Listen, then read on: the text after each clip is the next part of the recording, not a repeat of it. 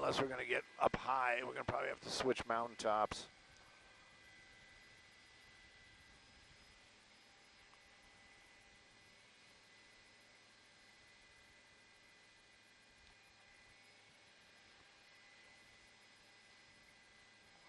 I think they should come to us. I mean, it's all right.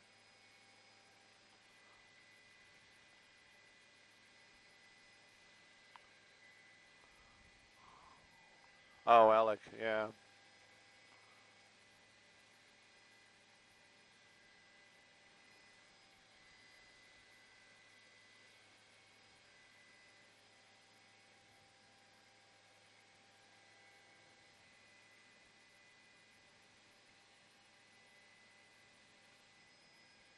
Fighting.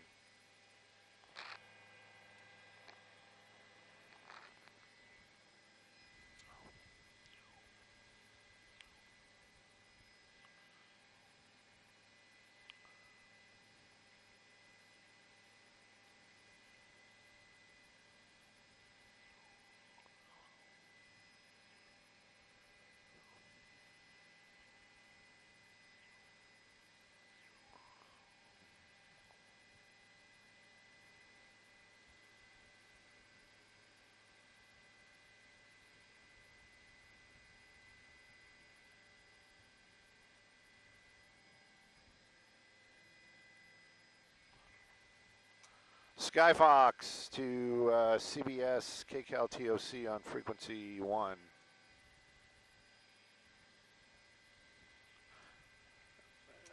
Hey, it's been a minute since I've used your mountaintops. We can stay into Mount Wilson?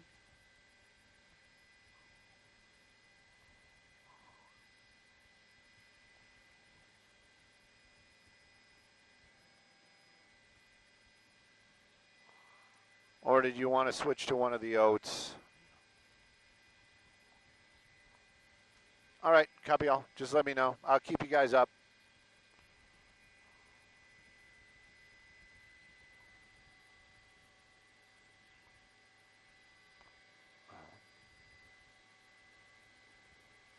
Hey, man, you going to take this or?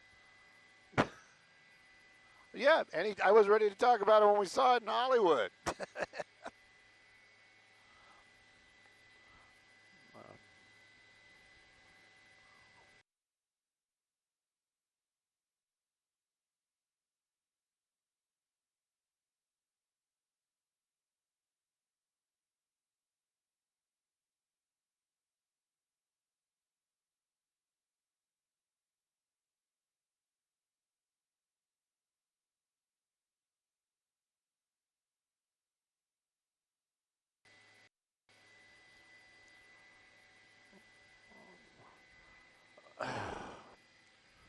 You did lose us, or what did you want to do? What did you want to do, CBS?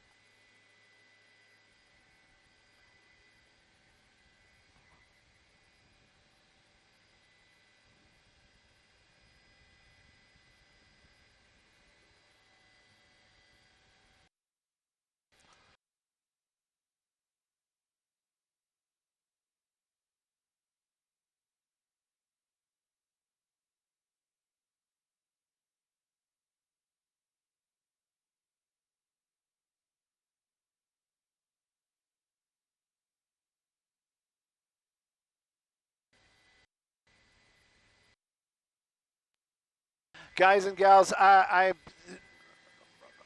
do you have us or not? Do you have us?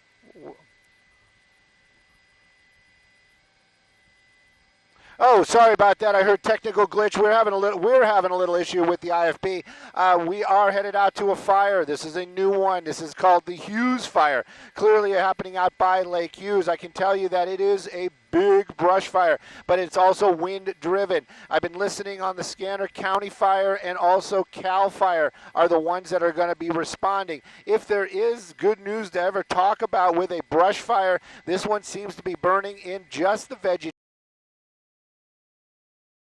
fire, and it also apparently is being wind driven, which is unusual because you can kind of see how it's going uphill and the winds were pushing it to the south. So this is going to be pretty much a slow moving fire, but it is definitely in very, very thick brush. LA County Fire, Cal Fire are going to be the ones fighting it.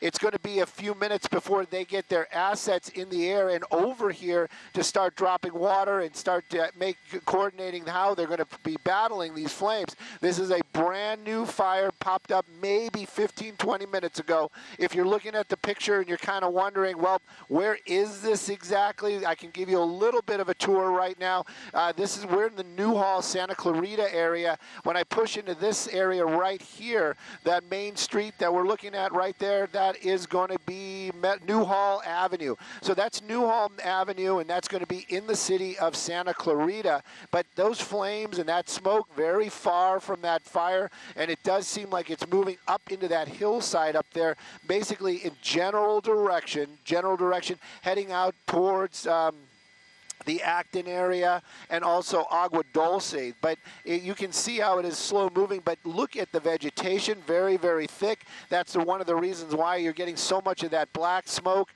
and so much of that smoke out here. It is wind driven. We heard an aircraft talking about it just moments ago. I'm assuming that it is a fire aircraft because they were talking to the ground guys saying that, you know, the winds are actually pushing it. As far as SkyFOX goes, we're going to try to get a little bit closer, but you know the drill. With the firefighting aircraft in the air, it's going to be difficult for us to get right up in there, but it does seem to be very thick chaparral that's burning, and again, moving very, very quickly, wind-driven, and with terrain kind of going against that terrain. And when you see that black smoke, sometimes you're going to say, well, is that a structure? In this case, I would venture to say that that chaparral probably very thick with oils, and that is the reason why it's kind of giving off that black smoke type of look. I did see an LA County Fire helicopter in the shot. Maybe that was the one that was talking just nope, that actually is going to be that's a contract ship. So I don't know if you would just happen to see it, but you can definitely see what is burning out here. It's all vegetation. That's what I got to say right now. All vegetation, and these winds are not those high winds that we were experiencing during the Palisades Fire and the Eaton Fire. But still really traumatic to watch this plume of smoke, obviously, and the live flames right there. This is not what you want to see, especially after such devastation we've experienced here locally. According to Watch Duty, this fire is about 50 acres so far, and they have asked for a lot of assets to respond to this. The fire is on both sides of Lake Hughes Road right now, and there are evacuation orders regarding this Hughes Fire. There is a level 3, which means go, around the Castaic Lake area, as well as an evacuation warning around Bitter Canyon and the Charlie Canyon area, as well as Green Hill and Ridge. So again, Watch Duty providing very good information in terms of if you're a resident in that area, when you should go or not, or just be prepared. But the good news is it doesn't look like there's a lot of structures nearby. No, so yeah, so Stu, I'm wondering how far away the homes are in that area in respect to where this fire is. You know what? Let's play with the map here just for a moment or two, see what we can come up with and give you an idea how far away that is. You're going to get out into the wide shot there, and hopefully this is going to work.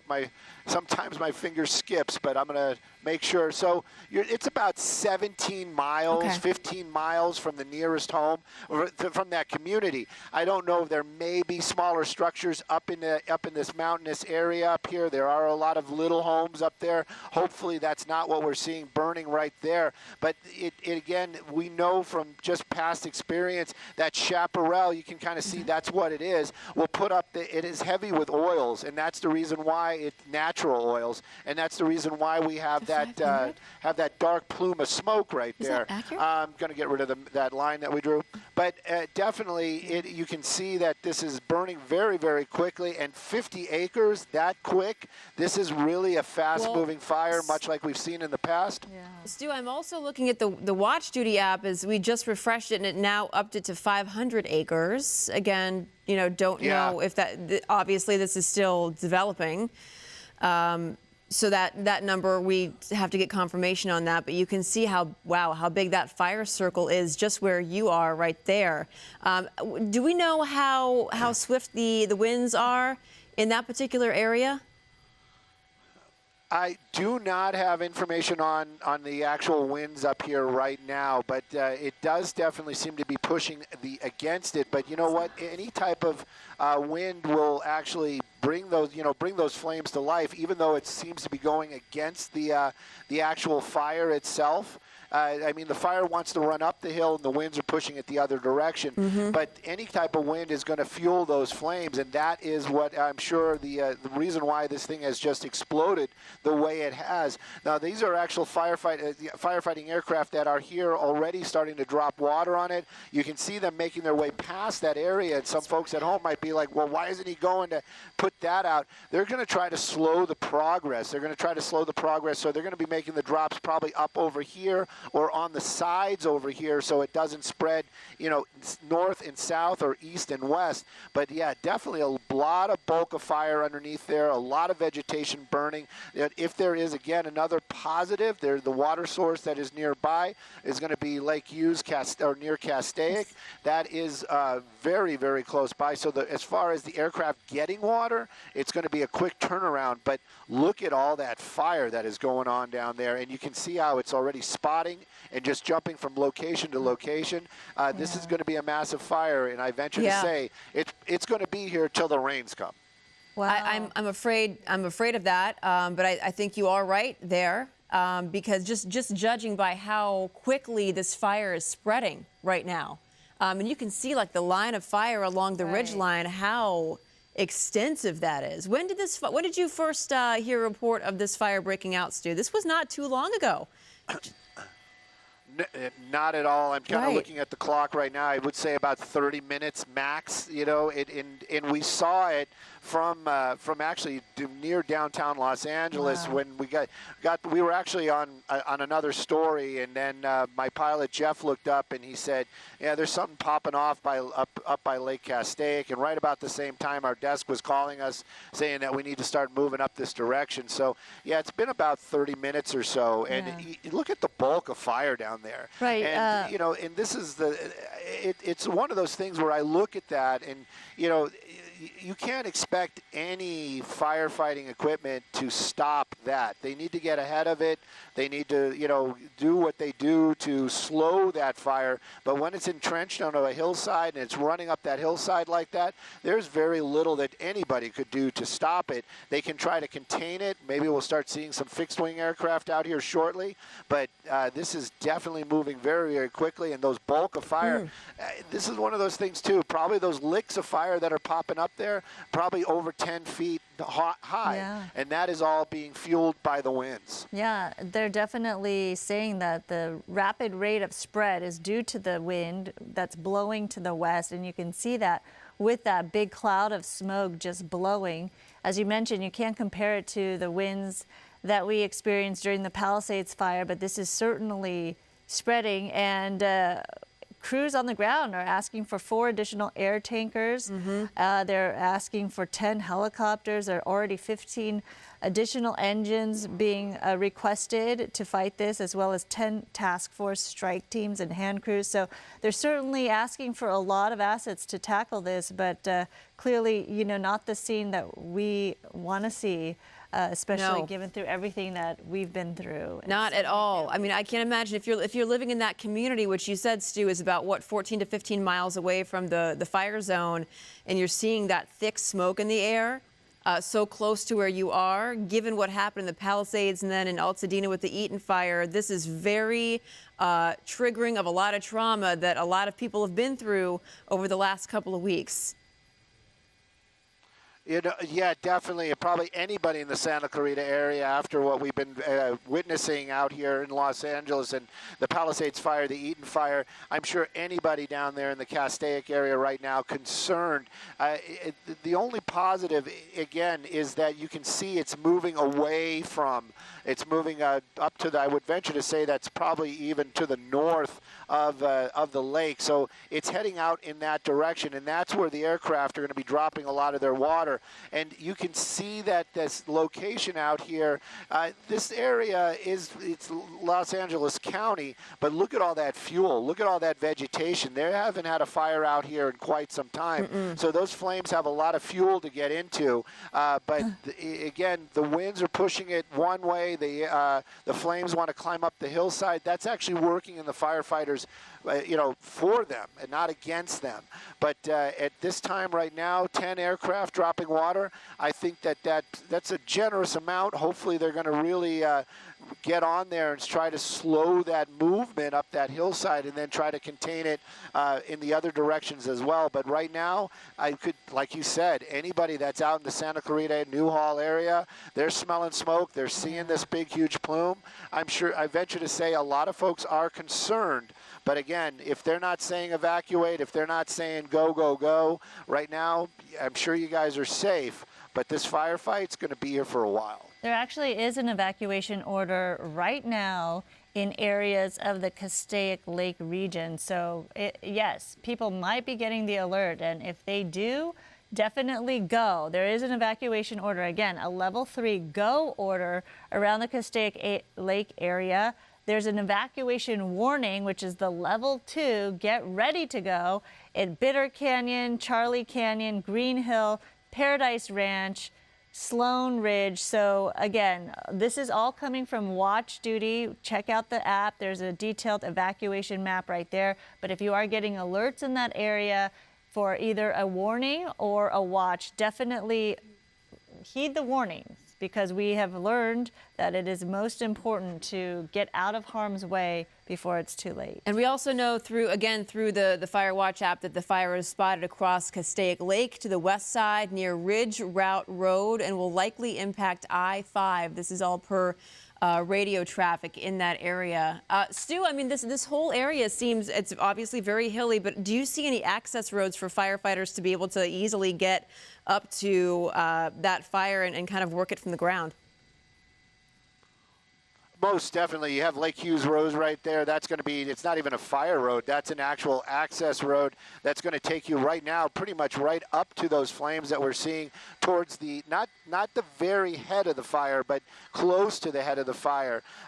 It's just continuing to come up over those ridge lines right there, and you can just see that wall of fire as it just running up those hillsides, and all that black smoke. Again, I can't say that enough. Those are not structures on the other side. Hopefully there isn't a structure or one or two. Definitely not homes burning like we saw in the Palisades area, but you can see those flames just running up those hillsides out here, and look at all that vegetation. That's fuel for the fire. So as long as it's continuing up that hill, this is it's just going to keep devouring all that chaparral up here, and the flames are just going to keep moving forward and forward and forward. Now those helicopters that we saw, you said that there's going to be 10 of them eventually. They're going to be doing a lot of the drops up in the area that we're showing you right there. You have to excuse me. I'm actually holding my cell phone to my ear and running the camera, so the movements might be a little jerky or a little odd. But right now, though, you can just see that line of fire underneath the smoke. That's kind of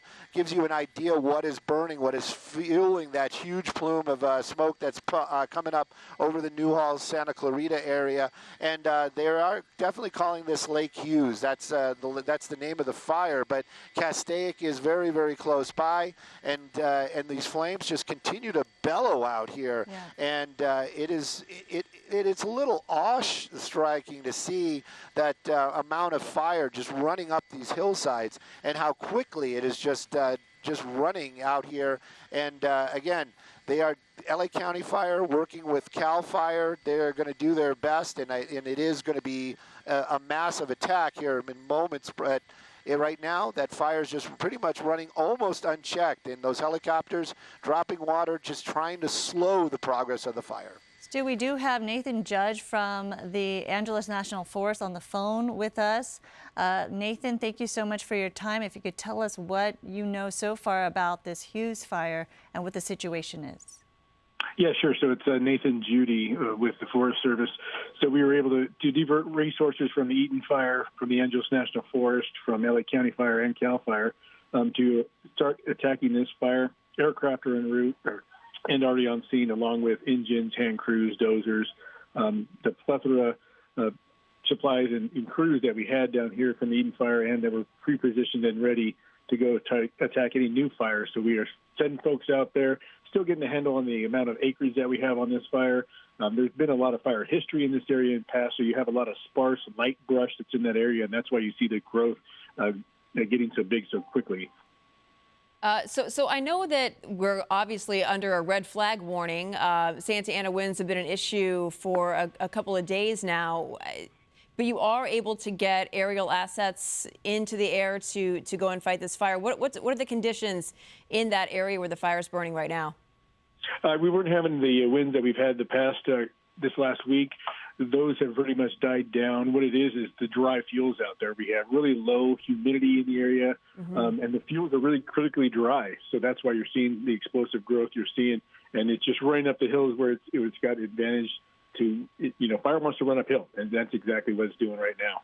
There are several evacuation orders in place. Nathan, talk to us about the severity in terms of how close this is to the nearest structures and what impact it could have. The structures are more down towards the freeway and down lower on the hillside. So we don't have a whole lot of stuff that I know of that are in that area burning up towards it. It's really going towards the forest right now. Without those Santa Ana winds pushing it down towards communities, right now it's going away from any community areas that have people in it, structures in it. So right now I don't believe that any areas are impacted, but there are evacuation warnings and orders that are going out for certain areas. We're still working with our law enforcement partners on those. Yeah, and those evacuation orders seem to have expanded in the last, I would say, minute and a half. Right now you're talking Castaic Lake under evacuation orders. That's a level 3 go, as well as the Paradise Ranch area. Can you tell us about the timeline of this fire? Because this seems to have kind of exploded over the last half an hour. Yeah, I didn't hear exactly when it went out, but, with the fuels as dry as they are, and wherever it did start, it's just running back into the forest itself. Of course, we want to make sure people are aware of any evacuation orders and warnings in there. Just make sure, with these winds that we've had, with the red flag warning, we've already advised folks to be prepared in case they have to get out of the area. So folks that are in evacuation ordered areas, please evacuate those areas. Folks that are in the warning areas, we implore them to get their stuff ready and to go now if they feel uncomfortable in the area. We just want to make sure people are out of that area so we can do our job to fight this fire. And you mentioned this area has endured fires in the past. Talk about the resource that the water is right there, given that Castaic Lake is right there and firefighters can tap into that. Yeah, the aircraft are going to be able to dip right out of Castaic Lake to grab that water, to put it on the fire itself. We've had, again, resources in the area from the Eaton Fire, so we'll be able to tap into those as well. Well, great. I think it sounds like a lot of effort has been put into being prepared for these wind events ever since the Palisades Fire especially. Thank you so much, Nathan Judy from the Angeles National Forest, the U.S. Forest Service. We appreciate your time and expertise in giving us some insight on this fire that we're looking at right now.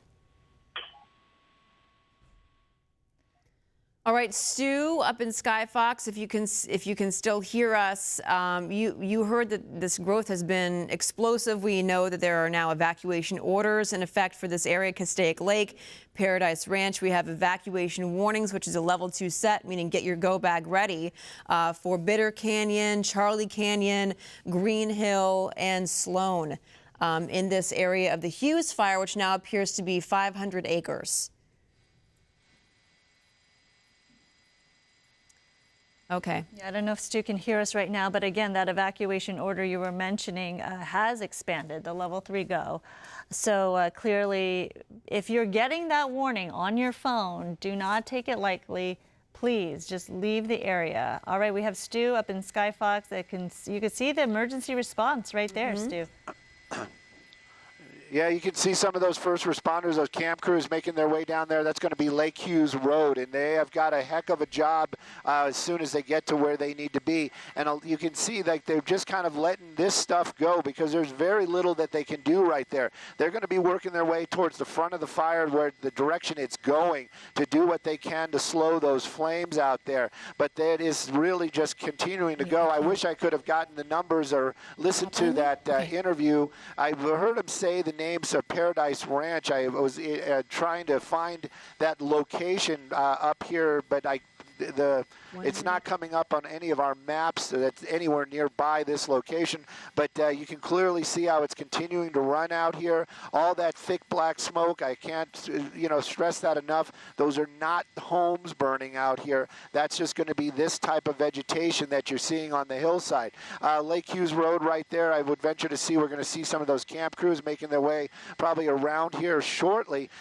They are trained professionals. They can drive in through these type of areas. They know what they're doing, but these flames continuing to run out here. I could venture to say the acreage is just going to kind of keep jumping up and up and up as we continue to watch this thing burn. That huge plume of smoke seen from the valley, I can tell you we saw it from South Los Angeles, and that was probably more than almost 45 minutes ago, so I could say that anybody that looks up to the north or out towards Santa Clarita, you're going to see this over the hillside, and this is what is burning. It is very close to that Lake Hughes, and that's going to be a great thing for the firefighters and the helicopters. Now, you got to think about this as well as logistics. You know, these flames are going to make their way along these hillsides. You can actually see some of them right now making their way over towards the lake, but that's going to be a natural fire break for most of that fire as it makes its way in that general direction, which is going to be eastbound technically.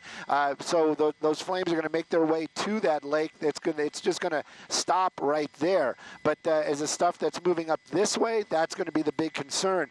Now, we might get lucky. There might be an area out here where there's a natural break, and it does seem like the winds really could be helping, believe it or not, by kind of slowing the roll as it would be, as it makes its way, as it comes up and it crests a lot of these hillsides, it's going to have to go a lot slower as it's going to make its way down the other side. Now, the firefighters, they take advantage of this. They know that's going to be happening. SkyFOX, we're making a turn again, coming back.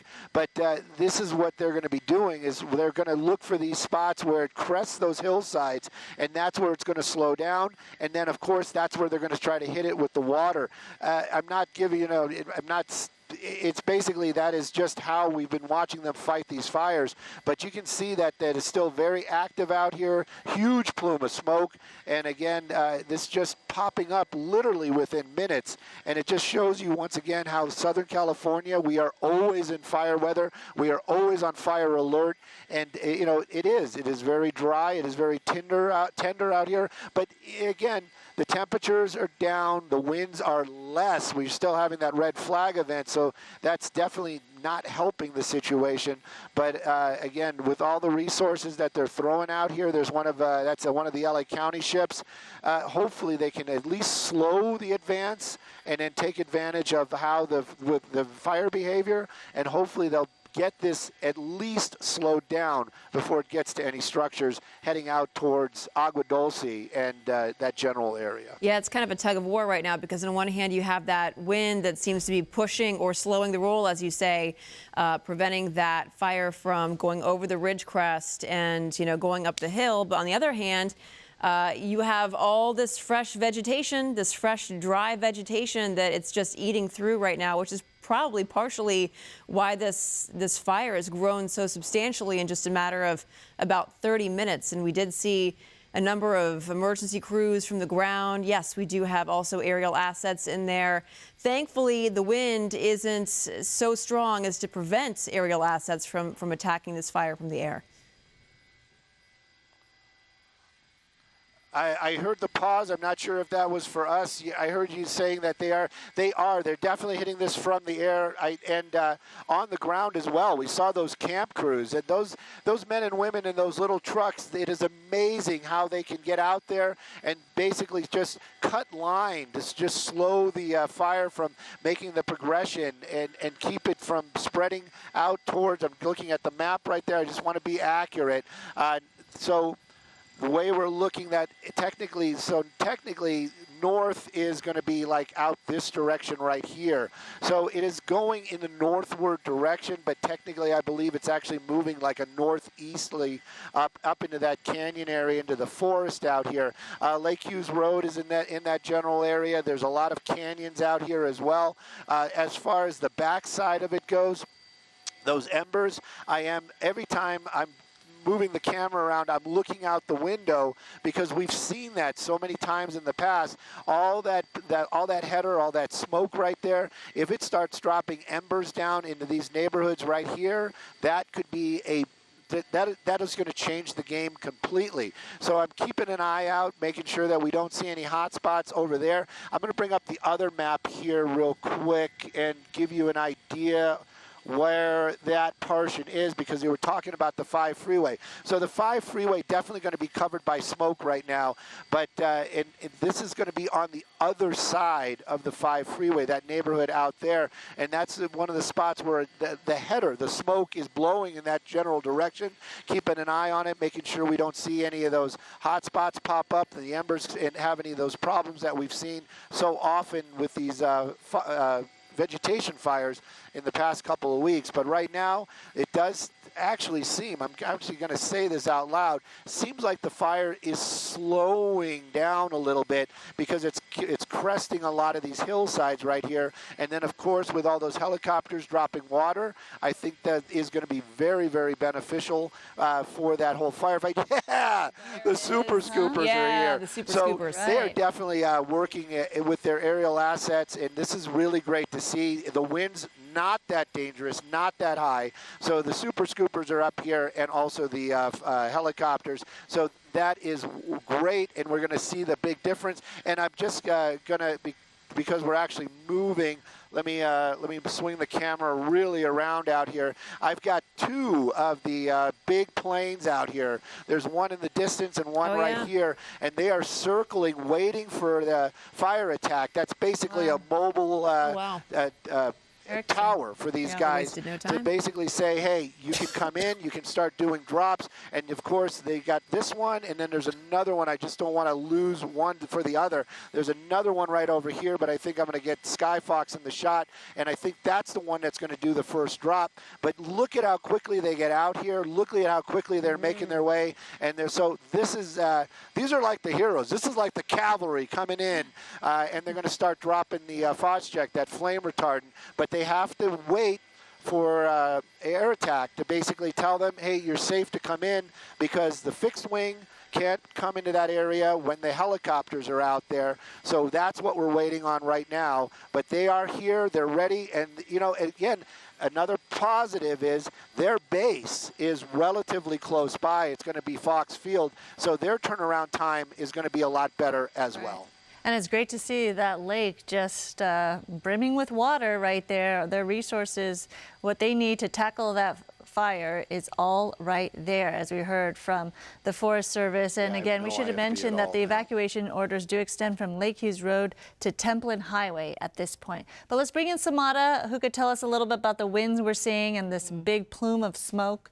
Oh, yes. Of course, we have been tracking those winds very carefully. And unfortunately, in the Castaic area, it is part of the red flag conditions. And because we have been reporting on gusts that could eventually reach up to 50 to 60 miles an hour, and the dry vegetation coupled together makes extreme and critical fire concerns. And just seeing this unfold is a little disheartening, but seeing the aerial assets getting a good handle, that is definitely good news. And it's all very strategic how, of course, they attack this fire. And with those fire conditions and winds, it's going to be a tough battle ahead into this afternoon.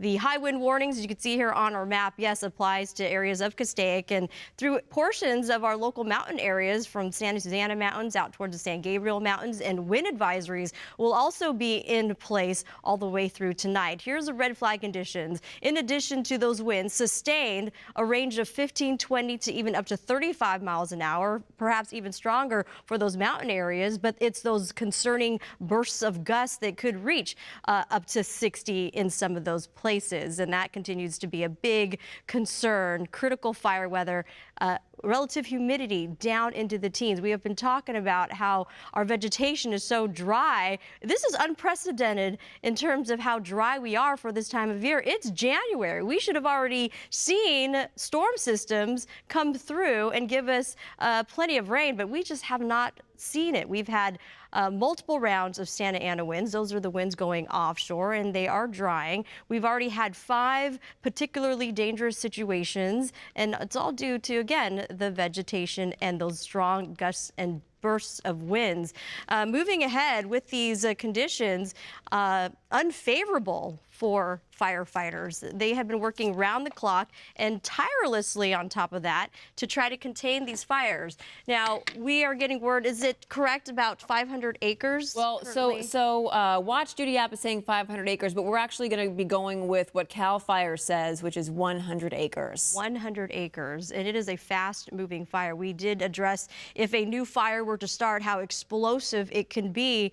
And unfortunately, yeah, seeing it unfold before our eyes, it does look like they're getting a decent handle on the situation, because we are seeing a little bit of the white smoke, but the smoke is blowing a little bit more, as you can see, more horizontally.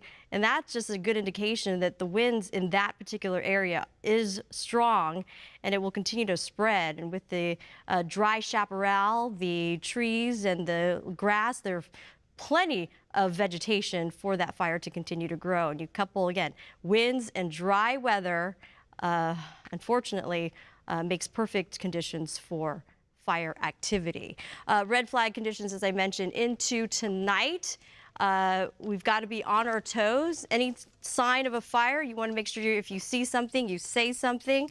So critical. But there is some good news on the way as we push into this weekend. We have rain in the forecast, and we're expecting to get about 1/4 inch to 1/2 inch of rain at times, and that is going to help with the firefight. But it is a few days out. Now, with the incoming rain, we've also addressed this, the fact that there could be thunderstorms embedded in the rainfall, and the chance of heavy downpours associated with the thunderstorms, if it were to occur over a burn scar, that could lead to a whole set of new issues in the terms of mud and debris flow, flash flooding concerns. Hence, our city officials are working around the clock to try to get the word out to the public. If you live in those zones, to make sure you prepare, not just for, again, dry and windy conditions and the fact that there could be additional fires, but the fact that rain is on the way that could pose a whole new set of problems.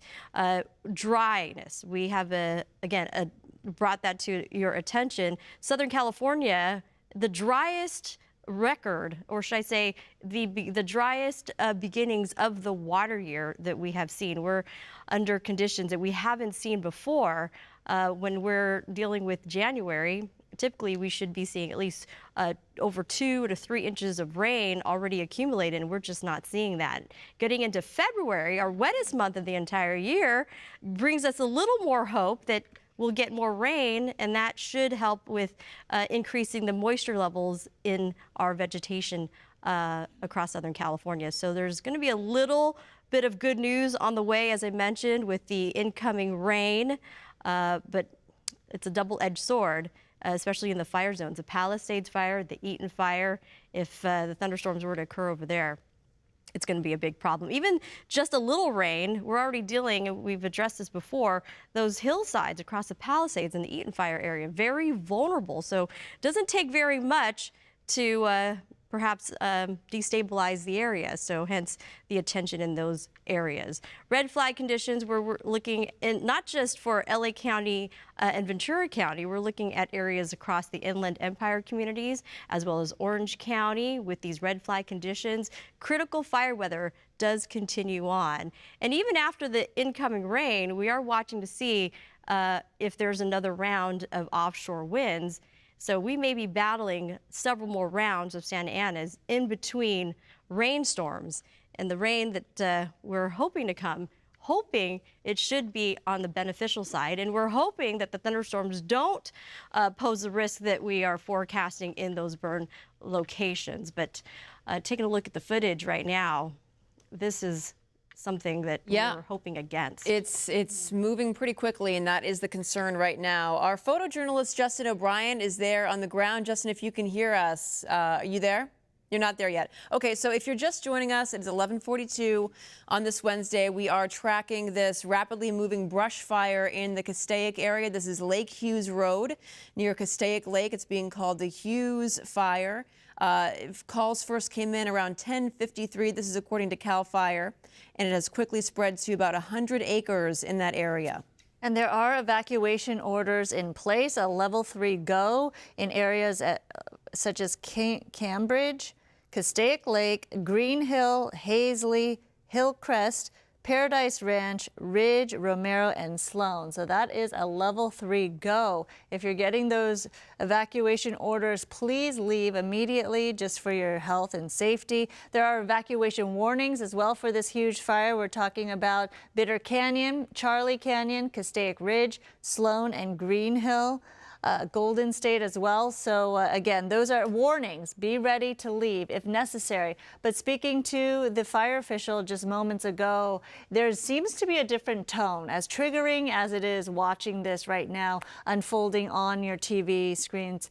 It did sound like the winds are less in terms of strength, less strong, and also it's blowing the fire in a different direction away from a lot of those structures. We also see the aerial attack swiftly coming in to make those drops. So you see those huge aerial tankers right there just waiting to make that hazmat or the FOS check drops, and then just kind of surveying the area and seeing where they can make those drops. The wind seems to be manageable in that area, not too severe to where, you know, you would take the fire retardant and it blows everywhere. But yeah, you see a number of also super scoopers in the air.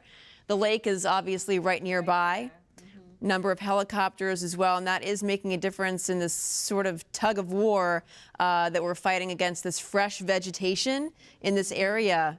Even though this area has seen its share of brush fires, it doesn't seem like it's seen one in quite a while. And we're also just getting in new evacuation orders.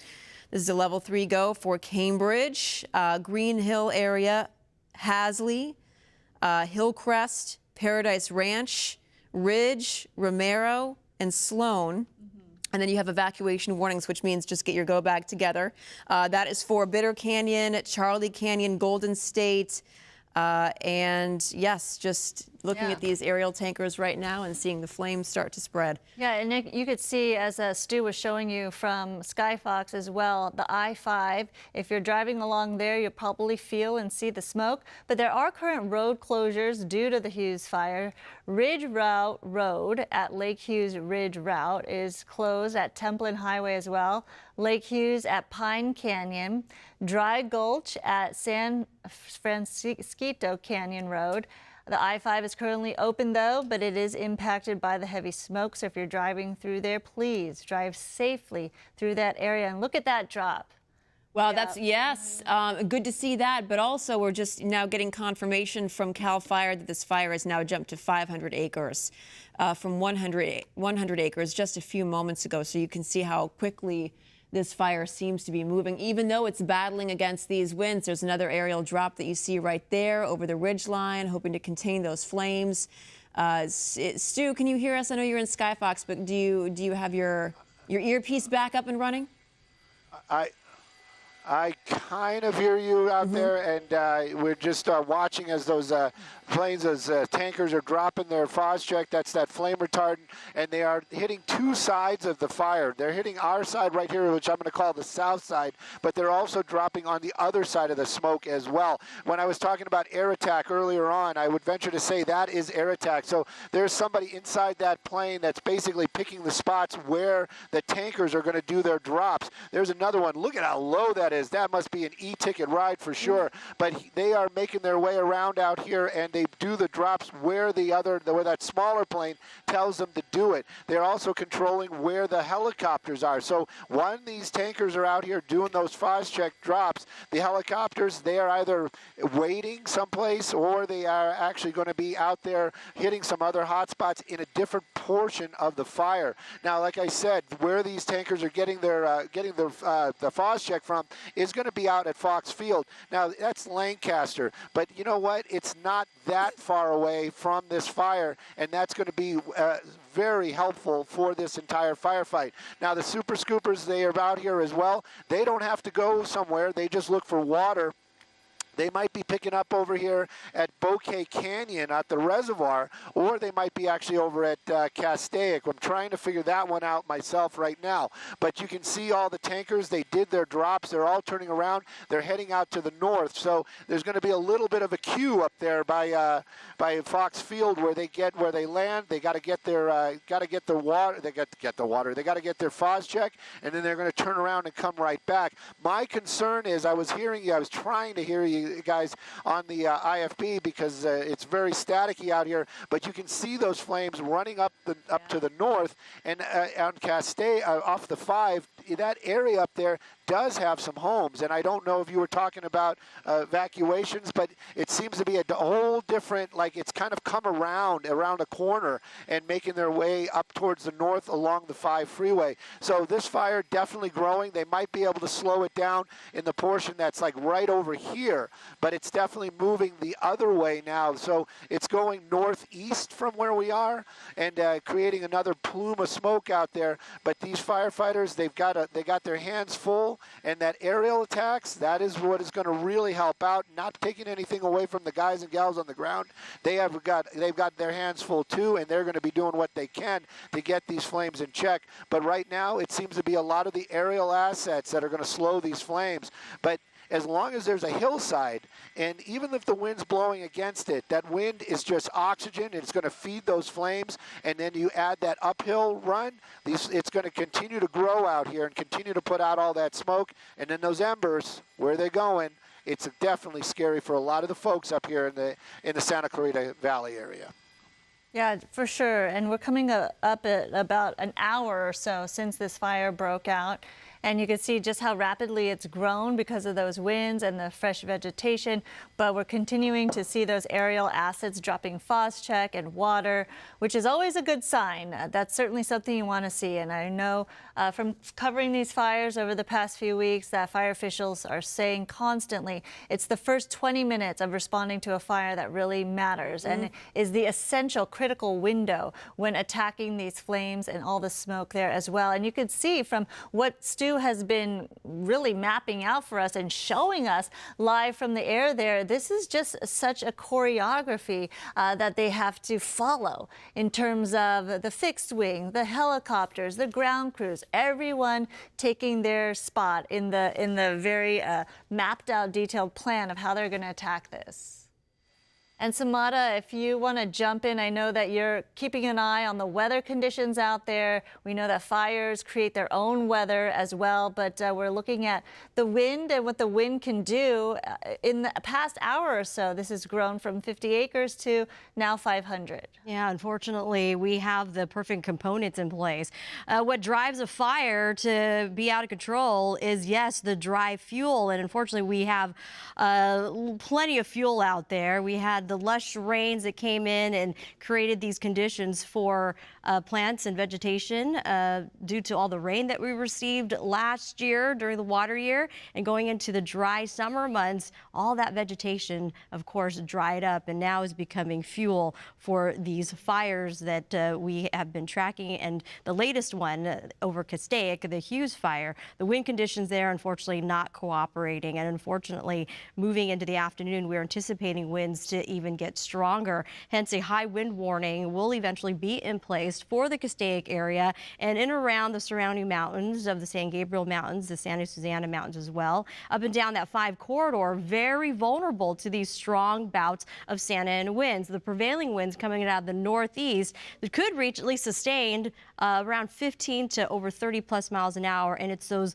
strong gusts that we continued to be concerned with, which could reach up to 50 to 60 miles an hour. Now, the direction, again, Santa Susana Mountains as well, up and down that 5 corridor, very vulnerable to these strong bouts of Santa Ana winds. The prevailing winds coming out of the northeast that could reach, at least sustained, around 15 to over 30 plus miles an hour. And it's those strong gusts that we continued to be concerned with, which could reach up to 50 to 60 miles an hour. Now, the direction, again, is critical in this firefight. We are seeing that the smoke is moving away from homes, but unfortunately close enough to pose a risk. Fires, as we know, do make their own weather. When you're dealing with a lot of heat rising in the atmosphere, there's cooler air that wraps around it from below, replaces that heated air, and the winds around the area become erratic, and embers could fly and create new fires. So critical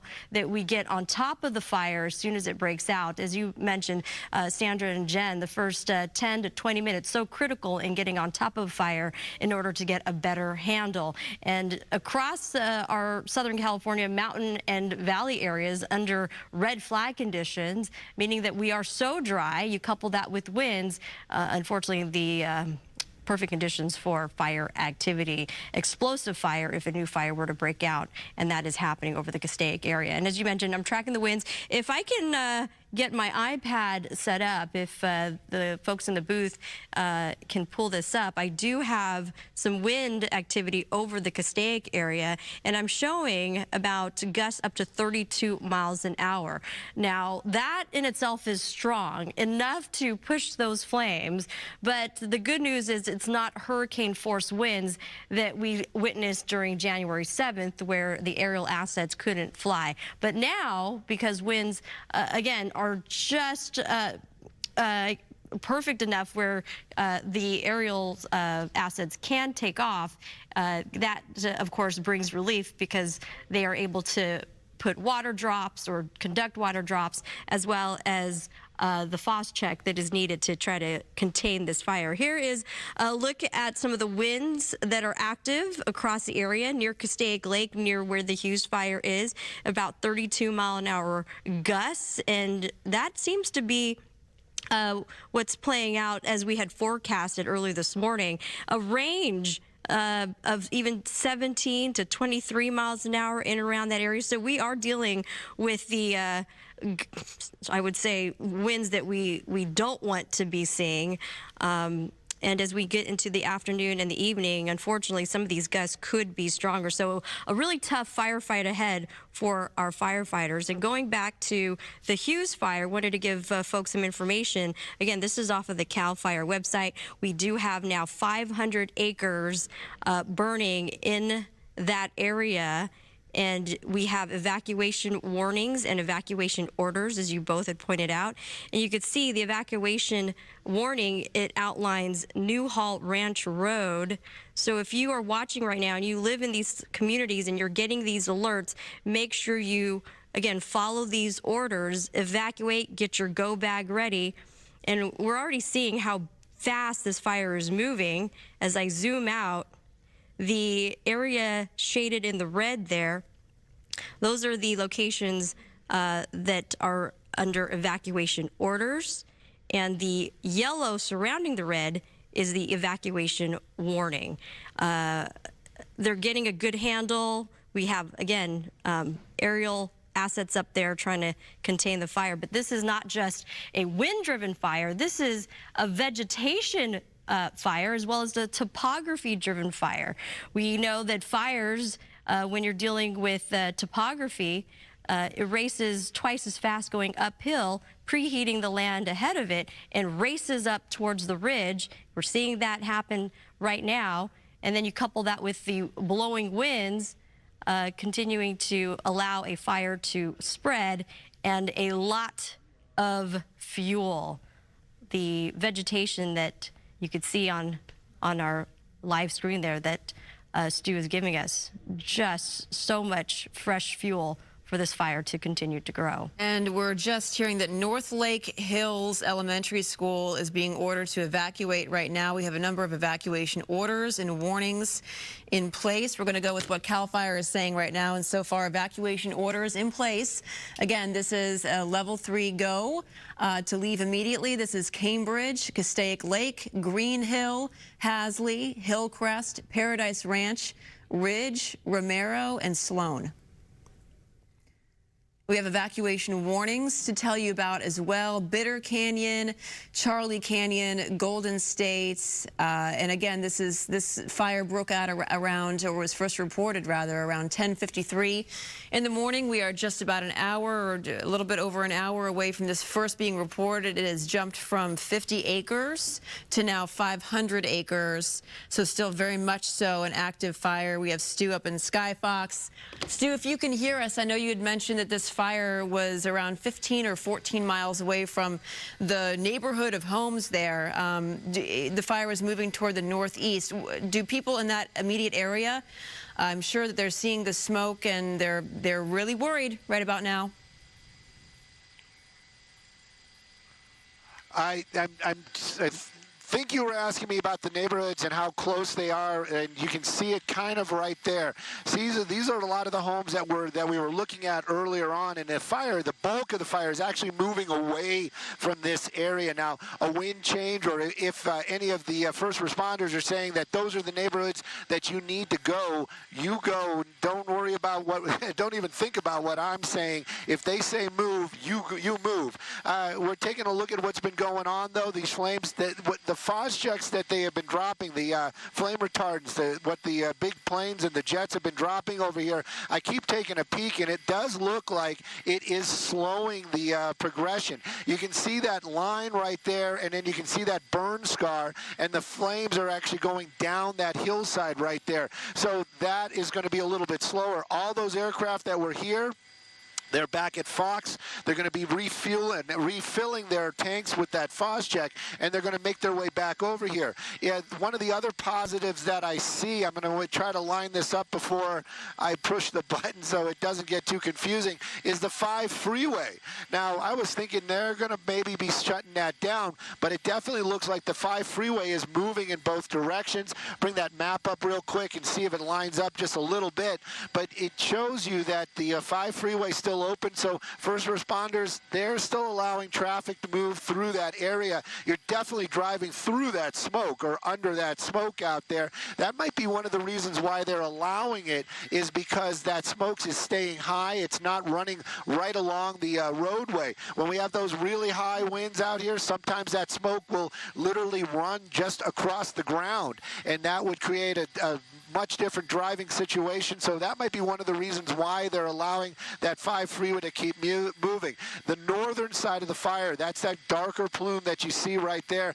I'm curious about what's going on over there. I'm listening in. I don't hear them talking about anything in particular, but I know in that direction there are sparse homes out there. So that's something that I'm sure firefighters are concerned about as well. But that firefight, we saw it, how quickly it jumped up from questionable 100 acres to confirmed 5, which I would venture to say even right now it's going to get higher. SkyFOX has got to make it right there, so we're going to see a little bit of the underbelly. SkyFOX always got to photobomb us, but you can see how that smoke is running through those neighborhoods out there, and it gets down to the hillsides, and then it does drop down.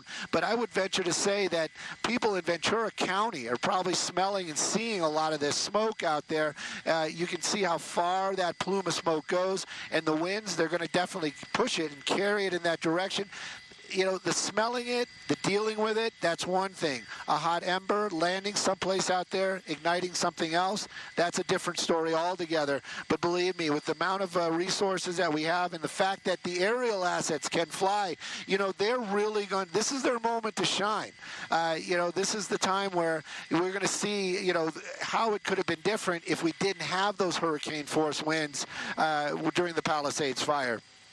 And we definitely are seeing a little bit of a different sight picture of that smoke out there, out towards the head of the fire, right in this area right here. Yes, it's still moving, it's still burning, but it doesn't have that huge high plume out there. So that means that the Phos-Check is being effective. But right now, they're concerned about it moving this direction and that direction.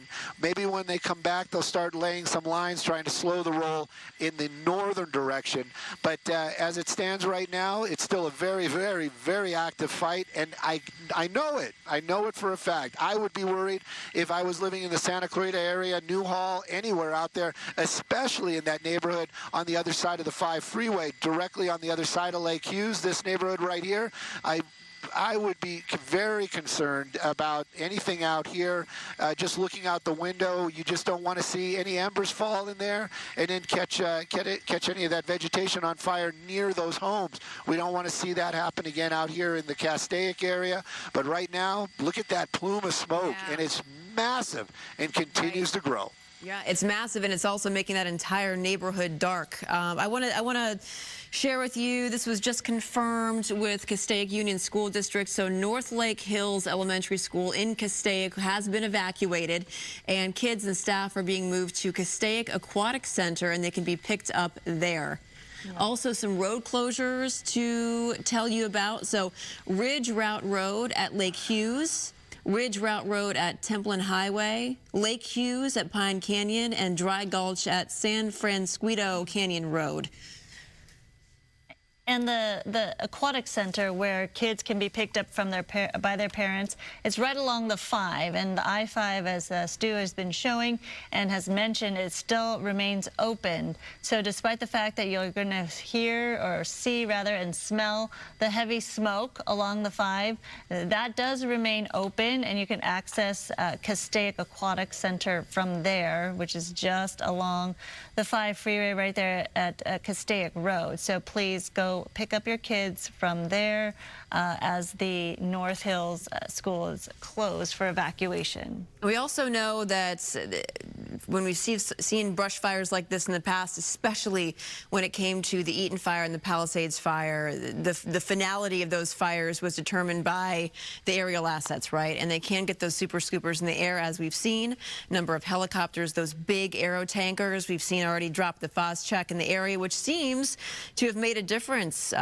When there are 2 of them, we're told, up in the air doing those drop lines, and these were similar assets, by the way, and then the hand crews as well in that area that they were using to for the Eaton Fire. So those assets were already staged, right, and they were on standby because of these red flag warnings.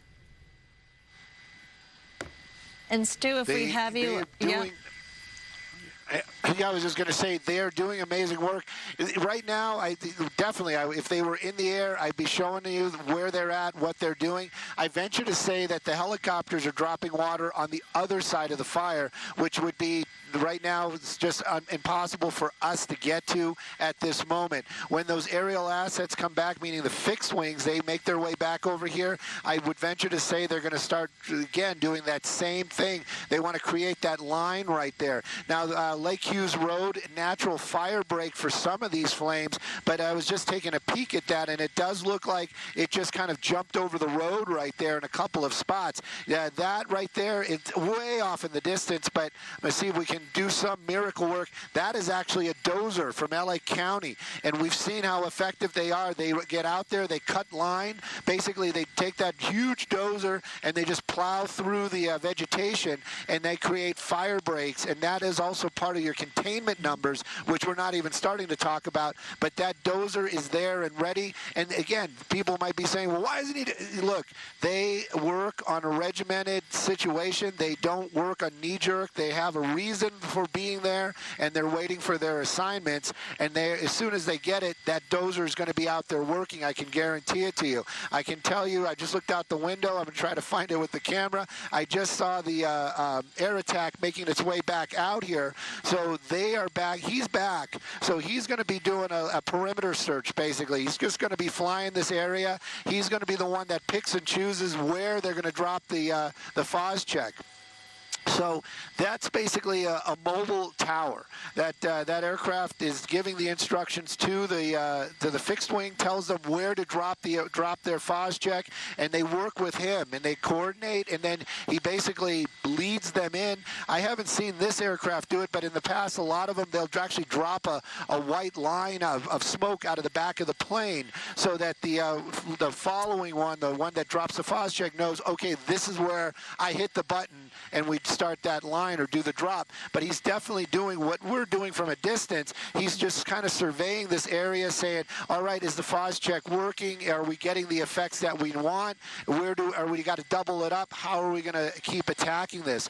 But very, very active, and there's a lot going on down there. And again, the helicopters, they didn't leave. I'm pretty sure they're just on the other side of the smoke, dropping water on hot spots and keeping an eye on it. Embers, that's my biggest concern right now. We haven't heard about any structures burning. Hopefully we're going to keep it that way. But again, this is a very fast-moving fire out here in the Castaic area.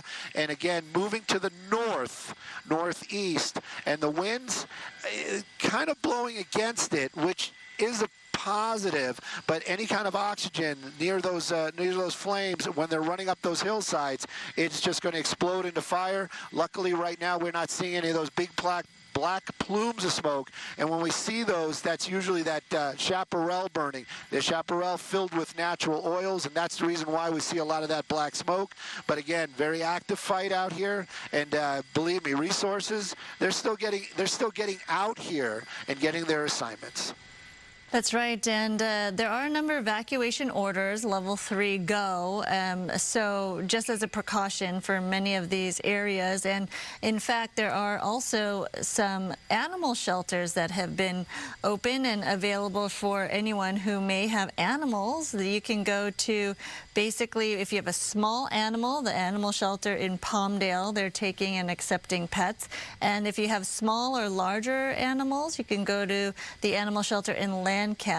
So Palmdale or Lancaster, welcoming in those pets. If you do have to leave your home now or maybe in the future and you're planning to go, make sure you check those warnings that you're getting on the phone and heed them if necessary. But as everyone's been mentioning so far, it does look like the smoke and the flames are going away from the real populated areas and a lot of these structures that perhaps are in threat. But right now, going the opposite direction, where the vegetation is right now, is where those flames are attracted to. And the winds, of course, are not the same situation as we saw 3 weeks ago, 2 weeks ago at this point. Samada, you could give us the very latest on the weather out there. Really quick, I want to update on new closures. A new closure to tell you about. This is I-5 northbound at Parker Road off-ramp and I-5 northbound at Lake Hughes Road off-ramp. Those are going to be shut down. Yes, Samada, I mean, you can give us a better sense of what the wind is like in that area and some of the weather conditions out there. Yeah, currently we have been clocking in wind speeds right around 15 to 20 plus miles an hour, but it's those strong bursts of gusts that it continues to be a big concern, where right now, if you can pull up my iPad, we are tracking those winds very, very carefully. We're picking up wind speeds, or gusts, should I say, in and around the Hughes Fire zone, right around 35 miles an hour just north of Castaic Lake, and in some spots near there also now pushing up to 42 miles an hour. We have been advertising this all morning, right, Jen, Sandra, the fact that we are under red flag conditions. High wind warnings will eventually take effect right around 2 p.m. this afternoon, and that will linger into tomorrow night, which unfortunately winds are expected to increase in strength, hence the high wind warnings for the Castaic Lake area and surrounding zones. We have a tough firefight ahead, and hence the aerial assets are doing their best to try to get the best handle as they can on the conditions that are more favorable. But as we push into the later half of the day, it's going to be a tough firefight. And not only are we dealing with the winds, a wind-driven fire, but there's so much vegetation in the area. It's also a fuel-driven fire. As Stu pointed out, the chaparral, the grass, and the brush are all fuel for this fire, and we haven't seen any rain. I know rain is on the way. We have also been forecasting that, but that's not set to arrive until this weekend, and it's beneficial rain, but we do have another day and a half or so to be dealing with these fire conditions. And it's also a topography-driven fire, so you have three elements that keeps this fire going. With the vegetation, the topography, fire tends to speed up twice as fast going uphill, and we're seeing that play out. So we have a lot going against us at this hour, but at least the winds comparatively, January 7th, if we recall, those strong hurricane force gusts, we're not anticipating seeing those conditions with this latest round of Santa Anas, but unfortunately strong enough, and you pair that with extremely dry conditions, unprecedented during this time. We're relative humidity down to single digits, as low as 2 to even 3%. So we are tinder dry out there in these locations. So we continue to watch those winds, and right now it's quite a battle. Again, gusts of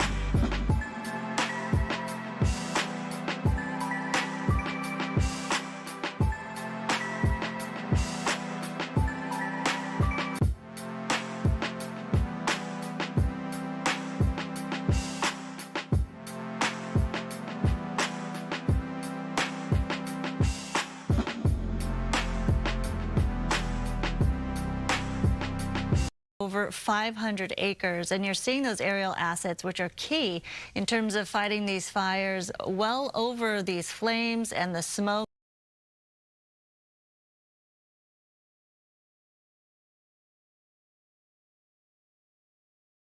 On the ground, as well as we see from SkyFOX, trying to tackle and cut some lines right there with the dozer crews. So certainly they're putting an all effort, all call on this. With the resources, as Jen was mentioning, the lake right there is a nice welcome site for the communities that are triggered by watching this event unfold today, just a couple weeks since the Palisades and the Eaton Fire that we've experienced here in this area. So a number of evacuations, as Jen was mentioning, as well as road closures. But if you do have a student at some of the local schools right there, just out of precaution because of the smoke as well, they are asking parents to pick them up.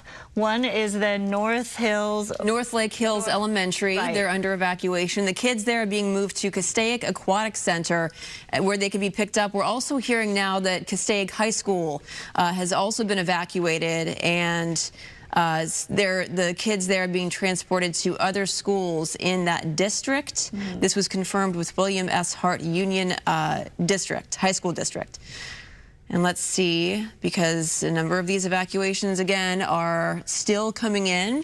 Yes, so you can see the aerial assets have been in the air trying to fight this fire. I guess something that could be working in firefighters' favor. I got a couple of issues here, right? So you have the winds that are seeming to push the fire away from the ridge line. You know how it tries to go it tries to top the ridge line. That's how fire behavior moves. But the winds are actually moving to slow it down and push it back just a little bit. Also, yes, the winds in that area are not strong enough to prevent aerial assets, and we've seen a couple of those big aerial tankers making the FOS-check drops, a few helicopters as well. And because of the Eaton Fire, a lot of these crews were already staged nearby because of the red flag warnings that were in effect. And then you have Castaic Lake right nearby. We saw the super scoopers pick up the water from that lake and then drop it onto the fire line. So it's almost like this tug of war between the elements and firefighters there on the ground. And the good news is that the fire has not spotted over Castaic Lake at this time. So that's certainly some good news, a kind of natural barrier right there.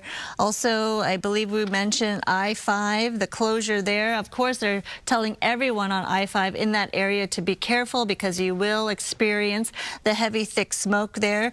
But I-5 northbound at Parker Road, that off-ramp, and the I-5 northbound at Lake Hughes Road's off-ramp will be shut down.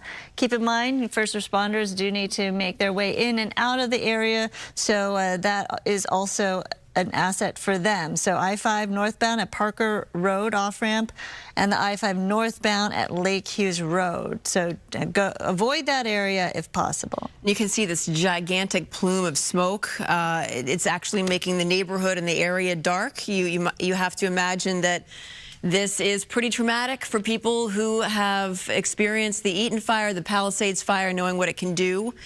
And we know that this neighborhood is quite a distance away from where those active flames are. And again, the fire is moving northeast, which is away from that neighborhood. But of course, little consolation if you're seeing all that thick black smoke in the area. Yeah, definitely triggering for so many people who may not have experienced the Eaton and Palisades fire, but definitely tuning into coverage, or perhaps this impacted a family member, a loved one, or friend. This is certainly not something we want to see just a couple weeks later, but we have been staying on top of those red flag warnings, the PDS situations, and bringing you the very latest on the special edition of Fox 11 at noon. Let's bring in Samada, because the weather obviously a big factor when we talk about fires and how quickly they spread. Yeah, and unfortunately we're seeing all the necessary components come into play before our eyes. We are watching those winds very carefully, and those winds, at least sustained velocities, right around 15 to 20 plus miles an hour, but it's those strong puffs of bursts of gusty conditions, and winds have been gusting right around 30 to 35 miles an hour. Now, that is still strong enough to continue to drive the spread of this fire, and then you couple that with the dry vegetation. I mean, humidity levels are down to 2 to even 3%. Currently, I was watching the relative humidity levels, and it's right around 7 to 8%, so incredibly dry.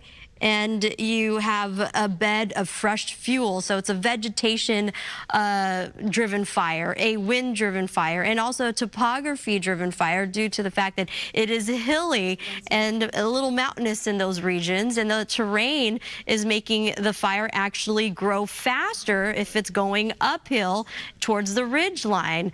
Again, 3 elements in place, and it is creating what we see currently, explosive fire growth. We were talking about now currently the Hughes Fire at 500 3,400 acres. Active flames along the ridge, as we can see there are a lot of thick, dark smoke billowing up in the atmosphere. And it's also those winds are pushing the smoke horizontally, the prevailing winds coming out of the northeast, but it's those embers that we have talked about that can fly for miles downwind that could potentially spark a new fire.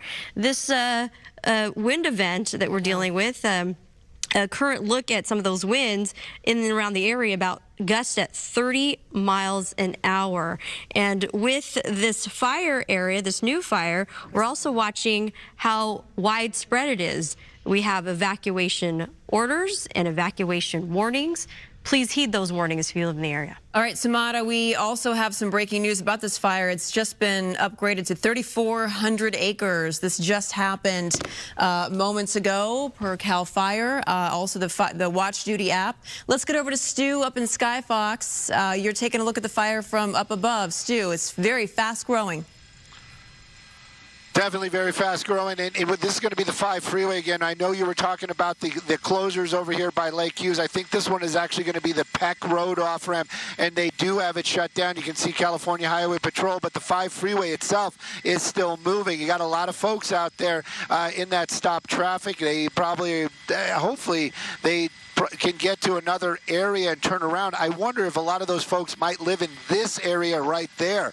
So that's going to be very frustrating for a lot of residents not to be able to get to their homes. But if they live in that area, they probably know an alternate. As far as the fire goes, take a look at that. 3,400 acres in just a matter of, what, an hour or so? This has just grown exponentially, exploded in flames. Where it started, all of that information, that we're going to find out later on. As far as the movement, though, as far as it moving out to the north or northeast out here, it really has seemed to have slowed down. Those Phosgec drops doing what they were supposed to do. You're seeing a lot more of that lazy white smoke up in the northern portion of it. You can see that line earlier on. We were looking and we were watching as the flames were using up the fuel that is right there, making its way towards that line. So as soon as it gets to there, if it does actually, it's going to kind of put itself out. Natural breaks, or not, maybe not natural, a road isn't a natural break, but we were looking at that Lake Hughes road out here, and they actually had some Forest Service trucks. Oh, they're still there. That little green dot you see out there in the distance, that's going to be a Forest Service vehicle. They've been kind of keeping an eye on it. Those guys know what they're doing. They're not in any kind of danger, I am sure, but it has definitely jumped that roadway, and that definitely was part of the wind-driven portion of this fire. Jumped the roadway, got into this fuel here. It pops up some of these hot spots, and that it just continues to burn. There's one of the drops from the Super Scoopers. The Super Scoopers, and they're doing that spot where it had jumped the line. The Super Scoopers actually are picking up the water at Bouquet Canyon Reservoir, as I understand it, which isn't that far away. There's the second one. They always travel in tandem. Those things are just so awesome.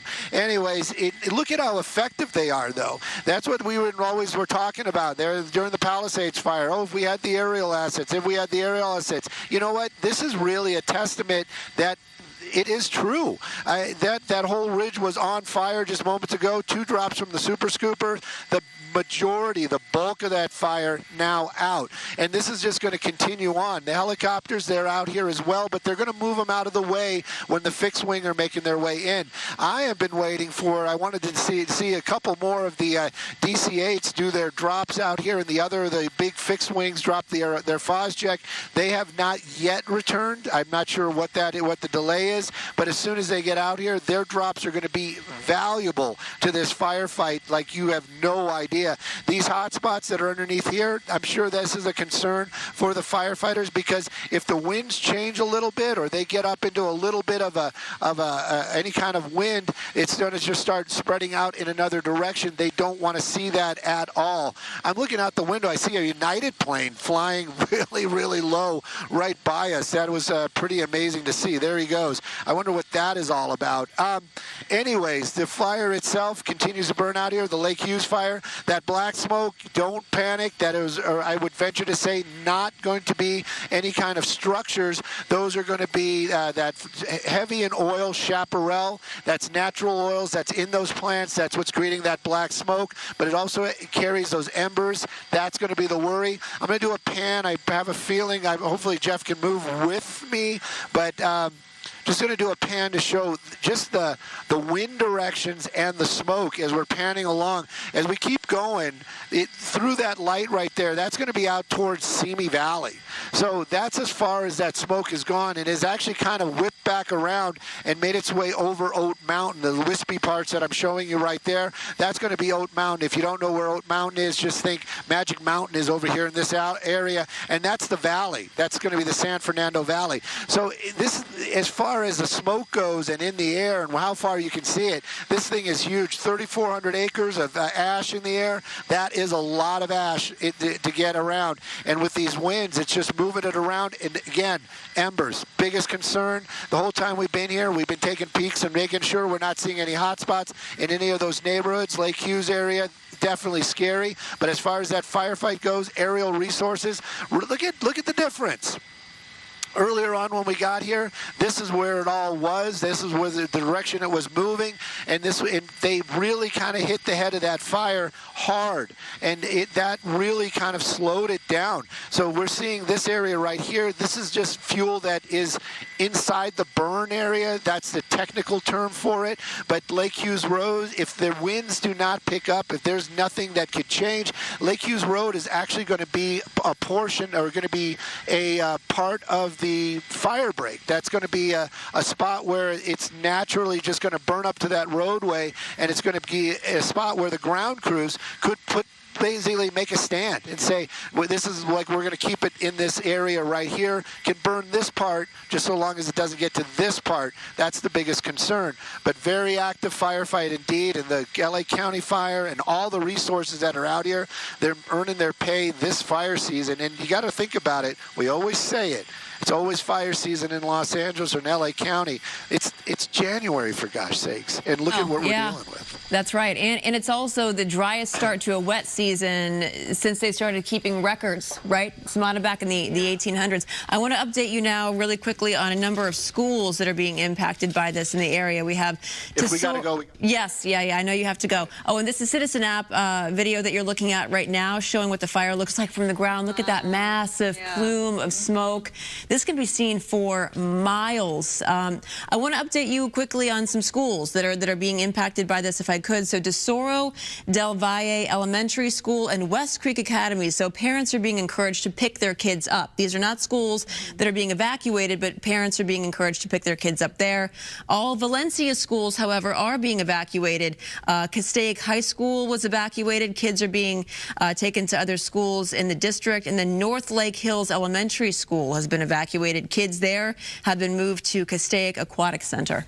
And you could see why. Obviously, people want to be prepared and take precautions because of the smoke in the air. It's around lunchtime for a lot of students. They don't want to be breathing in all of that thick smoke and ash, as Stu was showing us how far that smoke has traveled. So out of abundance of caution for those Valencia schools you mentioned, Jen, that is why they're urging parents to pick up their student. There's no threat in the area. It's not a mandatory evacuation order, but it's just that they're urging parents to come get your child because the air quality is probably changing in that area. As we get a close-up shot from SkyFOX there of this fire, the problem in this area, Samara, and you can attest to this, fresh vegetation. Lots of fresh vegetation, and those dry fuels continue to help this fire grow and rapidly spread, and you get a burst of winds. It can carry those embers, as we've talked over and over, miles downwind, creating new spot fires. And when we're dealing with wind speeds, a range of 15, wind velocities could even touch to 30+ miles an hour, that can send an ember, miles down and become a separate fire in itself, and creating more issues for those firefighters. It's also not just fuel driven, but as we get into the later part of the afternoon, I hate to say it, ladies, but we are anticipating winds to get even stronger. High wind warnings will be in place across Santa Clarita. That is not what these firefighters need right now. I want to show you some video right now. This is just in from our Fox 11 employee, Robert. This is live video from Roberts from his home. If if we could take a look there in the neighborhood, what that looks like from some of the homes that are in that area. Can you imagine? I mean, we know that we've been under these red flag warnings. We saw what happened in the Palisades and the Eaton Fire in Altadena, and then seeing that giant plume of smoke in your neighborhood is disconcerting, unsettling, terrifying, and needless to say, traumatic for anybody who's, been witness to what happened in some of those areas. Here's the good news, just looking at this picture, and gosh, all of us have been watching fire coverage for so many days on out now, but the fact that the smoke is billowing up in the sky rather than laying flat, blowing hard towards one direction or another, that indicates the wind, right? And yeah, even the trees, you can see they're not moving around that much. Yes, I mean, this is honestly better than what we've seen in the past. Relatively speaking, yes. Even though we are dealing with, yes, are these strong winds? Yes. Is this producing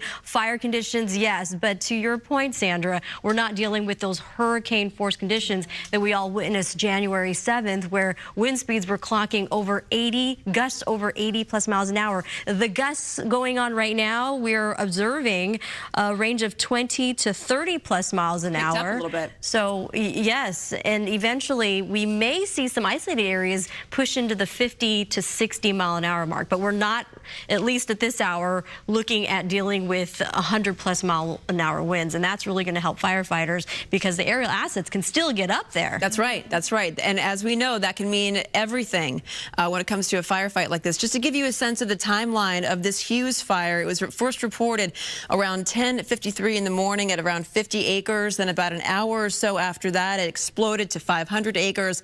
And now, as you see, reported through both Watch Duty app and CAL FIRE, it now stands at 3,400 acres. And, Sandra? All right, so we do have someone on the phone with us, Deputy County Sheriff Robert Jensen. Thanks for joining us on this special edition of Fox 11 News at noon. What can you tell us so far about this fire? Yeah, thank you very much for having me. Just to get the word out, it is a very fast-moving fire. We're working hand-in-hand with the Los Angeles County Fire Department and Angeles National Forest. Thank you very much for having me. Just to get the word out, it is a very fast-moving fire. We're working hand-in-hand with the Los Angeles County Fire Department and Angeles National Forest. Very thankful for their partnership as well as California Highway Patrol. I do just want to one more time put out for everybody to be aware of what the orders are for Castaic. That's going to be Castaic Lake, Castaic Ridge Route, Castaic Paradise Ranch, LA County E008, Castaic Sloan, Castaic Green Hill, Castaic Hillcrest, Castaic Romero, Castaic Hasley, Castaic Cambridge, Castaic Golden State, Castaic Charlie Canyon, and Castaic Bitter Canyon. You're going to be hearing those LA County alerts going off in the background because the evacuation orders and warnings are changing rapidly. Please, please, please be aware of your zone so that you know when to evacuate. If you are neighboring one of those evacuation order areas, if you are neighboring one of those evacuation order areas, that is under warning automatically, and we encourage anybody that is elderly or a special population to start packing and start getting out of there. Again, this is a very quick fire. We're working hand in hand with our agencies, very thankful for their support, and we need the community to be aware. These times are critical. Please stay away. We have plans for schools. We have plans for senior citizen centers. We are executing those plans. Do not clog up our highways and roads just trying to come in and see the flames, see the smoke, or get whatever you think you need. If you are out of the area, stay out of the area. Thank you so much. Deputy Jensen, what's the threat to homes in this area? We saw a video from one of our employees that was shot from his house, and you can see that that smoke is very thick. So what's the threat nearby? Right now, we're still trying to get a hold of kind of which direction this thing's going to go. It is thick, thick, thick vegetation. We're not looking at a lot of residences being threatened right now. The residences are being evacuated strictly as an order, just out of precaution. But right now, it's just in the area, and we want to get those residences evacuated before the wind shifts. Is there anything especially challenging about the current situation? I know the winds in that area aren't necessarily too strong, and you do have aerial assets there, but is there anything especially challenging from the ground in this particular neighborhood?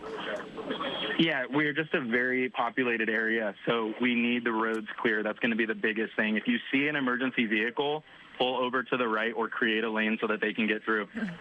It took me about 20 minutes just to get through myself, just to get to the command post so that just because there were roads absolutely clogged up. So please, please, please, the lights and sirens mean pull over, clear the way. We've got fire resources coming in from other agencies that are trying to assist, and they need to be able to get through.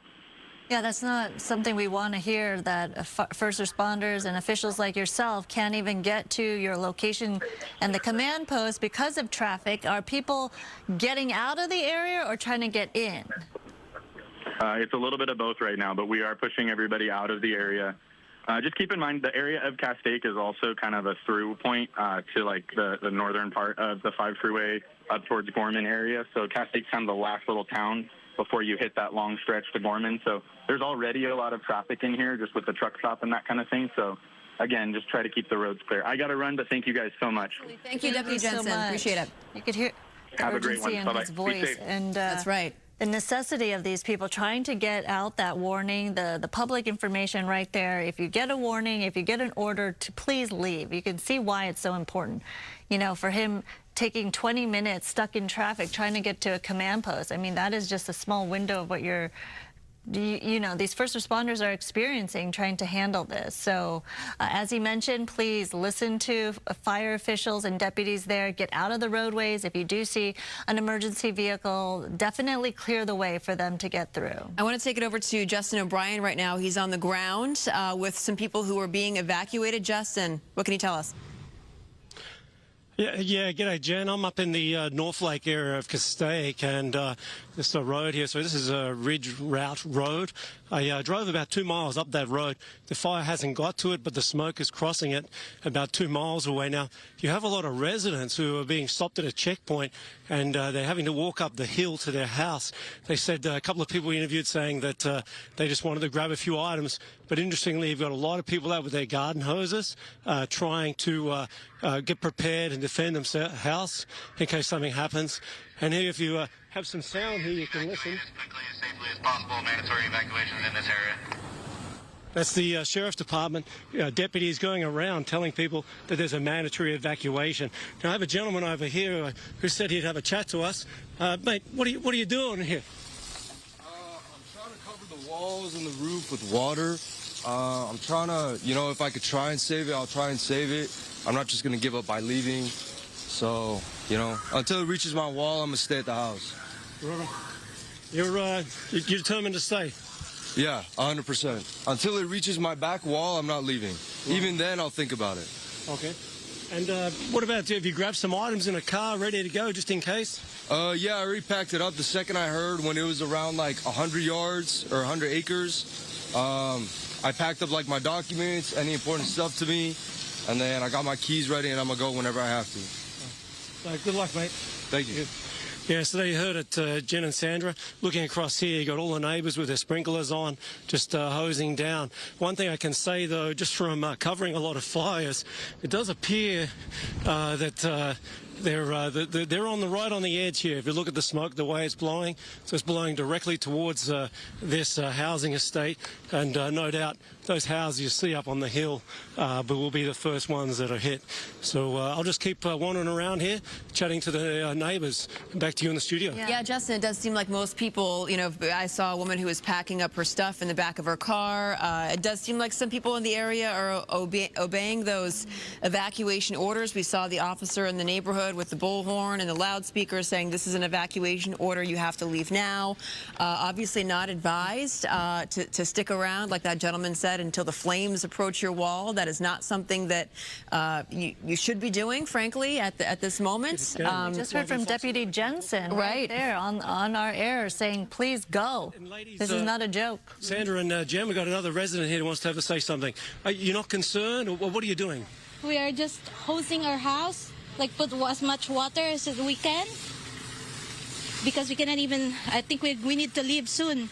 So we're just making sure that before we leave, that at least our essential and at least protect our house a little bit. Okay. Yeah. So you are going to evacuate? Yeah. Okay. Yeah. As soon as the officer said that we will evacuate, we will for sure follow them. Okay. Yeah. Good luck. I hope you're safe. Thank you. Yeah, as I said, everyone seems to have the same sentiment here. They're going to stay till the last moment. Got another gentleman here doing the same thing, watering down his trees. Excuse me, mate. Can I have a word with you? How close are the flames right here? They're quite a way away, about a mile away, mile and a half, I think. I'm not too sure. Right. Are you watering down your house? What's your plan? Well, I got the pets loaded in the car. Son, pets in the car. We're taking off. So, see ya. Good. And how about yourself, mate? Keeping everything soggy. And what's your plan? Are you going to stay or go? Stay for a bit, but we'll be out of here. You're not taking any chances? Nah, stuff can be replaced. Yeah, great. That's the sentiment out here, Sandra and Jen. So I'll just wander over and say hello to these people as well. Justin, amazing work out there. Yeah. Thank you for actually getting people who are in the thick of it, in the moment, trying to figure out what to do. Obviously, they had deputies going around the neighborhood saying, leave. The evacuation order is in effect, and look at what they're doing. What does this guy have to say? Catherine, we actually have Catherine Barker on the phone. Catherine, thank you for joining us this morning. What's the update on this fire? It's 3,400 acres. Oh, can you hear me? Just hope. We lost her. Okay, we're going to get it back. But in the meantime, Justin, yes, you're talking to this gentleman. Let's listen in. Yeah, this gentleman says they're just trying to water down the house as much as possible, and then your plan is to go. Is that correct? Yeah. Yep, just get it as wet as we can. Just hope for the best, honestly, and then just get out of here. What did you grab? Shoes, clothes, dogs, passports, security cards, all those, credit cards. Is what happened in the Palisades and the Eaton Fire in the back of your mind? Yeah, a little bit. It's scary out here, man. It's all black smoke, and I'm just hoping it doesn't take our house out. Right. What's your name? Boston, like the city. Thanks, man. Yeah, thanks for talking to us. Thanks. So, we apologize for that. Obviously, people are stressed and they're in this situation right now. So people are kind of doing what they can to hose off their homes and the foliage around their house before they're evacuating, which they should heed those evacuation orders. We have Catherine Barger, County Supervisor, on the line. Can you hear us? Are you there? Yeah, I'm here. Okay, perfect. What's the latest on this situation? I mean, when we first reported, it was 50 acres. It's grown very quickly, Catherine, to now over 3,400 acres in this neighborhood. 3,400 with 0% containment. Mm-hmm. But the good news is that we've got all of our air ops and all of our fixed wing up in the air fighting it. It's currently in the Angeles National Forest. We are trying to keep it from jumping the fire freeway, but at the end of the day, we've got to have all residents be prepared for evacuations, and that means listen to the warning and take it. Don't wait. Yeah, we heard from a deputy that joined us earlier with urgency in his voice saying, please listen to the warnings, listen to the orders. That's the only way that this can be fought, as well as get off of the roads. For him himself, getting to the command post was challenging with traffic. What are you hearing out there? That's what I'm hearing, and that's why I think it's important we try to do these evacuations, especially, I mean, this is nothing new to Castaic. Castaic's been under a threat of evacuations before.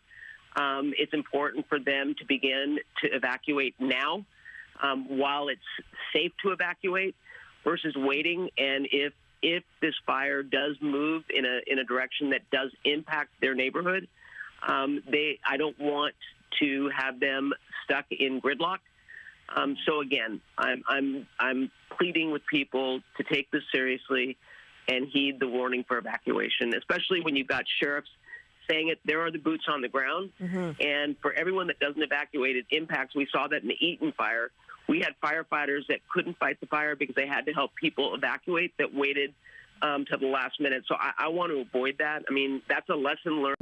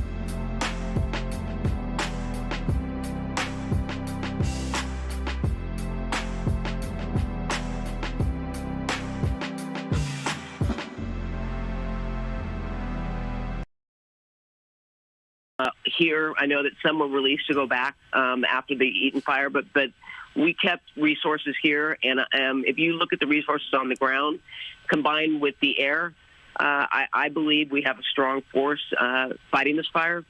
So I'm just hoping that, that it's making concerns me, but I'm confident that we've got the best of the best fighting it on the ground, and I know we've got the best of the best fighting it in the air. And these crews were already staged and placed accordingly after the Eaton fire, so I suppose that's another positive thing for firefighters both on the ground and in the air. Yeah, I mean, we had the crews on the Eaton as well, but the thing, again, I say the wind was the enemy on the Eaton. The wind is actually not our friend, but at least it's being a little more cooperative so that we can. I mean, it's got to be under 40 miles per hour because that's the limit as to when we will not fly. And so we're flying. That tells me that the wind is not as strong as it was, which is a good thing. But again, there's still wind activity out there, which can push embers into communities and create other fires. Yeah, that certainly is a huge, huge benefit. The fact that the aerial assets can be flying right now. But you said, and Samada has been saying that the winds are really going to pick up later in the evening and the overnight hours. So certainly trying to make headway right now. This is the window of opportunity, right, Supervisor? Absolutely, and that's why we have, the fixed wing up. We have our Firehawks. The Cal Fire has, the fixed wings up. I mean, we are putting it all into this because we want to get it at least manageable before the winds pick up. Because we know that once the winds pick up, it is even going to be more difficult to contain. Yeah, so now is the time to do that work and do the best that they can out there to try to contain this fire. LA County Supervisor Catherine Barger, thank you so much. We appreciate you. Thank you. All right. Yes. So right now the mission is to prevent this fire from jumping the 5 freeway. We saw video from one of our Fox 11 employees, Robert, from his home there nearby. That ominous cloud of thick black smoke that's in the neighborhood. Justin O'Brien was on the ground there talking to some people who were under those evacuation orders, doing something very eerily similar to what we saw people do during the Palisades Fire and the Eaton fires, where they were hosing down their homes and the trees in the area, trying to just get them wet in case anything should happen. The wind shifts the wrong way. And now, yeah, we've heard so many official after official saying, if you get the evacuation order, please leave. Go now. If there are warnings in effect, get your belongings together. Don't take this lightly. It's not a joke. Now, if you're wondering where to go if you are evacuated, the Valencia High School has been established as an evacuation center. So we want to give you that information right there. You're looking at the address on your screen, 27801 Dickerson Drive. This is in Valencia. So Valencia High School being the point for evacuees to go if you need somewhere to go because you have been evacuated because of the Hughes Fire. Now for animal shelters, small animals can be taken to the Palmdale Animal Shelter. That's on Sierra Highway in Palmdale, as well as small and large animals. You're looking at the addresses right there on your screen. Those are available to be taken to Lancaster Animal Care Center. Again, the address is on your screen right there for small animals and large animals alike. But for anyone who needs a place to go, the evacuation center has been established at Valencia High School for the time being. Meantime, let's run down some evacuation orders in this area one more time. Bitter Canyon, Cambridge, Castaic Lake, Charlie Canyon, Golden State, Green Hill, Hasley, Hillcrest, Paradise Ranch, Ridge, Romero, and Sloan. You are all under evacuation orders, which is leave immediately. And then we have a number of evacuation warnings as well, which means pack your go bag and make sure you are ready to go. Industry, Live Oak, Oak Canyon, Valverde, Hungry Valley. We have Francisco, Kelly Johnson, Tesoro del Valle, Sterling. And then we also have a number of schools that are being evacuated. All Valencia schools are being evacuated. We have Castaic High School that was evacuated. North Lake Hills Elementary School evacuated. We have kids that moved to Castaic Aquatic Center there to be picked up. And then there are a couple of schools where parents are being encouraged now to pick their kids up, to Cerro del Valle Elementary School and West Creek Academy. And we do have some road closures to tell you about as well, specifically and most importantly, the I-5 northbound at Parker Road. That off-ramp is closed, as well as I-5 north at Lake Hughes Road. That off-ramp will be shut down. And the big key factor is to allow for first responders to get through. You certainly don't want to impede them from their work. This is a big thoroughfare, a corridor for people traveling up and down the state here. So clearly, you want to make sure that you don't get in the way of first responders responding to this fire. And that was a big takeaway that sheriff deputies were saying, that they do need access to be able to travel through this area. But again, I-5 closed on those off ramps because of this fire, as well as some of those other road closures in those evacuation zones. But you could tell how thick the cloud of smoke is right now, really eerie.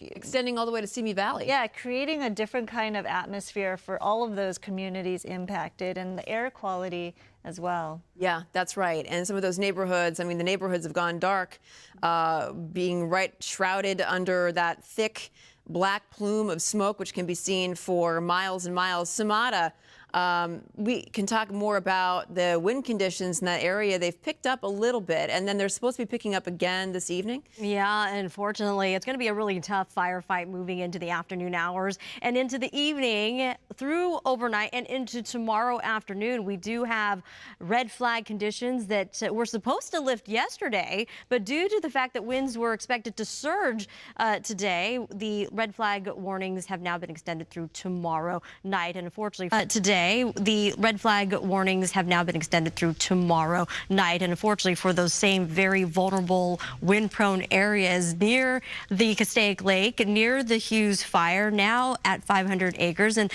showing you the wind futurecast. Right now, conditions, you see the highlighted contours. Those are locations that are being impacted with winds, a range of at least velocities, 15 to 20 plus miles an hour. And we are seeing that unfold. And it's those stronger gusts that we continue to be concerned with, where they could push, again, later today, right around 50 to 60 plus miles an hour. Still very strong offshore conditions, but there is a little hint of good news. We're not anticipating ferocious hurricane wind speeds of 80, 90 to 100 miles an hour. That doesn't appear to be part of the forecast. We're going to keep it a range of 50s and 60s, but as we have addressed earlier, wind speeds right around below 40 plus miles, or below 40 miles an hour, that is still favorable for those fixed wing aircrafts to continue to fly over that fire zone. I'm going to go ahead and animate this out, pushing to just a couple hours from now. We're still dealing with the strong winds in that area,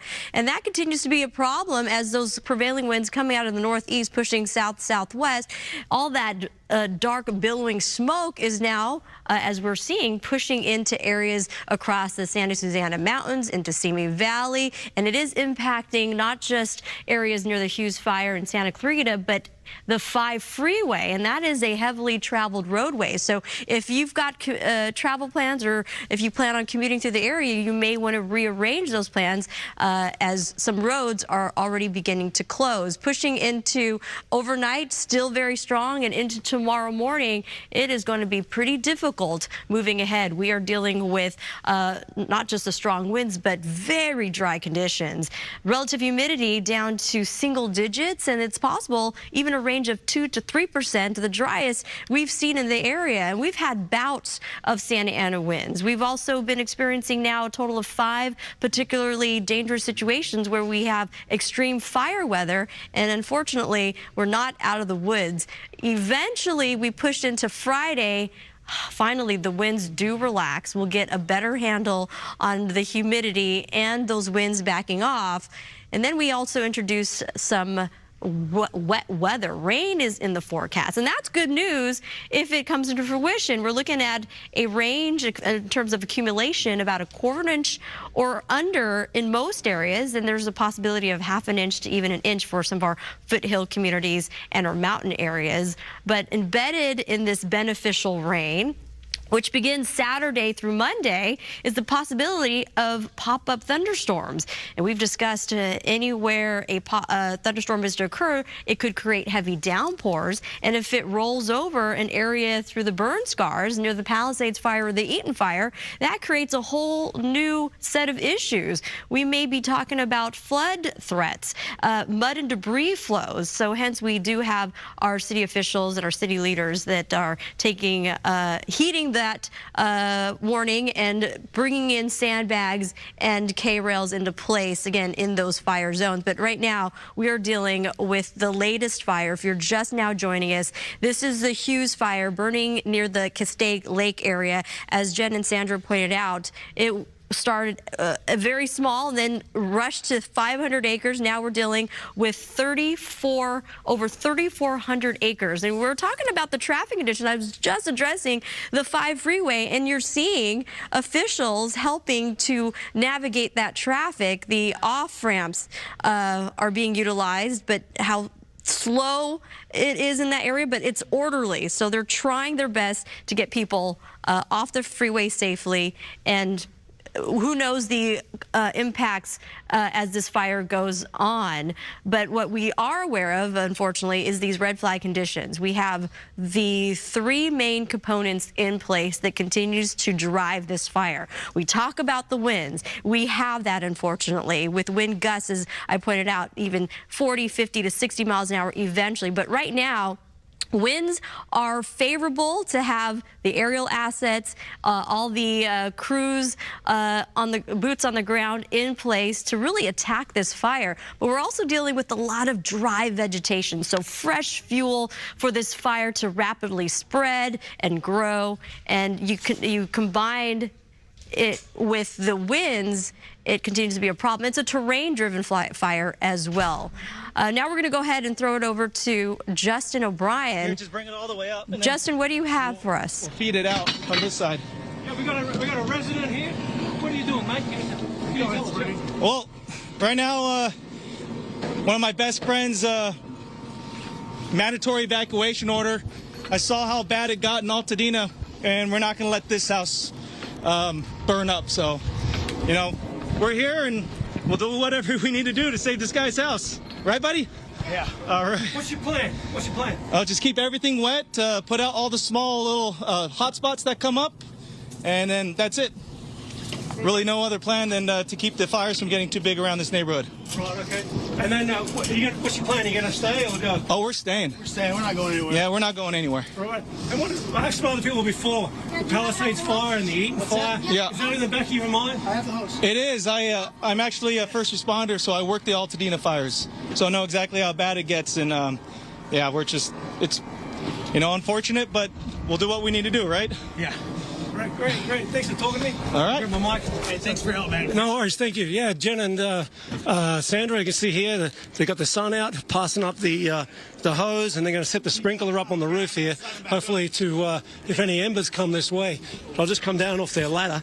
And what I can tell you is that the wind has changed a little, whether it's stopped blowing at this location, but we are getting a lot of ash that's falling. So that's very concerning to a lot of the residents here. But I can say there seems to be a retired firefighter over here, as well as an off-duty firefighter, and they look like they're in a position they're going to try and stay by the look of it, ladies.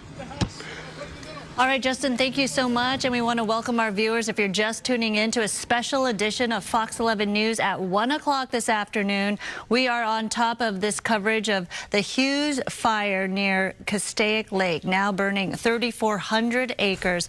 It broke out just before 11 o'clock this morning, and over the course of the past hour or so, it has just grown in size and magnitude. There are a number of evacuation orders and warnings in place right now. now, as well as road closures. We're on top of it all with crews up in the sky as well as on the ground. I'm joined by Christine Devine here on this special edition of Fox 11 News at 1 o'clock.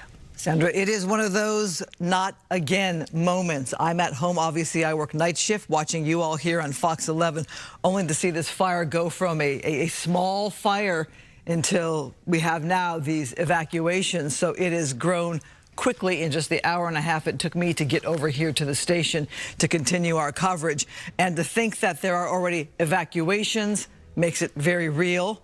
There are the Foscheck dropping planes already in the air. That makes it very real. The good news, as you were talking about, Sandra, is that the winds are in our favor in that they're not the 100-mile-per-hour winds we saw with Palisades and Eaton Fire. Yeah, very different look as we see from the sky and on the ground, the type of billowing black smoke that's blanketing those communities right now. Very different scene, but still ominous nonetheless. And this is not the situation we want to look at after the devastating Palisades and Eaton fires that have decimated communities. And certainly people warnings are out there for evacuations, but as you heard from Justin O'Brien talking to some of those residents, they are trying to save what they can before they have to go. But that is certainly not advisable. Authorities do want you to leave to especially make way for emergency responders to get through those roadways. You could see traffic backing up in those areas already along the I-5, but that does remain open except for 2 off-ramps on the northbound I-5 at this point. But again, there are evacuation warnings and orders issued. We can give you the orders. We're talking about Castaic Bitter Canyon, Cambridge, Castaic Lake, Charlie Canyon, Golden State, Green Hill, Hazley, Hillcrest, Paradise Ranch, Ridge, Romero, and Sloan. Again, if you live in those areas, an evacuation level 3 warning is in effect, which means to go. Let me jump in here and talk to our viewers about why you are seeing black and a map now. We are trying to get our signal back up. As you might imagine, it has been difficult to cover these fires. This is the area that we're looking at right here, the Castaic area. You can see the ridge there of concern. You can see the lake to the top of your screen. You can see the 5 freeway where the smoke is blowing towards the freeway. The big concern is homes. Already there are evacuations. It is amazing to see, though, these planes up in the air making those drops so very quickly.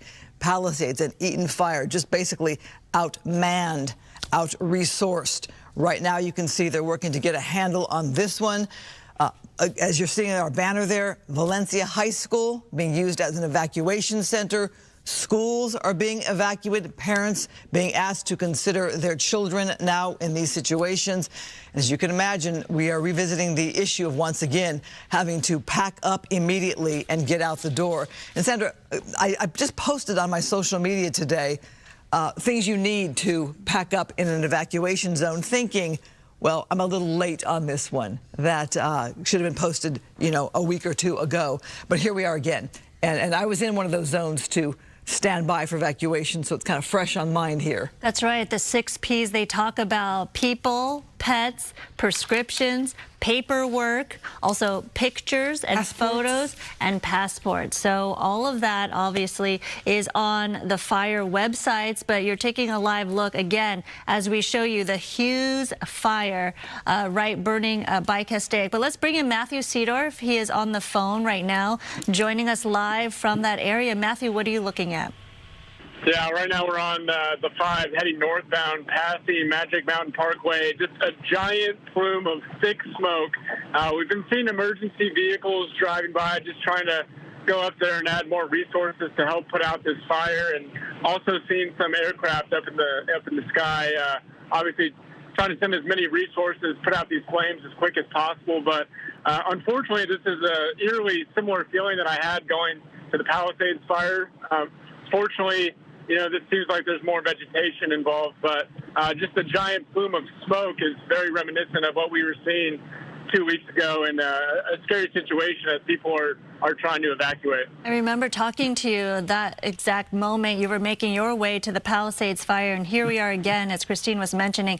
This is exactly the story we don't want to be covering, given the weather event, as well as the red flag warning and the winds that are going to pick up in the overnight hours, as well as later in the afternoon and evening. Now we are getting word that it has grown to more than 5,000 acres at this point. But Matthew, what are you seeing in terms of traffic? That's always the big situation. We heard from a deputy saying that roads were getting backed up already. Are people making way for emergency crews trying to get up there?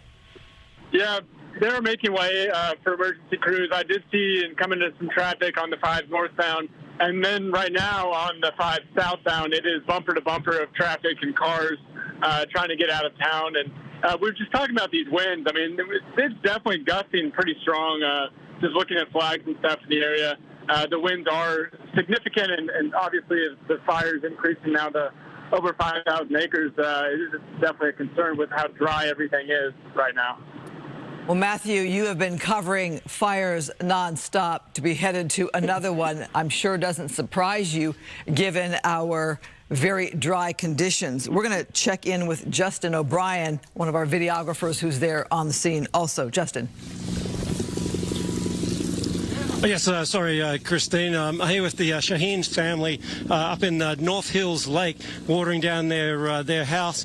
They actually have a good view of the actual Castaic Lake. You can see it out there. So the fire actually is at the back of the dam at this moment, and it seems to be blowing this way. At the moment, we have Mary here, the daughter, that's going to say, what's your family doing? We're just spraying the house any corner, any way we can. We're just trying to spray everything. I was just at work, and I don't know how I got here. I even left my car down the street. I'm like, I'm not leaving the house right now. I'm coming. I ran all the way up the street, helping. Hopefully nothing will happen, but we're staying faithful. Staying faithful. And yeah. The fires that have been happening elsewhere in the city, in LA County, is that on the back of your mind? Yeah, actually, for the longest time, we thought it was too far, too bad. But right now, hopefully, with the lake right next to us, nothing will damage this area as much as other areas right now. But faithful, I don't know. We're not leaving. The whole area is staying right here, the whole street. We're all defending our houses right now, so we're not moving. No plan to evacuate? We are, if it gets closer, but as far as we can, we're going to stay and spray our house down. And just tell us a little bit about the history. It's not the first time a fire has come close here, is it? Yeah, we actually just moved here, but we heard that there was a fire, and it was right here, right next to our house, and you can see it from old photos and stuff. So, and our house was still standing. So if my house was still standing when the fire was right here, I think we'll be okay for this time, hopefully, crossing my fingers, but hopefully everything will be good. Yeah. Yeah. Yeah, so they are Christine and Sandra, this family here, doing their best they've seen. I'm in the same cul-de-sac that I did the last interview, and we have about, I would say, 12 families or 12 that are here actually trying to defend the house as much as possible. And I think most of them will leave if the flames come close. But they're certainly doing their best. And just to give you an idea, these fires are very destructive, but also, quite pretty, if that's the way you could use. There's the sun, beautiful orange glow as it comes through, a dangerous orange glow. So that's all from here up in Castaic. Back to you in the studio. Yeah, there is that cruelty to a situation like that with these fires where you have something like that you were talking about. Right now, though, we see homeowners so very concerned about their properties. We've been covering stories of people who have stayed in their homes to protect their homes. You can understand their passion. Reminding viewers, we've also covered fatalities, people who did not make it out of their homes in time. Last night on Fox 11, we talked to a firefighter who went to save his own home, who suffered some burns. He fell off a ladder and suffered some burns, and his wife talked about how she thought she was going to lose him. So as we look at scenes like this, praying for the safety of those residents, praying that they are far enough away from the fire, that they can get out in time, that they have those escape routes, and they're staying well informed. Justin, as you watch this, you got to feel for them as they struggle with what little water they can put in buckets from their pool. Talk about what you're seeing here. Yeah, absolutely, Christine. It's almost just in desperation, you know, just doing whatever you can, just in case. Fingers crossed that the lake down there or the reservoir will act as a barrier and that the airships will be able to put on enough water. But you really got to feel for this family. Bought a house here in this beautiful neighborhood, and I don't think they'd ever think one day that they'd be taking buckets of water or pans of water, throwing it over the shrubbery to try to save their house. Well, I was talking today with somebody who's talking about getting a pump for their for their pool that they can use on these fires. One of those pumps that you think you'll never need, never probably use in a lifetime, but then again, the moment you need it, you have it. Something to think about. Yeah, Justin, talk about the winds you're feeling there, because you could see it blowing harder than we've seen in the past. Definitely the weather, it looks like it's changing a little bit, but obviously not as severe as we've seen a couple of weeks ago during the Palisades and Eaton Fire, but it does seem like there are gusts from time to time. Yes, Sandra. So I'm trying to give you a shot of the lake there. You might get an idea, so I can see the ripples on the water. But as you said, it's not as windy as it has been. We have a bit of a draft here because we're actually on the edge of a ridge, so the wind is obviously funneling up the hill. We are getting a gust. You know, I'm not a meteorologist, but I do sail, and I could tell you the feeling I'm having is around about, I would say, 8 to 9 knots at the most. So the wind's not really blowing that hard, but certainly it's pushing that fire, and so there is a wind, but it's not the dramatic winds that we saw 2 weeks ago in the Palisades. You know, but I think you'll agree with me. I was out the Altadena fire zone on Sunday, and just the way it hopscotched around, where you have one building completely standing, and then the next 3 down from it completely burned out, and then it's burned all the way down to grocery stores, from the hillside to the grocery stores. So, Justin, you can talk about, I'm sure, how those embers fly and the distance they can fly, and the concern where a fire can seem far away from you, but as it creeps up closer to you, there is a concern about those embers. Yeah, and Christine, if I could butt in there, yeah, we've got an ember that's obviously being carried by the wind, so it's created a spot fire there. I couldn't tell you where the actual main fire is, but you can certainly see the smoke there. So a concern here that this fire is jumping. The wind has picked up all of a sudden, so you know, you got to feel for these homeowners that are here waiting. Hopefully we can get a helicopter over to that location. That's on the north side of the reservoir, northeast side. So thankfully we still have that volley of water in front here, but if those winds kick up, they're certainly going to keep blowing embers this way. Right, that is certainly something we do not want to see. Obviously, that's on the other side, I believe, of Castaic Lake right now, but clearly we hope that that creates a natural barrier for all the flames and fire and smoke. Somebody who can tell us a lot about the wind and the weather conditions out there, Samada, you've been watching this change. It looks like it's shifting. Yeah, and it's something that, of course, we don't want to hear, that the fact that winds are increasing, as Justin has giving us an observation. And wind speeds, we have been picking up a range of 15 to 20 plus miles an hour, and those are sustained velocities, but there's those strong bursts of winds, and that poses more of a threat, considering that will drive the embers even further downwind and create more spot fires, as we're seeing before our eyes. And some of the winds in the Castaic area, gusts were reaching up to 30 plus miles an hour and could increase the range, Christine Sander, up to 40, 50 to even 60 mile an hour winds at times. But yes, if you're comparing what we all witnessed during January 7th, we're not anticipating hurricane force conditions of 80, 90, 100 miles an hour. But when you couple wind speeds of 50 and 60 with a lot of dry vegetation, and we are incredibly dry, relative humidity down to single digits, 2 to 3% is possible. And unfortunately, the fuel will help drive the fire to expand and spread. And the terrain, it's a topography driven fire as well. When we're dealing with those hills, and fires tend to race faster uphill as it preheats the land ahead of it and rushes up to the ridgetop and create, again, a whole new separate issue for the firefighters. So we have 3 components in place, and that that is what is driving these very fast-moving conditions. As you both pointed out, it started off very small and then quickly grew to 500 acres. Now we're dealing with more than 5,000 acres as this latest fire continues to grow. And it's situated just near the Castaic Lake area. We're calling it the Hughes Fire.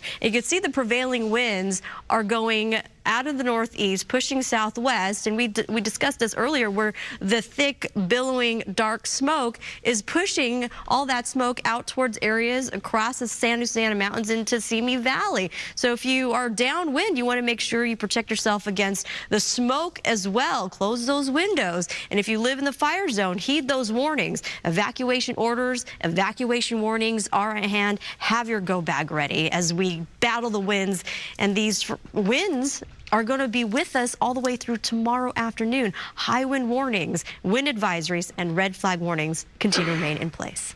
Back to you, ladies. Your to-go bag ready. I live in a canyon area, so that is present at mine there. We're looking at a live shot here of our reporter Matthew Seedorf making his way up the 5 freeway towards the fire zone. But, you know, having visited with a friend who lost his home in the Palisades Fire, and having to pack my own to-go bag, you think of all the things that just aren't going to make it in the car. They're just not going to, there's not enough room for everything. And if you're really rushed, there's only so much time. And you think about afterwards, I forgot this, this, and this. Right, right. The big important thing, too, from insurance company and experts is also to take video of the items in your home. Just go through your home room by room and just record what you have. But we do want to bring in Matthew. You're stuck in traffic, which is not something that is ideal at this point. Tell us where you are.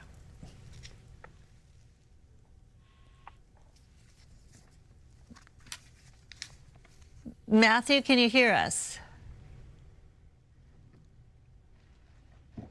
All right, well, we're looking at a shot of him stuck in traffic, as you can see right there.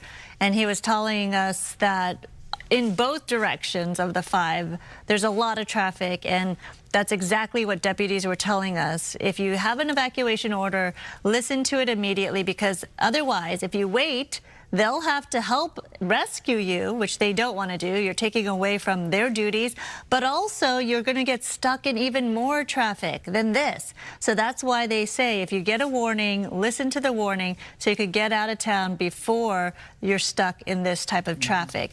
The key thing here is to make way for first responders, get out of their path. If they're trying to get through, they desperately need to get to their locations. So certainly you're seeing the bumper-to-bumper traffic right there. And this is a main corridor for a lot of transportation. You see the big rigs traveling to Gorman, back and forth through this thoroughfare. So already there's a lot of commerce and traffic taking place through Castaic, and certainly this is not what we want to see in a situation like this. I don't know if we have Matthew on the phone at this point, if he's connected, but clearly what happens again, Christine, and you know, that communication becomes a problem, right? Because you're talking about power issues and resources being used to fight the fire and signal troubles like this. We were talking over black video in certain cases. That's because as more and more congestion happens, as more people are using these resources, sometimes the signal is spotty and it's hard to communicate. So that's, again, another reason why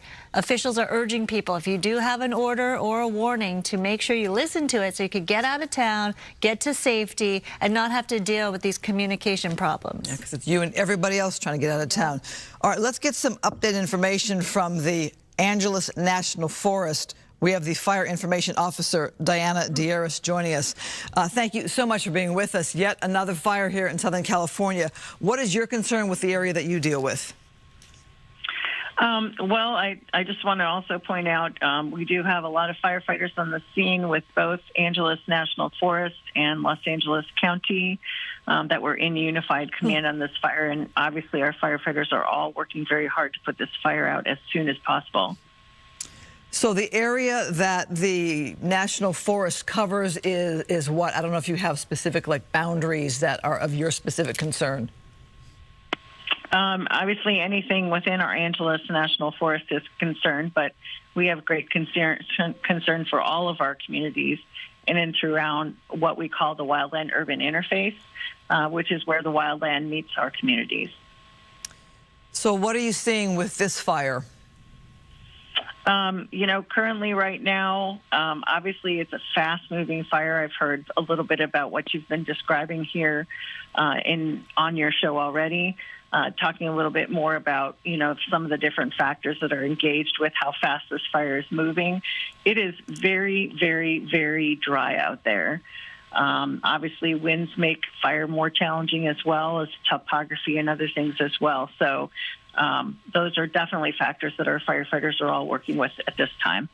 So the big concern is obviously the I-5 corridor, which is a main, hopefully, border, right, a natural barrier, but we don't want the flames to hop that.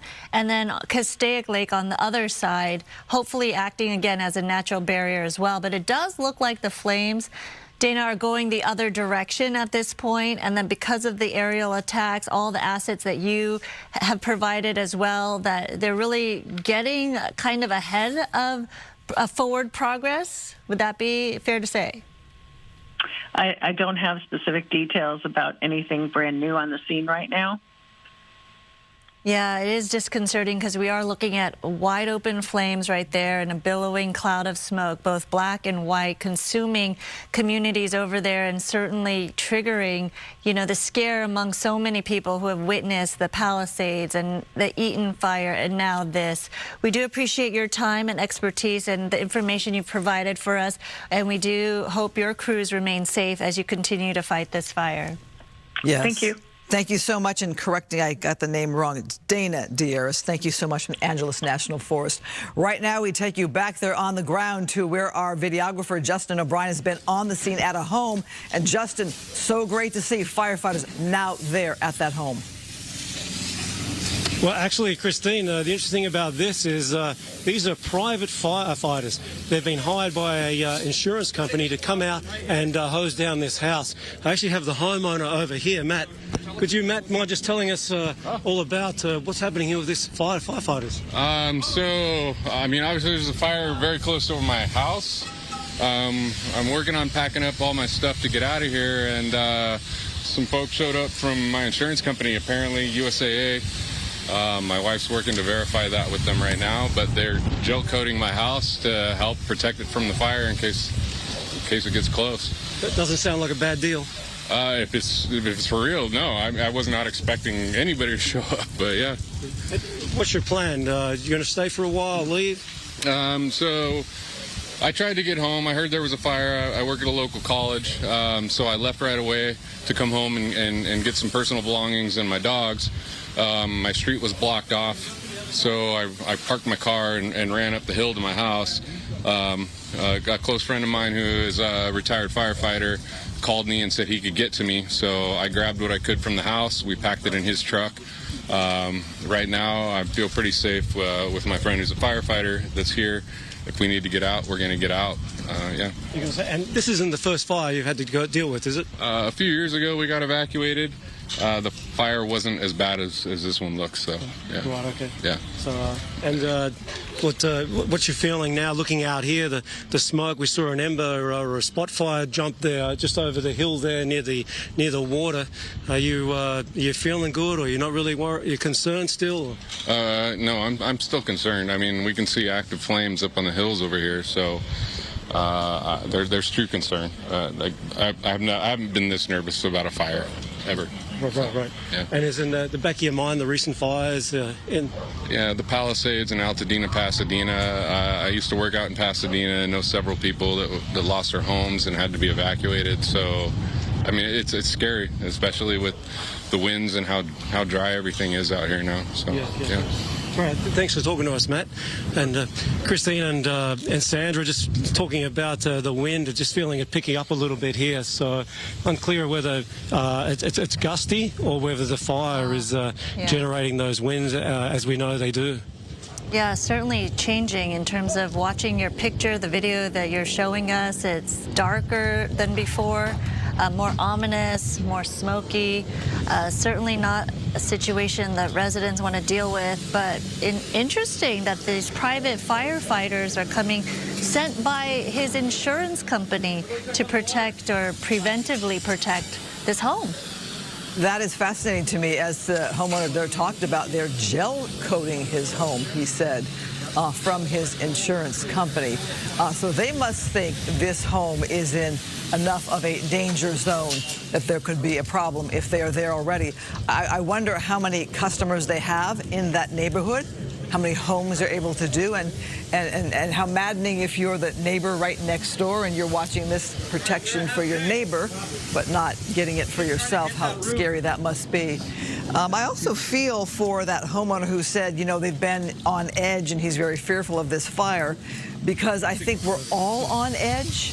I had friends today talking about getting this alert on the Castaic Fire, yet they live in the city of LA and they live very far away. It just kind of gets your nerves going all over again when you get an alert, even though you're nowhere near the fire. Sure, I think this is all triggering. Watching this, I know so many families from all types of communities, even in Orange County, just watching this coverage for days, given the fact that they're so concerned about residents and community members in Palisades and Altadena, and now to watch this as you turn on your television right now. And we do thank you for joining us in our continuing coverage, a special edition of Fox 11 News at 1.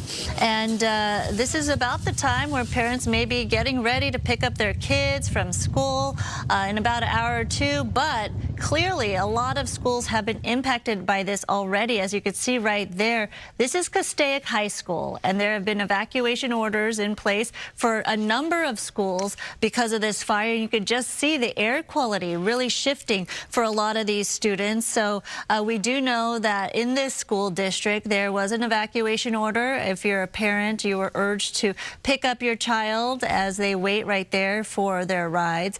We do know also in the Valencia area there's a encouragement for parents to pick up their children at West Creek Academy and Tesoro de Valle Elementary School as well. So again, just trying to get out of harm's way to make sure these children are safe. They're with their families. They need to do what they got to do. North Lake Hills Elementary School, one of the first schools to announce that they had an evacuation order in place, and they were all taken to the Castaic Aquatic Center for pickup, and that is where those children have been moved to. So again, if you're just hearing this, you need to pick up your child, or perhaps you already have. North Lake Hills Elementary School students, they're being evacuated to the Castaic Aquatic Center. That's along the I-5 right there, and they will be able to be picked up at that location. I'm looking at some of the shots there, and look at the skyline there. In some spots, it is so black and so thick and so definitely scary there. If you're a high school student, you've already been through so much as it is with COVID times, and watching the fires from afar, knowing that you live in an area that is very dry and that the winds can be very strong in that area. So even though people weren't affected in this area by the Palisades or the Eaton fires, you know where you live. You know the history. You know the concern. You know what could happen. And here we have it now in the area of Castaic. And those shots there with the students and law enforcement doing their job to facilitate calm, get those kids onto buses, and get them in touch with their parents. Keeping in mind, this is a work day. This is a weekday. Look at that shot right there, that very black sky there on your right-hand side. Terrifying. I'm thinking of all the families and parents who are away at work doing their day like a normal day and having to scramble for their homes and their children. Yeah, and given the fact that official after official telling us how bone dry this vegetation is in that area and the surrounding community right by Castaic Lake right there, right by the reservoir. Again, if you're just joining us, this fire broke out just before 11 o'clock this morning. It started as a vegetation fire in that area and has quickly grown to more than 5,000 acres so far. So clearly the good news is that we're not feeling those hurricane force winds that we were in the past, but obviously the feeling is reminiscent of the tragedy and the devastation we all witnessed for the Palisades and Eaton Fire. So as the weather continues to shift hour by hour, let's go out to Samada, who could tell us the latest on what we're anticipating. Samada. Yeah, hello, Sandra and Christine, and to everyone that is just joining us right now. These images, of course, are so ominous with looking at the thick, dark smoke billowing in the atmosphere. We have those wind conditions that are going to continue to be a problem. We're looking at wind speeds, a range currently around 15 to 20 plus miles an hour, and those stronger bursts of gusts that will be a concern to about 50 to 60. And we're actually looking at wind conditions increasing in strength as we push on into the rest of the afternoon, the evening hours, overnight, and into tomorrow afternoon. We will be having high wind warnings that will be in place for the Castaic area, and as well as wind advisories. Also wanted to point out the current closures, as you both had addressed. Hughes Fire closures, the off ramps only right now. So both directions of the 5 freeway, that 5 corridor, a major artery, is still open. It's the off ramps of Parker Road and Lake Hughes Road. They're getting traffic off or you cannot get off there. So you'll continue your track through the rest of the Grapevine. But here are the headlines. The Santa Ana winds coming out of the northeast, they will continue to be very strong. Now, again, we're not anticipating hurricane force strength. So that's some good news, but unfortunately it is strong enough to have these fire conditions explode, especially if we're dealing with a new fire. And as this fire spreads, it creates new embers. And as we've also addressed, that embers, when you're coupling it with wind speeds, can drive these embers miles downwind, creating new spot fires and a whole new issue for firefighters. They're getting a good handle on it. We are having those aerial assets attacking this fire with everything they have to try to get a better handle on it. But through at least the rest of the day, it will be windy. It is very dry out there. A lot of fuel for this fire. Relative humidity down to single digits, and some areas could be as low as 2 to 3%. Unprecedented, especially when we have been experiencing rounds and rounds of Santa Ana winds and no precipitation, no accumulation within this month. So we are abnormally dry for this time of year, and that adds on to these, again, treacherous conditions. Extreme fire weather is what we are dealing with. And the topography also not helping due to the fact that with fires, it actually increases its speed twice as fast going uphill as it races towards the ridge tops. And then it creates, again, a whole new set of issues. Chance of rain is in the forecast coming this weekend, and that is some good news. But we've got to get through, again, the latest round of Santa Ana's. Back to you, too. Good news for keeping the fires out or putting them out, aiding in that and soaking our vegetation and our ground. Obviously, big concerns in the fire zone areas already. Palisades, Altadena, when it comes to runoff and the debris and the toxins, and thinking of our ocean water as well as they try to work to divert that runoff. Let's talk to Isabel Diaz from the CHP, who can talk about concerns about traffic and what the CHP is doing there. Isabel, thank you for joining us. Hi, thank you for having me. Can you tell us what your concerns are for this evacuation area? The safety of the public, of course. We're just asking everyone to stay out of the area. Obviously stay calm, but easier said than done. Our officers, fire personnel are doing the best they can. And as you mentioned earlier, the off-ramp for Parker and Lake Hughes are currently closed from northbound 5. There are a bunch of other current closures as well, right? In terms of roads around Ridge Route Road at Lake Hughes. What are you hearing in terms of the traffic backed up? Because we have a live look at one of our crew members trying to get to the location, and obviously the backup of traffic is always a big concern.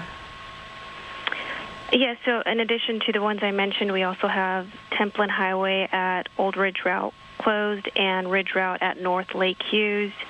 Of course, this is going to cause a pileup of traffic, and we're just asking everyone to stay calm, stay patient, and we're going to do our best to clear roadways to get everyone evacuated. I can only imagine what it must be like for people who were away from work and now can't get into their neighborhood for whatever reasons, pets, packing up, things like that. We have real concerns, though, Isabel, right, about this fire and its spread. Can you talk about how you see the afternoon going when it comes to this fire? It's a very active situation, and we're just asking everyone to listen to evacuation orders and warnings. Like you mentioned, it's very difficult for those that weren't home and see this playing out. We ask that people download the Watch Duty app. It's very helpful on relaying information for the warnings and the restrictions of where you shouldn't be. And at this point, if a resident in the evacuation zone, whether they have a warning or an order, gets that information that they are in the zone, are you urging people to stay out? Don't try to come back in and get your belongings like Christine was mentioning. So many people want to do, maybe save a pet. Obviously, that's a big, big concern. But what if you're in that situation, what do you recommend? It's very difficult, right? And like I said, it's a very active situation, but again, if you're in an area that's being evacuated for your safety, we're asking you to follow those evacuation orders. And fire personnel, CHP, everyone out there, Sheriff Department, Animal Control, I can confirm that they're all working together as much as possible to evacuate everyone. Yeah, I understand. It's a tough time for so many people, obviously triggered by the devastation we all endured collectively a week and a half ago or two, and obviously now dealing with this situation. So we just hope, as you mentioned, Isabel, a good reminder for people to just be patient, stay safe, and of course, hopefully everyone just have some grace with each other as people try to navigate where they need to go and how best to do it. Isabel Diaz, thank you so much for your time and all that information. It really helps getting the word out to the public in terms of how we should respond during this time. Thank you so much. Stay safe. Thank you, and can only imagine how many long hours members of our law enforcement and first responders and firefighters have been putting in, given these many fires across Southern California, but of course the big ones, the Palisades and the Altadena. It has been a very long start to 2025, and also thinking of those who are doing that aerial fire coverage, how much they've been having to work here. Yeah, we do have on the phone a resident, April, who is going towards her students, her kids. She's picking up her kids. So this is, again, one of those situations. I feel like you have to take each situation case by case. You can't just blanketly not allow residents to go back to get what they need, because in this case, this woman, the mother, April, who's on the phone with us, I believe, April, you're trying to get to your kids and pick them up. I can't imagine what's going through your mind right now and what the situation is you're facing. Can you tell us where you are and what you're facing? Yes. I live in the Tesoro del Valle neighborhood, and I actually was at the dentist this morning. I'm all numb on one side of my face, and we could see the smoke from the dentist office down in our community, one of our shopping centers. And I quickly got out of there, went home first, met my husband. We have our dog at home, and we just packed everything that was irreplaceable, important papers, all those types of things, kids' bags. And then we actually put sprinklers up on top of our roof lines. I learned that from everybody, last week or so. I ordered those off Amazon. We got them up on our roofs, and now I'm headed to go get my kids from their school. The school that my kids are at has not been evacuated, but a lot of parents are picking up their kids. So I just want to have everybody in one place right now. All right, I'm going to back up to the sprinklers on the roof line. So how does that work? You put the sprinklers up there, but you don't turn them on yet, or you get them ready to go? How does that work? Yeah, they're just ready to go. I just went on to Amazon last week, and I ordered the type that you put on, like the old school ones, like on the lawn, that they oscillate back and forth. And I found a brand that will oscillate 4,000 square feet. I bought 4 of them, and the hoses that kind of like retract. And we just got a big ladder, and we started kind of placing them strategically where we could, zip-tied the cords to, like a lamppost or anything that would hold it kind of to my house. And if we do get evacuated, then we would turn them on. But for right now, they're off. I see. You're just prepared for anything that could happen. But so far, looking at this picture that you sent in from your house and that perspective there, it does seem like you're in the clear at this point. As you mentioned, you don't have an evacuation order in effect at this point or this hour, but you're clearly prepared and ready to go. What kind of traffic are you experiencing out there on the roads? It's actually okay. Everybody seems to be driving very kindly and following traffic laws. It doesn't seem to be congested in any way. I'm right on Copper Hill, which is a very busy, very, very busy street. And so far, everyone's been really great. There hasn't been any jam up anywhere. Well, I appreciate that you are in that area of concern and taking precautions early when it comes to the packing up, getting your children to be in a safe place.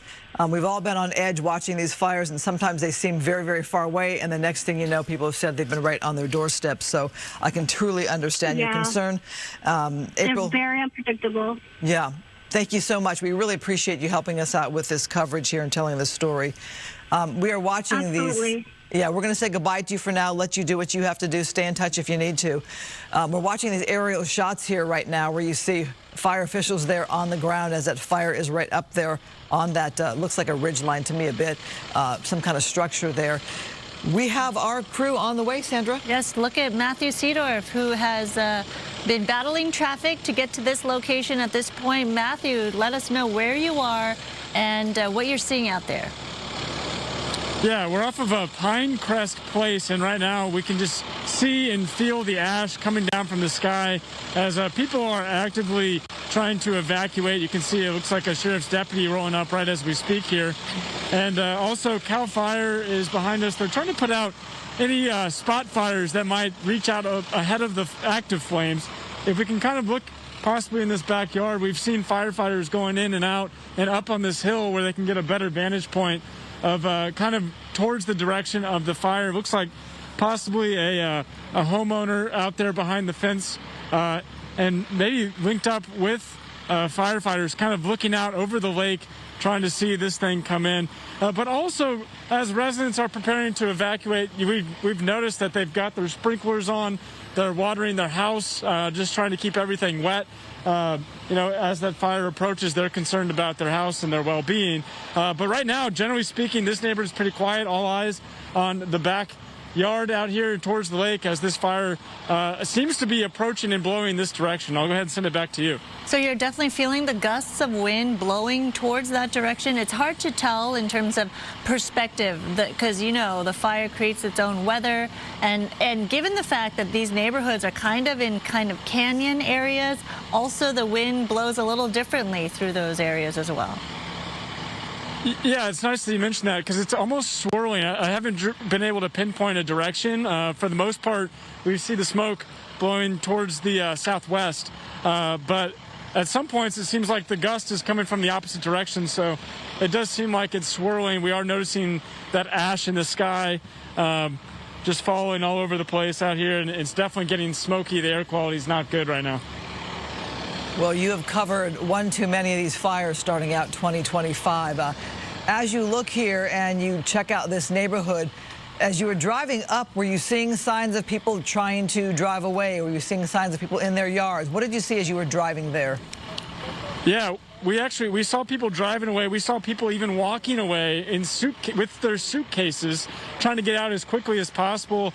James, if you want to just follow me, we'll just kind of look down the street here. Maybe I can kind of show you just how quiet the neighborhood is. It looks like we have one resident out here possibly on his phone. We've got car doors open and lots of cars on. People obviously trying to get out and have a plan right now.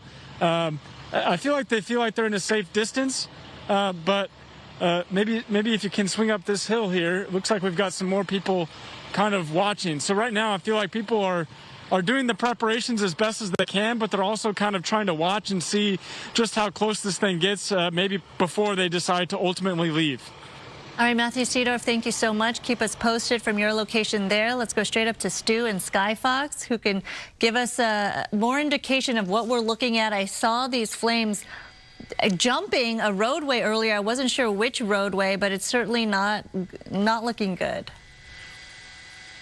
Well, definitely the fire is moving along this ridgeline right here. That's going to be the visitor center for Lake Hughes Rose. Underneath the smoke right there, there is a building. There's actually two of them. One is a smaller one right there, but then there's a bigger one that's like right in the middle of that smoke. You're not going to be able to see it now, but we watched as the flames got really close to it. Now, this is going to be the Lake Hughes Visitor Center, so I would venture to say that they would have some sort of brush clearance around that building. But you can definitely see they got some fire crews out there, some other first responders, just to make sure possibly that everybody's out of that area, but it also gives you an idea how quickly these flames are moving. You can see that big bulk of fire right there on one side of the road, an ember jumping already to the other side, and that parking lot now completely covered in smoke.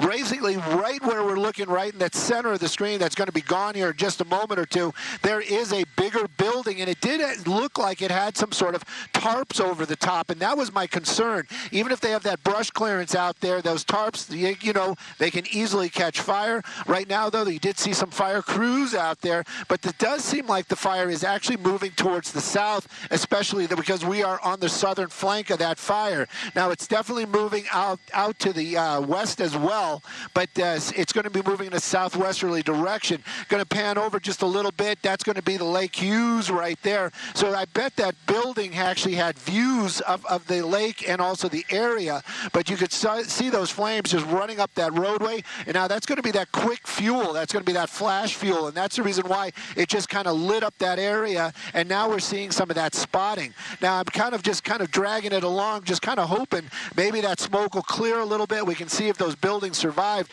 That smaller one, that one right there seems to be okay. But the flames now on this side of the road, and if they keep moving to the west, because that's the way the winds are pushing them, that's going to be an issue as well. Now you can see they got some first responders out there that, of course, I would venture to say. Oh, we lost Stu's signal right there. Hopefully we can get it back as we take a look at some of the aerial assets. These are the big ones. Stu, we got you back.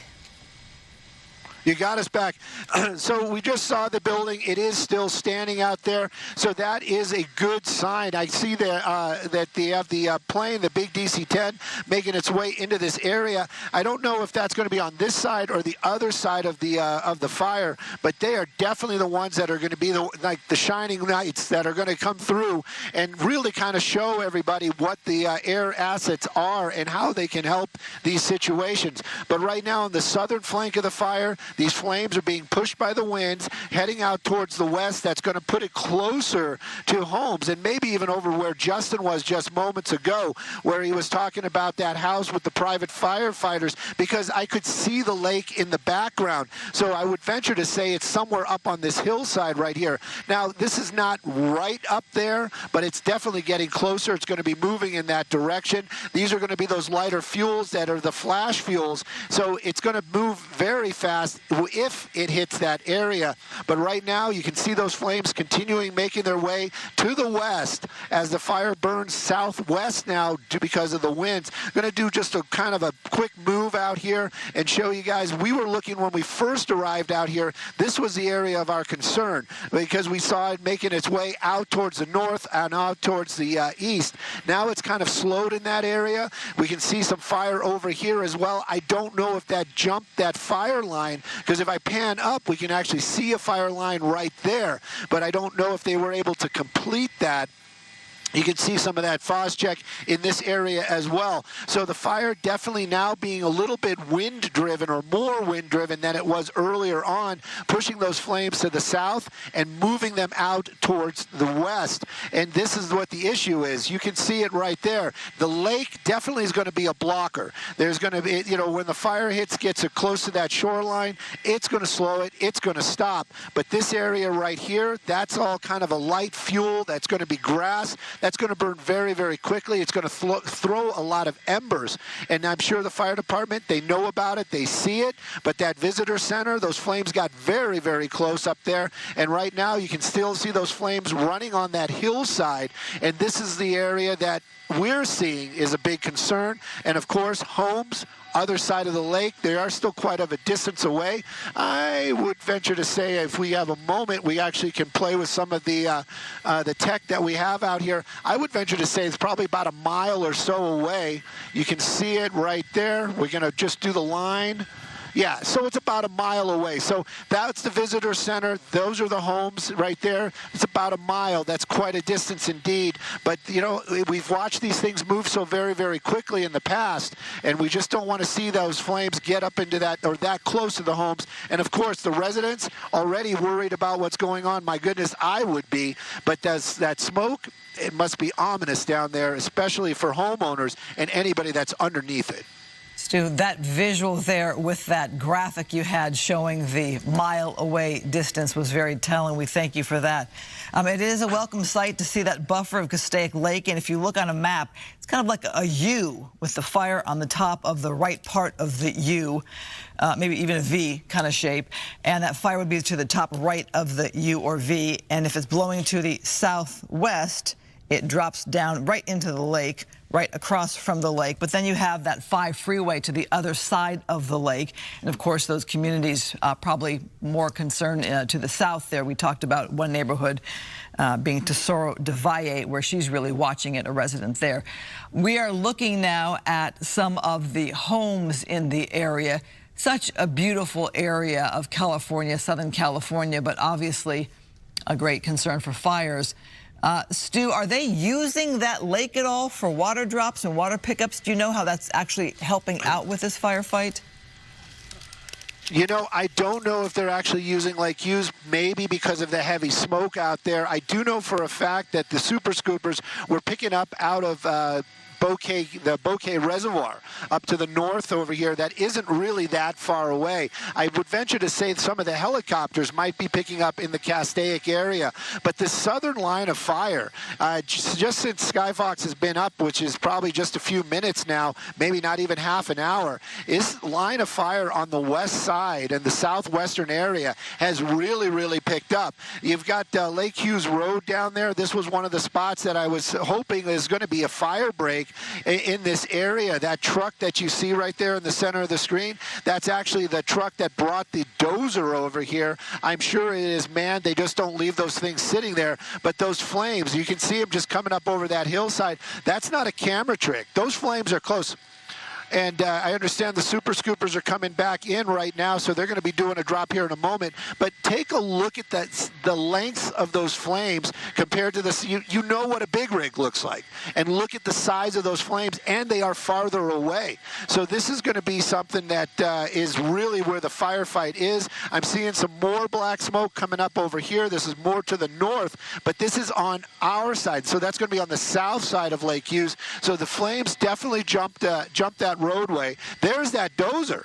That's the dozer that sits on the back of that truck when it transports, and he's actually out there cutting more fire lines. Hopefully they're going to be effective, but the flames out here continue to burn, and the air assets know about it. I think they're going to be doing a drop right now. Right there, that is the lead aircraft. So the lead aircraft, we've talked about it in the past, it's going to fly the road line, and it might put out a little bit of smoke, and what's going to be behind it? It's going to be one of the ones that drop the frost check. So I'm not sure if they're going to do a drop right now or they're just assessing the area, but you can see them making their way past here, and that Fozcheck plane following behind. So I would venture to say they're starting to look over here saying, all right, we got to either finish this line, so they might make a big turn, come back and start finishing this line right here, or they might just start dropping in another spot, maybe try to stop those flames. That dozer, look at that. What a great, you know what, the guy that's driving that thing, that must be amazing. I mean, you got to remember, that's a trained professional. That's not just some random guy driving up next to these flames. And that vehicle is also an amazing piece of technology. That is, even inside there, he has got air conditioning, he's got safety equipment, and of course, air purifiers, filters for the smoke. But that dozer, he's basically driving right by those flames right now, continuing to cut that line. We continue to see the air assets making their way through here as well. So this is definitely a spot where they probably are going to start doing some more drops, and they're going to try to stop those flames from making their way to the south. That would be coming this way. And, of course, stop it to the west. That's going to be a little bit more difficult because you've got the winds pushing those flames to the west. Yeah, not a situation we want to see, Stu, as we continue to look at your shot. very scary in terms of the job that the dozer driver has to do to cut that line, but we need that line to hold. And you could see that from every tactical point of view, that that line needs to hold right there. We don't want it to get any bigger than that. All right, Stu, thank you. Just stand by for now. Let's go live to Matthew Seedorf, who's in a community where residents are spraying down their homes, packing up their cars. Matthew.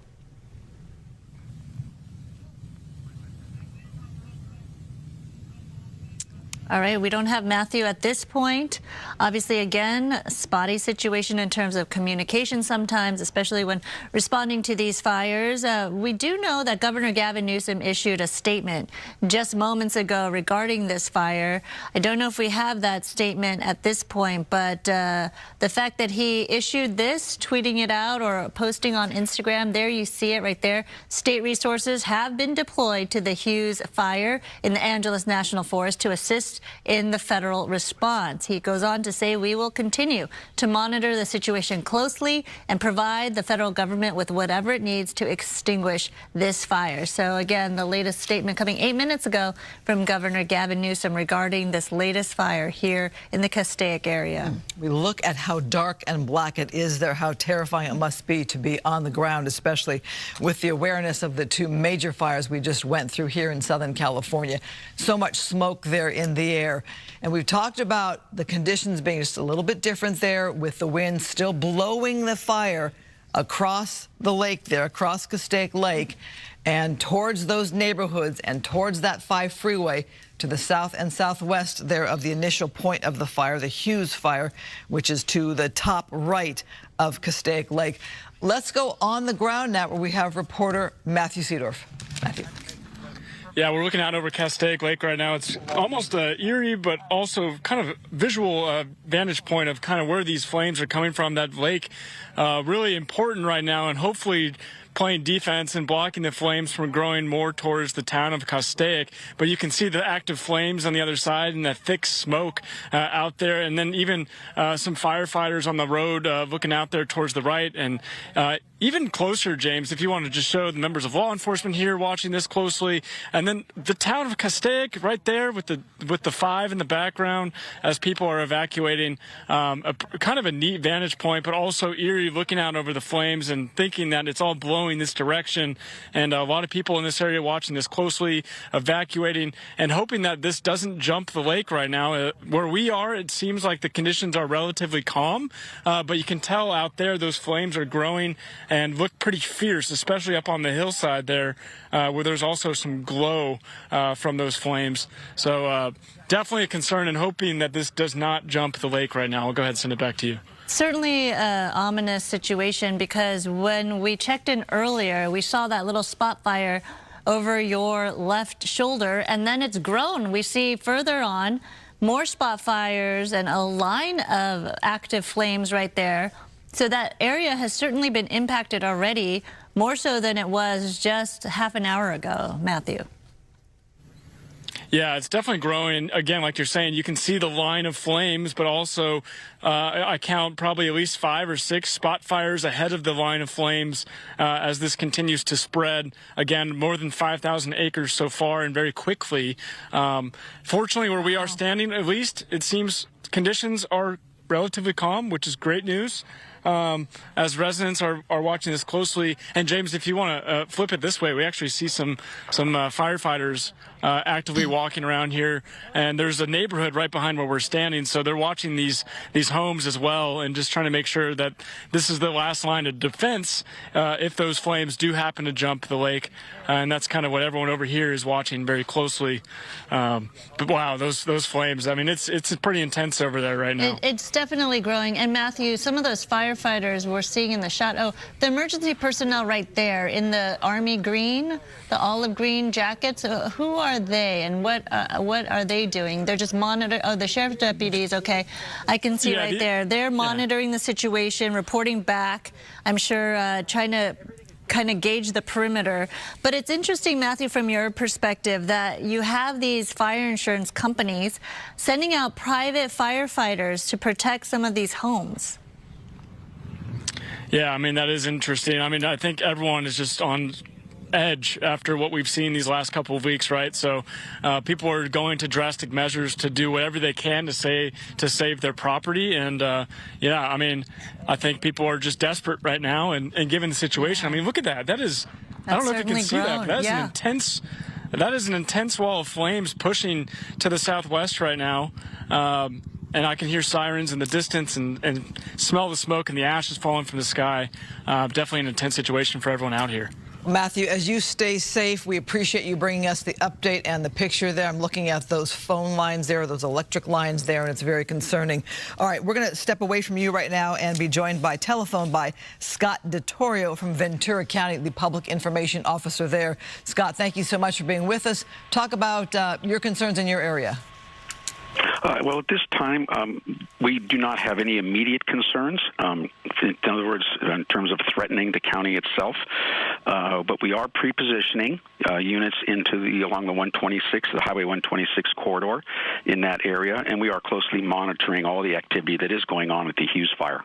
I'm seeing that there has been an evacuation order issued for Ventura County in the area of the east side of the Lake Piru. Is that correct? Piru. Yes. Mm-hmm. And so the concern there at this point, do you feel like residents are listening to the evacuation order in place? Well, we would hope so. We would hope so. You know, as you well know, that the fire service, and especially in Southern California, and all our emergency services, when we do have a situation like this, we urge people to act sooner than later. And so we don't have a situation, as we saw with the Palisades Fire, where the roads get log jammed with everyone trying to leave at one time. I want to ask you about where Ventura kind of borders this fire concern. Do I have this right? You would be to the west of this for the most part? Yes, that is correct. So you'd be west of the 5 freeway? Correct. Okay. So as we're watching this fire, it can seem very far away, so to speak, from Ventura County when you think you're separated by a whole freeway. But these fires move so rapidly when there's so much fuel. Having witnessed the past 2 fires in recent weeks, days, what is your concern as you keep an eye on this one, knowing we don't have those 100-mile-per-hour winds? Right. Well, exactly what you said. You know, should this type of fire obviously is a wind-driven fire. So should the fire stay with the wind stay in the prevailing direction, moving in a west-southwest direction, it will remain in L.A. County for quite a while. But should it start burning predominantly to the west, it would come into Ventura County, north of the 126, and then which would be pushing it up into the Los Padres Forest. But along that, as we refer to it, the Highway 126 corridor, which along that corridor you have the towns of Piru, you have Sylmar, and you have Santa Paula. And I'm just being reminded that you've had fires in that area. I want to think near the outlet mall there that was to the south of you, all right? Well, there was the outlet mall in Camarillo, right, which exactly. was Camarillo. Yeah, that was threatened during the mountain fire. Yeah. The most recent fire in those areas, in the Piru and Piru Canyon, were back in I believe, if I remember correctly, the early 2000s. Mm-hmm. It does have a history of fire in that area. Again, predominantly they run north along the 126. But in the early 2000s, we did have the Sylmar fire, which was below 126. So again, they are concerns. So we are preparing and we are monitoring. Such is the situation in Southern California right now. Yes, it is. Scott, we know so many people who are first responders tend to live in these areas of concern. I'm just wondering, in these recent days of fires, have you had any personal concerns for your own safety of friends and family in your own homes? Well, not for mine right now. I reside in the city of Moore Park. But yes, always, you know, as a firefighter, I was active for 32 years. I now assist at headquarters. It's always a concern when these fires start. The day of the Palisades Fire, one of my first thoughts, you know, was again, knowing we were sending resources down there, was the safety of our guys, our men and women that are stepping into this breach. Yeah. Well, having done the job so many years, having witnessed what you've witnessed, I'm wondering if there's any 1 or 2 tips that you can add for those who are packing up and on standby to evacuate or evacuating already just one or two things that we kind of maybe don't think about, or we're in that rush, or we're going to go back afterward and say, oh gosh, I forgot that. Any tip that way? It's just really just our standard line or advice, which is, prepare early, don't wait, and when the order does come, proceed, evacuate, but have a plan. And there's multiple resources that are available. Fortunately, with the internet online, you can go to the different Ventura County websites, LA County websites. For the city of Los Angeles, there are on their websites, they have emergency preparedness. Look those up. Write them down if you need to, but be prepared. And when the time comes, hopefully it never does, but when it does, act appropriately and get yourself and your family and your friends, get them out of harm's way as soon as possible. Well, as we're looking at this, we know there are people kind of watching this in this greater area thinking, oh my gosh, how far is this fire going to go? Is it going to move closer to me? So they are on more of that standby to evacuate. I was on standby to evacuate for two fronts of two different fires, the Sunset Fire and the Palisades, as they moved. And I'm thinking of all the things that either didn't fit in the car or in the scramble, didn't make room for them to fit in the car, and things that I can look back on now and think, gosh, I wish I would have grabbed that. For example, I've got a big, huge family Bible that's, oversized, jumbo size, just not replace it with my grandfather's. It's one of those things that didn't make it in the car. So as that advice to pack early, just out of concern, it's things like that you might miss in your haste. Yeah, yes, absolutely. Absolutely. Like I said, those personal items that are priceless to the individual, those should be some of your first, items that you're taking. The obvious ones are shouldn't say the obvious. The more relevant at that moment is, your wallet, your ability to access funds, your cell phones. Many people, they keep a lot of family photos on a computer. If you can't grab the whole computer, get the hard drive out of it if you can, or wherever they're stored, those sort of things. Significant papers, insurance papers is one of them, especially if you still have homeowners insurance, grab those. But after that, yes, it's those personal items that cannot be replaced, those family heirlooms, that family photo. As you mentioned, a family Bible. Absolutely. Those should be high on your list.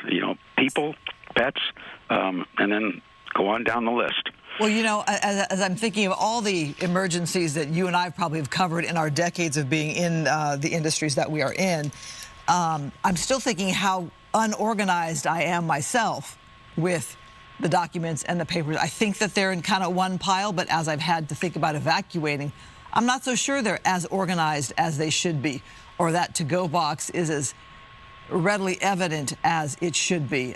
These are kind of real wake-up calls for all of Southern California. Not only are we in fire country, but we're also in earthquake territory where any of us could have to evacuate at a last minute's notice. And it's one of those things where maybe it's a wake-up call for us to check those things, communicate with our family members to know what things would go, what things wouldn't go. I, for example, was out of the country when this first fire hit in Palisades, and my family had to pack up for me, and I had to think which room had what things and which drawer had this height, hidden, and the things that could make it or not make it. I really had to, take a second look at that. Yes, you bring up very good points. Absolutely. And along with that also is, like you mentioned, you were out of the country. Yeah. Your family or friends that are out of the area, make sure you have predetermined contacts. If you have a family like mine and if you are scattered over an area, have someone who's out of the area where everyone can call that person or that party and check in with them. You mentioned in case of an earthquake when communications quite often go down, and they go down for a length of time. Have like a rally point that people can either meet at, or an individual who's out of the area that you can phone call to let them know that you are okay. Yeah, it's one of those things, covering earthquakes, we think about those, okay, contact points, here's where we'd meet up. We haven't had one of those major quakes in our area in a very long time, I would say. And as you look at these areas of the fire zones, you might think, well, I'm not in that fire zone. That's never going to be me. I'm not worried about that. But thinking of earthquake country, it could be you. Anything could happen. Yes, absolutely, absolutely. And with regard to the mindset of, well, where I am, it won't happen here. unfortunately, with the weather pattern of Southern California, the Santa Ana winds, when we have the winds like we recently saw during the Palisades Fire, when you have winds that are exceeding 40, 50, even 60 miles an hour, there is really no place that's really safe from fire. Really? A fire No can place? get established in a neighborhood, even though you're not in the middle of the brush, and it gets one structure, and then it can get another structure, and those start progressing in a geometric fashion.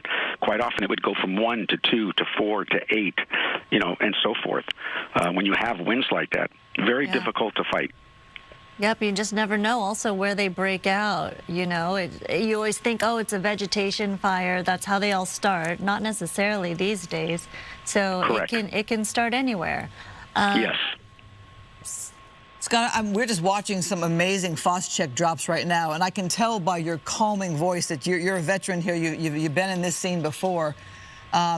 Because we're looking at the Castaic area, the Valencia area, you're in Ventura County, which is to the west, so you're watching this here. When you see these Phos-Check drops, does it give you some comfort, or is there just too much dry vegetation, too much material to burn, too much of as we pull out wide, a widespread area where this fire's traveled in just a matter of hours to 5,000 acres? I mean, I left my house to come for coverage here. It was 50 acres. Now we're at 5,000. So as you see that aerial attack, do we have enough out there? How concerned are you? Well, the concern is more with the wind. The personnel that man those aircraft, they're second to none. They're exceptional. Those pilots do amazing work, and you have to remember, not only are they focusing on attacking that fire, trying to create that line, that defensible line, that barrier that hopefully when the fire hits it will go out. They are also battling those winds, and they're also battling updrafts that come off the fire. So they are some amazing people. But as towards your first point, yes, as a firefighter, it always, seeing an air attack come into the area or come onto your flank, your side of the fire, it was always comforting and reassuring to know that support is there. It's just another tool in our arsenal, but it's a big tool. So seeing that, yeah, it does give you hope. But we don't rely completely on it because winds can be erratic. They can suddenly, increase in intensity, and an ember may get over the line. But the air attacks they're phenomenal, and they do bring reassurance. Scott, an issue that may impact you and your residents in Ventura County. We just have word now coming into our newsroom, new information that the 5 freeway has been closed just north of State Route 126, and motorists are being detoured to State Route 126 with the Antelope Valley Freeway, so the 14. That's available as an alternate route, but 5 freeway just closed north of State Route 126. So that's a big one because initially it was open except for a couple of off-ramps, but now that is going to impact a lot of traffic in the area as well. As you know, that's a big thoroughfare corridor for people going to Gorman and back. Scott, we do appreciate your time. Thank you so much. Yeah, thank you. You've been great. You're very welcome. All right, be safe. All right, as we continue to join us with our special Fox 11 News at 2 o'clock. At this point, we continue our coverage of the Hughes Fire that is more than 5,000 acres strong in the Castaic region. Let's bring in Samada, who could tell us a little bit about the weather and what they're facing there in terms of the firefighting. Yeah, unfortunately, we have been forecasting the fact that wind conditions are expected to pick up, and we're seeing it come into fruition, unfortunately. Earlier, just about an hour or so ago, we were looking at gusts of between 20 to 30 miles an hour, and right now in and near the Castaic area, near the Hughes Fire, we're picking up wind speeds of now 42 miles an hour, and just downwind, things are also similar, about 31. An area near the Santa Susana Mountains clocking in at 52 miles an hour. Officially at 2 p.m., just about 12 minutes ago, we are now entering the high wind warnings, and that unfortunately does incorporate the Castaic area, areas of the Santa Clarita Valley, and in and around those local mountain areas. And wind speeds, or gusts, should I say, we're anticipating them to get even stronger. Also wanted to point out, to give you a better idea, the broad scope of the Hughes Fire. I'm going to zoom in. The areas in the red outline, that's the fire print that they're dealing with. And there's a hint of good news. You could see the western flank of the fire as well as the southern flank of the fire. It's pushing right into the edge of the Castaic Lake area. But in and around the fire zone, you see here evacuation orders and evacuation warnings, and it does continue to spread as those winds continue to, again, push the fire to spread and to grow erratically. And we've been talking about, now the prevailing winds are coming out of the northeast, but wind conditions can change and it can become unpredictable. So hence, make sure you have your go bag at the ready. And I want to also bring into the picture Weather One, just how big of a deal this wind event is. High wind warnings, as I mentioned, is going to not just be in place at this hour, but it's expected to remain strong all the way through tomorrow afternoon before these winds relax a little bit. Coming out of the northeast, 30 to 40 miles an hour as we push into the later evening and overnight and into tomorrow morning. Gusts could push to 50 to even 60 miles an hour. Now, we're not anticipating hurricane force winds like what we saw on January 7th, tearing through the Palisades and the Eaton Fire, where wind gusts were 80s, 90s, and 100s. We're dealing with 50s and 60-plus miles an hour winds, but that's still strong enough to, again, drive this fire. We couple that with dry vegetation. We have been incredibly dry, and then you add the terrain on top of that. So we have three components that continues to allow this fire to grow erratically. Wind advisories also in place downwind of the highlighted contours. The darker tan there, the lighter tan, we're looking at gusts that could range up to 50 miles per hour. Red flag conditions, again, in place now through tomorrow night. Relative humidity, very dry, as you can see here. A really tough firefight as we look into our wind futurecast for the same wind-prone areas where gusts and conditions just not favorable right now for the firefighters. Back to you two. Oh, that's certainly not good news. Thank you so much, Samada. Let's go back to Matthew Seedorf as we take a live look at the aerial scope of this fire. Now, more than 5,000 acres burning here in the Hughes Fire. Matthew, you're at a perspective where Castaic is hopefully a natural barrier at this point, still holding strong. Yeah, so far so good. The lake is playing really good defense for the town of Castaic, but I can tell that firefighters are gaining some urgency, just trying to play their own sort of defense here.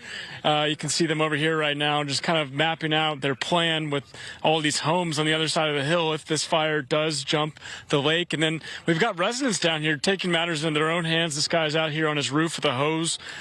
He's been watering down his house and his yard, and we've been seeing fire trucks running through the neighborhood. But for the most part, it seems like the streets are fairly quiet beyond the people that are still here watering their homes. But again, just the situation out over the lake, the flames, you can see it's just pushing and surging towards the southern end of the lake, and just kind of a massive wall of fire. We've been seeing those spot fires that have been picking up.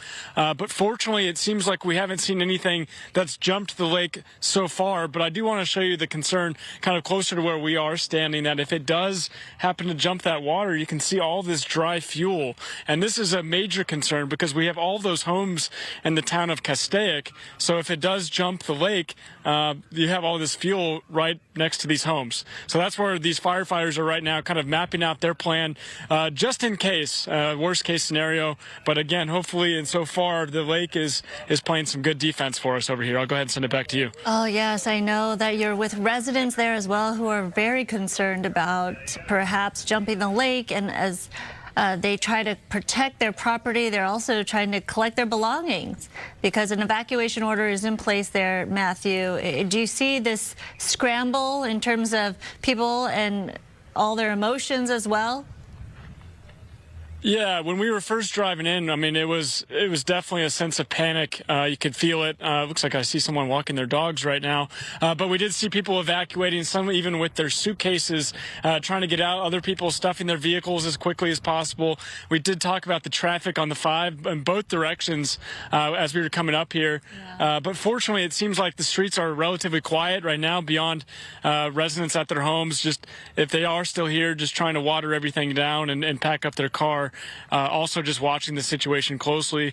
But again, just looking out to the lake, I mean, I think this is what everyone in this town is focused on right now.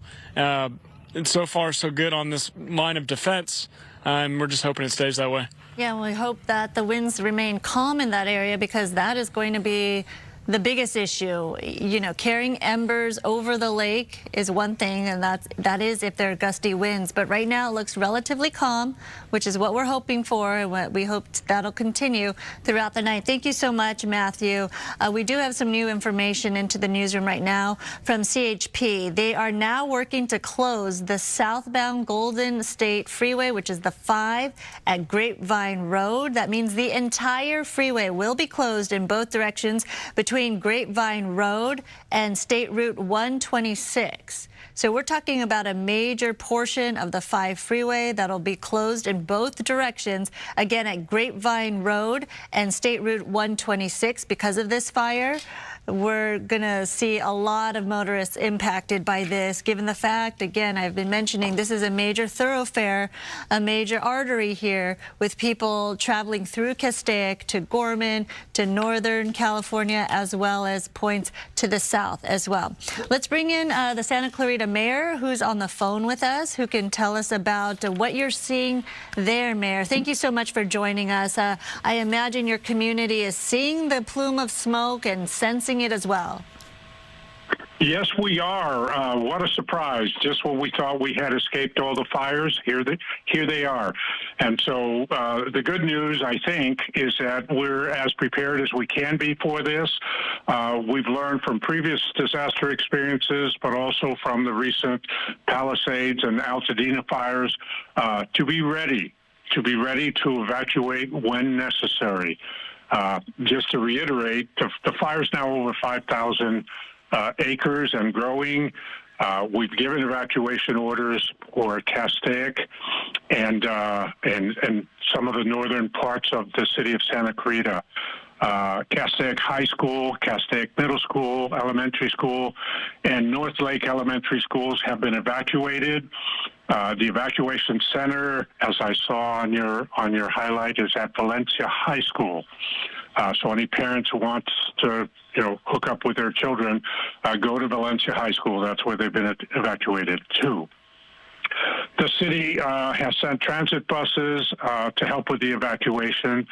And if you have animals, you want to get them to animal care shelters. We've evacuated the animals from the Castaic Animal Care Shelter. Small animals should be taken to Palmdale Animal Shelter. I understand that Lancaster also has some available space for them. Large animals need to be taken to Pierce College in the Valley. Other than that, my request is for all residents to be on guard and have their evacuation package be ready, packed and ready. And we're talking about backpacks. We're not talking about suitcases and all that stuff. But if you have your backpacks ready, make sure your medication is in there, your critical papers are in there, and be ready when you get the order, if you get the order, and hopefully you don't, but if you get the order to evacuate, we want you to evacuate right away.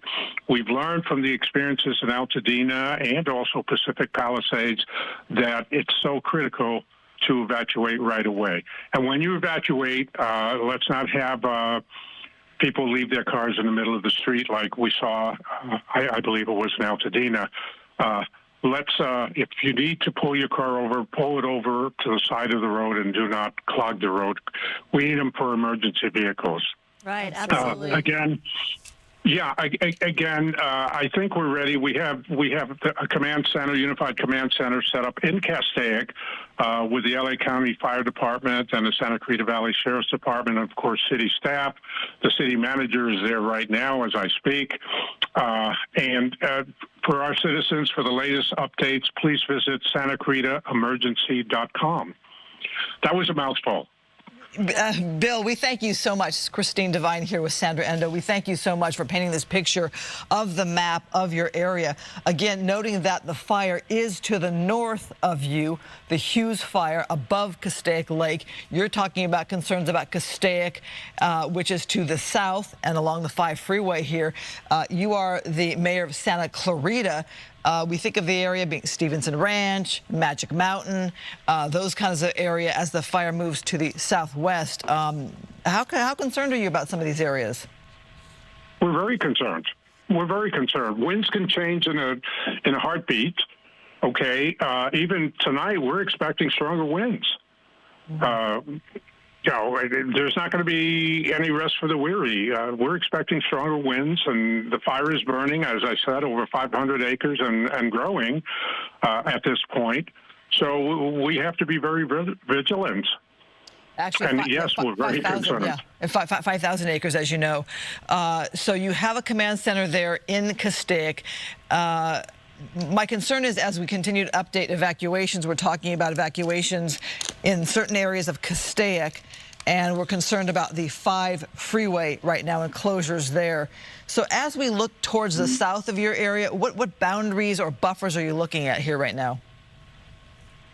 Well, you know, number one, we're hoping it stays in Castaic, you know, where it is now, and it doesn't grow anymore.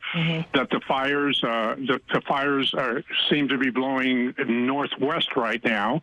We're also concerned about Val Verde. There's a community, small community, but an important community called Val Verde. Yeah. You know, they're in the midst of all of this also. We want to extend any help we can to them. And, but again, you know, the winds could turn on a dime, and all of a sudden, a lot of the city could be in danger. Right. And, you know, we're hoping that doesn't happen. In terms of barriers to fires, you know, once you get into this Castaic area, you pretty much cross the mountains, or, you know, so Santa Clarita's in that valley, and we don't have any real natural barriers at that point. Yeah, looking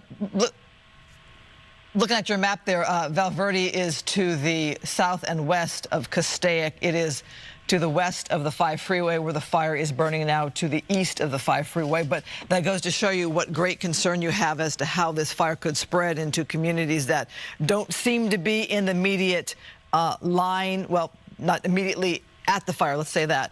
I'm wondering, do you know, are they able to do water drops there from Lake Piru? I'm guessing Castaic Lake is just too smoky to even pick up there.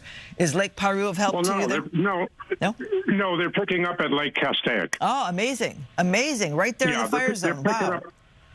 Yeah. Lake Castaic's a very big lake, and they're picking up there. Don't know about Piru. I haven't heard anything about Piru. That's possible, of course. But they're picking up at Castaic Lake. Sandra. Fox Mayor was witnessing them picking up water from Bouquet Reservoir, so that was a good asset for them. And I was going to ask you how comfortable you feel given the fact that everyone's been on heightened alert over the past 2 weeks or so, and the good news is that we do have all the assets ready and pre-positioned and in place, so it does look like they've been really attacking this right from the beginning.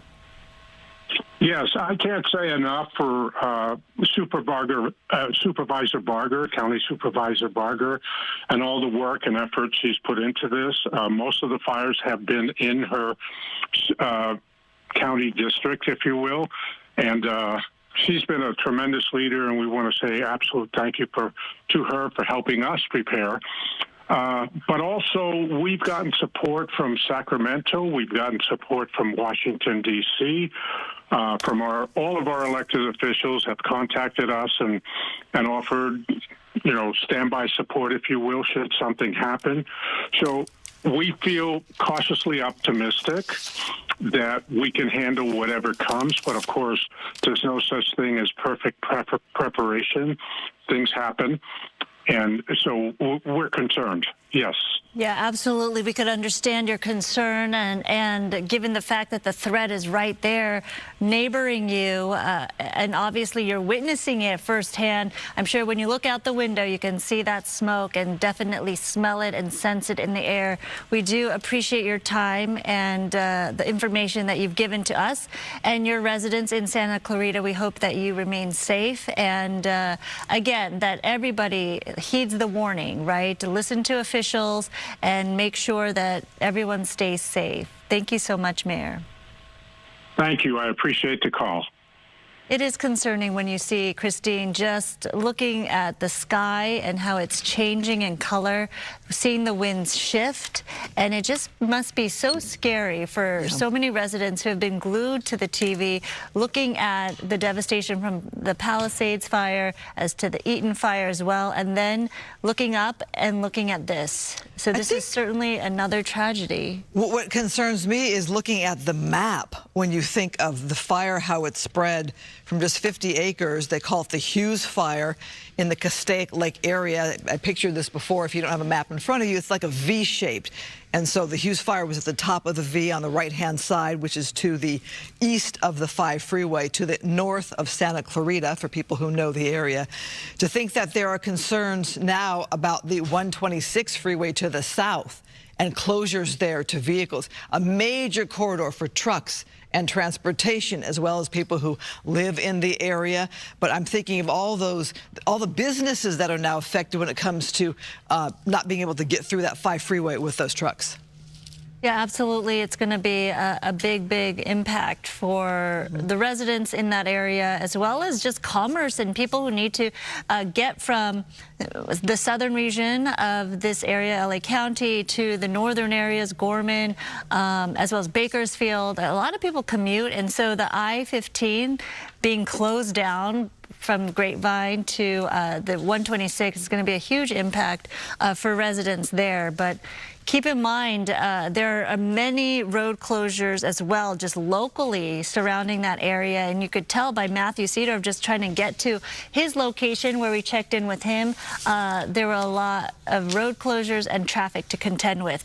Another reporter on the ground there, Haley Winslow. I don't know the situation, Haley, that you faced trying to get to your location. If you could tell us a little bit about that and where you are right now and what you're seeing, Haley.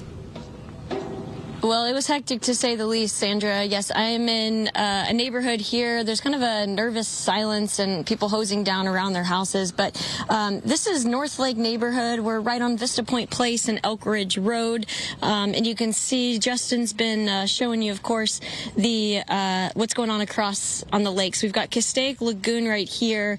And you can't really see, the visibility is so bad right now across Castaic Lagoon. But that is Lake Hughes Road, where you can't really see right now because of the smoke so bad. This is Castaic Dam, and then just over the hill would be Upper Lake behind that. This fire now up to 5,000 acres. Yeah, and you were talking about how it must smell and feel, and yeah, it's obviously real dry air right now, blowing about 17 miles per hour, but this is definitely going to get worse before it gets better. We've got 40-mile-per-hour gusts expected tonight or this afternoon, and then up to 55-mile-per-hour gusts tonight and tomorrow. So I've got a new friend here, Uriel. He's just evacuated from school. He's in EMT school at COC. Talk to me about what your story is, what it was like the last couple hours. I know it was very scary for you. So I was in class, and then class was finished, and then I was on the way back, and then I saw a little smoke. And I didn't think nothing much of it. I'm like, they probably have it controlled. And then it started growing. And then I did a U-turn, and I went down here where it started to grow. And they evacuated us. I went up here where the neighborhoods are at. and they evacuated there too, and they told everyone to evacuate, and I couldn't because I just wanted to make sure everyone was safe. So after everyone left, I saw a elderly guy walking down with some suitcases. I asked him if he needed help. He did, and that's why I'm here, helping out and making sure everyone's okay. Born to be an EMT. What do you think looking out at this? It's tragic. Like I said, yesterday it was in Santa Monica. I was looking at all the houses I burnt down, and it was tragic. In the Palisades? Yes, and I had to stop here and I had to see if anyone needed help, because to have your house burned down like that is just, it's just sad. Yeah, thank you. You are a true hero already in the making. Yeah, driving around here, you guys, there's a lot of people standing on their roofs, hosing down their houses. Just a real uncomfortable kind of silence right now as this fire continues to grow to now to 5,000 acres.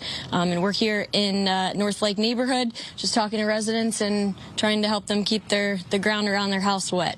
We'll send it back to you guys. Well, Haley, it's so nice to meet that young man there who is so concerned. I don't know if he's still there with you, but I think what we've really witnessed here in Southern California is how much the community has come together to care for one another. I would love to hear more from him about why this matters so much to him and how he's been feeling over these past 2 weeks, whether he's been in a fire zone or not. Yeah, he's watching you guys right now on his app, so they want to hear a little bit more from you. Come back over here if you don't mind and tell us more about what this has been like for you and why you want to help. I don't know.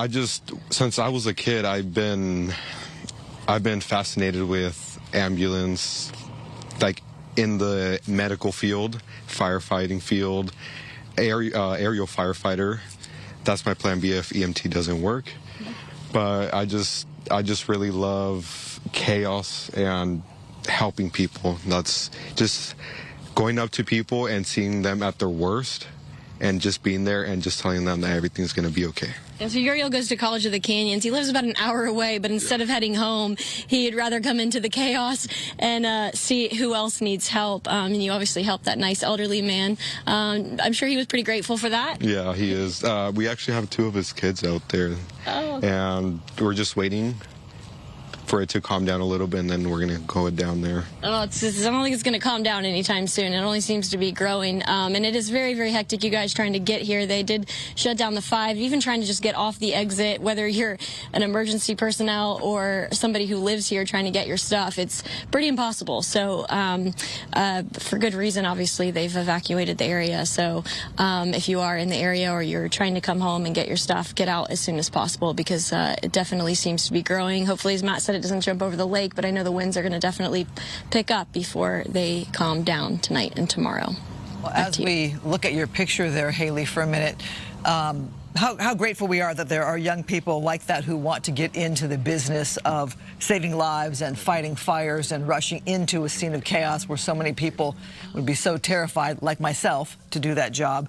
So how grateful we are that there are people who want to be in that industry. Obviously, a great need here in Southern California. We are looking live at 2 shots here of the fire in the Lake Hughes Castaic area. If you don't know the area, it is north of Valencia. If you really don't know the area, think Magic Mountain here in Southern California. It is a major thoroughfare on the 5 freeway. It is my route to San Francisco, for example, to the Fresno area. A lot of trucking goes through that area. And so we talked about, Sandra was talking about the commerce there being halted with those closures there on the 5 freeway. Sandra Endo from Good Day LA has stepped away. Joining me now is Marla Tejas. Marla, back at it yet again. Yeah, I mean, I cannot believe that we are 15 days removed from January 7th, of course, the day that the Palisades and the Eaton fires erupted, and we were wall-to-wall coverage. And here we go again with the Hughes Fire. You were just mentioning the significant closure, the route of I-5, and all lanes of the interstate are closed at the Grapevine. So that will have a tremendous impact on traffic. SkyFOX up and over the Hughes Fire as it has grown to more than 5,000 acres. This erupted before 11 a.m. today, and I was listening to the coverage, and of course it starts off so small at 50 acres, and quickly it was at 3,400, and now we're well beyond 5,000. And of course, as we, continue our coverage, we know that since we've been reporting more than 5,000 acres, no doubt it has grown more than that. I mean, just given the plumes. It's been a minute since we've updated that. And we see that. In watching your coverage earlier today, I was thinking how the Palisades and the Eaton fires, those were urban fires, urban wildfires, meaning right away they destroyed so many structures. That is not the case here, thank goodness, because there's so much land out there. Evacuation orders in place right now. Here's a list on your screen. Go ahead, Christine. Yeah, Biscaloos, Bitter Canyon, Cambridge area, Castaic Lake, we've been talking about that, Charlie Canyon area, Golden State, Green Hill Drive. If you live in those areas, you know those as well. Hasley Canyon, Hillcrest Parkway, North Lake Elementary, Paradise Ranch, Ridge Route, Romero, and Sloan Canyon. We'll keep you posted. All right, we have Matthew Seedorf. He's been talking to homeowners in a neighborhood. Matthew? Yes. Matthew. Yeah, we're off of Lake Hughes Road. I'm having a little bit of communication problems, but you can see we're right at the edge of the fire. This spot fire just broke out right ahead of the flames. This is on the southern end of the lake. It's pretty intense right now. The winds are really whipping as the flames are pushing closer very fast. We just got law enforcement just came by and was kind of warning everyone in the area that flames are getting dangerously close and out of control. And you can see just more and more spot fires, and we're so close right now. I mean, you can almost feel the heat, and you can hear the crackling and the popping of the flames as this continues to grow and spread very rapidly. Yeah, it's just pushing to the southwest very fast at the edge of this parking lot right now, and you can feel the winds whipping. You can see just for a vantage point, the lake is to our right now. So that's playing defense for the town. But again, this is pushing on the southern end, all these flames very rapidly, and you can maybe even hear the winds as they pick up this giant wall of fire right now coming over Lake Hughes Road. We are watching this spot fire here with you, Matthew Seedorf, with great concern. Grateful to see firefighters right there on the scene with you as well. You will know when to get out of there quickly, and they will let you know when you need to get out of there quickly. Obviously, from the direction of the fire, we see that it is burning uphill. That's got to give you a little bit of comfort there. Yeah, we feel like we're in a safe place, but you can just hear it and feel it as it's going up this hill, just pushing and ripping right up this hillside right now. It's just, you can feel the heat and hear the roar as it's coming closer, and maybe you can even see all the stop sign of the trees as they are whipping around as this flame gets closer to this road. James, I want to see if we can possibly walk up here. I just want to see what law enforcement's doing. You're welcome to stay where you are if you need to. Wow, this is intense. You almost see the fire turning into little fire tornadoes as it's whipping around. It's really catching into the flames and the wind as it's crossing this road right now, pushing southwest across Lake Hughes Road, going towards the 5. Yeah, I mean, we learned that the fire travels 17% faster when it goes uphill, so that's what we're witnessing here. We can hear the roar of those flames. Let's go ahead and listen in just for a second.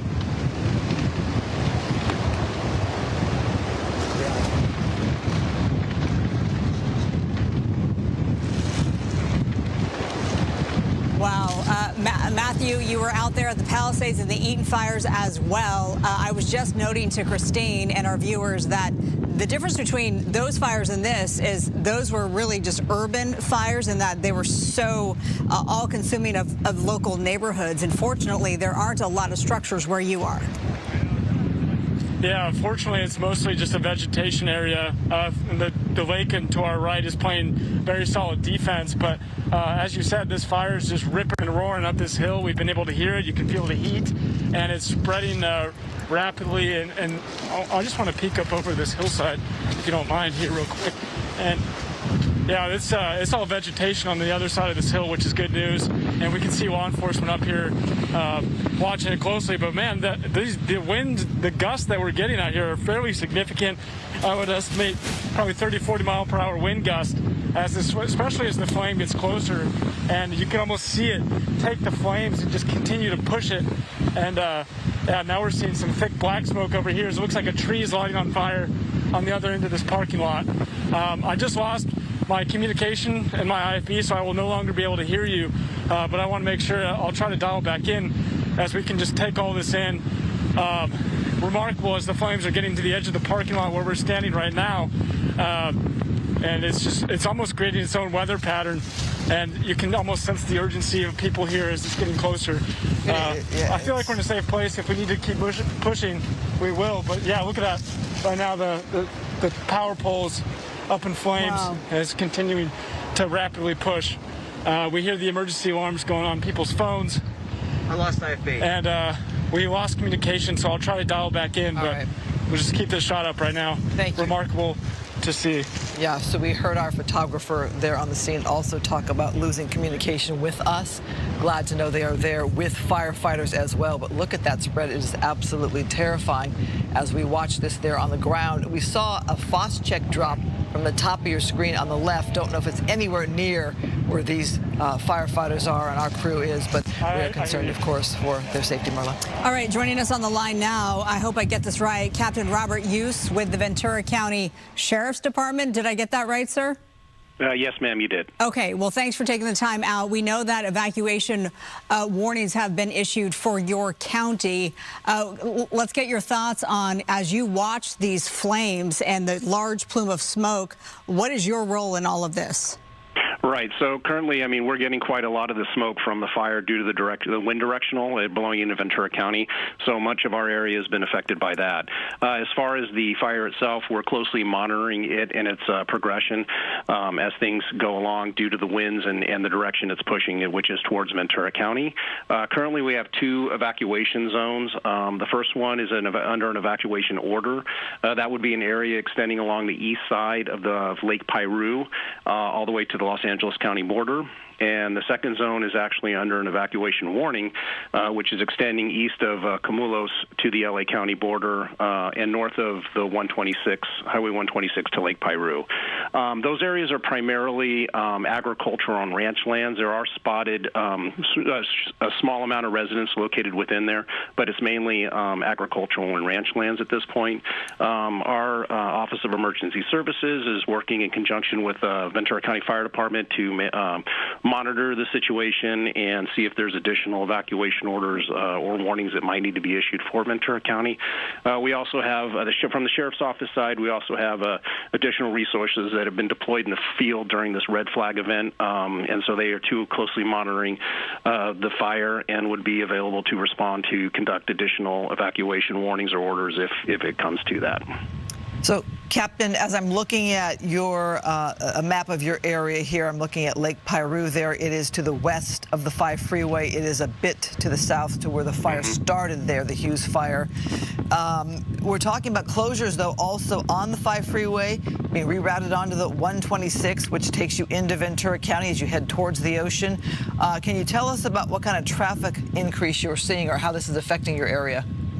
Yeah, so right now, I mean, and just in times past, that's always been an issue when the 5 freeway gets shut down, that's the alternate roadway for people to try and traverse through the area. I don't have any updated information on exactly what the traffic conditions are like currently, but I would anticipate that as time grows, that we'll get more and more people coming through Ventura County in order to reach areas in southern Los Angeles County by bypassing this situation. Captain Hughes, of course, you just went through the devastating mountain fire that erupted in early November and destroyed hundreds of structures, including homes in Ventura County, right there in Camarillo. Did you, as you're looking at this, and obviously you have the evacuation orders and warnings for your county, I mean, it's like deja vu all over again. Let's hope not. Yeah, that's what we're hoping for. I mean, you know, after the Thomas Fire, which was, you know, one of the largest fires in California that affected Ventura County and Santa Barbara County to the degree it did, you know, we've become far more proactive in regards to when these things start up, and not only ahead of time in how we, you know, pre-stage our responses, but definitely in regards to, you know, when they're in effect. So, again, you know, we try to get ahead of things. We try to give ample warning ahead of time to people so that they have the ability to, you know, leave their residences when it's safe to do so and not waiting until the last minute. I got to ask you, given that we've been through 2 devastating fires already topping off 2025, we're talking, of course, Palisades and Altadena, how thinly stretched are your people? What kind of hours has your team from Ventura County been putting in? Or have you been more stationed in your neighborhood, concerned about your own area should fire break out? Yeah, so again, like we haven't been requested or provide any additional resources to Los Angeles County as they seem to have what they feel they need at this point in time, at least from a law enforcement perspective. As far as from our county itself, ever since the early part of this week when the red flag warnings went into effect and the PDS was established, you know, we put additional resources, members of our tactical response team who deal with evacuations pertaining to natural disasters into the field on a 24-hour basis. And so we've had units running 24 hours a day since the early part of the week, and you know they will continue to do so until we deem it safe to have them stand down. And if I could say one thing real quick to anybody that's watching who are residents of Ventura County, I would strongly, recommend that they keep track of things as they progress on vcemergency.com.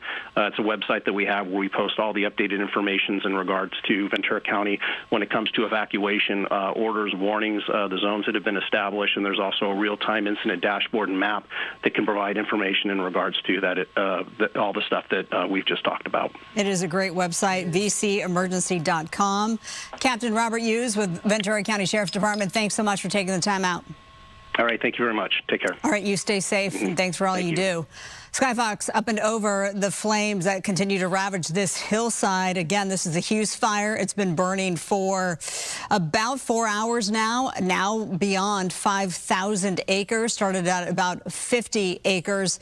And if you're looking at the screen right now, you can see North Lake Hills Elementary School evacuated. One of the schools evacuated. Valencia High School is being used as an evacuation center. No word yet on any structure lost, and that is the best news that we can provide you. And it's also been interesting, before hopping on to the coverage with you, Christine, to hear from people who watched the coverage of Palisades and Eaton and who have since taken precautions to make sure that they don't end up in a similar situation. It has been a lesson, I think, for much of Southern California when it comes to disaster preparedness as to how a fire can spread so quickly into many neighborhoods that you might not ever have imagined. People losing their homes who never had really fully calculated something like that happening. As we are watching the map here of this location, a reminder of the closures in this area. All northbound lanes of the 5 freeway closed just north of State Route 126 due to this fire. They're being rerouted on State Route 126 with the Antelope Valley 14 freeway also available. But this is a work day. This is a busy day. I'm thinking of all the commerce that goes through the 5 freeway to and from Southern California, to and from Northern California. All of those big rigs that are now having to be detoured or pull off or go off their schedule because of this. And as you heard there from the Ventura County Sheriff's Department, as the fire is in LA County right now, the winds are blowing toward Ventura County. So keeping a strong watch on that in 2 counties here. Yeah, and the lay of the land with our extreme nav technology gives you a better sense if you are familiar with this area, whether or not it still helps to, put everything into perspective. So just a reminder that the 5 is shut down at the Grapevine Road and also at State Route 126. This is from CHP Newhall, alerting drivers that the 5 northbound at State Route 126 is also shut down. Let's talk about the winds, because that's the driving force for these flames. We have Sumata Khan here with our coverage, and you've been so helpful in talking about the wind speeds and what crews are up against. Yes, good afternoon, Marla, Christine, and to everyone joining us at this hour. hour. We have been on top of this fire since it broke out. It started very small. Wind speeds were sustained right around 15 to 20 miles an hour. But as we had forecasted since early this morning, they were under red flag conditions, now high wind warnings. And unfortunately, winds are expected to get even stronger. Now we're dealing with gusts a range of 30 to 40 miles per hour in and around the the Castaic Lake around the Hughes Fire area. And we're also picking up stronger gusts of up to even 51 miles an hour in and around the Santa Susana Mountains. And you could, as we are watching the visuals of all that smoke billowing in the atmosphere, and it is crossing over, again, the smoke crossing over to the 5, headed towards areas downwind into the Simi Valley area. So smoke is a big concern associated with this fire. And going back to those winds, unfortunately, we are expecting those winds to become even stronger. And I wanted to give you also an idea of the layout of this fire as we take a look at the CAL FIRE website here. I'm going to go ahead and zoom in, and just gives you an idea of the outline, the fire print of the current Hughes Fire. The outline red, that's the extension where the west front or west flank of the fire, it's pushing right into Castaic Lake, stopping right at the edge there, as well as the southern part of the fire. But the north flank, it continues to spread, and it is leading to additional evacuation orders and evacuation warnings. It is now encompassing both LA County and Ventura County, and you can see how widespread and how much this fire is affecting the region. And you both had mentioned about the freeway closures, and I'm going to go ahead and go to WSI 1, if we can go switch out and show you on the map the closures that are in place. So both directions, according to CHP, north and southbound side of the 5, right there, the Castaic Junction, that is the 126, as you pointed out, all the way through Grapevine Road. You cannot get on or off at these roadways. There are alternate routes. You can take the 138, take it all the way to the 14. The 14 freeway is open, and that's through the Antelope Valley. You can take the 14 and come back down south to get around this fire.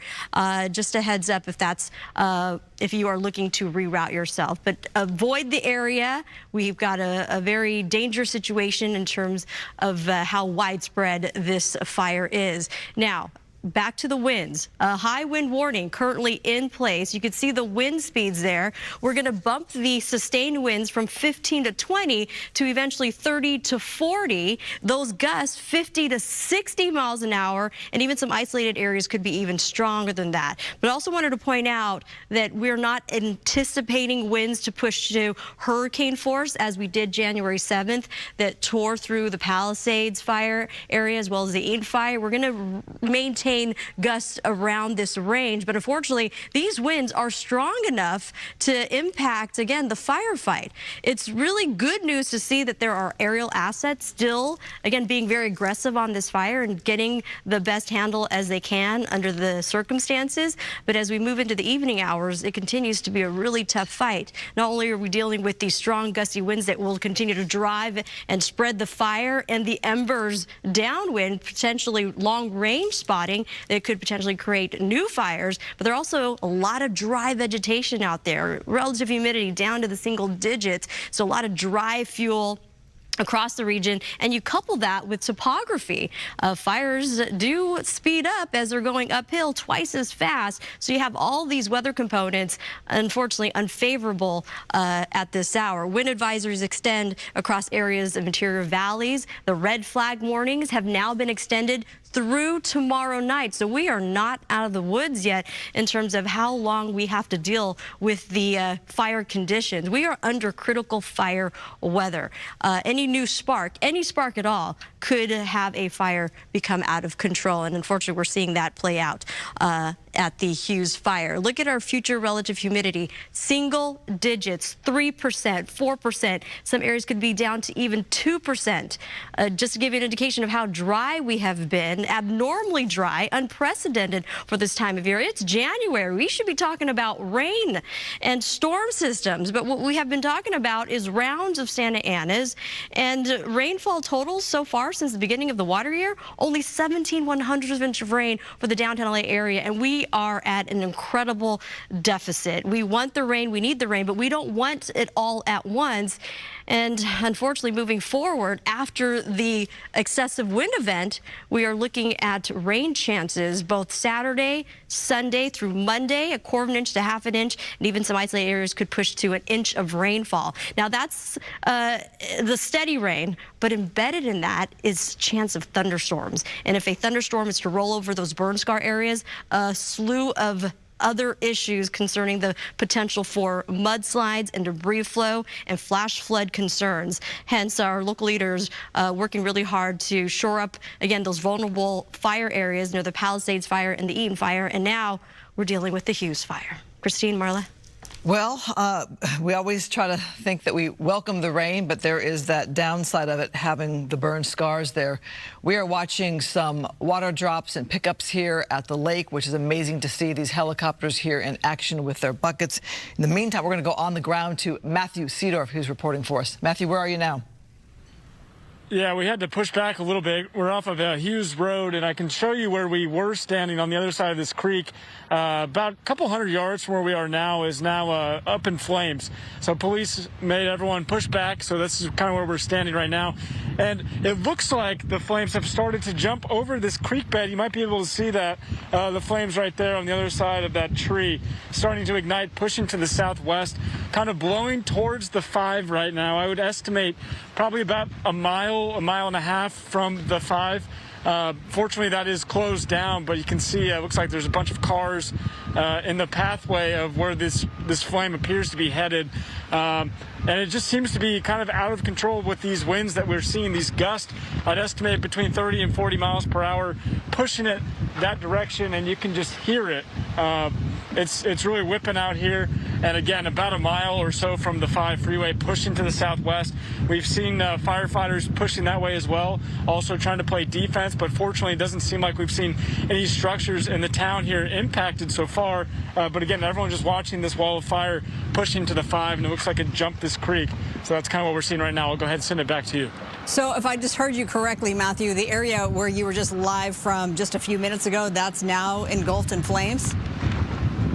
Yeah, we were live there about 5 minutes ago on the other side of this bridge.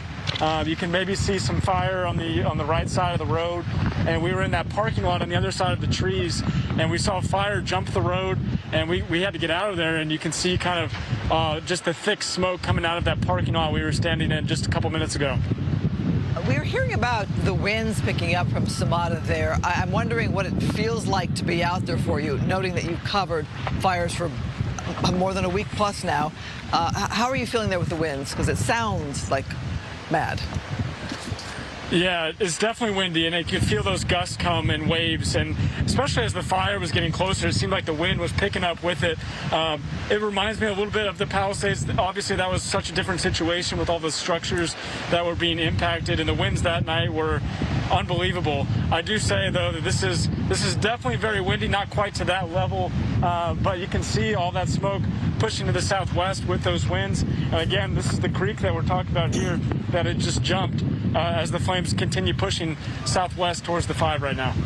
All right, Matthew, you sit tight with your crew and your photographer, and you be safe. We will, we're looking at the clock right now. We are approaching the 3 o'clock hour, so we want to take a second to sort of reset as we approach the 3 o'clock hour, and we continue with this wall-to-wall continuous coverage of the Hughes Fire. Here's what we've been looking at for the last several hours.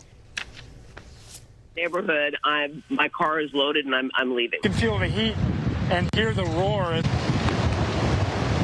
Look at that right now, the power poles up in flames. Wow. I packed up like my documents, any important stuff to me, and then I got my keys ready and I'm gonna go whenever I have to. We're just spraying the house any corner, any way we can. We're just trying to spray everything. And there have been evacuation orders in place for a number of schools. I saw how bad it got in Altadena, and we're not gonna let this house burn up. We'll do whatever we need to do to save this guy's house. Right, buddy?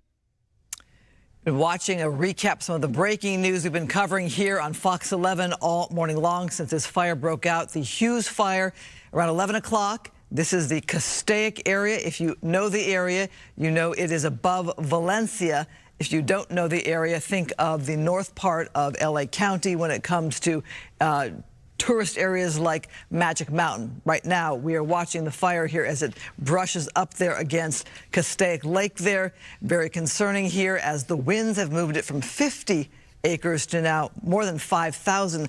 And Marla, we have yet to hear an update from officials. There's not yet been a news conference to get the full update as to where we stand right now. You make a great point. Obviously, I'm sure that they're working to gather and to figure out where that unified command center will be. And as soon as we learn that, we will, of course, bring you the latest information. In the meantime, we have a whole lot of information in terms of evacuations and whether that's orders or warnings for both LA County and Ventura County that is scrolling across your screen. And then also a great resource is the Fox local app. As we see that we see the DC-10, or maybe that is not the DC-10, but one of the aircraft out there. And it has been so great to see so much air assault happen on this Hughes Fire, because we know that's not what happened during the Palisades Fire or the Eaton Fire. So in initial phases, and there's that FOS check. It is such a beautiful sight. Yeah, to see that as they work to get ahead of those flames. So yes, evacuation orders are on your screen. There are a whole lot of them, beginning with Buscaluz, yeah. Bitter Canyon, Cambridge, Castaic Lake, Charlie Canyon, Golden State, and I know the list goes on to Green Hill, Halsley, Hillcrest, Paradise Ranch, Ridge, Romero, and I believe there's even more. Sloan, Francisquito, Kelly Johnson, Reyes Adobe, Sterling, Tesoro del Valle as well. So evacuation orders, there are plenty of them out there. Again, you can find all this information on the Fox local app, on our website, foxla.com. You can also stream us if power becomes an issue.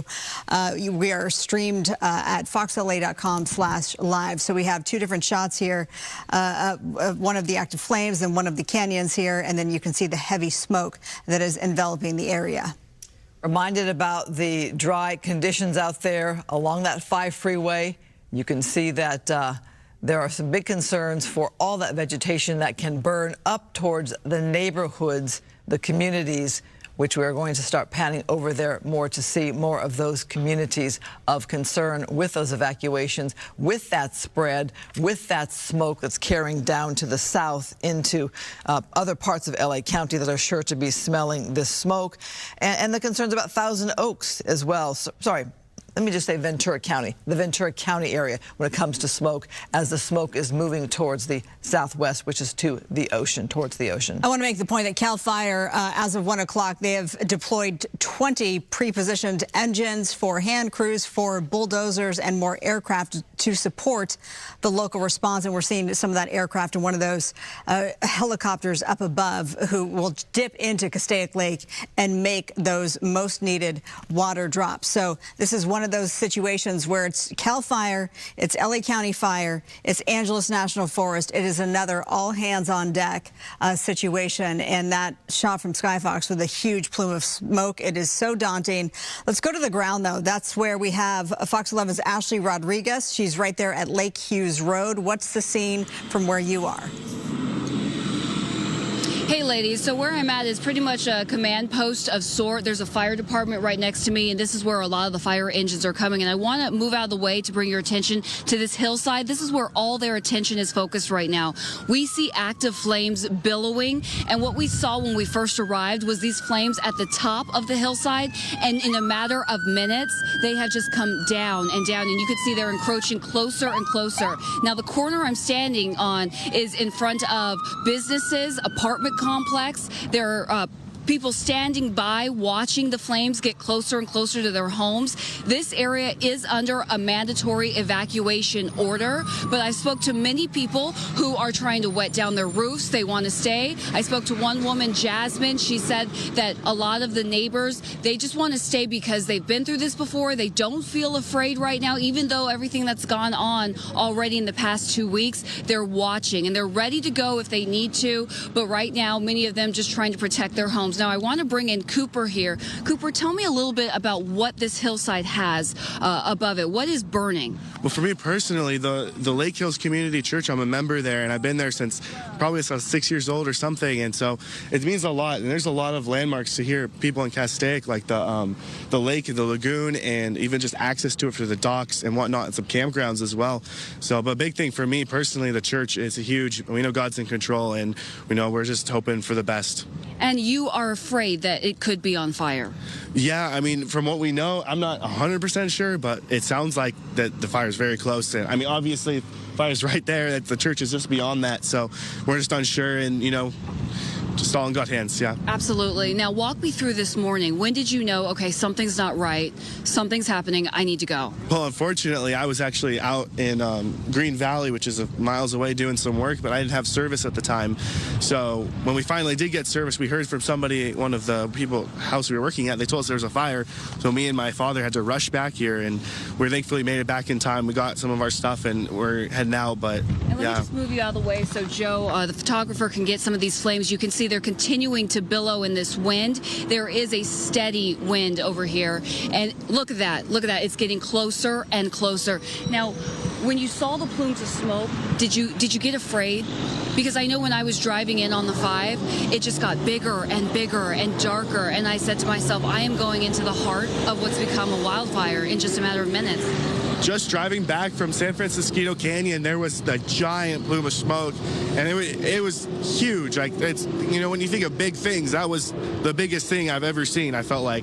And so coming back in to see that devastation happening so close to where you live, where you've grown up, it was definitely remarkable. It's scary at the same time, but yeah.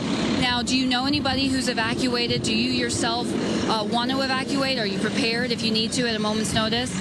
I'm all ready to evacuate. I have my truck over there, and I have all my stuff in there. The rest of my family's gotten their stuff, but we've known so many people. There's some ladies from our church who are home bed, and so we're just happy that I went and checked on one of them, and we're happy to see that they're getting people. Some people are helping them out and stuff, but yeah, there's so many people we know who are having to evacuate right now, and I think it's good to be ready, so I'm happy to be ready and getting out of here and stuff. And let's just talk about the emotions of it, because we just saw the Eaton Fire, the Palisades Fire, and so much devastation and loss and heartbreak. And now that it's in your backyard, are you just fatigued by all this constant fire danger?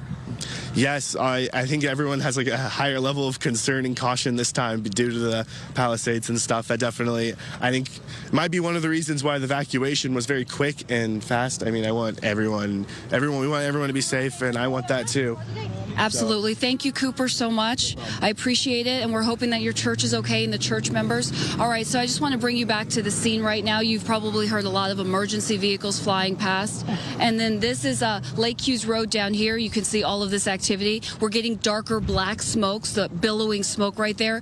If you look off to the left, there's actually like a smoke tornado, a spiral there. So we definitely have winds blowing from all different directions. We're hoping that it does not carry these embers over to where I'm standing, which is nothing but straw and dry grass and, of course, apartment complexes. I'm in front of what looks like a boating area, a boat rental business. You can see these flames. They're just getting larger and larger, closer and closer. So we're hoping that they can douse it enough to keep it from spreading. For now, we'll send it back to you. Ashley Rodriguez reporting for us from Lake Hughes Road. Thank you so much. Haley Winslow picks up the coverage now, and you're at, as being described as an RV park along Ridge Route Road. Exactly, Marla. Yes, and we've got Ron here hosing down his RV. He's been here more than 2 decades. Ron, do you know the flames are like right on the other side of your RVs? Should I go get the hot dog and marshmallow? No hot dogs and marshmallows. You got to get out of here. No. You're not going to leave? No. Why not? Pull the thing out of my face. Okay. Before I hose it off with this hose. Okay, no problem. Are you all right? Yeah, I'm here. I'm going to stay. I'm not going nowhere. Okay, just be careful. This is all I got. When the flames come over here, I'll get out of here. Okay, they're pretty close, okay? See where the fire truck is on about 2 rows down? I see it. Okay, we'll leave you alone, but right, I'll keep you. Please be careful. Oh, yeah. Seriously. You too. Okay, thank you. Good. Be safe, Ron. Yeah, you too. Thank you. All right, if you guys can hear me, we've got the fire truck just on the other side here, and the flames are it jumped basically over. Can you hear me? Haley, we can hear you. Just on the other side of the RV park. I know Justin's trying to catch up. This is where the fire has jumped to. So we've got about 10 fire trucks just down here on this last row at the Castaic RV park, and then here are the flames. So it's pretty close to these RVs. Haley, are you seeing... It's not going to take much for them to... Yeah. Are you seeing other residents there as well, or does Ron seem to be the only one? Yeah. No, we were seeing a bunch trying to get out. I don't think Ron realizes how close the flames are. I'll go back and talk to him again as soon as we get off the air when we don't have the camera, just so he knows. But yeah, I mean, look at this. This is going to be coming right his way. Yeah, that's not far at all. We know how quickly, especially when those winds are howling. I mean, they're expected to pick up to 30 to 40 miles per hour, and then the gusts of 50 to 60 miles per hour. That's still to come, but nonetheless, they're still they're still blowing pretty good. Yeah, they really are. We heard a firefighter had a trailer in here too, and as soon as we came in, we saw some firefighters trying to get the fire hydrant going, and hopefully they won't have any problems, like we've had with the other fires and not having enough water. But yeah, we've seen how quickly this has spread. I think it's more than 5,000 acres now, and it's moving pretty fast. Just to see the mutual aid there, we saw that fire truck roll through from the Beverly Hills Fire Department. It really is everybody coming to the rescue, basically, when it comes to the fires we've seen since the start of January 2025. So, Haley, you have those fire trucks that have moved into place there. Hopefully they can make a stop on that fire advancing. Do you see law enforcement there as well to evacuate people? No, I don't, but Justin just made a good point. We haven't heard any helicopters, so no water drops that we've seen lately. So we've got this going on right here, these flames, and then when Justin can pan just to the left, there's a whole lot more flames just on the other side of this RV park. So it's kind of coming in from both directions, which he'll show you in just right over here. So there's some RVs right here at the end of the park. So that's kind of like where Matthew Seedorf was just when he did his last broadcast. So just to give you guys an idea. So we're going to Castaic RV Park. We've got a lot of emergency personnel coming in here, and the flames have jumped over, and they're getting really nervous. Yeah, just very nervously close to all of these RVs. Yeah. And we're seeing another fire crew there pass before the camera, Cal Fire, of course. So Castaic RV Park now under threat by the flames from the Hughes Fire. You were on Ridge Road, Haley. Road. Yes, and when you were driving there, because you just switched locations, are you seeing people get out of town? Yeah, as much as they can. There's a lot of people that can't drive through anymore. It's, the CHP and the deputies are in kind of a tough spot too, so they're not letting cars through just for safety reasons. So that's why that gentleman we introduced you to earlier was having to walk and help that elderly man walk with his suitcases to get out. Thank you guys very much. Stay safe. Amazing shot there. God bless you. Look at these guys. Where are you guys from? Ben Lomond, Santa Cruz. I love you, Zach. I love you, Edie. That's nice. Yeah, he's me being from the Bay Area. Ben Lomond is a neighborhood right there in the Santa Cruz Mountains, and they've dealt with their fair share of natural disasters as well. So this crew, obviously, at least he is from the Bay Area. As we're seeing another Cal Fire truck unload more personnel. So we thank all of these crews and the heroic work that they do, really back-breaking and life-threatening work. Looks like they are one of those ground crews that's going to go in there and cut those lines, hopefully make a stop there with those shovels right there. Might even have to do some backburning. Perhaps they're trying to get in place there to protect that RV park, noting we have not lost a structure. Go ahead. Maybe fire preparation, cut some stuff before it starts burning, but we're here now, so it's good. Thank you guys. You guys are the inmates helping out, right? Yes. So nice of you. You guys are heroes. Thank you so much. Thank you guys. We appreciate you. Thank you. And to the people that are staying here in this RV park, what would you tell them? We got you guys. Just kick back. We got it. Thank you. Be careful. So these are the heroic inmates that are helping out during this fire from Cal Fire. The jail that they're from, or the prison, excuse me, is about 8 hours away, they said. Okay. Hi, good. Yeah, so we saw a lot of that with the Palisades and Eaton fires with the inmate crews who helped out very much so on the fire line. So we thank them for their work. Let's listen in, Marla, as we watch them get their commands. 2 minutes, let's go. All right, ready?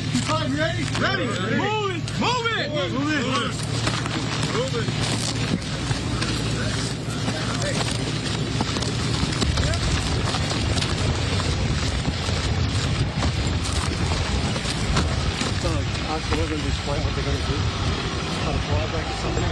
Can you explain what you guys are doing, the fire break? Got a cut line. Stop the fire. Drip torch is ready. Where are you guys from? Santa Cruz. Santa Cruz? Yeah. Talk to me about, if you don't mind, just explaining to people watching this at home what you're doing. To be honest, I don't know. I'm just here to do my job. That's about it. Just fighting this fire, man.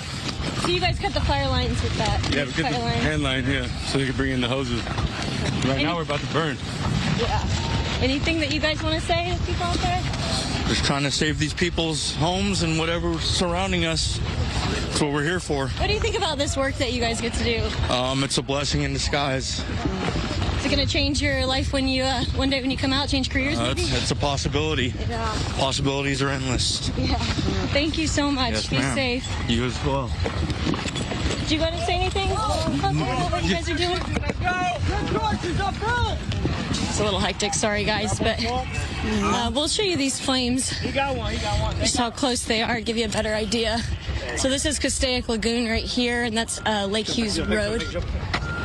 And just on the other side is this Castaic RV park. So you can see how many people, how many fire personnel and emergency vehicles have rushed in all of a sudden.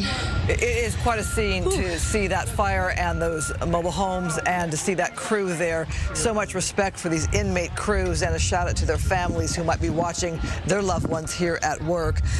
You know, we haven't lost a structure that we've heard of yet in this fire, Haley, so I can understand with that RV park right there, they don't want to be the first to lose any structures. Yeah, and unfortunately, you know, we've seen what happens when a mobile home catches on fire, a mobile home park like this with all these RVs. It's not going to be good. So obviously they're going to try to get the flames to stop this forward progress. That's why they've got all the tools, of course, is to build that fire line as quickly as possible and try to stop it from destroying any structures. So we're going to let them do their job. But, yeah, it's pretty remarkable how quickly everybody kind of filed in here to this RV park as the flames have jumped over. Yeah, noting that they are from Santa Cruz. All right, we will give you a moment to catch your breath and talk to other folk out there. Haley, in the meantime, we want to let our viewers know that there will be a press conference led by LA County Fire at 5 p.m. tonight. So we still have an hour, 40 minutes until we get an update, official update from officials. That's happening at College of the Canyons. Of course, when that does happen, we will bring that to you live because we're bringing you wall-to-wall commercial-free coverage. We are not going anywhere. We will be providing you coverage well into the night as need be. Let's bring in Star Harvey into our coverage now on this Wednesday afternoon. You were here during our Palisades and Eaton Fires coverage as well. And here we are again talking about the winds and how severe they are. You know, in just a few hours, you know, Christine and Marla, we were all three here last night, and, you know, we had that lull in our wind activity, and just as I forecasted last night, we said that winds were due to pick right back up into today, and that's what's happening out there. I went ahead and checked in on some conditions right now around the fire where it's burning in Castaic. Temperatures out there right now, 70 degrees. Yesterday, around the same time, temperatures were in the lower 60s, so nearly 10 degrees higher. You have to think we have those warmer temperatures out there. The humidity value is at 10% out there, so extremely dry. I checked the humidity values through the rest of tonight, and we're not expecting the humidity to grow much, if any. It will not surpass about 20% getting through the rest of tonight. The winds out there, 17 miles per hour, still kicking up out of the northeast, but the problem is the gusts. We do still have some gusts out there. They're ranging at about 31 miles per hour. And, you know, forecasting here on our Futurecast multiple models showing that the winds are not expecting to back down much. In fact, we will not see them drop below that 20 mile per hour range until after the 5 p.m. hour. So that's still another, I'd say, hour and 40 minutes where we're expecting the winds to be pretty strong out there. That's according to our models. The surrounding area, Santa Clarita, we have winds picking up at about 31 miles per hour in and through the area. I see across portions of Castaic Lake, 46 miles per hour, just a little north of the area, over and through Moore Park. You know, those winds gusting at about 46 miles per hour as well. And so with our red flag warning still in place, these are some of the conditions that we're expecting to keep here. We're going to be windy and dry through the rest of today, even pushing over into tomorrow. That red flag warning, just a reminder, not expiring until tomorrow at around that 8 o'clock hour. And so we could see, again, potentially more situations like this unrolling across the area. And then we have these summer-like temperatures, spring-like, not just for today, but rolling into tomorrow. I have to remind you, again, ladies, that temperatures are going to increase moving into tomorrow. All right, Star, thank you so much. We have Matthew Seedorf back there on the ground with an update. Matthew. Yeah, we're seeing these helicopters making drops right now. We're on off of a ridge route road. They're really trying to make these flames take a stop right where we are, because there are buildings and apartments right on the other side of the street. It's an active firefight for these firefighters really trying to tap this thing out before it crosses the street here. You can see these helicopters. I think this one's about to make a drop. We saw one just come by, make a drop with the siren that comes first. Looks like he's slowing down, might be taking a lap back. But, James, if you want to flip it out here, we see the dozers out here now trying to stamp out all the hot spots and the flames that are on this dry grass that's pushing towards this roadway where we are right now. And still see all the fire out in the fields, too, by those power lines. The flames just growing, the smoke very thick. And right on the other side of this street, I don't know if we can show it to you here, but, James, there's apartment complexes right here. So this is the concern, right? We have all that fire pushing this way to the southwest with all these apartments where people are living right now. We just heard the police come by and tell everyone to evacuate their homes as these flames got dangerously close. But for the most part right now, it looks like the firefighters have done a great job really getting this line to stop as it keeps pushing to the southwest towards the 5 right now. I'll go ahead and send it back to you. No, Matthew, let's stick with your shot because that's a pretty powerful one. I just want to let our viewers know what they're looking at, though. So this here is your full picture, and those flames, that just changed the game when you literally panned across, when James panned across and showed the apartment complex. Exactly, yeah, and this apartment complex seems to be key. They don't want it to hit any of these structures because once it's a structure, it can get even more out of control. We've seen residents. Looks like we've got a couple here outside their car watching this closely, getting ready to leave. But again, look at this, the fire up in this tree right now. Really, the fire just exploding in this tree with the flames. Oh, wow. Everything is just so dry right now. It just takes a little bit, one ember, and then it just lights off like that. Unbelievable to see as it seems like these helicopters, again, really trying to put a stop to this. Yes. Trying to prevent it from crossing. Okay. Right. Oh, they're making a drop right now. You can hear the siren, and then we're going to see it drop. Matthew, we're going to let you be just for a moment. We want to get to Haley Winslow. She's embedded literally with the inmate fire crews there. Haley? For about the last 5 minutes or so, yeah, what they're trying to do is burn the fire back. They're lighting literally this brush on fire so that it doesn't hit the RV park and that it actually blows back the other way.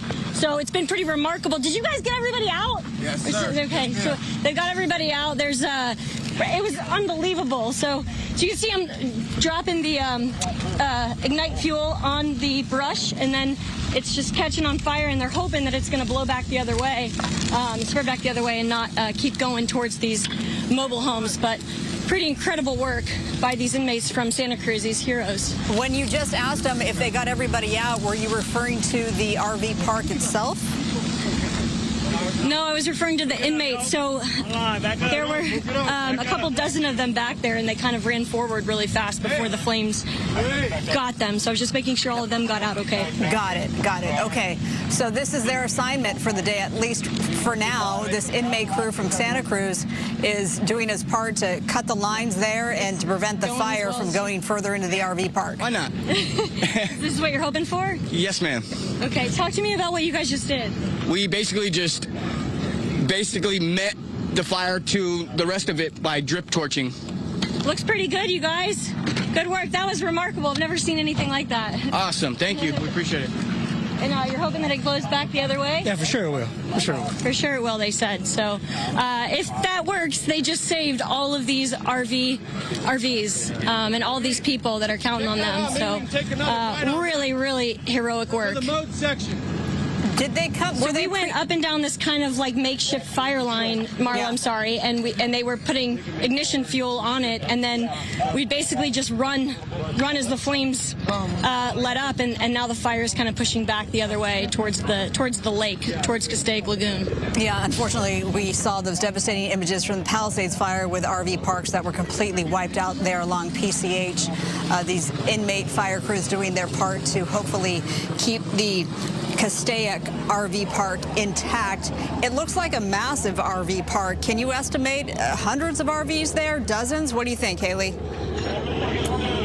Let's see. I would say there's 50 on this row. There's probably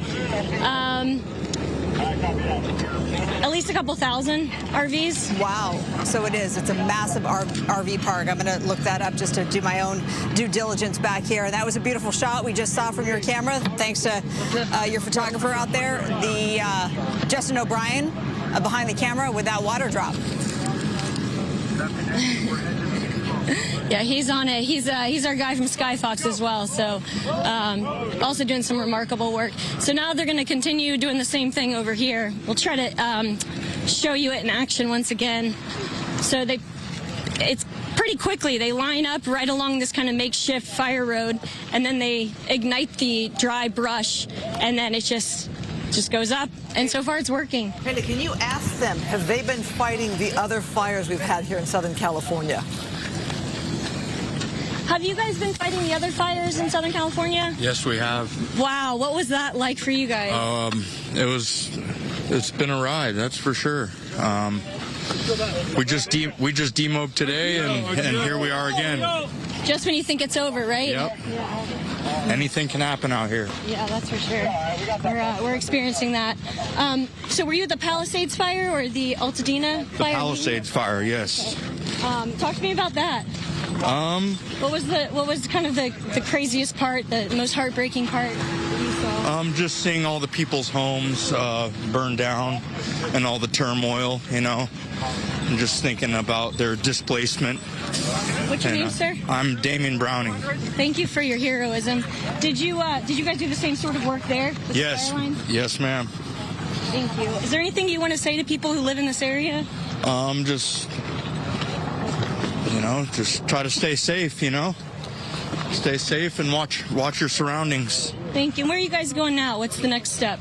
I'm about to find out from the captain right now, and we'll stand by. Thank you. Yes, ma'am. Haley, I got to wonder how exhausted they are having covered the Palisades Fire. And as you talked about this being backbreaking work, obviously they're getting their fitness exercise in, walking and hiking with that gear as well. But I got to wonder if they are just exhausted by all of this and what they're breathing in, too. I'm sure, yeah, that's true, and all the chemicals that they're breathing in. A couple of them were talking about possible career changes as well. So here we go. We're going to listen to the captain. To the fence, and let's start cutting line this way. And then we're going to take hose to you. And then the torches stay here and we'll burn them. Copy? Okay. Torches stay here. Good there. Take the toes. Take the toes.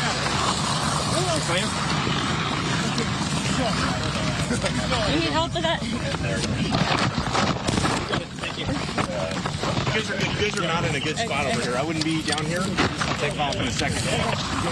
Definitely back at the... Yeah. Fox 11 News, bud. After 5, let's go! Okay, you're good.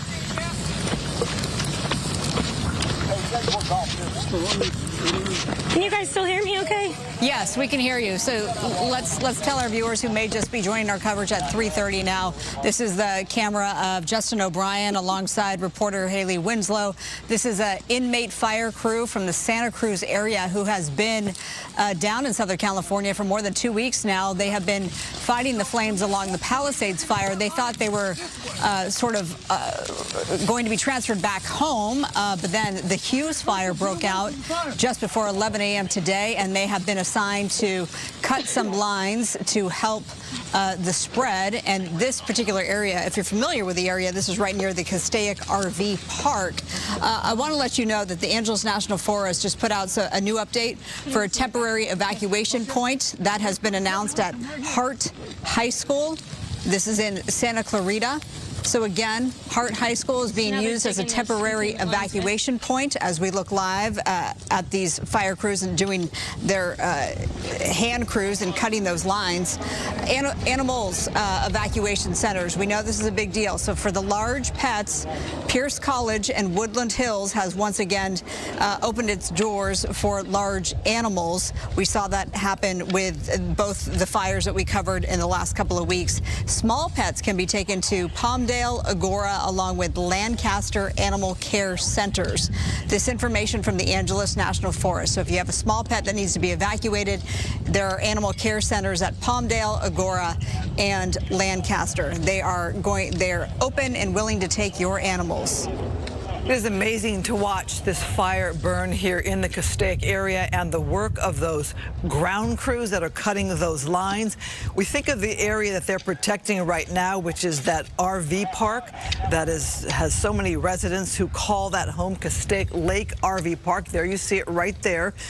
They've made amazing progress in cutting a fire line right there. But if you think beyond that Castaic Lake RV Park, you have other businesses. There's a Days Inn by Wyndham down to the south. There's a Castaic Sports Complex. There's an Arco gas station.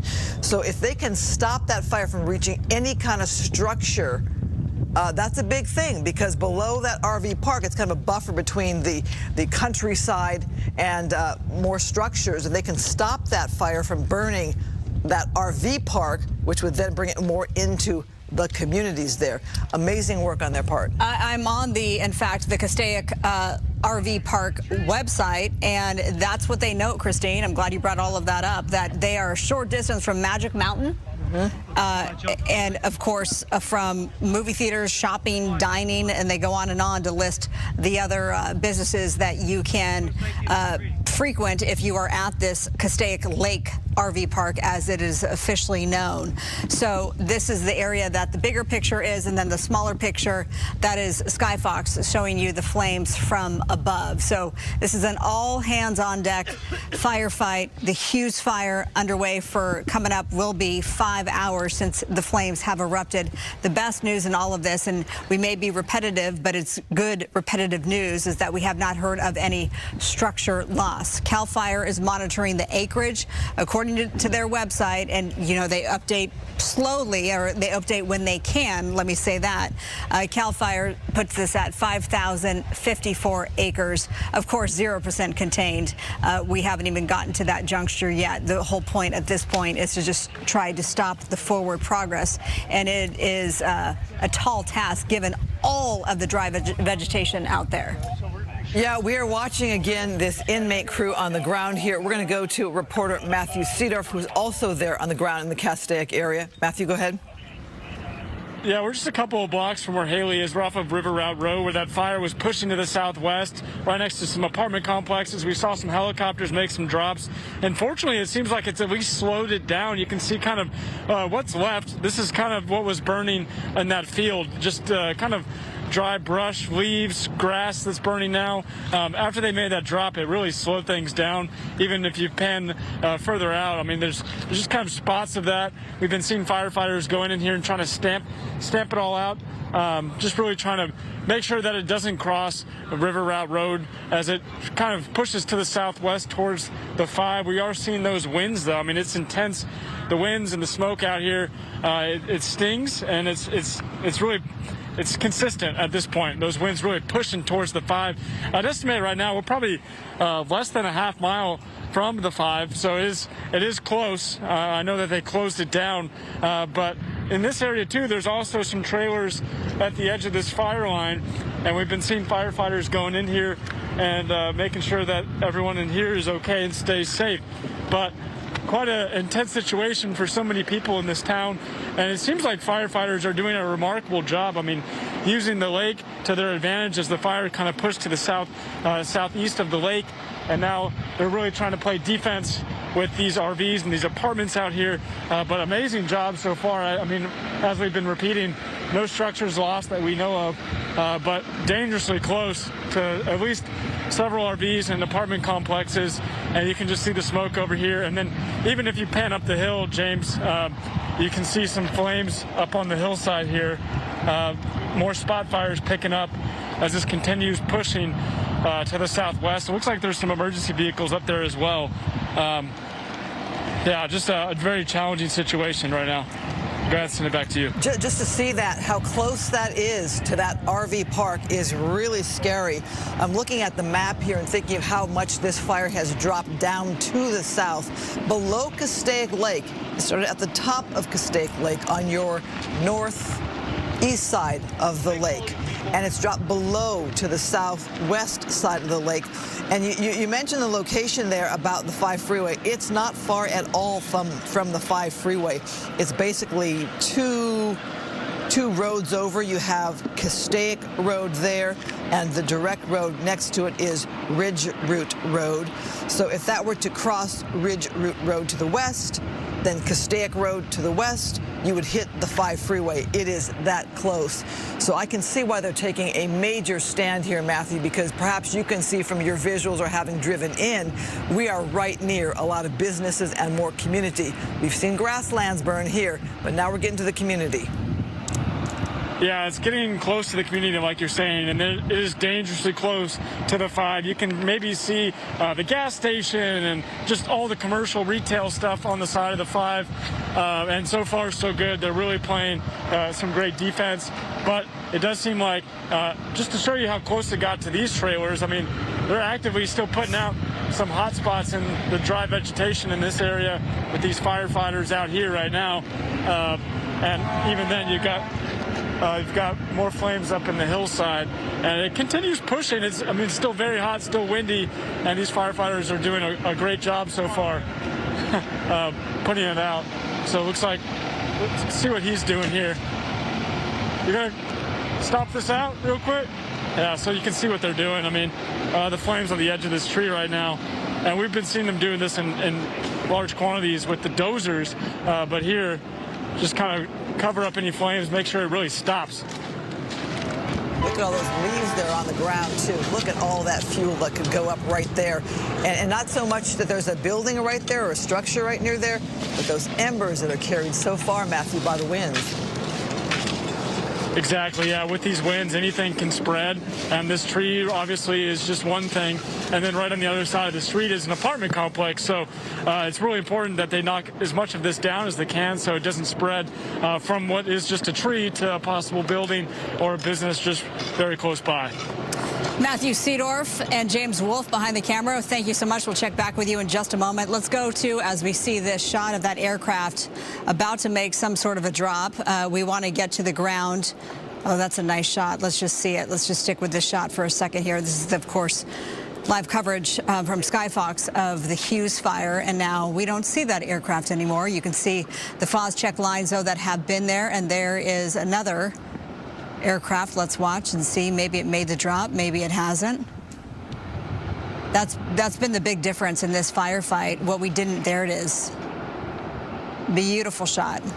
Beautiful shot. Welcome that site right there, and look how much territory it looks like they're able to cover with that piece of aircraft there. Amazing. Yeah, we didn't get to see that much in the first couple of days of the Palisades and Eaton fires, so it's welcome.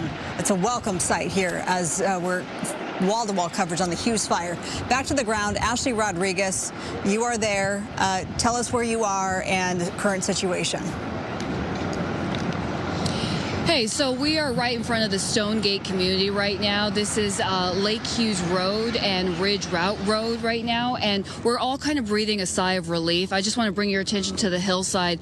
Just moments ago, there was huge flames on the ground. It looked like it was crawling closer and closer to where I'm standing, but now you see the only flames we can see from this vantage point is that line of flames. So it looks like firefighters are getting a handle on this spread. This community that I'm standing in is under mandatory evacuation orders, but so many people have decided to stay and just soak their homes. I'm joined now by Jade and Michael Pennick. Tell me what happened this morning. You said you were at work when you got the word. I was opening my restaurant over in Sherman Oaks in the valley, and I got about 3 phone calls. My watch duty app went off, and I have 2 small children that both go to school up here. So I just looked at one of the cooks and I said, I'm out of here. I called my husband, and we've had the flu at our house. I call him and he's like, oh, I can't keep taking off of work. And I'm like, there's a huge fire. And just so you guys have context, we're actually standing right in front of her home, so that if these flames were to jump or the wind pick up embers, it's a real threat. And how does that make you feel, knowing everything that's already happened in the past couple of weeks? Are you at all scared? We're very nervous. So I rushed home. I went and got my daughter from school up the road. Immediately, we packed up the car, got all our belongings, our paperwork, documentation, and I just started soaking my house. I wetting it down as good as I can, and I'm just thankful for all these firefighters and police officers that are here helping us out. Yeah. It's got to be so surreal to be putting stuff in a bag, thinking, okay, my home could burn, especially with what we've seen. What did that feel like? I mean, did you even have clarity of mind to get what you needed? You really don't. You really don't. In the moment, you don't know what's important, what's not, and you're looking at everything going, what do I grab? And then you look at your bag and go, I haven't even put anything in it yet. So it's a really tough moment, but I think we got the right things, and luckily we have friends and family that are close that are letting us come over. We're going to be taking off here real soon. So. Yeah. Oh, okay. I was going to ask, what is it going to take for you to eventually evacuate as we watch these flames kind of dance around this mountainside, this hillside? When do you think you're going to pull the trigger? I think that I wanted to wait until we got the official knock on the door from the sheriff's department. And it looks like it's clearing up. All right, let's go ahead and bring your attention to what, just got all the firefighters cheering over there. They just did a big water drop. It does look like they are getting this stamped out and at least contained for now. We'll go ahead and send it back to you in the studio, but clearly out here breathing a sigh of relief. For a second there, it was a little hairy. We weren't sure what was going on. The flames were so big, but it looks like firefighters are getting this under control. We'll send it back to you. So noting that your location is north of where our other reporters, Haley and Matthew, are, closer to Castaic Lagoon, but there's a number of businesses in that area besides that home association, Stonegate Castaic Association. We are looking at concerns, though, as this fire has spread. Now we're hearing 1,000 acres now. 8,000. Oh, yeah, wow. 8,096 acres. Wow. CAL FIRE just updating this, the acreage of this fire as we look at the Erickson Aero tanker. A beautiful sight that is. We were reporting 5,054. That was the last check within the last couple of hours. And now it has grown by more than 3,000 acres. Again, this started just about 5 hours ago at 50 acres. So the rate of spread is incredible, given that we're already up to beyond 8,000 acres. Also underway down below there, the Pitchess Detention Center. Let me just get this information up. This is for LA County, the Pitchess Detention Center in Castaic. That is what we're being told is under a partial evacuation with 400 inmates being relocated. So that is something that doesn't happen all the time. I'm seeing some sources say that it's been 4 decades since inmates have had to be evacuated in any way, shape, or form. I want to get that confirmed. But the Peter J. Pitchess Detention Center in Castaic under partial evacuation, reportedly 400 inmates are relocating right now because of the Hughes Fire that has now grown to more than 8,000 acres. According to the LA Times, it's a 5,000-person jail complex, so wondering how much of a concern they have there. Do they need to evacuate the whole location here? Obviously a big concern, as the sheriff then of LA County would be watching that one and deciding whether to evacuate. It is LA County's northernmost jail, but obviously fire knows no boundaries, whether you are a homeowner, a renter, or you are incarcerated in one of the jails here. A concern for everybody there as we watch this fire moving towards the 5 freeway, moving to the southwest towards the 5 freeway. It's called the Hughes Fire. As we continue to look at the map there, gives you a picture. If you know the area, you know it well. You know Lake Hughes Road, you know the 5 freeway. Many people just know that area as they pass through the 5 freeway going to Central or Northern California.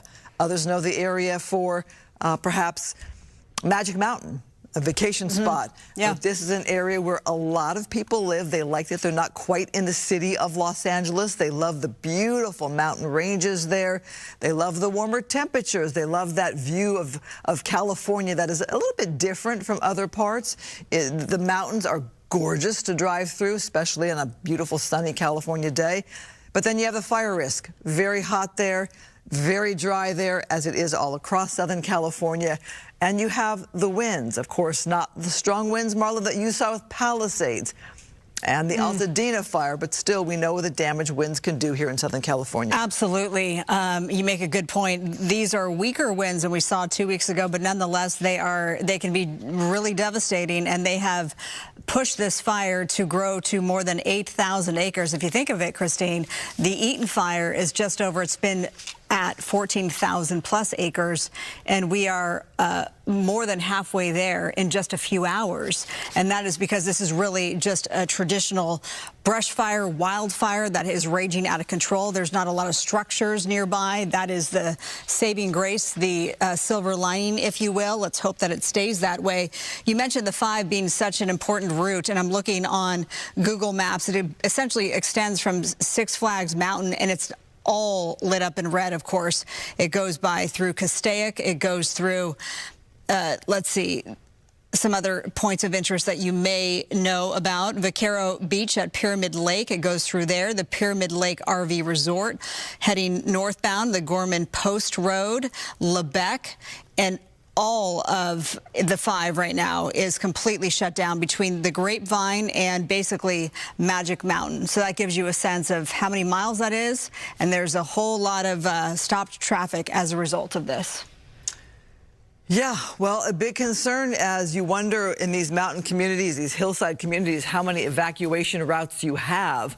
I'm thinking of a friend of mine who lives in one of these areas, and to get up to her place there, it's kind of one road in, make a right, make a right, make a right, and then you are there. Let's talk to residents right now in the area. Todd Kessler, thank you for joining us by phone. Tell me first off, Todd, where are you at? I am actually standing on a ridge watching the fire as we speak. I'm in Valencia, up in the Tesoro area. Are you under mandatory evacuation right now or warning? Yeah, evacuation order came through about an hour ago, so we loaded up everything of importance and got my wife and mother-in-law and dogs out, and I'm kind of standing by, but I'll be getting out shortly. So tell me what it is you're seeing from your vantage point, and what concerns you about what you've witnessed in these past couple of hours here. Well, the winds are blowing westerly, thank God. If the wind does shift, then we're probably in danger. I'm sure our evacuation orders out of an abundance of caution, given everything that's happened in the Palisades and Eaton fires. But we're going to heed the warnings and orders and just be safe. But hopefully we'll have a house to come back to. I'm not too worried about ours. I'm more worried about people in Castaic watching the direction it's blowing towards Castaic and Piru area. That's the direction the embers are falling. So what would it take for you to, because you mentioned you're under a mandatory evacuation order right now, you've done your due diligence and you've packed up the car, you got your loved ones with you. What will it take for you to actually leave your property? Once I'm done with the call, I'm actually going to go back to work and hang out there and just wait until they say it's safe to go back into the area. As I'm looking at the map, Todd, I can see that it appears that your neighborhood, if I have this right, is to the southeast of Castaic Lake RV Park, and the winds are blowing the fire to the west. So if things go as planned, the fire would move away from you. We talked to another residents from that Tesoro Valley area as well who had rushed home to deal with her kids and pack up. I'm wondering, have you been on standby to pack up these past couple of weeks, given that we know you're an area that has a lot of wind, we know you're an area that's very dry, that fire, if it happened, could be very bad in that area?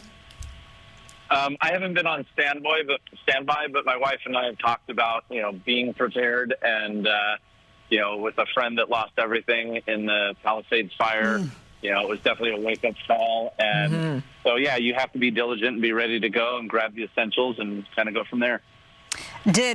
So sorry to hear about your friend. I mean, we've seen story after story about that. Yeah. So we're so sorry. And, of course, we hope that your home is safe. Did any of the coverage that you've been watching change how you would deal with an emergency like we're seeing today? Not really. I mean, you just have to be prepared and, leave it in the professionals' hands, let them do their job. And the current conditions where you are, you said you're standing on a ridge right now. How windy is it? Give us a sense of what you're feeling. It's not too terribly windy right here, but, the fire creates its own wind. I'd say there's gusts maybe 15 to 20 miles an hour. But I'm up in the new construction zone.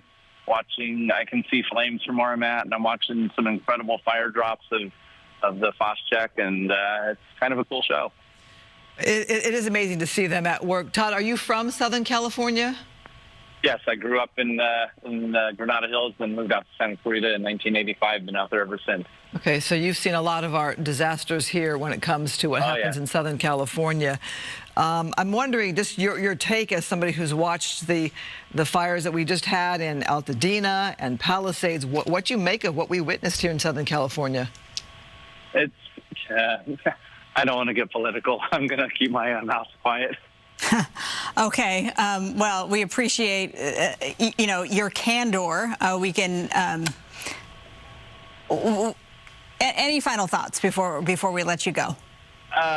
Just thanks to all the hardworking firefighters. I have many friends that are firefighters, sheriffs, CHP, and they're all working 12-hour shifts overtime. They're exhausted, and they just, they're the true heroes. So can't thank them enough.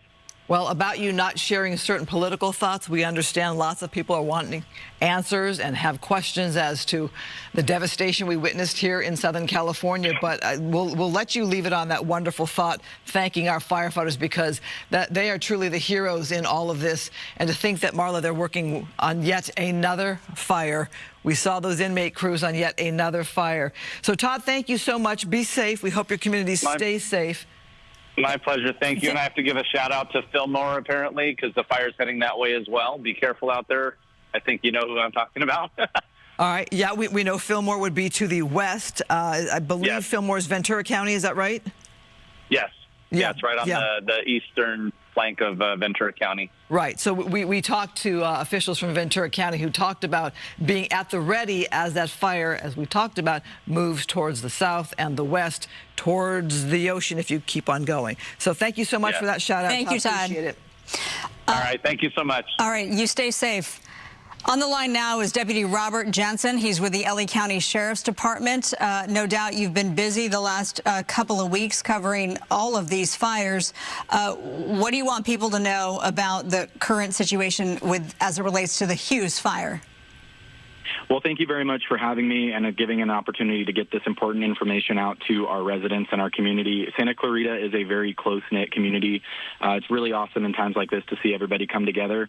One of those things that comes together really well during times like this, unfortunately, Santa Clarita, we're no new guide to fires, so we're working together really well with our partner agencies.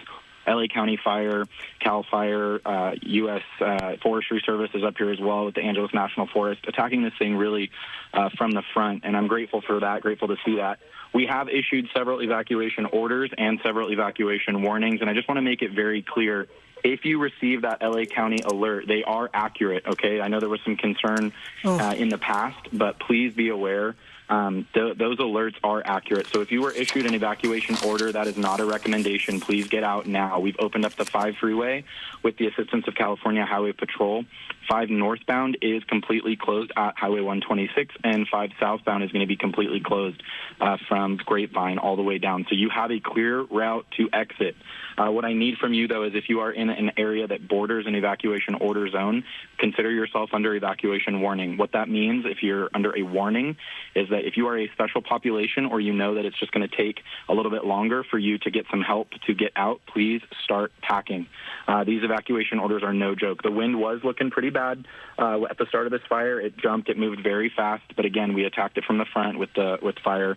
And it does look like the acreage is holding right now. We're at about 5,300 acres.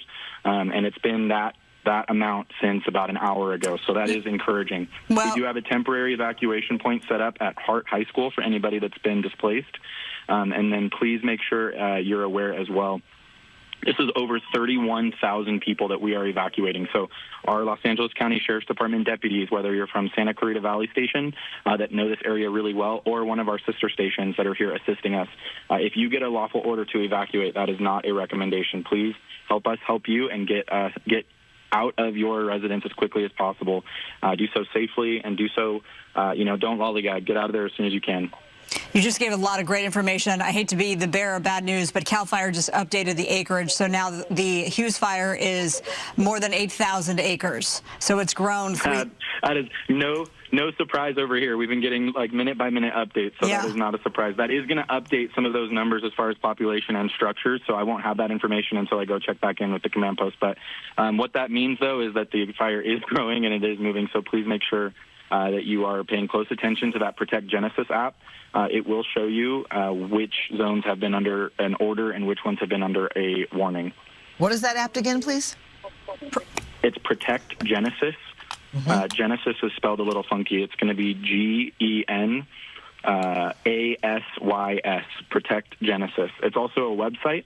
A lot of people will use other apps like Watch Duty and that kind of thing. Just keep in mind, Cal OEM are the ones that directly update Protect Genesis. So you're going to want to check that one for the most accurate, most up-to-date information. Watch Duty is very helpful, though, as far as early warning signs and that kind of thing. Great. Okay, so I want to just hit home a point that you made there, and I think that's very important. First of all, the emergency alert system, if those folks out there in Santa Clarita and Castaic area received it, that was not a false alarm. That is the real deal, because we dealt with that a couple of weeks ago during the Palisades and Eaton fires. So thank you for bringing that up.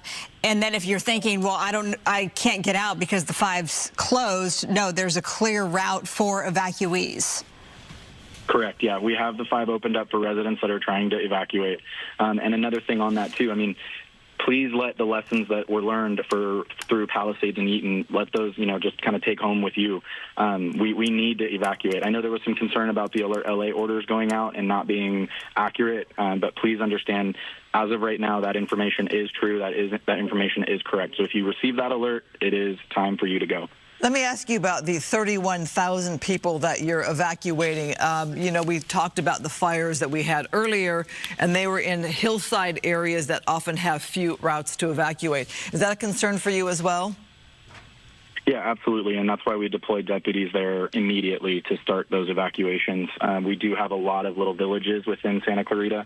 There's going to be some of the, like, Tesoro, Decorro, West Hills, kind of the Mountain View, Black Pine areas over by Haskell Open Space that are going to be under evacuation warnings now. So please, again, just pay attention to those apps. The wind is shifting. We are monitoring it very closely. As of right now, anything that is neighboring an evacuation order, please consider that an evacuation warning, even if your zone has not been highlighted as a warning yet. Well, I can tell you I was in a warning zone. One of the last fires, it is one of those where you're really nervous, you're really on edge. You pack some things, you don't pack enough things, and you kind of are tense the whole entire time. So thank you, Deputy, so much for the information you provided. Yes, Deputy Robert Jensen with the LA County Sheriff's Department. Did you want to say any final thoughts? You know, I just am grateful again for our partners with the LA County Fire Department. They have some excellent resources on their website as far as what to do when you get notified of an evacuation. They even have a, you know, if you get notified that the fire is 2 hours away, this is what you should pack. If you get notified with 20 seconds, this is what you should grab. So please take a look through their website. If you're not affected right now and you have the time, take the time to get prepared and get ready and know your zone so you're ready to go if and when those fires affect you. And Deputy, you should know that our web team worked quickly to put up the Protect Genesis app, information, I should say, on our Fox Local app. So that'll help our viewers as well. So thanks so much for that. Excellent. We know Watch Thank Duty you. is a good resource, but so is Protect Genesis. Thank you so much, sir, for all you do. Thank you, guys. We appreciate your help. Couldn't do it without you getting the information out, so thank you. You got it. All right, we're going to talk to Cal Fire now. Brent Pasqua joining us also by phone.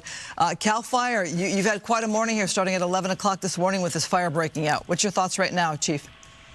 Yeah, this is another fast-moving Santa Ana wind-driven fire. So good news is it's not like the first 2 days of the Palisades Fire. I came straight from the Palisades Fire this morning to this fire. We are able to fly our aircraft. We are making progress. With that being said, it's still a very dangerous fire, and people need to heed warning if told to evacuate. Thank you. First of all, you've been on the front lines for weeks now on end. So Battalion Chief Brent Pasqua, thank you so much for that. You know, since you're comparing and contrasting that fire, Palisades, with this one, you know, the other thing that we're seeing here today is the aircraft, the assault from the air, one right after the other, which is a great thing, obviously, which we didn't see in the Palisades Fire. That's right. The Palisades, we're kind of shut down. We're off and on the first 2.5 days. This one, we're still flying, so we're taking the fight to the fire, and we're actually making some progress. I think it's amazing that you are reflecting on the fire we just witnessed, and now here we are yet again. You're right. That is welcome news. We have seen those drops. We have seen the FOSS check coming through. You're right. It makes a huge difference. Also, the winds, not like they were. But still, my goodness, you've been probably on edge for weeks now. How is it to continue to do this job and to keep the strength to fight these fires and be there for people? You know, I just want people to be safe, and anything we can do to inform them or help them get out of the way of these fires, that's our main priority. That's my main goal. So that's what keeps me coming back, and I will be here till this one's out as well. So we have Cal Fire, we have Angeles National Forest. Talk about the fact that this, like the others, is an all-hands-on-deck fight. That's right. We've surged resources down in this area for a while now. Even some of the resources that have been getting demobilized off the Eaton Fire and the Palisades Fire have been held in the area. So we were able to surge those resources here to this fire, and that's a good thing. So, let me just ask the follow-up. Does this hinder, because we know that obviously the Palisades Fire and the Eaton Fire, they haven't grown in acreage, and containment has increased, and Eaton is almost 100%. Palisades is close to 70%, if I'm not mistaken. Correct me if I'm wrong. But does this firefight impact the Palisades firefight now? Right now, it doesn't. The Palisades was still looking good as I left today. No smoke, no fire over there. We were just picking up hot spots that our infrared technology was finding. So we're still looking good over there. No new starts, so that's still good news.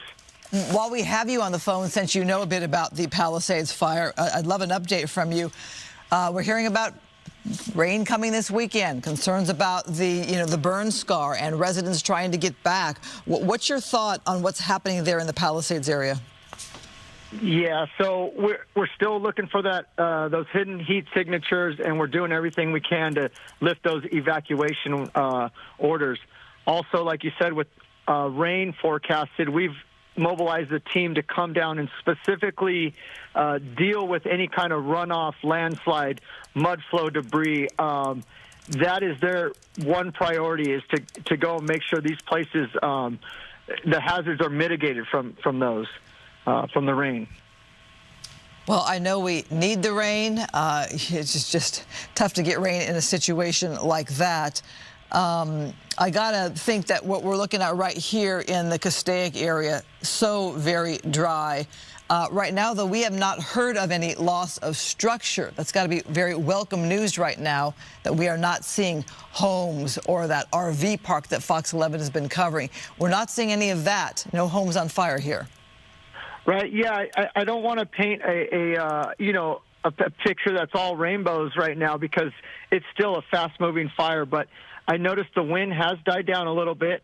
The smoke is going a little more up instead of laying across the ground. But again, people need to be ready to go, or if they're told to go, get out of the way. This is another fast-moving fire. All right, Battalion Chief Brent Pasqua with CAL FIRE. Thanks for all the incredible work you've been doing over the 2+ weeks. And now here you are at the Hughes Fire. You stay safe, and thanks again. Thank you. Yeah, thank you. On the ground, let's go to Robert Moses. He is on loan from our New York station, and we very much appreciate that he's here in Los Angeles to help cover these wildfires. He's at Hart High School, which is serving as an evacuation center. Robert, have you seen a lot of people filing in yet? Well, we just pulled up here a few minutes ago. I've seen some people who could potentially be evacuees. We'll, of course, be attempting to speak to some of these people, but I wanted to kind of situate you with where we are. We're, I'd say, roughly 10 miles or so away from the fire, 10 miles south here at Hart High School, this temporary evacuation point. And just to kind of add to what we just heard from on that phone call, the smoke appears to be moving away from us. That fire, of course, as we know, has already burned through more than 5,000 acres and does not appear to be anywhere near contained. As we were coming up the 5, it was striking how the smoke went from being kind of a grayish color to that dark black that you see here. We're stationed here again at Hart High School. This is a temporary evacuation point. 19,000 people have been evacuated from the area. 16,000 or so are under evacuation warnings as of early this afternoon. That's according to the LA County Sheriff Robert Luna. Again, we're just standing by here where people can come as they have fled their homes. But as I've been monitoring the coverage today, it's just been striking to me to see how people are living through deja vu. Not again. Hosing down their trees and their decks and scooping water out of their pools to try to gird their homes against what we're seeing yet again. But the wind up here does not, it's relatively calm at this point. It doesn't appear to be kicking up as of yet, but I know there are warnings for later on tonight that we could be seeing stiff winds, and that could be just another nightmare all over again. Back to you. What was it like in your travels, Robert, getting to Hart High School, this evacuation center in Santa Clarita? Was it pretty hectic out there?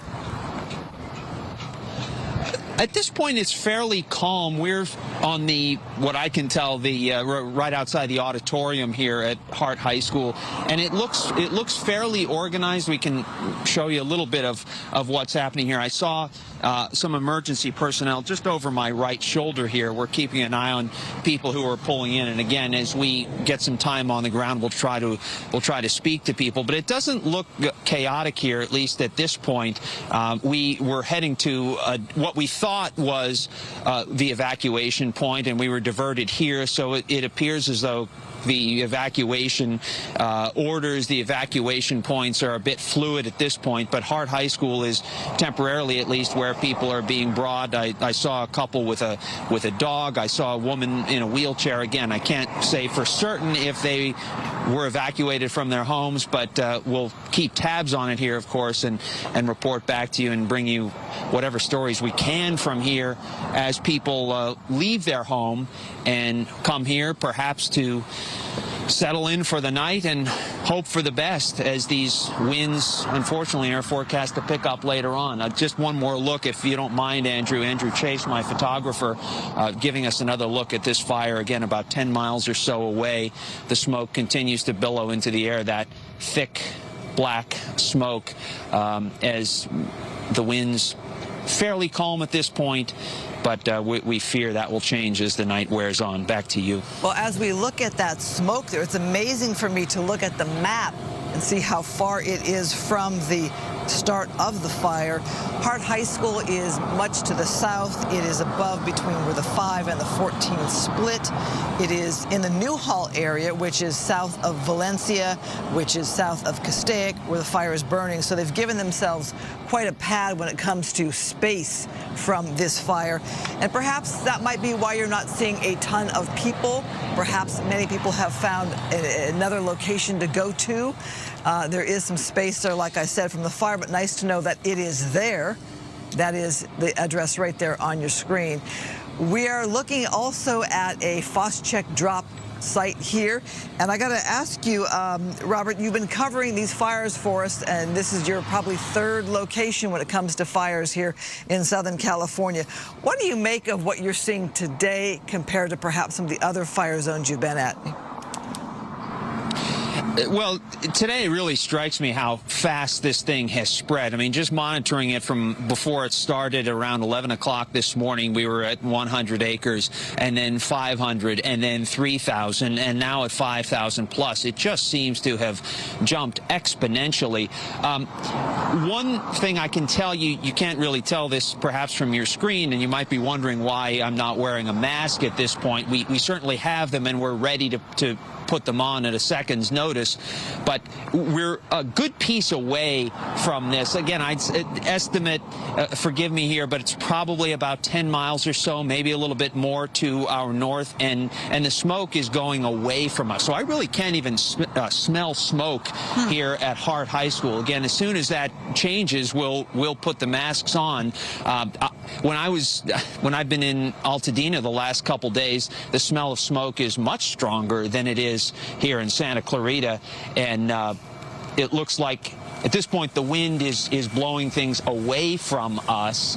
But again, I'm not a meteorologist, but I know that as we move through the day, this thing could change at a minute's notice. All right, Robert Moses reporting for us. We appreciate you very much. He's at the Hart High School in Santa Clarita, which is a temporary evacuation center. Thank you for that.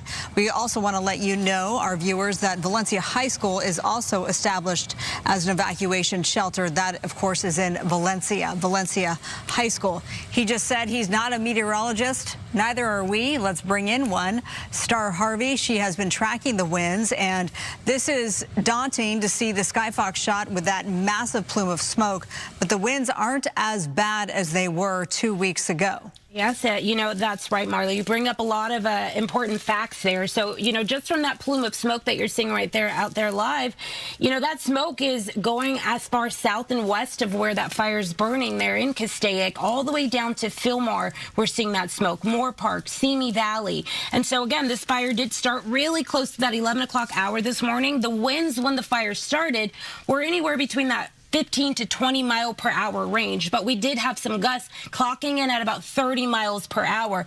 You know, the fire currently is impacting 2 counties here, so not just LA County, but also Ventura County. And currently those temperatures over there in the area, they're in the upper 60s to 70s. So these high temperatures, but also the addition to the dry fuels, the low humidity values, and yes, the winds. This is the reason why we are seeing this fire spread the way it has. Currently those winds, you know, I heard a few people here through those, you know, phone calls say that they're experiencing some of those calmer winds. That just pretty much determines, or it matters where you are, because from what I can see at this site, the winds are still moving at about 17 miles per hour sustained. We do still have those gusts going upwards of about 33 miles per hour. Now, here's something that is important to note, that I am tracking, according to our models here, that the winds will drop down just the closer we get to that 5 o'clock hour. So within the next 45 minutes or so, but still, we do still have that red flag warning. And in fact, it's been extended past tomorrow. I just checked in with the National Weather Service, and they are extending it to now Friday at 10 a.m. This is not just going to be for the gusty winds, but also that low humidity value. The humidity value out there is in the teens right now. You know, in this wind event that we are currently in, it is registering as major, and, you know, rightfully so. You see it right there on the screen. You know, just just to put things into perspective for you, there's 4 categories. There's minor, moderate, major, and extreme. So we are seeing major with this current event that we are in. From what we saw 2 weeks ago, that was extreme. But still, the winds are still expected to gust anywhere from 30 to 50 miles per hour. And we could see in some of those areas get as high as 65. The humidity values will remain very low, 2 to 10%. That is bone dry. And overnight, we're expecting to see very poor recoveries with our humidity values. You have to make sure to use extreme caution with these ignition, sources out there. So that means staying alert, not just to the forecast. I'll surely be here to get you through it, but also you want to follow the instructions from all of the emergency officials. They are saying that Hart High, but also Valencia High, one of those safe spaces. We've had over 3,000 people evacuated.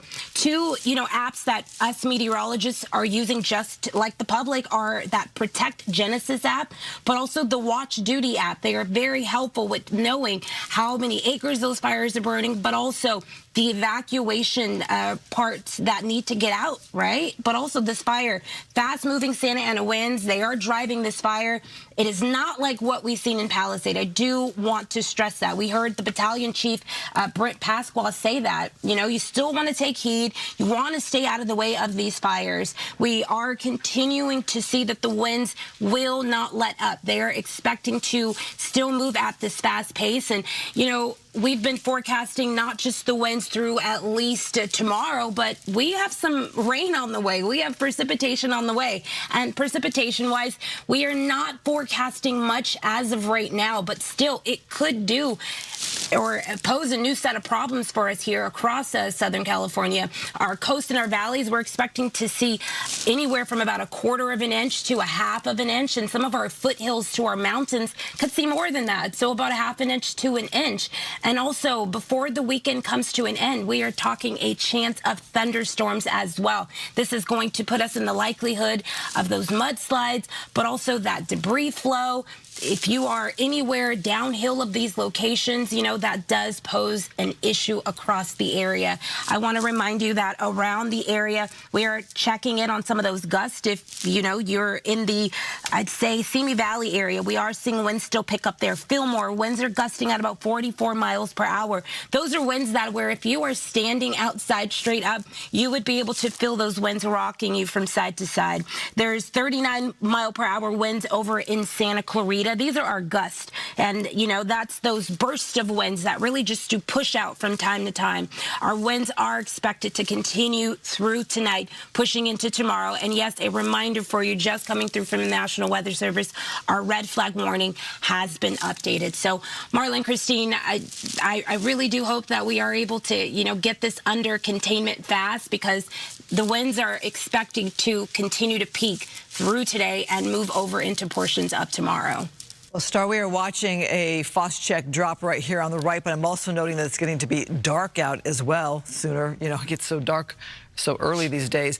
Tell me one more time, if you could, Star, the prognosis for the evening when it comes to the winds. What are we looking at nightfall here? Yes, so as of right now, I can tell you that winds right now in that area about 17 miles per hour. They are gusting in the 30 range. I forecasting as of right now, and moving into that 5 o'clock hour, we should see those winds become calmer, but they are expecting to pick right on back up. And this is, again, at the 6 o'clock hour. I'm going to have to check in on our models to see how strong they're going to get, but according to the criteria put out by our red flag warning, we could see those winds gusting as high as 30 to 50 mile per hour, and then in some of those isolated areas, we could see them getting as high as 65. So you have to imagine, when this fire started, we were in that 30 range, and so going 65, that's more than double the gust of what we had when it all started here. Okay, so we're still a couple hours away until those 30 to 50 mile per hour gusts are forecasted, and we're about an hour away from sunset. So darkness will be upon us soon, and that's always when it looks a lot more ominous, especially given how big this is at more than 8,000 acres. Star, thanks so much. Let's get to the ground. We have Matthew Seedorf. He is right near the 5 at Tapia Canyon Road. Matthew? Yeah, right by the Tapia Canyon Road and the 5, and you can see we're at the fire line pointing to the 5 right now. Pretty eerie just seeing it so quiet. There's very few cars on there, minus, first responders. But I do want to show you just the line of firefighters out here watching this closely, because this is the southernmost edge of where this fire is pushing towards the 5. And it does seem like they're just trying to do everything they can to make it stop here. We've been talking about defense, but they are doing a really good job playing defense. And right now, again, just trying to prevent it from crossing the 5. You can see the flames on the other side of the power lines, possibly with the firefighters looking out over at it. We've been seeing the dozer up in there, as well as just several remarkable drops of Phos-Chek and water from helicopters and planes into this canyon. Just remarkable to see. And then, James, I don't know if you can flip it this direction, but the amount of firefighters out here is really remarkable. I mean, A+ job in responding. You can see all the firefighters on that edge as well, really trying to get ahead of this. You got to think of all the firefighter resources in town for the other fires that we've been experiencing the last couple of weeks. It seems like a lot of those resources have been put on this, and with those winds, it's definitely necessary given the situation. But again, where we are, it looks like this is kind of the last line of defense before it approaches the 5, and they're doing everything they can to try to prevent it from crossing over the 5. I'll go ahead and send it back to you. Matthew, you make a great point. We just had CAL FIRE Battalion Chief on with us, who literally came from the fire lines in the Palisades to be here at the Hughes Fire, and he said exactly the same thing, that a lot of the resources there from Palisades is now being used here at Hughes. I asked him if that's going to impact as they still try to get 100% containment on the Palisades fire, and he said at this point, no.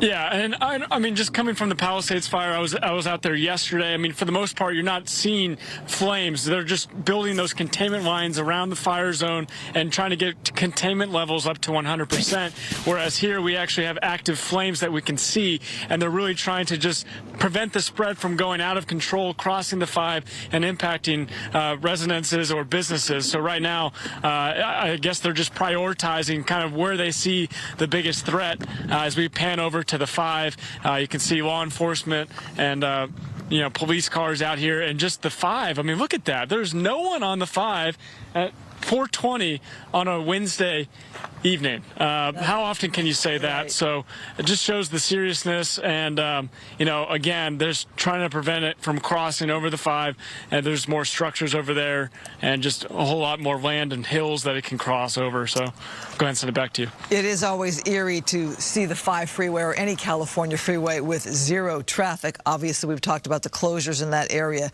So Matthew, talk about the area that you're in now, because you are south of that RV park where you were earlier, along with reporter Haley Winslow. So you've dropped down to the south. What does that tell you about the fire? Yeah, we dropped south. It's kind of pushing to the southwest, so we kind of wanted to get out ahead of where it was heading. So we're on the southern edge of it. You can see possibly the flames. Actually, you can see a dozer light up there right above the flames, and that's kind of the edge of the fire. I'll see on the map here. That's Charlie Canyon Road, it looks like. We're at Tapia Canyon Road, so that's kind of the main intersection where this corner of the fire seems to be as it's pushing to the southwest. Again, though, we're still seeing those drops, and the firefighters, again, watching this really closely, trying to make sure at the least that it doesn't continue and cross over the 5. But just amazing. Look at that. I mean, that is... Some of these drops have just been remarkable to see. We're at a really cool vantage point to see. They kind of go in between the canyons, drop the Phos-Chek, drop the water. You can maybe hear the gust of the wind and the plane as it's taking off out of here. But just they're doing a remarkable job so far in preventing this from impacting structures to the best of our knowledge, as well as preventing the spread from really going and crossing the 5 and getting out of control more than it already is. We love seeing all the water drops and the Phos-Chek drops. So Matthew Seedorf, great work down there. Thank you so much. Let's get to Haley Winslow. She are you still near that RV park? And apparently you're close to some flames. Fire with Hey there, you guys. Yeah, we're on the south end as well, just right by Matthew Seedorf. Basically, the fire's coming right at us. You can see they're trying to make this fire break right now. We've got some dozers on the hill right there. We've kind of got a natural fire break with this road right here, but we've got dozers on all sides. You can see the smoke kind of billowing towards us as it's moving towards the southwest, as Matthew was just saying as well. So we have, I recognize his face, Adam Van Gertpen. He's actually going to help us out just as a friend. He's coming to us from the Palisades Fire. He's with LAFD with City. This is, of course, the county fire. But just seeing this, you know, the magnitude of all of these fires, it's been, what, 2 weeks at least of this? What do you think looking at this?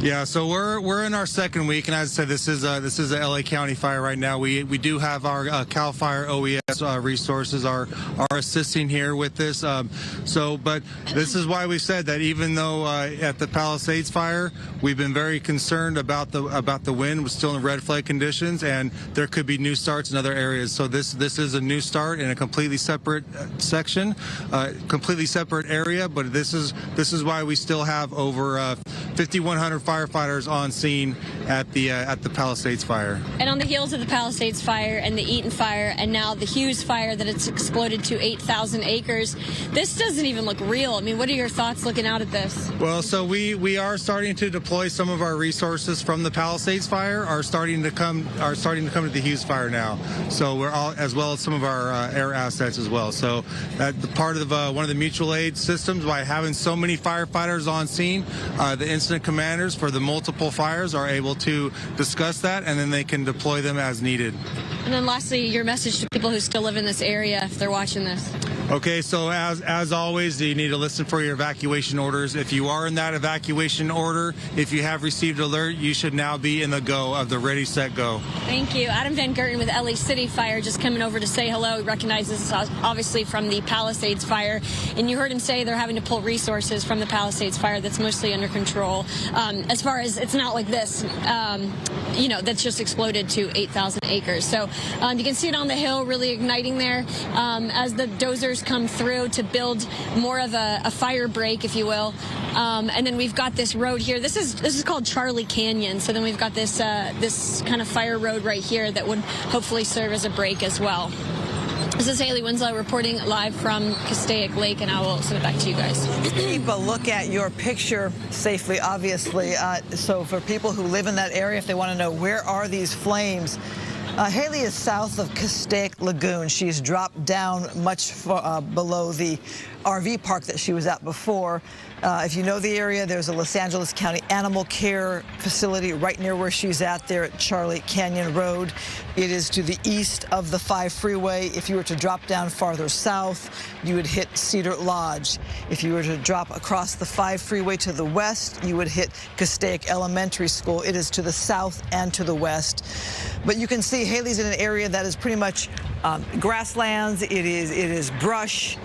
It is shrubbery.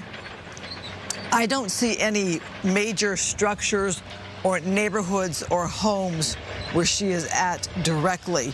The concern would be, as that fire has moved to the south and a little bit to the west, how close do you get to communities? And if I were to look at this here, if they were to not be able to stop that at the 5 freeway, they would then get towards the community where you have Castaic Elementary School and Castaic Middle School. But right now, they're working very, very hard to keep that to the east of the 5 freeway and not let that jump that freeway. Of course, the communities to the south are what we talked about, Tesoro, but that is to the south and the east where the fire is moving and blowing towards the west.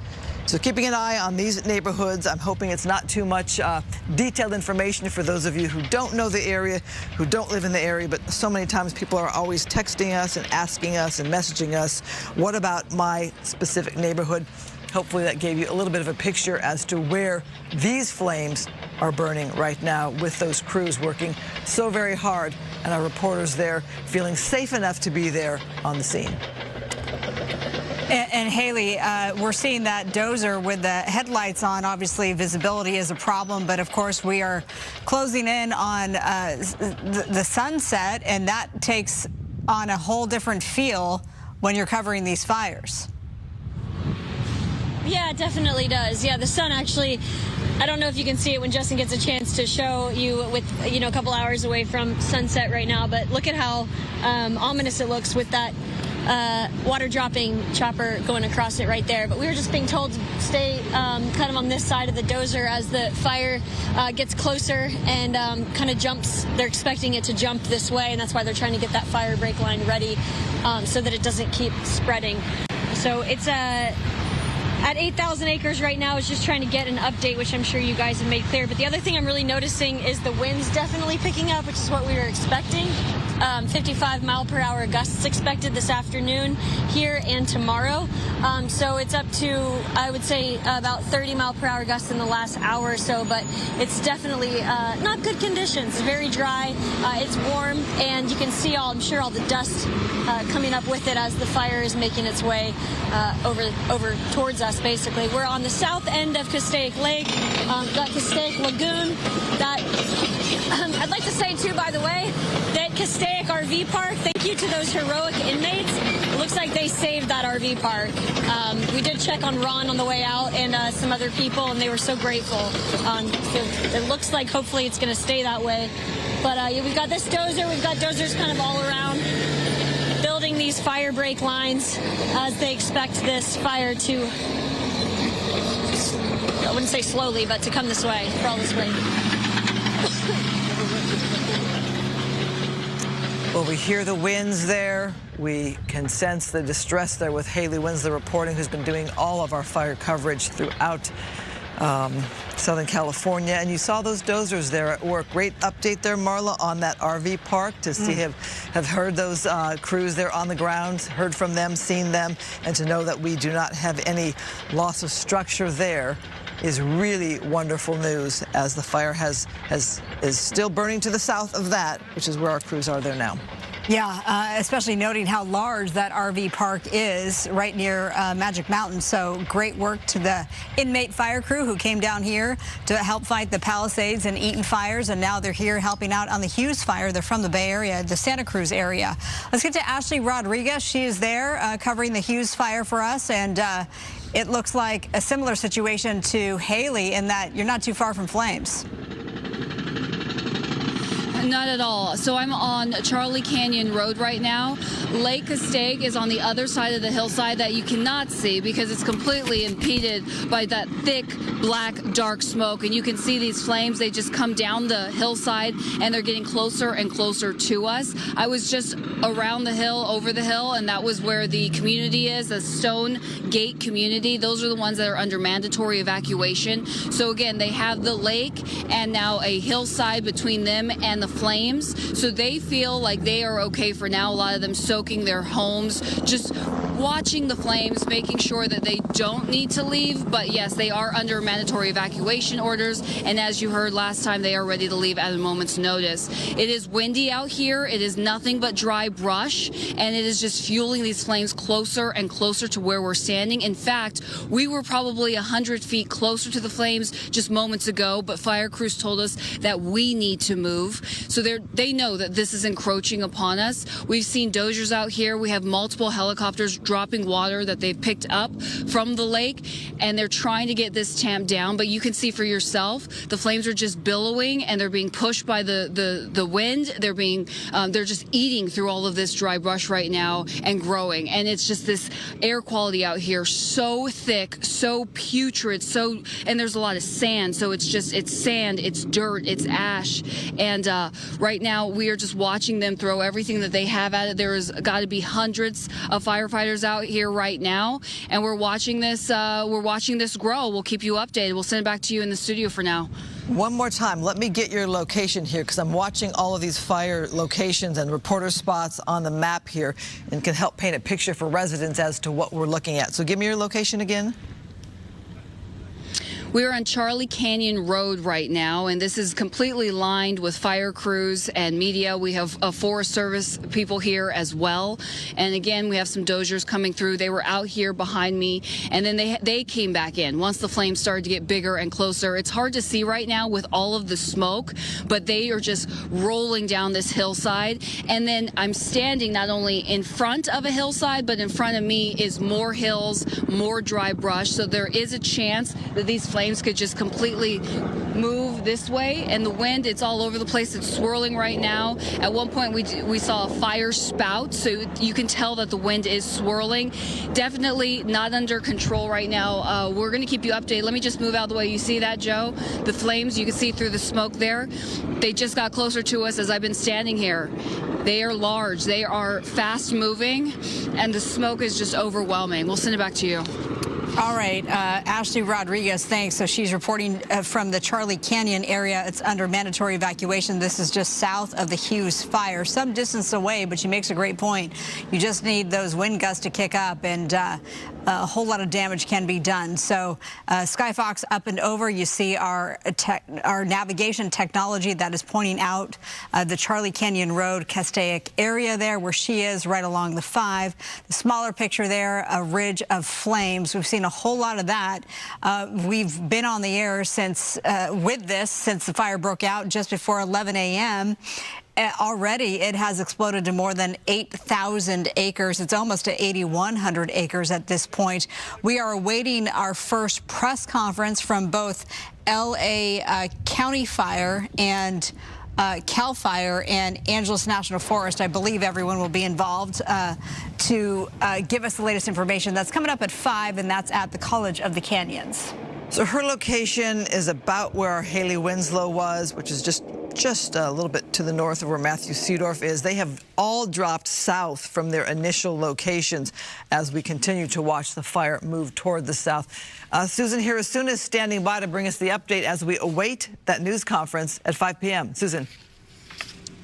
Yeah, Christine and Marla, that news conference is scheduled for 5 o'clock, and you're right. You will hear from L.A. County Fire, L.A. Sheriffs, Cal Fire, Angeles National Forest, and on and on. Now, from this perspective, I just want to let you know that it kind of looks better than when we first arrived, because when we first arrived, there were a lot of really dark columns of smoke, and thanks to the air attack, at least from this perspective, it looks like they've gotten a little bit of a handle. It's diminished quite a bit from what it was before. It's much more dramatic when we first arrived. Now, if you don't know where we are, College of the Canyons, this is in Santa Clarita. We're right adjacent to Magic Mountain, so a lot of people might recognize the Sky Tower. So that is what we are looking at from this vantage point. And then, as I said, we're seeing the air attacks. It's all fixed wings from our perspective. We watched as the Super Scooper went towards the east and then around to the north and then disappeared, and then lo and behold came out through a big black column of smoke, presumably successfully dropping phosphatic or water. So right now it's just a matter of a few minutes before we get the authorities here to get the latest information about what is handled and what is going on with the Hughes Fire. So I can just tell you, though, that as far as we're concerned, it's clear skies and no smoke, and that really dramatic show that we're watching. I'll send it back to you. All right, Susan, we appreciate that very much. We're talking about the all hands on deck effort here. So let's talk about the agencies involved. Cal Fire, Angeles National Forest, LA County Fire, LA City Fire is not a part of this firefight. I'm only bringing that up because the spokesperson who we had on quite a bit during our coverage for the Palisades and Eaton fires was Eric Scott, and he had to put it out on his social media and LA City Fire because he's got a lot of questions about the Hughes Fire, saying LA City is not involved in this. It's an LA County fire effort. Let's go to Matthew Seedorf. We just saw you pop up on the screen. Latest conditions there.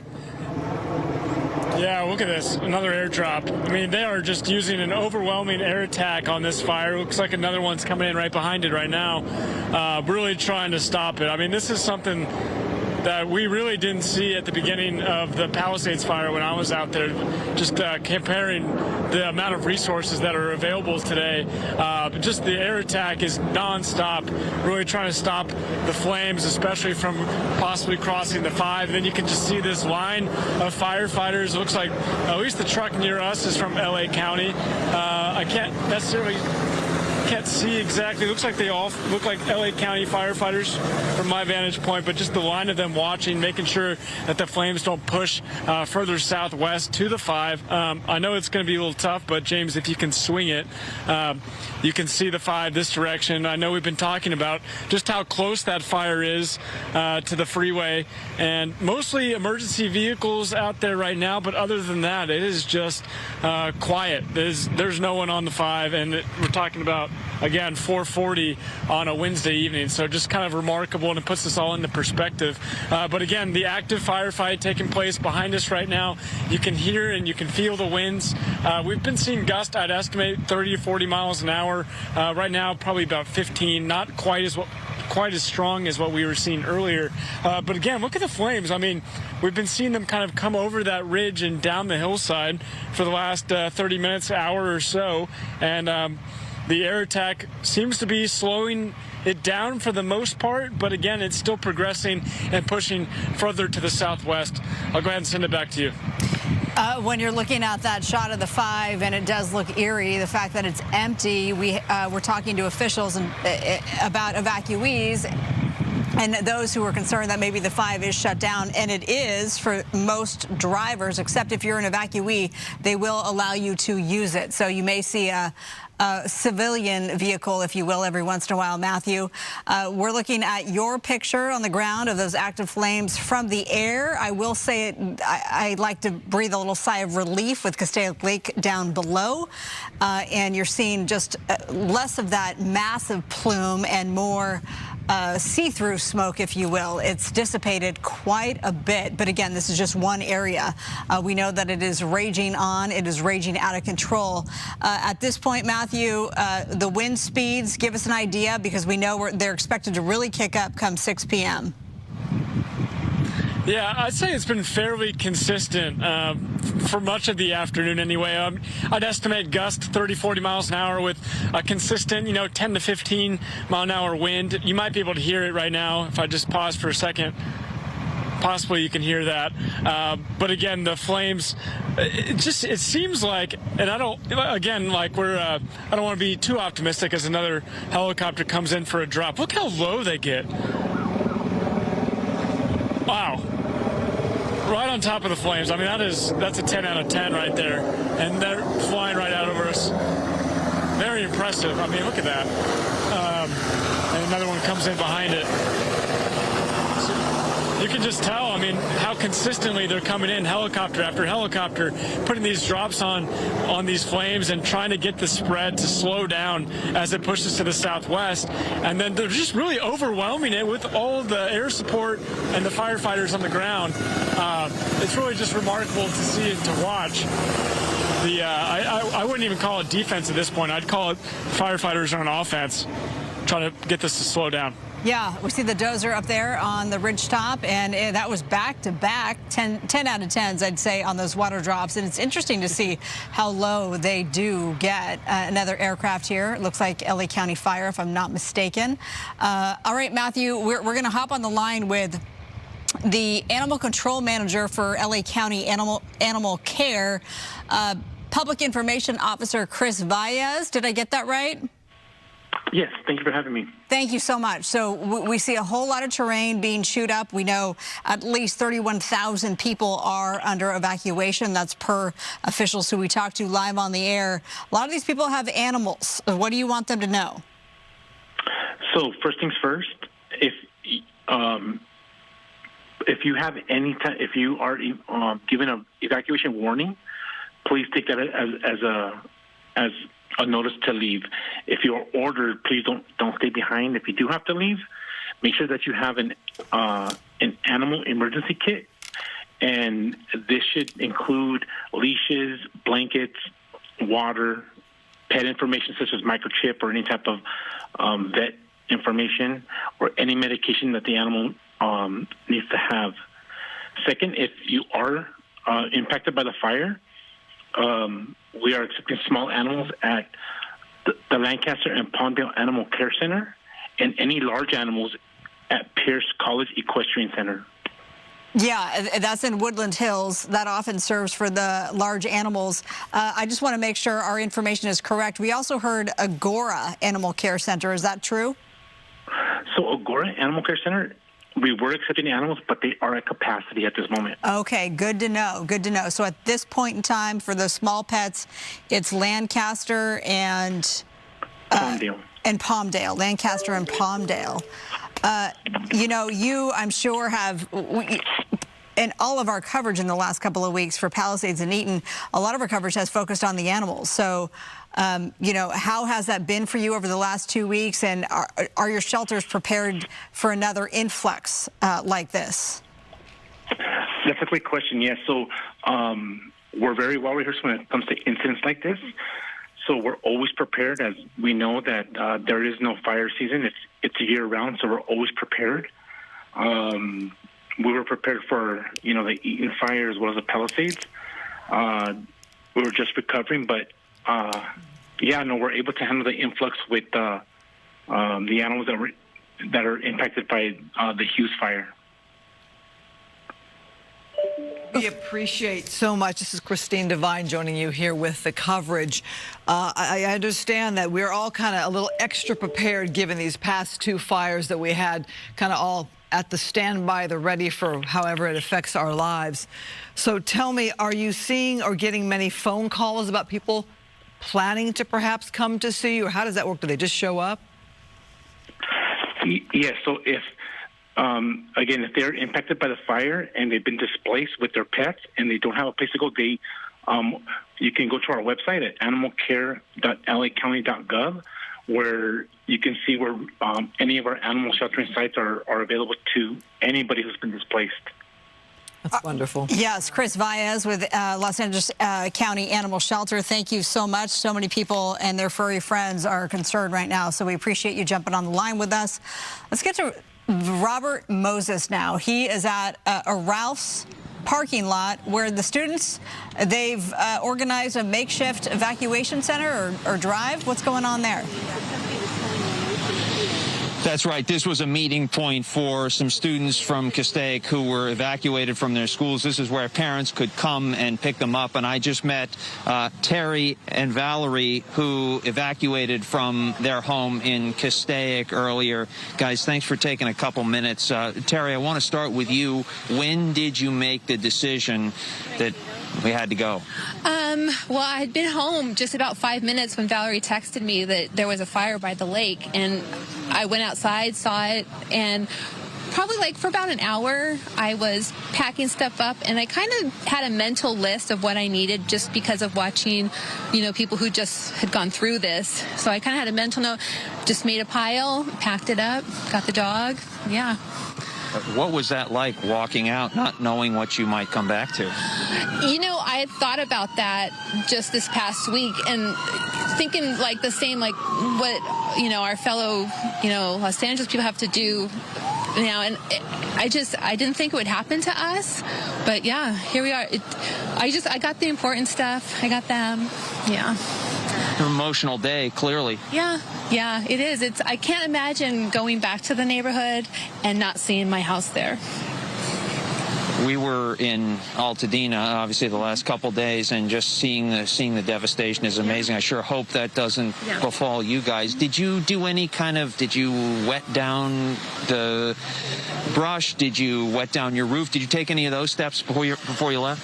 Like last ditch, he put the sprinklers on, hosed down one of the palm trees. But yeah, we were packing and we were getting ready to leave the whole time. And Valerie, what's this like for you, again, not knowing what you might go back to? Yeah, it's just, I grew up in this house like this. I've only ever lived in Castaic, and I'm 18. So it's definitely really sad. I mean, all my friends live here too. I had friends who got evacuated as well. So we've been kind of checking in on each other. Did all your neighbors decide to leave like you guys? Yeah, we had like police officers, like they were like prepare to evacuate, and I left my class early when I saw other kids that lived in my same neighborhood leaving early as well. And we were just going to our cars and just trying to like get home to get our stuff and help our families. But yeah, they were like telling everyone prepare to evacuate, and then eventually they were like, this is mandatory evacuating. So we just put our stuff in the car and left. So Terry, as you were looking out the window, did you see this thing just leaping rapidly? You know, it's funny. My neighbor and I had just walked around the lake, and I had just been home 2 or 3 minutes when she texted me, and I said, no, we just walked around the lake. There was nothing there. And I went outside. I looked down the street. I didn't see anything. And I went to the backyard, and then that's when I saw the smoke. And yeah, it was fast. And I went and got my husband up, and yeah, it just, from there, we just were on go. Mm-hmm. So what are the plans for the rest of the night and the foreseeable future? I mean, we have family and friends. We have family in Burbank that we'll go to tonight if we can't get back in. Yeah. Past that, I don't know. It's got to just be a helpless feeling looking up that hill. Definitely. Definitely. It is. It's scary not knowing, you know. It is. You guys know anyone who decided to stay? No, actually, yeah, all our neighbors next door across the street, they were like, we were just like, are you guys good? Are you good? Okay, let's go. We all pretty much left around the same time. Well, obviously, what's there can be replaced. I know it's such a hard day, but thanks for taking a couple. Is there anything else you want to communicate to people who are watching? Yeah, just to stay alert, stay safe. Evacuating's important. Like, just be prepared for sure. One last thing, how did you, I just can't imagine, how did you decide what to take? I mean, how did you prioritize that? Well, like I said, just watching the news coverage this past week, and you'd see people say, oh, I wish I had grabbed this, or I wish I would have grabbed that, or I'm glad I grabbed this. And I just I had it in my mind, like a mental list of, you know, things I would grab if it happened. And today I just said, okay, this is happening. And I just went, got the stuff, made a pile, and yeah, I did it. Yeah. Well, I wish you guys the best. Thanks for taking a couple minutes on a really hard day, and I'm just hoping and praying that everything is intact when you go back. But most of all, I'm glad you guys are safe. Thank you. Thank you. Well, stay safe. And I just want to, if we can take a little walk over this way, guys, thank you. We can get a better view of the fire right along the 5. And if we pop out this way, I'm just going to guide Andrew over here, and you can see the smoke coming into view and some of the evacuees just watching. When we were coming here, we saw a line of probably 4 or 5 fire engines racing north on the 5, heading into what could be a very, very prolonged firefight as this night goes on. I'll send it back to you. Hey, Robert, since this was organized by students there, and you were just talking to one, you should also know that Castaic Union School District announced that all schools will be closed tomorrow. You may have already gotten that tidbit of information, but just in case you hadn't, we're just getting word that Castaic Union School District schools will be closed tomorrow. That's Thursday, January 23rd. Probably not a huge surprise given the enormity of the situation and the fire itself.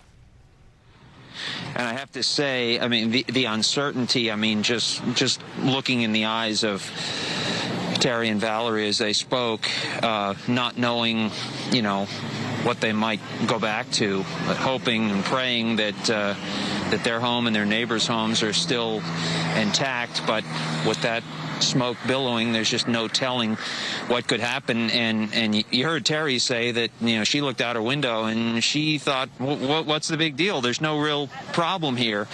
And how quickly this escalated within just a few minutes from 100 acres to 500 to 3,000 and now 5,000 plus. And I hate to say this, but the winds are stiffening here, and hopefully that's not a harbinger of things to come. But from what Star has been telling us and the other information we have, it sure seems like this could be a tough night ahead.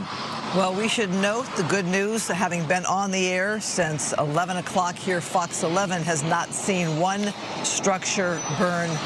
So they've done a really great job with the aerial attack on this one, if that gives that family any comfort to know that the difference here is you don't have those 100-mile-per-hour winds, and you do have that aerial attack.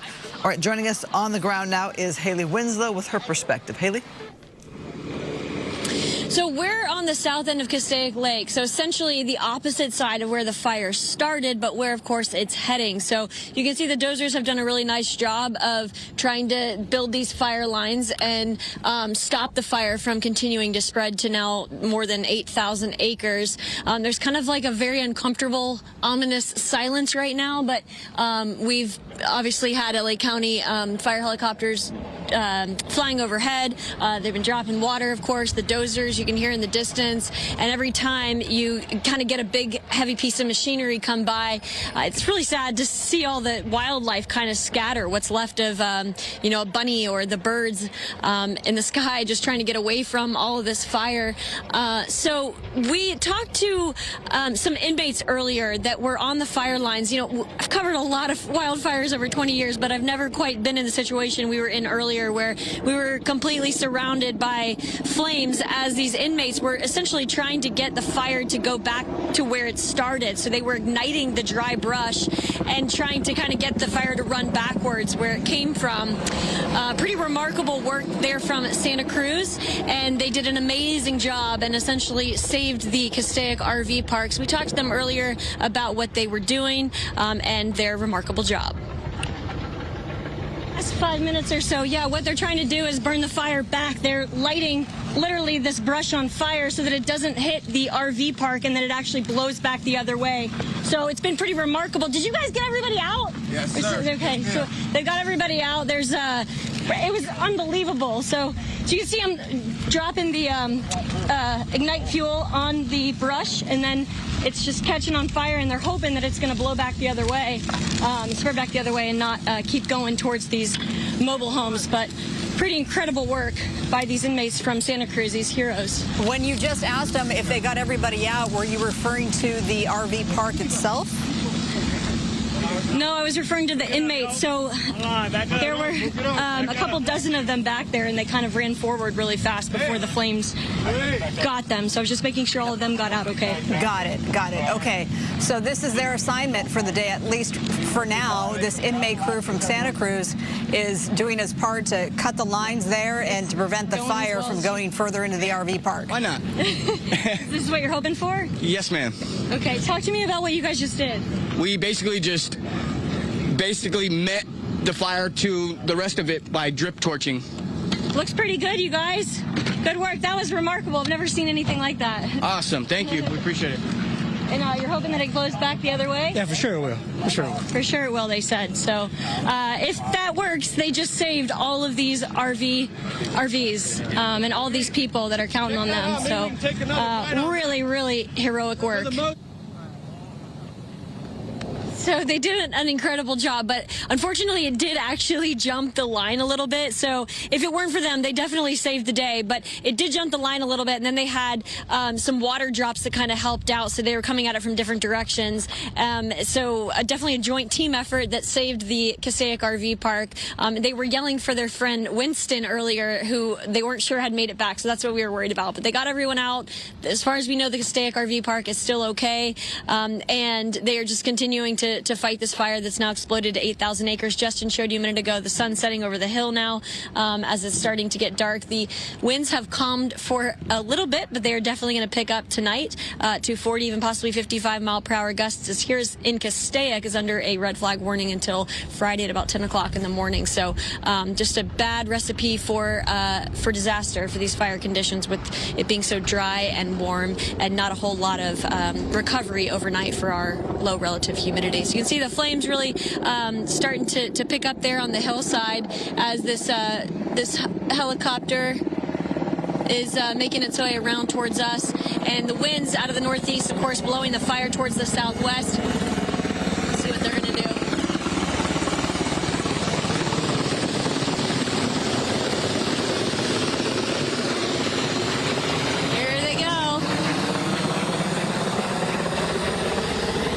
Let's watch them go straight towards it. And nice. Beautiful work. All right, see what a difference that made. All right, this is Haley Winslow reporting from the southern end of Castaic Lake. I'll send it back to you guys. Nicely done. Yeah, such a welcome sight to see them fight that from the air. Haley, I got to think that as you reflect on interviewing that inmate crew as they went in and did the work they did, how wonderful it is that we have not seen a structure burn yet in this fire, and that's a wonderful thing. They've been really trying to keep that fire from entering into these communities, and that RV park was one of the first ones to have that fire line approach. So job well done. You got to witness it all.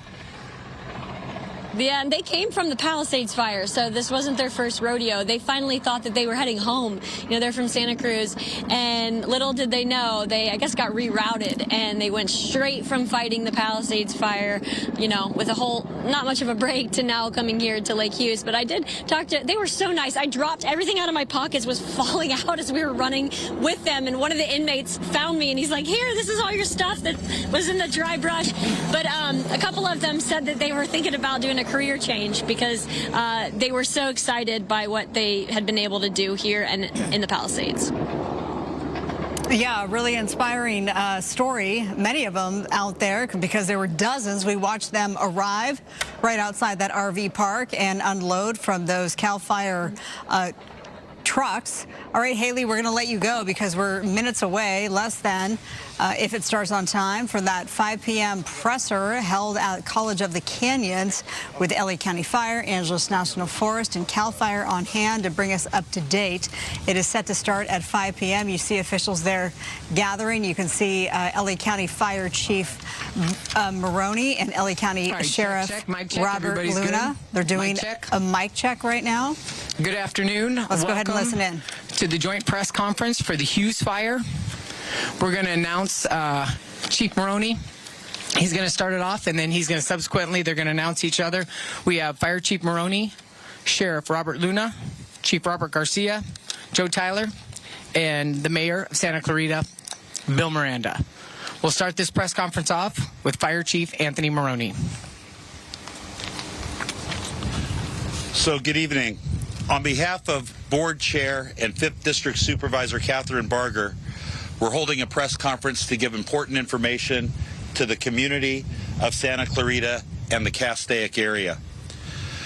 I am Anthony Maroney, Chief of the Los Angeles County Fire Department. The Hughes Fire is now estimated to be over 9,400 acres with 0% containment, with no structures reported damaged or destroyed. We have over 4,000 firefighting personnel assigned to the incident, and we had a very robust ground and air response to the incident that you see behind me. The LA County Fire Department is in unified command with the Angeles National Forest, and we are getting assistance from our state partners at CAL FIRE. I wanted to give a weather update because the weather is what's predominantly driving this fire and its spread right now. The National Weather Service has extended the red flag warning through 10 a.m. on Friday for most of Los Angeles and Ventura counties. Light to moderate Santa Ana winds will continue tonight and into Thursday. The situation remains dynamic, and the fire remains a difficult fire to contain, although we are getting the upper hand. I would now like to invite up Los Angeles County Sheriff Robert Luna to give an update on evacuations and the closure of the I-5. Thank you.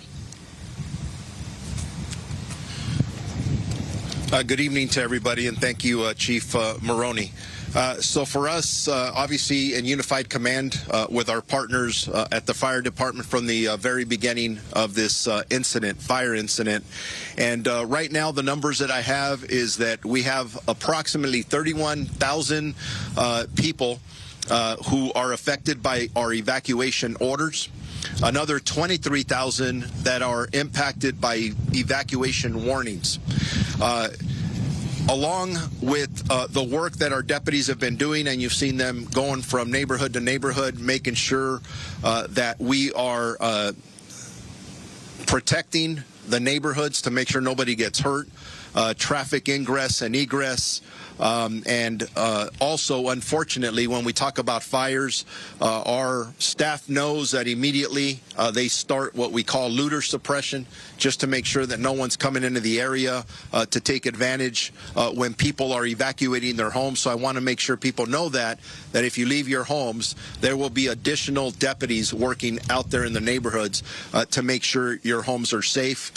In regards to staffing, we are staffing up. You hear sirens sirens in the distance. They're not only fire apparatus, but you see deputies coming in from different parts of the county. You see our incident management team over my left shoulder setting up with the big trailers that will assume responsibility for this incident from the Sheriff's Department perspective, and again in unified command with all of our partners. We have what I estimate well over 400 personnel total regarding this incident and managing other incidences around the county of Los Angeles. I do want to bring your attention to the fact that during this incident, one of the areas that initially was an evacuation warning that did turn into an evacuation order was our Pitches Detention Center, which is not too far from here. The Pitches Detention Center has actually 3 different facilities. One of the facilities was evacuated. In discussing this with our partners from the fire department who are experts in this area, they recommended and we agreed that the one facility, PD South, would be evacuated. That had approximately 476 inmates. We moved those inmates to another facility on the campus. The other 2 campuses are structured much better than the one that we evacuated from. But total on the entire campus, we have approximately 4,500 inmates, a little over that. We do have a plan in place in case the fire conditions, our fire partners would advise if it gets worse, whether it's wind, whatever that may be, a plan in place to evacuate the rest of the inmates on the entire facility if we absolutely had to. Other than that, it's a newer incident and it's evolving. It's going to change. We're ready for just about anything, which, by the way, includes being prepared for any other incident that would break, God forbid, anywhere in the county of Los Angeles. I do want to report that the 5 freeway has been closed, but I'm told that after this press conference, for a variety of reasons, we will reopen the freeway. So that people can go back and forth.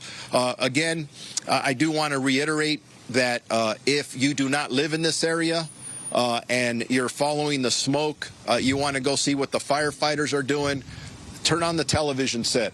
Do not drive into these areas. You are impacting the ingress and egress of emergency vehicles. We don't need more traffic. We want less traffic. We don't want you walking around in the impacted areas to impact the community members who live here. And with that, I'm going to introduce Chief Robert Garcia from the U.S. Forest Service. Good evening. Just want to first say thank you to Sheriff Luna and Fire Chief Maroney and Director Joe Tyler for the partnership. This incident started out in the early part of the day, as Chief Maroney indicated, and this is in a mutual threat zone, so Los Angeles County Fire Department and the Angeles National Forest entered into unified command right away. And I also want to say how extremely proud I am of the way our responders moved into this area and established command and really established some incident objectives working together. The conditions that we're under aren't as severe as what we've been facing over the last week or two. But what you saw today is indicative of the conditions that we're in terms of the vegetation. So although we're not under a particularly dangerous situation in terms of the wind, our wildland fire condition is critical. Absent wind, the fire is going to move through the vegetation like you saw today with the slope and chasing fuel. Very dangerous conditions as to what led to the U.S. Forest Service closing all of the Angeles National Forest, and this is exactly an example why. The other thing I want to offer in terms of resources, I hope that all the citizens here in the area are proud of the pre-positioning and the robust response. This area always sees a robust response in the mutual threat zone, but our incidents between the Eaton, the Palisades, our local mobilization centers, our pre-position resources put us in a position for multiple waves of surge resources, both engine crews on the ground, hand crews, bulldozers, and aircraft. And so the response you see is a result of the local cooperation and the local pre-planning in the geographic area, not only within the LA area, but also with our partners in the state of California to ensure that we are prepared for what we're now facing. With that, I'm going to turn over the mic to the director of CAL FIRE from Sacramento, Director Joe Tyler.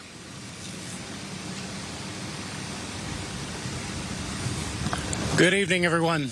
My name is Joe Tyler. I'm the Director and Fire Chief of CAL FIRE. Normally, my office is located in Sacramento, but I have found the need over the last 2 weeks to spend my time here in the greater Los Angeles area. We have been impacted significantly over the last 2 weeks, as we all know, related to the Palisades Fire, the Eaton Fire, the Hurst Fire, the Lidia Fire. And as we continue through these weather conditions, we recognize that it's not over yet. We recognize that we still have a couple of days to go. So the state of California brings its full force of the women and men of CAL FIRE, supporting the Los Angeles County Fire Department, our local fire agencies, the Angeles National Forest and the Forest Service abroad, as well as our law enforcement partners who are doing so much to respond to all of these emergencies together. Cal OES has utilized funds to bring together pre-positioned resources across Southern California, and the California National Guard has located aircraft, both rotor wing helicopters and fixed wings mobile or modular MAFS units to be able to supplement the air tankers that we have here available locally. This fire had a robust response today, and as you can see behind us, the responders are doing great work to try to contain this fire. Certainly, we are not out of the woods yet. It is important to take heed and caution and follow the directions of local law enforcement and your first responders as they are asking you to evacuate the area. Doing that will allow our fire resources to be able to conduct perimeter control and extinguish the flaming front of this fire. Many times we find ourselves trying to rescue evacuees, but today the community heeded that lesson and many evacuated the area, allowing them to fight the fire. We will continue to be here to support, not only now, but as we move into the next phase with the potential of rains coming forward and trying to mitigate the landscape to avoid debris flows and flooding. We will be here for you. I want to take the opportunity now to invite the Mayor of Santa Clarita, Bill Miranda, to the podium.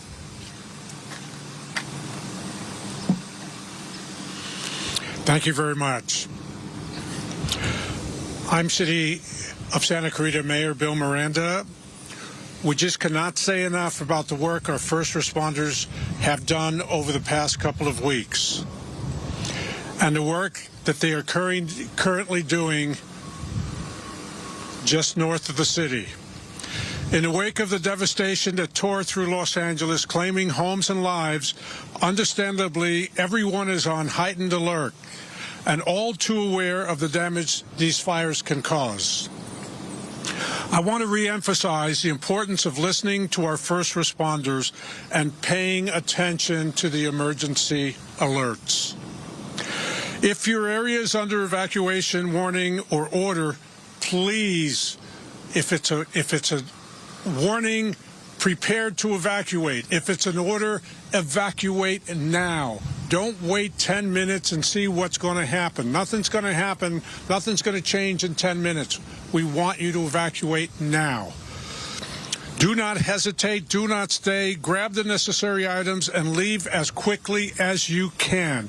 And when we mention grab the necessary items, we're talking about critical papers or critical medicine that you may need. We're not talking about packing a suitcase. We're talking about packing a backpack and having it ready. We can imagine the stress and extreme conditions our first responders have been under during this unprecedented time. Do your part to help them. And the best way you can do that is to evacuate.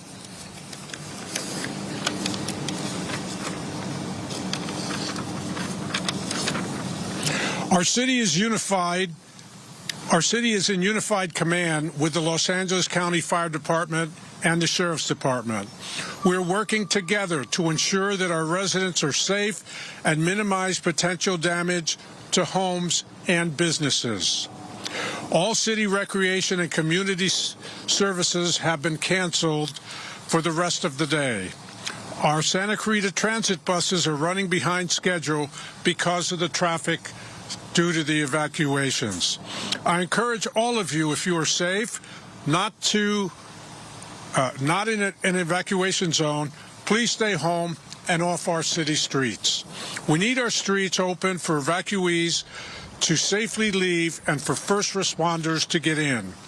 Please do your part to help these fighting the Hughes Fire. I want to end with our heartfelt thanks to the firefighters, the Sheriff's Department, deputies, and other first responders. Your efforts have been nothing but heroic. From the city of Santa Clarita, we say thank you.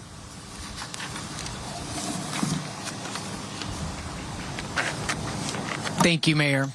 Now we're going to do question and answer with the media, and after we are finished with this, we will have breakout sessions, and we will provide Spanish interviews as well. First question. Thank you. What's the plan for the night and into the morning? Chief Morning.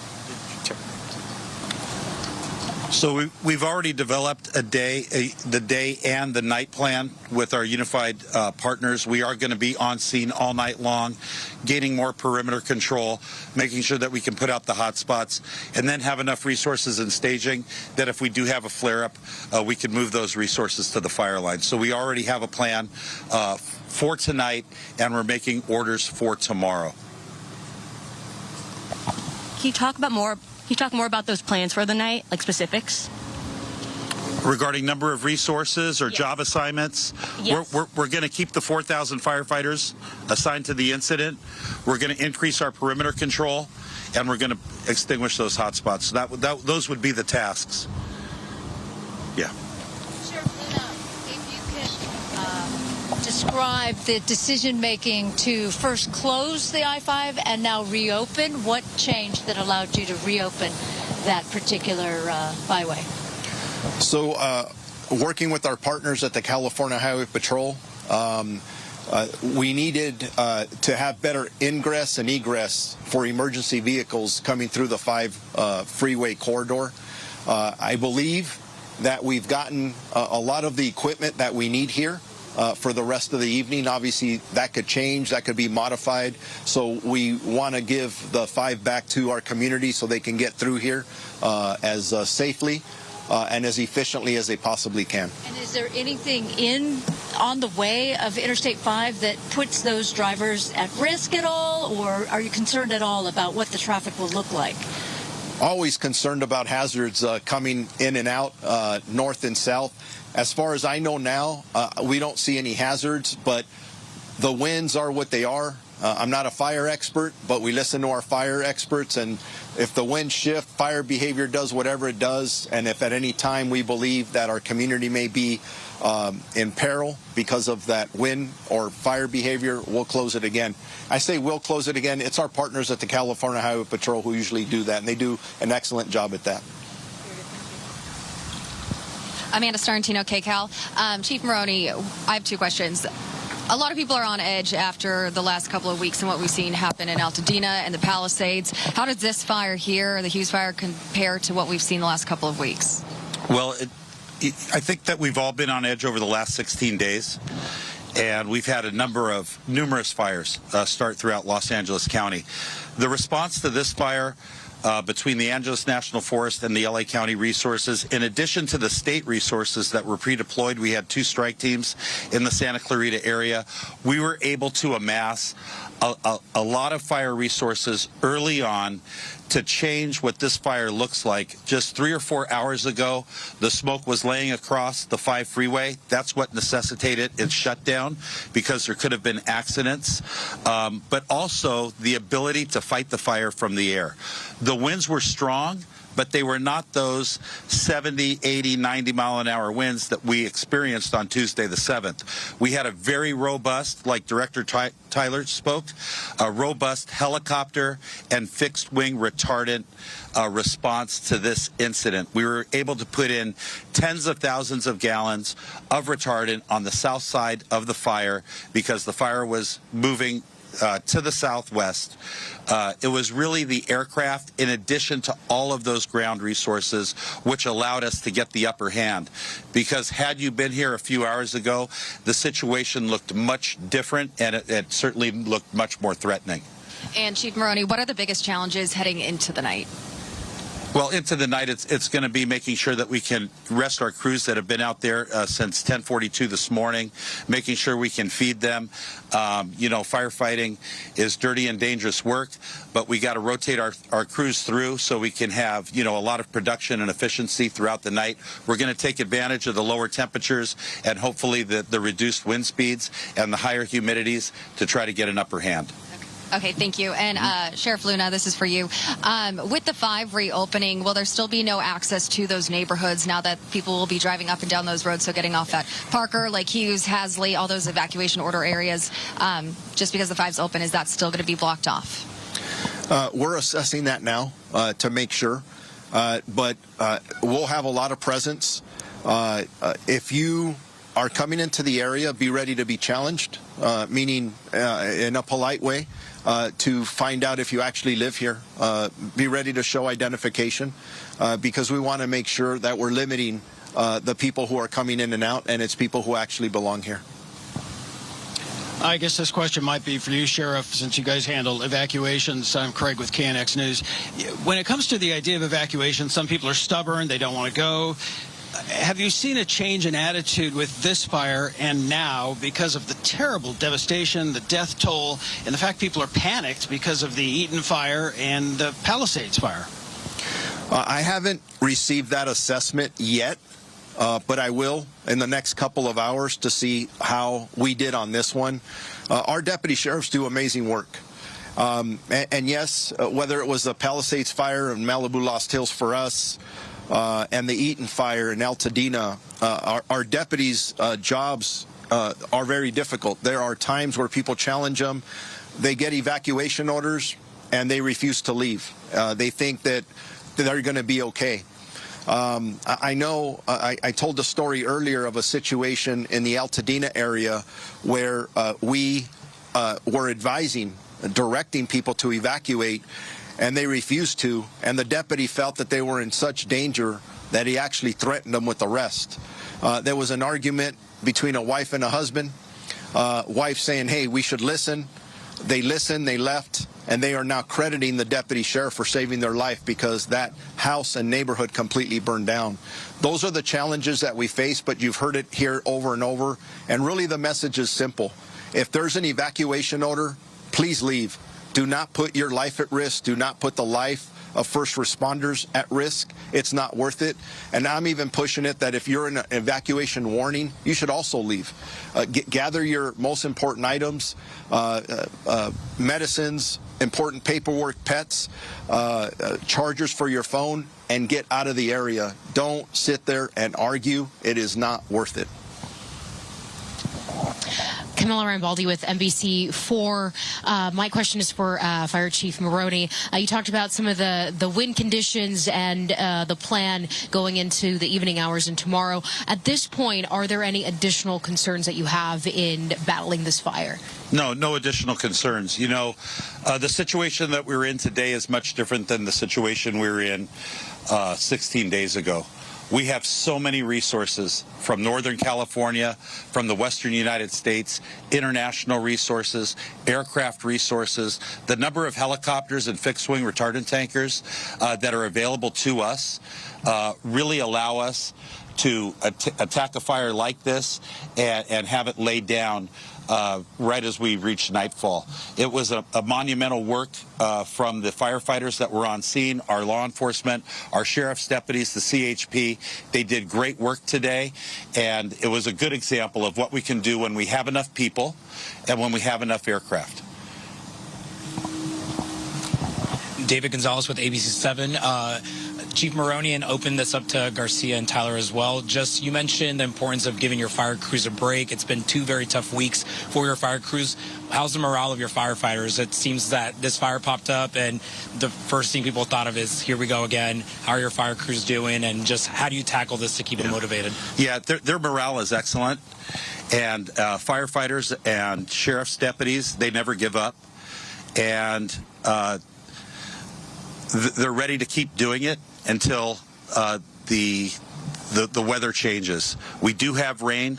That's predicted for this weekend. It was light to moderate. I think it's being bumped up to moderate. It's hard to believe that we might have rain Saturday, Sunday, and Monday when we have fire weather on Wednesday. The firefighters have all banded together along with their law enforcement brothers and sisters, and they're out there. They've been on the line since January 7th, that Tuesday. Many of my LA County firefighters worked 9 days in a row before their first day off. That's 9 24-hour shifts in a row. They left their families. They missed important engagements. They missed birthdays to protect the residents of LA County. And that's what LA County firefighters do. And they're just like the other firefighters that Chief Garcia represents, or that Director Joe Tyler represents, or the deputies and the law enforcement officers that Sheriff Luna represents. They're tireless, they're driven, and they've done an amazing job over the last 16 days. So proud of them and the work that they've done.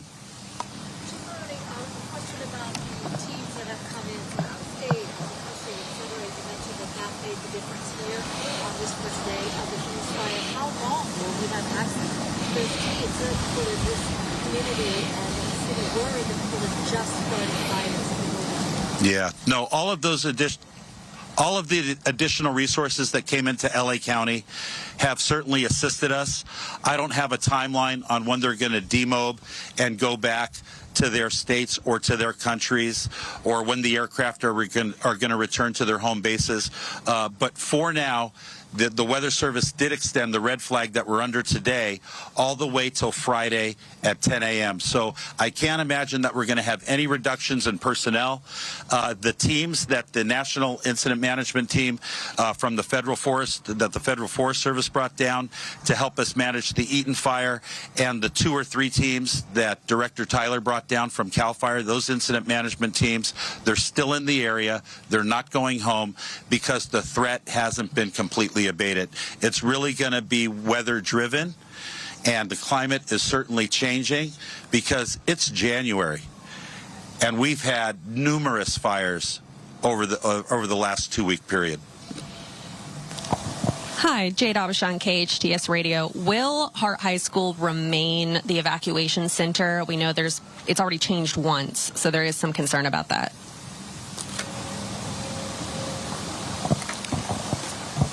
If it's okay with you, let me follow up with you just to make sure. I know we use that immediately. We'll confer with our city partners and see if that's working with very valuable input from our community, and then we'll see where we go from there. We'll let you know right away, though.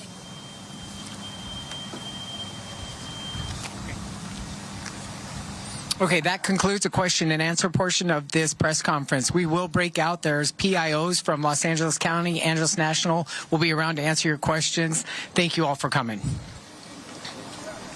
Well, there you have it. That was the first news conference we've had on the Hughes Fire in the Castaic area. The good news out of this fire is that the 5 freeway is now going to reopen, as the sheriff said to the public. It had been closed for access for firefighters to be able to get their crews into the area. Also, protection to the public when it comes to smoke there on the freeway as that fire dropped to the south towards the 5 freeway. We do have still big concerns with red flag warnings extended till Friday, 10 a.m. And Marla, also the very big news here, 0 structures burned in this fire. Chief Anthony Maroney, the LA County Fire Chief, he describes the Hughes Fire as a, quote, difficult fire, but says we are getting the upper hand. So that was an optimistic outlook on the Hughes Fire from the LA County Fire Chief. Yes, to your point, Christine, 0 structures reported damaged or destroyed. 9,400 plus acres burned so far since it broke out just before 11 a.m. 31,000 people under mandatory evacuation orders, 25,000 under warnings. Great news about the 5. I think that hits home the basic points from the presser. It was very scary as we watched this here, starting at 11 o'clock to now have this update here at 5 o'clock. What they talked about is what made the difference was the aerial attack that they could make happen during this fire. Also, we know the winds were not as strong as the Palisades Altadena fire. That made a huge difference.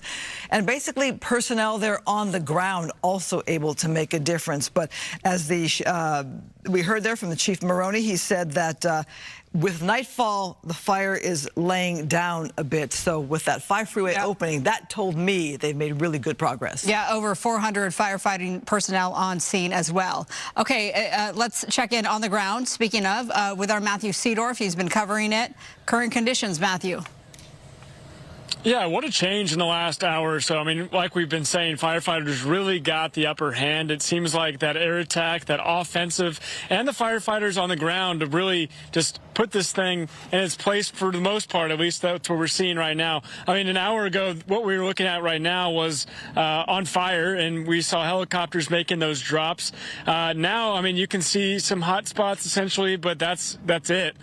We've still been seeing those helicopters and those planes making the drops. We've seen the dozers out there covering up hot spots. And I just spoke with the firefighter. We had the line of LA County firefighters behind us. There's some still here, but I was speaking with them. They were just talking about how crucial this corner is, and that's why they were going to attack it, because they didn't want it to cross the 5 or go south towards Santa Clarita. So you can see possibly the line of firefighter vehicles out on this roadway right now. And this is kind of their line, their wall that they're trying to build as a defense, trying to prevent the spread. This is on Tapia Canyon Road. Just really going all out on this, and this is looking towards Charlie Canyon Road as well. And so far, again, it seems to be working, and it just seems like the general sense in the area is that this thing seems to be cooperating with fire department and with fire crews out here. I did speak with one resident who says essentially that he's lived here for 30 plus years, and he's never seen this sort of response from firefighters before. A lot of these firefighters were coming from the other fires, the Eaton Fire, the Palisades Fire that we've been battling these last 2 weeks. Some of them were even going home and then were sent here on their way home. But all of those resources from Southern California, Northern California, other states definitely helping in this firefight, as well as those air resources. And again, it seems like firefighters right now are getting the upper hand. I'll go ahead and send it back to you. It's great work. All right, Matthew, thanks so much. Let's go to Ralph's parking lot in Castaic. That is where Robert Moses joins us live. And this is sort of become an evacuation center of sorts. Robert? Hey, good afternoon. And the good news we heard from that press conference, as you mentioned, is that there, at this point, are no structures being threatened. But I want to bring in 2 sisters, actually, who evacuated. You guys can come in if you don't mind. I'll stay in the middle here.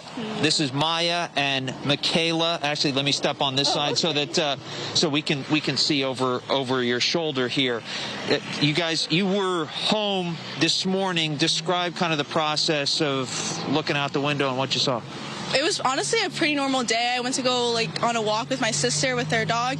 Hour later, my sister comes running down. There's a fire, there's a fire. And I was like, no way there's a fire right now. I look out in her bedroom window, there's a complete black of smoke.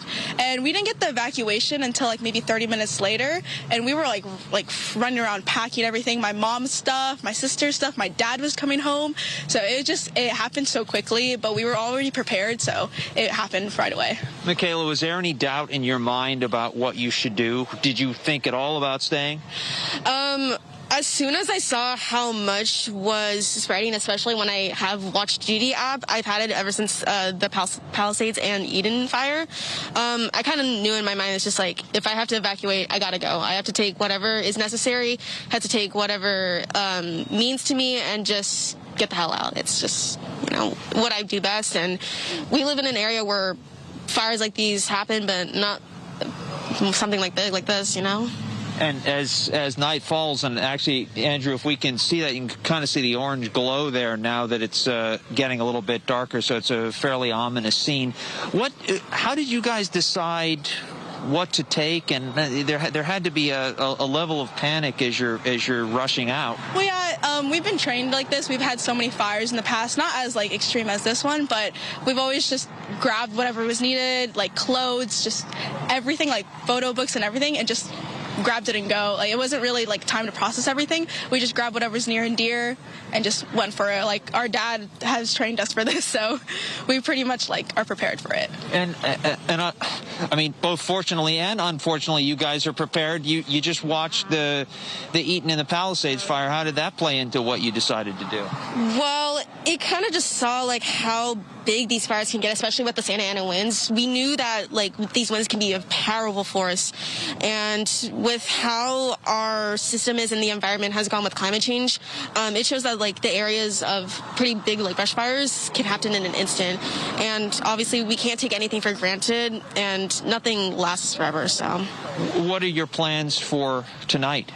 We're gonna wait it out. I did hear that they're gonna open up the 5. Our house is just right next to the lake, so hopefully we can go back home. If not, I'm probably gonna crash at a friend's place. Same with my sister. So I just hope everyone else is safe as well. So you would think about going home tonight if it's a possibility? If it's a possibility and I have the all clear, then yes, I would love to sleep in my own bed. But if not, like, I have so many friends that have reached out to me, and I'm grateful for that, and I will reach out if it's needed. What goes through your mind as you look that way?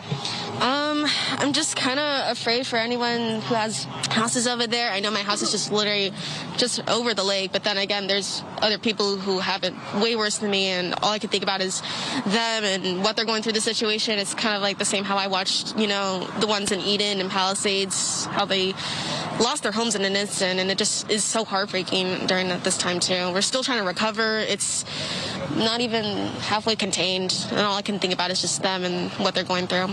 I don't know if you guys were monitoring the press conference that we just carried live, but one of the things they said was that luckily no structures have been damaged at this point. But I think that there's always, hey, this thing can change so quickly, the winds can kick up, and that can change in an instant. Oh, for sure. Like, just seeing the devastation and the aftermath of the Palisades fire, I'm really praying that, like, no homes or structures, even the school, like, right up my house, I'm praying that's not, like, destroyed or anything. I just really hope, like, only it's a brush fire and not, like, a major fire, especially, like, people's homes and lives. Well, Maya and Michaela, I really appreciate you joining us. Best to you guys and to your parents, and I hope everything stays safe. I hope all your friends are safe, and good luck tonight and going forward. Yeah, thank you. I appreciate that. The time. Bye. Thank you. Thank you, guys. So a couple things before I throw it back to you. I want to just, again, point out, if we can push into that orange glow just in the distance. And at this point, we heard the emergency personnel say that I-5 is going to reopen. We haven't seen that happen at this point. Northbound, it has been closed since we have been here. It remains closed at this point. We'll see when it does reopen. But as we stay in tight, if we can, Andrew, on those flames, as night falls here in Castaic, those orange flames get more and more pronounced, and that 9,400 acres that have burned, that number could climb pretty rapidly. I'll send it back to you guys in the studio. Yeah, Robert, it is a whole different picture when you look at it at night. That update, though, from the news conference is some welcome news with that 5 freeway reopening. I wanted to ask you, though, when we first took you at Hart High School, one of the evacuation centers, you had no need you felt for your mask. Now I see you wearing your mask in all these live shots. Talk about the air or the conditions, and I know you've been covering all of these fires for us. I was not making money. There was no question when we pulled up here to the Ralph's parking lot, and I want to let's just stay on that shot because it's getting more and more vivid here. But yeah, we certainly need our masks up here. There are particles flying in the air. The smell is quite acrid. We were a lot further away at Hart High School than we are here. We're much closer to the fire. We're basically right underneath the smoke. So we didn't want to take any chances. It's as much the smell, and there's also these small particles that occasionally land in your eyes. I was talking to some of our colleagues about that yesterday. It's kind of a hazard that you don't really think about, but with these particulates flying in the air, they can land in your eye at any point. So yes, it is certainly prudent to be wearing masks if you're anywhere this close to the fire. One other note too: the 5 is still closed, although we're monitoring that for when it reopens. I see every so often I see a car or two coming southbound, but it looks like the northbound lanes are still closed.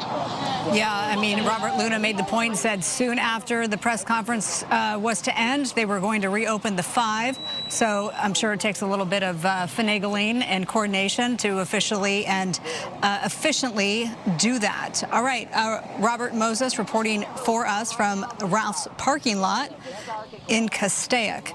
Let's get to Ashley Rodriguez now. She is talking to some neighbors who are sort of in between evacuation warnings and orders.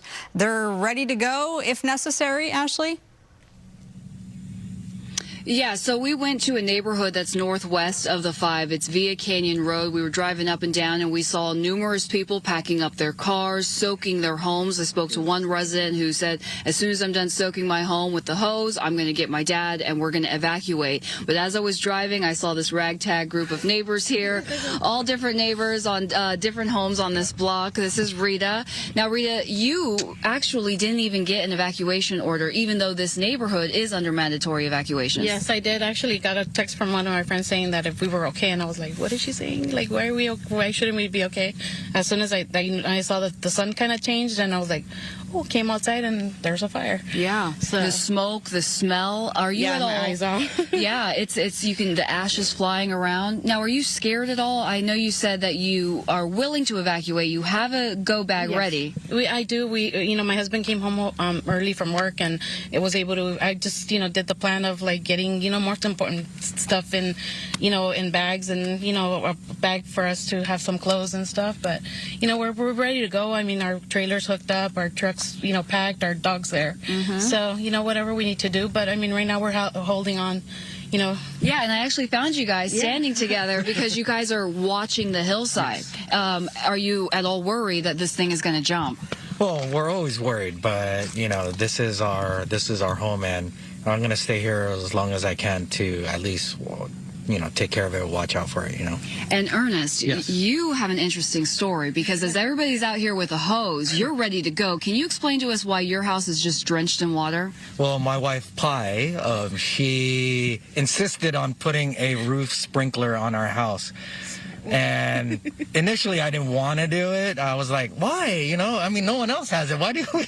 But thank goodness for my wife, and it's just a blessing, Yeah. Now, how does that work? Is it going on right now? Is it going to go on continuously? Yeah. So we have it on Wi-Fi. So initially we were in Glendale where we work, and when we heard that there was a fire, she automatically turned it on. So it's in intervals. So it's on about every 45 minutes. Yeah, and that's got to feel so good, especially with what's happened in the last couple of weeks. Oh, yeah. And, we were looking, and we just saw, the biggest difference, in the Palisade one. We heard on the news the same guy had a roof sprinkler. His home, out of everyone else's, was the only one up. So, we're just happy and thankful that, you know, my wife, Pi, was smart enough to do that. Smart man. Give her the credit. Yes. Right. Always. And you know, it's so funny to see how upbeat everyone is in this group, because usually this would be a very scary moment. I know the neighbors I spoke to earlier, they were tense, they were frustrated, they were scared. John, how do you feel right now? You've lived through fires. You just saw what happened, and you know, the Eaton Fire, the Palisades Fire, and now this is your reality tonight. What's going through your mind? It's always that you don't think it can happen to you, and it absolutely can. I mean, we watched the devastation from those other fires just, you know, weeks ago, and some of them are still burning. You go, man, that is unbelievable. And then it's in your backyard, literally. Like when you look over our house, it is literally burning right there. And so we're supposed to go. We are under mandatory evacuation, but my family's safe, my kids are safe. That's all I cared about, and I stuck around the castle to make sure it's okay. Now, I understand police officers have been going up and down the street throughout the neighborhood. What are they doing? They're going up on loudspeakers saying to go, and my wife will watch this and she'll get even more mad at me that I am still here. But, you know, I don't feel immediate danger, but the danger is there. I mean, it's lurking, and we're just here holding down the fort, making sure we're okay, and making sure if it gets too close that we get our loved ones. Thankfully, all of mine are here. My two last ones, my dogs, are right here with me to get in the car when I have to go. You can see the door open, and if I got to go, I'm going to go. But I'm going to stay here and protect the castle as long as I can. And obviously, this is a tight community if you guys are just hanging out tonight. Have you noticed if any other neighbors have packed up their cars and evacuated? You know what? Most everyone has gone, yeah. It's very, very few people that are left. But as you can see, we are tight-knit. I mean, this is who we are. Some of us just met tonight. Yeah. But the reality is we work together. I mean, this is our home collectively. We just have to work together, make sure we're safe. We understand who's gone. We understand who's here. Yeah. And if it really goes south and we really need to go, then we know who we need to take care of. And when you look around your house and you realize, okay, am I going to take this? I'm going to take that. You realize what really matters in life. It's your family, it's your animals, it's your loved ones, and your friends, albeit new ones or ones that you've known for a long time. You just make sure everybody's out. And do you think most of your neighbors evacuated just because of what has happened, that there's like a sense of fear, a heightened sense of concern? Yeah, no, there's definitely a fear. I mean, you got cop cars and sheriff's officers coming around on loudspeakers telling you to go and go now. Yeah, that's kind of scary, you know? I mean, there's no other way around it. But we chose to stay. You know, we take care of what we need to take care of, and now we're going to protect our home. And until it's time to go, we go. And I'm sure we'll get in trouble for staying, but you know what? I mean, that's who we are. We love our home, and this is where we live. No, totally understandable, and let's hope for the best. It is getting darker out here, so you're going to be able to see the hot spots when they appear on this hillside behind your home. So there you have it.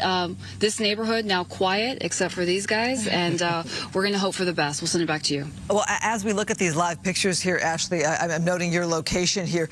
I can see why there was great concern for this community here. It is south of where the fire started and would be pretty much the first big community to be hit by fire if it were to jump the freeway to the west. Good news, it hasn't. I mean, how grateful are you and your crowd there that fire did not jump the freeway to the west? Yeah. How grateful are you guys that the freeway or the fire hasn't jumped the freeway, right? Very grateful. We do have ash flying throughout our hair and our eyes. The smoke is very thick. When it was bright out here, the huge plume, we can still see it against the night sky there. We're grateful, right? But obviously, I would be very concerned if I lived here. Yeah, definitely. I mean, it is concerning, and like I said, you know, we're prepared to leave if, you know, need be, but we're holding down the fort, like you said. You know? I will say that it feels like the wind has died down, yes, right? Sure. And the wind is what the concern was, because it pushes those embers, and that's when it can just land on somebody's roof and boom, right? Exactly, and that's, you know, thank God that's died down, you know what I mean? Yeah, so. There's literally no wind out here, I can say, so that's really, really good news. We'll send it back to you. Yeah, actually, can you ask them when they heard, if they have heard, that the 5 freeway is going to be reopening? What kind of welcome news was that for them, knowing that the fire was to the other side of the freeway, to the east of them? Did that give them some comfort to say, okay, we're in a much better place than we were earlier today? Yeah, so Ernest, I'll ask you, when they shut down the 5 freeway, I don't know if you heard about that, that must have scared you. They have now since reopened it. Yeah. That's good news. Well, when they shut it down, I was already home.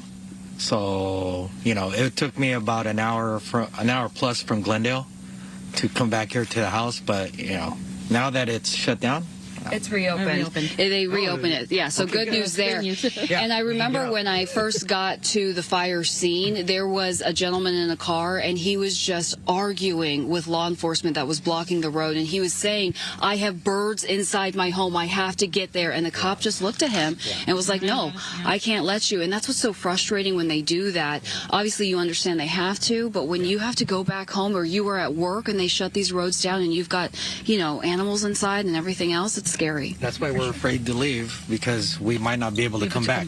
Oh, I see. So that's why we're going to stay here as long as we can until, like John said, until we have to go. And we've had neighbors that ran into that. They left, they wanted to take care of certain things, and then trying to get back, they couldn't get back. So it's a problem, you know. So if you want to stay, you know, that's a decision you have to make for yourself. But we decided to stay because we know that if we go, we don't know when we can get back. Yeah. And then on the flip side, if you wait too long, you get stuck in traffic trying to evacuate. Now, you just made a call to your wife. Yeah. She's in the process of evacuating her mom. Is that what I understand? She's evacuated her grandmother, who, as the fire is going not only towards us, it's going towards her grandmother as well. She's a nurse at our local hospital here, and you know, it's a tough situation because it's like a domino effect. You know, it doesn't just affect this block and that block and so on. It just keeps going. I mean, that fire is massive. So where she lives is, you know, a 15-minute drive, but that's how big the fire is. It's threatening us, and we're here under evacuation order, and now she's under evacuation order. So, you know, we all have these priorities that we got to take care of, and it's family and pets and loved ones first. Absolutely. Yeah, I was talking to somebody, and I think reality really set in when at first it was 50 acres, and then it jumped to 500, and then all of a sudden it jumped to 3,400, and then it's like, oh, this is serious. This is my home. Definitely. So we're going to stand by, and we're going to see what's happening, but good news, there is no wind right now in this neighborhood. We'll send it back to you. Ashley Rodriguez, thank you so much for that in-depth report there, talking to locals who are really experiencing it and in the thick of it. She just talked about the fact that there's no winds. Well, we heard from our meteorologist, Star Harvey, that right now there was going to be a dip in the wind speeds, but come 6 o'clock, these were earlier models anyway, those winds could pick up. Let's check in with Star right now and get the latest. Star? Yes, you know, just as you said there, Marla, but also it was really good to hear, you know, our reporters out there, but also the people that they were speaking to, the community, say that they felt that the winds were dying out. Well, turns out that is exactly what is happening there across the area. So when this fire initially started, winds were moving at about 15 to 20 miles per hour, and we had gusts up to 30 miles per hour. Currently, right now, those winds are still just moving at about 9 miles per hour, so a huge difference there. And the gusts are going at about 16 miles per hour. And I am just like back here continuously checking our models, and our models are showing that winds should remain on the calmer side for the next couple of hours. Well, here's the issue here. You know, the red flag warning has been extended through Friday morning, and this is going to be for most of Los Angeles and Ventura County, and it's going to be for that extremely low humidity, but also the periods of these gusty offshore winds. We're expecting the extent to be widespread, very dry, again, through Friday, so this puts us in an elevated to critical conditions for the fire weather to start. So we're looking at dangerous fire weather conditions to persist through Friday. The fuels are dry out there, which just means that they are ready to burn, much like what we've seen here happen in Castaic. And the greatest concern for our winds is due to arrive as early as tomorrow. I'm checking with the National Weather Service, and they are saying that tomorrow is expected to be our biggest period of concern.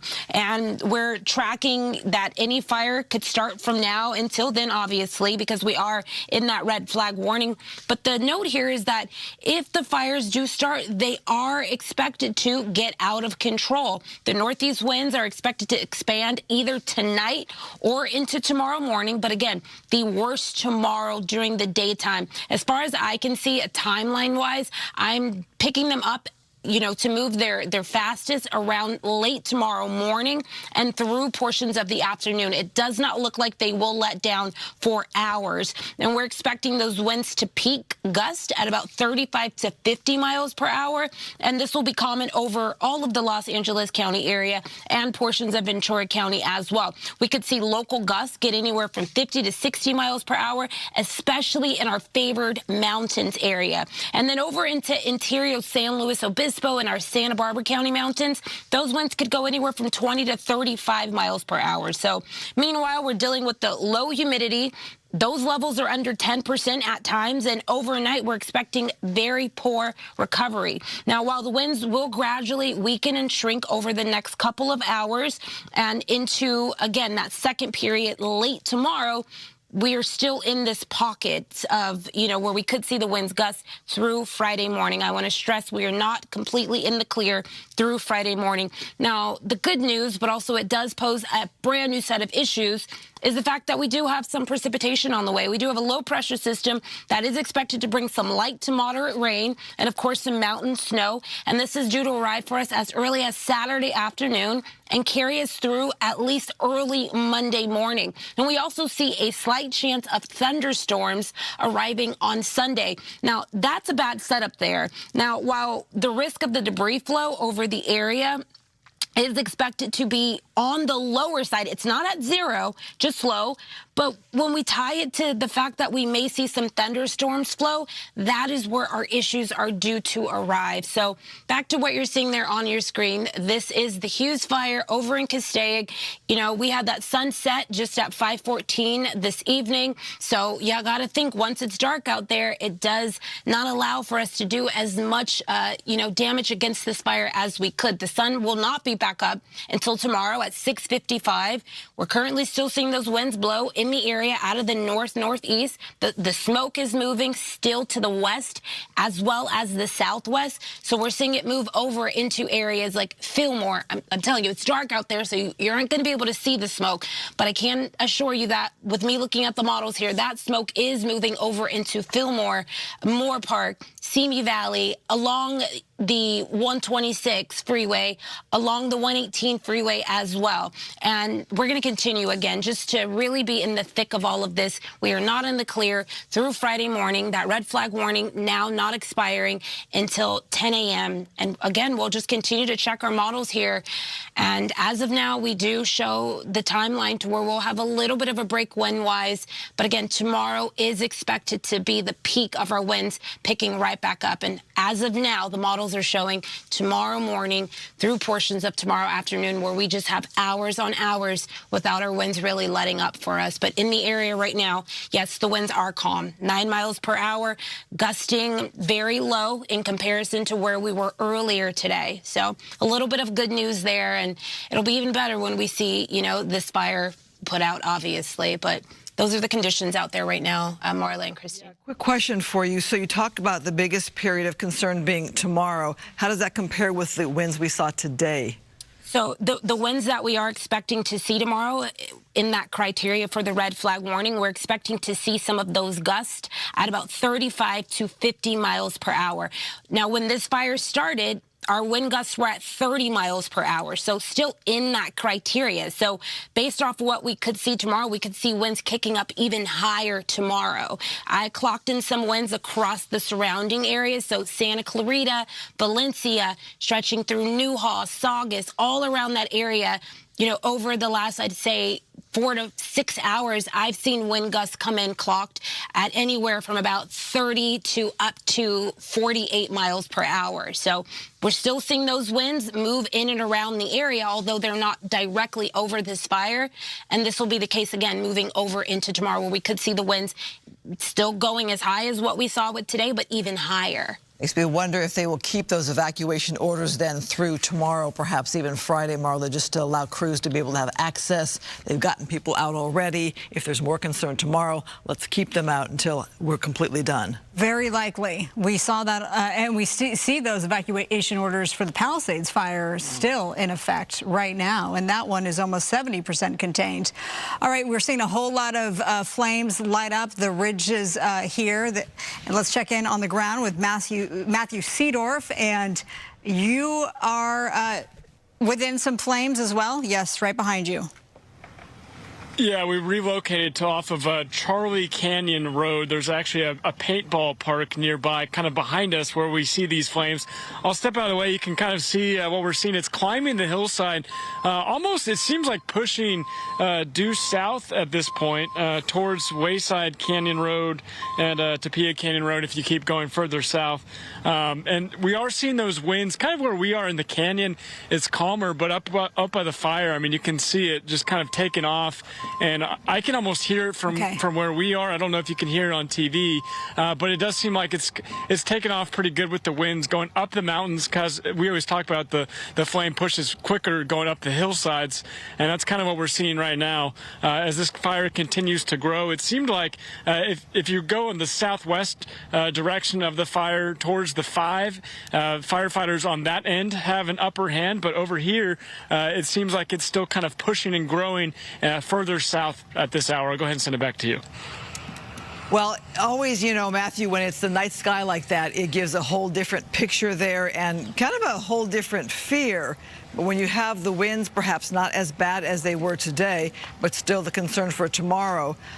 What is your thought as to evacuations? Might they stay in place for another day, just for the access of it all for firefighters?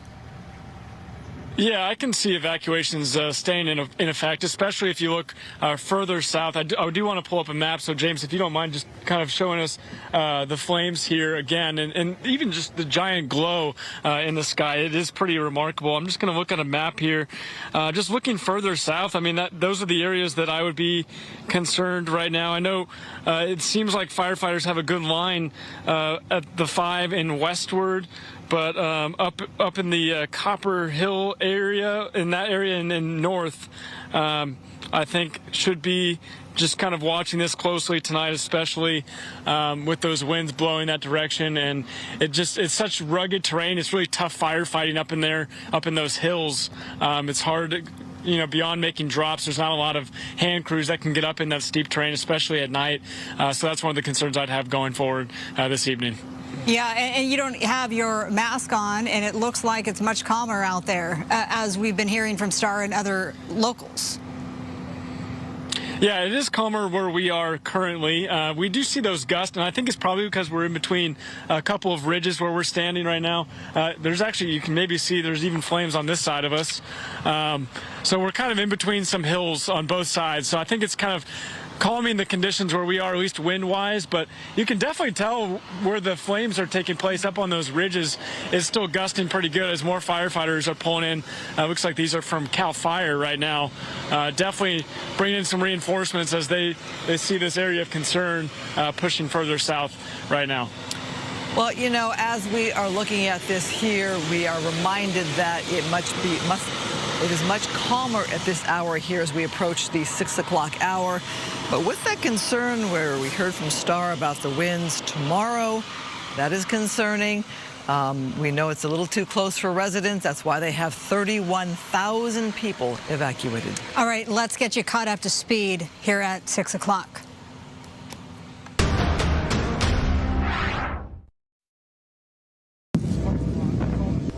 This fire is just ripping and roaring up this hill. We've been able to hear it. You can feel the heat. Yeah, look at that. The power poles up in flames. You got to get out of here. No. When the flames come over here, I'll get out of here.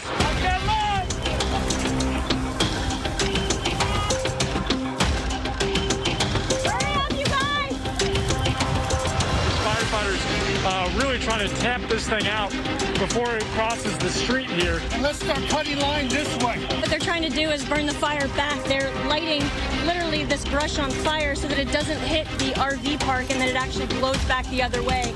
We basically just met the fire to the rest of it by drip torching. The torches stay here, we'll burn them. We just demoed today and here we are again. Just when you think it's over, right? Yep. Anything can happen out here. Yeah.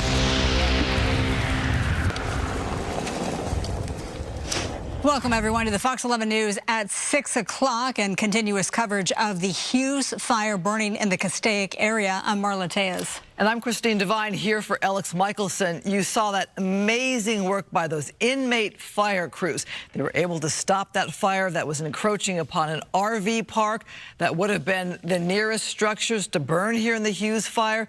It was stopped. Not a single structure has burned. We still have 31,000 evacuations and 9,400 acres burned, with more winds coming tomorrow. Let's bring into the conversation LA County Supervisor and Board Chair Catherine Barger. You were scheduled to be with us tonight at 6 o'clock to talk about ongoing issues with the Palisades Fire and, more importantly for you, because it's your district, the Eaton Fire. And here we go again with a whole nother fire. What are your thoughts tonight on the Hughes Fire, and what do you want your constituents to know? Well, first of all, my thought is I'm watching awe of our air ops that are up there dropping on this fire. I mean, the difference between this and the Eaton is the wind. The wind was our friend this time. Definitely not our friend as it relates to the fire, but as it relates to being able to have the fixed wing and the Firehawks go up and drop retardant and water, definitely kept this fire in check. You know, based on what I've heard from Chief Maroney, you know, we feel or he feels that we are actually making progress. Chief Maroney, as you know, was prepared for this. He didn't know where, but he was prepared. He had strike teams out there anticipating worst-case scenario, and we had the worst-case scenario. Yeah, I mean, Chief Maroney, in his words, he says he describes the fire as a difficult fire, but, quote, we are getting the upper hand. And he said this is a completely different scenario than what unfolded more than 2 weeks ago with the Palisades Fire and the Eaton Fire, because you had to still get all the crews from out of state, for instance. And now we already have all of that personnel in our area, and that's why we're seeing such an incredible response and why he had more of an optimistic view. Do you share that view, or do you think it's too early to tell? No, I share that view. I mean, I really do believe with the Eaton, if it's 40 miles per hour or greater on the winds, they can't put air fighting apparatus up. On this one, they've had it. You've seen it, constant droppings taking place, and that makes a difference. If you talk to the firefighters on the ground, they will tell you that having the air support can really make a big difference, and you're seeing that play out. And Chief Maroney's not one to say he's optimistic if he's not. He's cautiously optimistic, and I think that's why they're going to keep the evacuation orders in place. But at the end of the day, this could have been far worse, and I am immensely grateful to our firefighters and very proud of LA County Fire and the Air Ops crew that are absolutely remarkable individuals in and of themselves. Absolutely. Well, Mother Nature did cooperate just a bit more as well compared to, say, the Eaton Fire, with the winds being a lot less, but still there's a concern with them tomorrow. So you just mentioned the evacuation order staying in place. What can you tell us about the evacuations and how long they might go? Well, it's the sheriff and Chief Maroney's call, but based on what I'm seeing, just so they can get a handle on it, I sense, just knowing what I know and how they think, that they are probably going to keep it in place for the evening, given the large number, 31,000. And so I think that's probably a wise decision. But, you can go on lacounty.gov and get evacuation information as it relates to if you're in that area. But, again, err on the side of caution. I mean, lessons learned from the Eaton Fire is that better to be protective of your life and trust us with your property than to go back in and compromise both. Your day started with a one voice, I believe that's officially what it's called, press conference at 8 a.m. today, where you were the first one to speak, and you announced a centralized resource for people who need help in the Eaton Fires and the Palisades Fire. It's lacounty.gov/relief. When we booked you for tonight, we were going to talk about the investigation into the emergency alert system that had some major errors a couple of weeks ago. When we were covering this fire today, that emergency alert system went out to everybody in the Castaic area, and we heard from a CAL FIRE battalion chief, and he wanted to make clear to our viewers that this, in fact, was the real deal. Please heed the warning. Please heed the order. It seems to have been working okay today. The investigation, though, continues into that, right? Absolutely. I mean, you know, I actually called up to the state to their head of emergency management to thank her for putting this all in play, because we switched over to the state-run emergency system, and it did exactly what it was supposed to do. And one of the things that I want is to have an independent review, because, quite frankly, we've become dependent upon technology. And in the case of the Eaton Fire, I have a friend who lost everything. His phone was plugged in because he was low on cell power, but then the electricity went off. So even the system in place would not have been sufficient to address many people who didn't have access to their phones. And so we've got to do a full comprehensive review in terms of how we go about advising, when we advise, you know, and learn and adjust, something that sometimes government's not good at, but we have to do it. Well, while we have you here, we should talk about the upcoming weekend with the rains. Obviously, concerns with the Palisades Fire and the Altadena Fire, burn scars, the burn areas. What are your concerns as we look ahead to the days where we might actually have some rain? Well, Chief Maroney made it clear that it's not going to be a lot of rain, but it is going to have an impact on the debris and could impact roads. So it's important for us to be cognizant of the fact that there may be an impact on roads, probably more so in the Palisades, but it will be equally impactful up in the Eaton area.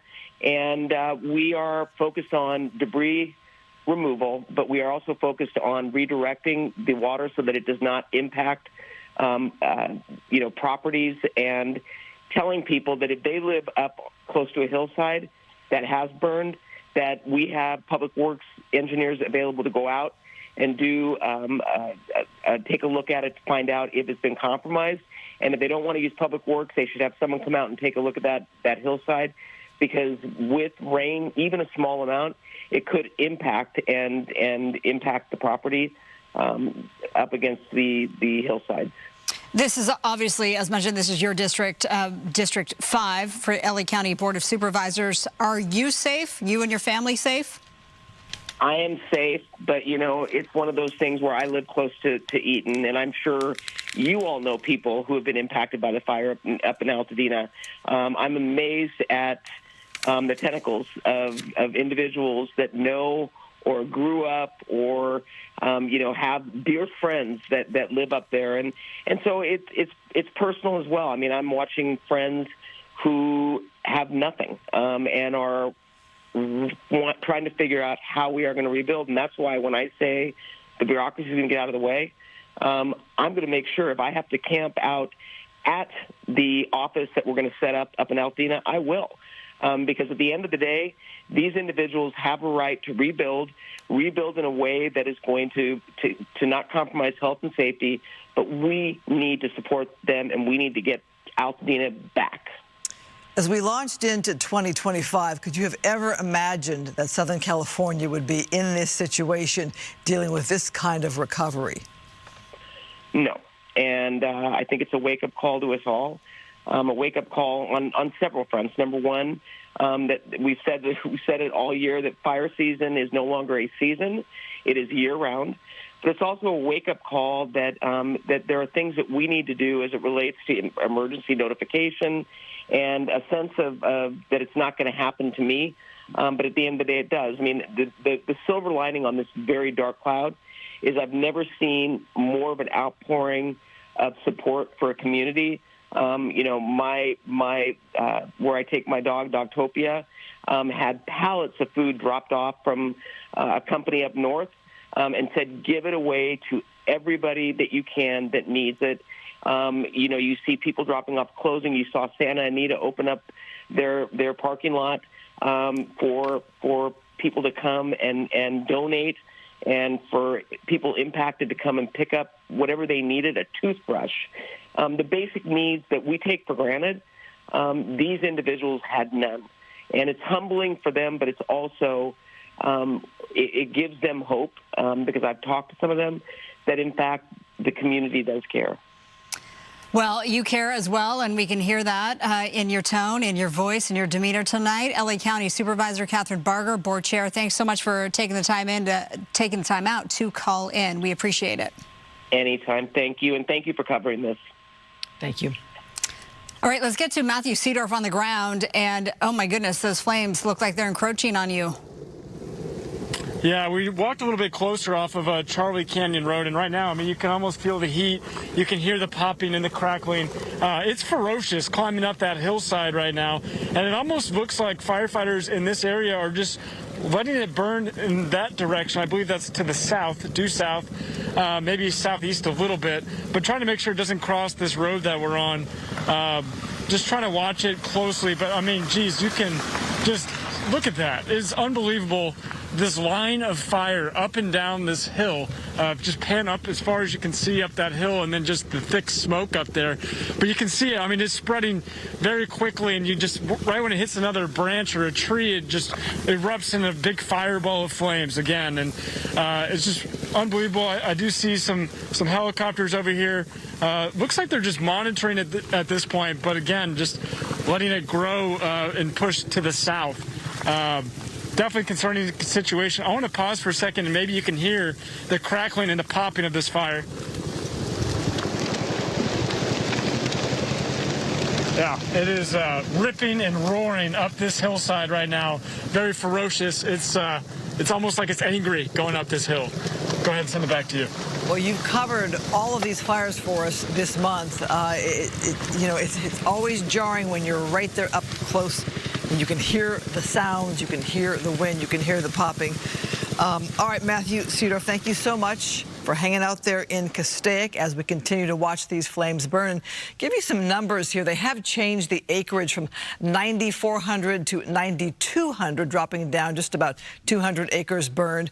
Still, a lot of our friends and family out of their homes, evacuated 50,000 people under evacuation orders or warnings. And again, Marla, I emphasize this. They've done a great job here. No structures burned. That is the best news that we've heard, and also from LA County Fire Chief Maroney, who says that they are getting an upper hand on the flames. Great news there. For schools, tomorrow, the Castaic Union School District, they will be closed on Thursday.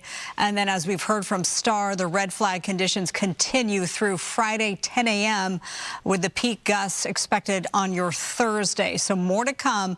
Other good news that we learned tonight at 5 o'clock was from LA County Sheriff Robert Luna, who said that they were going to be reopening the Interstate 5, and he explained why they decided to do that. Working with our partners at the California Highway Patrol, we needed to have better ingress and egress for emergency vehicles coming through the 5 freeway corridor. I believe that we've gotten a lot of the equipment that we need here for the rest of the evening. Obviously, that could change, that could be modified. So we want to give the 5 back to our community so they can get through here as safely and as efficiently as they possibly can. And is there anything on the way of Interstate 5 that puts those drivers at risk at all, or are you concerned at all about what the traffic will look like? Always concerned about hazards coming in and out, north and south. As far as I know now, we don't see any hazards, but the winds are what they are. I'm not a fire expert, but we listen to our fire experts, and if the winds shift, fire behavior does whatever it does, and if at any time we believe that our community may be in peril because of that wind or fire behavior, we'll close it again. I say we'll close it again. It's our partners at the California Highway Patrol who usually do that, and they do an excellent job at that. Well, there you have it. That news, the 5 freeway was to reopen tonight after being closed to traffic in 2 different spots there, northbound and southbound there. So that's welcome news for anybody who lives in the area, but also for anybody trying to get through the area. We know the 5 is a major route to connect Southern California and Northern California. As I've mentioned, that's my route to Fresno and San Francisco. So it's a major route for commerce and those big rigs as well. All right, so we have that banner that tells you right now they're still fighting the fire from the sky there with those 6 night helicopters. But again, Marla, back to the 5 freeway there. Welcome news as open. Yeah, great news. Let's check in on the ground with Robert Moses. You've been talking to people who are impacted, some people who have left, and some people who have decided to stay. Robert. Yeah, it's good to see you both. And this has also become a traffic story with, actually, it just looks like the 5 northbound has reopened. This is some of the first traffic that we have seen just a couple seconds ago. But if you'll walk with me a bit, because I-5 has been closed for so long, we have this snarl of traffic here, and many people are trying to get back to Castaic. I've spoken with a few people who are just tantalizingly close to their homes, 2, 3, 4 miles just that way where the flames are, of course, and they're trying to get home. I spoke with one woman a few minutes ago, Denise Miramontes, who told me about her frustration as she was sitting in traffic here trying to get home to figure out her next move. Listen to what Denise told me. We're just trying to see if we can get back in or not, but it doesn't look like they're going to let us in. So you're trying to get back to Castaic? Yeah, we're up the hill. When did you evacuate? A few hours ago, about 3 hours ago. Yeah. What is this ordeal like? This is a nightmare. It's a nightmare because our streets are so, there's only one way in, one way out. Just makes it terrifying, honestly. How long have you lived up there? We lived in Castaic for about 10 years. Ever experienced anything? Never, nothing like this before, no. No, it's terrible. Very scary. So you're willing to go back home tonight? We're going to see if we could even, if we can't, then we can't. We have family more south that we'll stay with. And right on cue, in just the last couple seconds, it looks like everything is now back open here. So Denise and her family and the rest of those who want to get back to Castaic can get back. The question, though, is it safe to stay the night? And Denise says that once she gets back, which it looks like she's now able to do, once she gets back, she'll make a decision about whether to stay the night or whether perhaps to go stay with family. That's a calculus that people in this area are going to be going through for the rest of the day today. Even if they can get back to their homes with those flames getting closer, do they stay? Is it safe to stay the night? A couple things that maybe you can't tell from where I'm standing. The wind has died down significantly. Star's done such a great job keeping us up to speed on what the wind will do. Right now, it is very calm. It had picked up maybe an hour or so ago. That's why I put this jacket on. But now the winds are very calm, so that's some good news. And now Interstate 5 is back open in both directions. Fortunately, when we got here, I don't know, I've lost track of time now, but an hour and a half or so ago, it was completely closed. Now it's back open, and traffic is moving much better. Again, though, the big issue here is, even if you can get home tonight, do you stay at home, or do you perhaps stay with loved ones and wait this thing out and see what the winds do tonight and see if perhaps tomorrow is a better day? I'll send it back to you guys in the studio. Always a welcome sight to see LA traffic moving, but just by your report, I'm thinking about how lives have been altered by the day. You had that woman saying, if we had to go with family there, elsewhere, we would go with family, thinking of all the people who left work to scramble back to this area.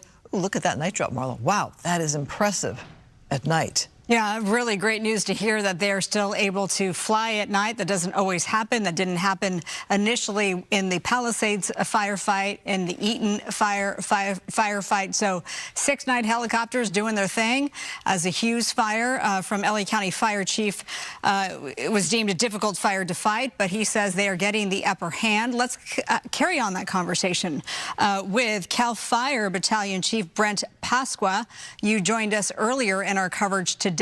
You're right out there on scene. What is the latest from your perspective and from Cal Fire? How is the firefight going? Well, the firefight is still intense. We do have a head fire on this fire still moving in the same direction it was earlier to the southwest, but we're able to focus all our resources on that part of the fire. The sides have been pretty much contained to roadways and retardant line, and now it's the head of the fire that we can focus on putting out, slowing down and putting out. You use the word contained. I know we use that very cautiously. We have zero containment, though, right, on this fire? Right. Officially, we have zero containment on that fire. On this fire, you're correct. But I do anticipate seeing that containment come up a lot faster than we did with the Palisades fire. The wind is allowing us to fly our helicopters. They're going to be out here all night. We were able to surge our resources that were already pre-positioned around this area to get here quickly. So the firefighters were able to jump on this quickly, and we have a lot of resources here working, and they will be overnight. You know, the other good news that we heard earlier was that 0 structures have been damaged or destroyed. Are you feeling that optimistic as we head into the night that will remain the case? I do. I see a lot of engines and resources that we had available to move ahead to the structures to provide structure defense, while a lot of our resources focused on fighting the fire. So again, having all those crews in the area nearby, pre-positioned, is really going to make a difference on this fire. You know, I got to think it's a bit of a morale booster to have made such progress on this fire here after what we have just witnessed, what you personally have witnessed having been there in the Palisades area. Just to have this tonight at this hour, after being on the air for several hours, and say 0 structures burned, the 5 freeway reopened, still evacuations though, but isn't this just a bit of a morale booster? And we saw your crews work so very hard today. It certainly is, and also with the winds dying off a little bit, that picked us up as well, because we know we can take that fight to the fire. Whereas the first 2 days of the Palisades fire, we were kind of just chasing hot spots. On this one, we know where it's going. We know where to tactically put our crews so we can engage in the firefight. Not just getting people out of the way, we're actually going to be able to fight this fire. Can you talk about the resources that Cal Fire has tonight, or the overall firefight tonight, in terms of the fact that we still have 6 helicopters flying tonight? Can you elaborate on what we can expect throughout the next few hours? Yeah, we were able to quickly get over 4,000 firefighters here to this fire within an hour or so. So that's going to make a huge difference. And we still have resources coming in as I speak now. And I know as I left the Palisades fire, we were getting resources from there as well. So it's another all hands on deck situation out here. Let's talk about the Palisades fire, since you brought that up several times. People are wanting an update on that fire too. There is some containment on that one. What's the concern at this hour for Palisades? So for Palisades, we are flying it with our infrared drones and planes. We are finding hot spots that we still need to extinguish, and we're still doing everything we can, working 24 hours a day to get those evacuation orders lifted. That's a high priority. Also, we know there's rain on the way. We're doing everything we can to protect those communities from mudslides, debris flow, whatever damage that rain might bring to those fire-scarred areas. You know, as it relates to the Hughes Fire, 31,000 plus are under mandatory evacuation, 25,000 or so under evacuation warning. Those people, many of them could be watching right now. Battalion Chief, what would you like to say to them?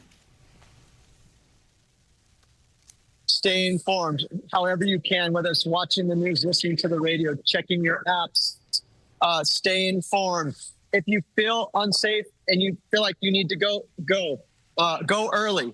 If you have elderly people or large animals that are going to take some time, I would say go ahead and do that now. Don't wait till the last second. Get going. Just be safe. Just be on the safe side. I want to ask you 2 questions. So we know the 5 freeway officially now fully reopened. It's got to be some welcome news, but also we've got concerns about the winds picking up again tomorrow. We're looking at quite a scene now on our screen to the right of your picture, which, you know, the night sky really illuminates the fire. But as we hear the 5 freeways open, wonderful news, but winds again tomorrow picking up. What is your concern at this hour? Yeah, great news. The 5 freeway just opened as we came on. Of course, the winds are of great concern. They have dropped a little, as I said earlier. So we're making as much progress as we can now because we know winds may be predicted a lot stronger overnight into the early morning hours. So again, all hands on deck, getting as much progress done as we can. Any final thoughts before we let you get back to your real job? It's just another example of be ready to go. If you live in these areas or fire-prone areas, especially when we have these Santa Ana wind events, stay informed, stay glued to the TV or radio so that you have an update. If there's a new start, you can get out quickly, you can get the information quickly, and have that go bag ready. You know, as people are evacuated, we all want to come back to our homes. We have 50,000 people under these different evacuation warnings and orders. What would you say to them about why they still need to stay evacuated tonight or until you all give the word to clear? Right. Our priority is to put this fire out and save lives, not have anyone injured or killed. So we want to do that safely. And as soon as we do put the fire out, our next priority then becomes getting those people home as soon as possible. We know what an inconvenience that creates for people and their families. So after the firefight is done, the fire is extinguished, we're going to get them home as soon as possible. I just asked you about the 6 helicopters that continue to fly now that the sun has set. Do you have a total number of aircraft that will fly throughout the night? Right now, I don't know. I just have the 6 on scene here. If we can get more, we need more. I believe there is more pre-position in the area. So I believe we still have more to order if we need. Can you compare for me the helicopters compared to the fixed-wing aircraft and how they tackle the fire differently in different ways and what their needs are at this time? Yeah, so fixed-wing aircraft will drop the red stuff. You see, the fire retardant. These helicopters you see behind me, they're dropping water. They can make long drops to along the fire line, or they can make pinpoint drops on a particular hot spot. So they're very they make very calculated drops in tight areas as well. They're very well trained pilots that practice these missions a lot. Yeah, we've seen the work over the last couple of weeks. What a couple of weeks it's been. I can't believe it's already January 22nd, and January has just been fueled by these flames from the Palisades to Eaton and now the Hughes Fire. He is Battalion Chief Brent Pasqua with CAL FIRE. Thank you so much for all that you are doing and all the information you provided. Stay safe tonight. Thank you. Yeah, thank you. Really great information there. Welcome news for those residents to know that out there, as you look at this wide picture, they have those helicopters making those drops throughout the night.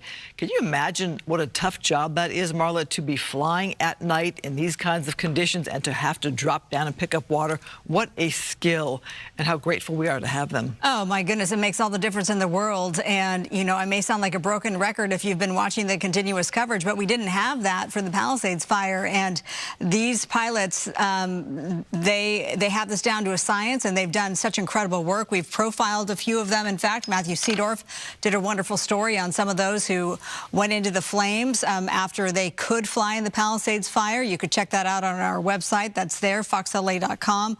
They do incredible work on the air, and that's what the LA County Fire Chief Anthony Maroney credited to this firefight. He said it's the robust fight on the ground and in the air, which is why he feels optimistic. And it was also good to hear from Brent Pasqua with CAL FIRE that he really echoes that sentiment about feeling optimistic as we head into the night, even though those winds will pick up.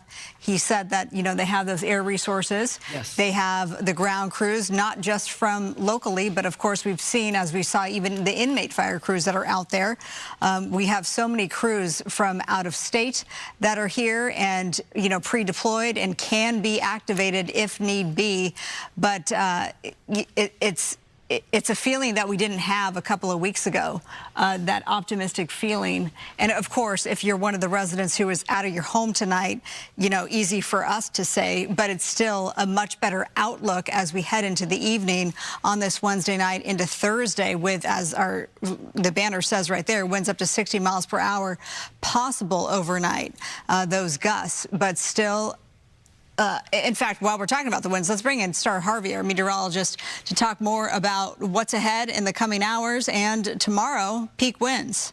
Yeah, let's talk about it. You know, still checking out on the current conditions right now. You know, the temperatures have dropped significantly, so that is something that is really good there. But also the winds compared to where we were during, you know, the start of this fire. So when we started, winds were a lot gustier, but also the sustained winds were moving a lot faster. As of right now, those winds in the area still pushing out of the same direction at about 9 miles per hour out of the northeast there, gusting at about 12 miles per hour. This is what I found looking at the models. We should see the winds range between 10 to 15 miles per hour and gust at least 10 to 20 miles per hour from now through, say, overnight hours. I'm tracking with our models that our winds are expecting to pick up in the 6 a.m. hour. Now, it's going to be a slight uptick, nothing drastic, but a slight uptick from what we will see during the overnight hours.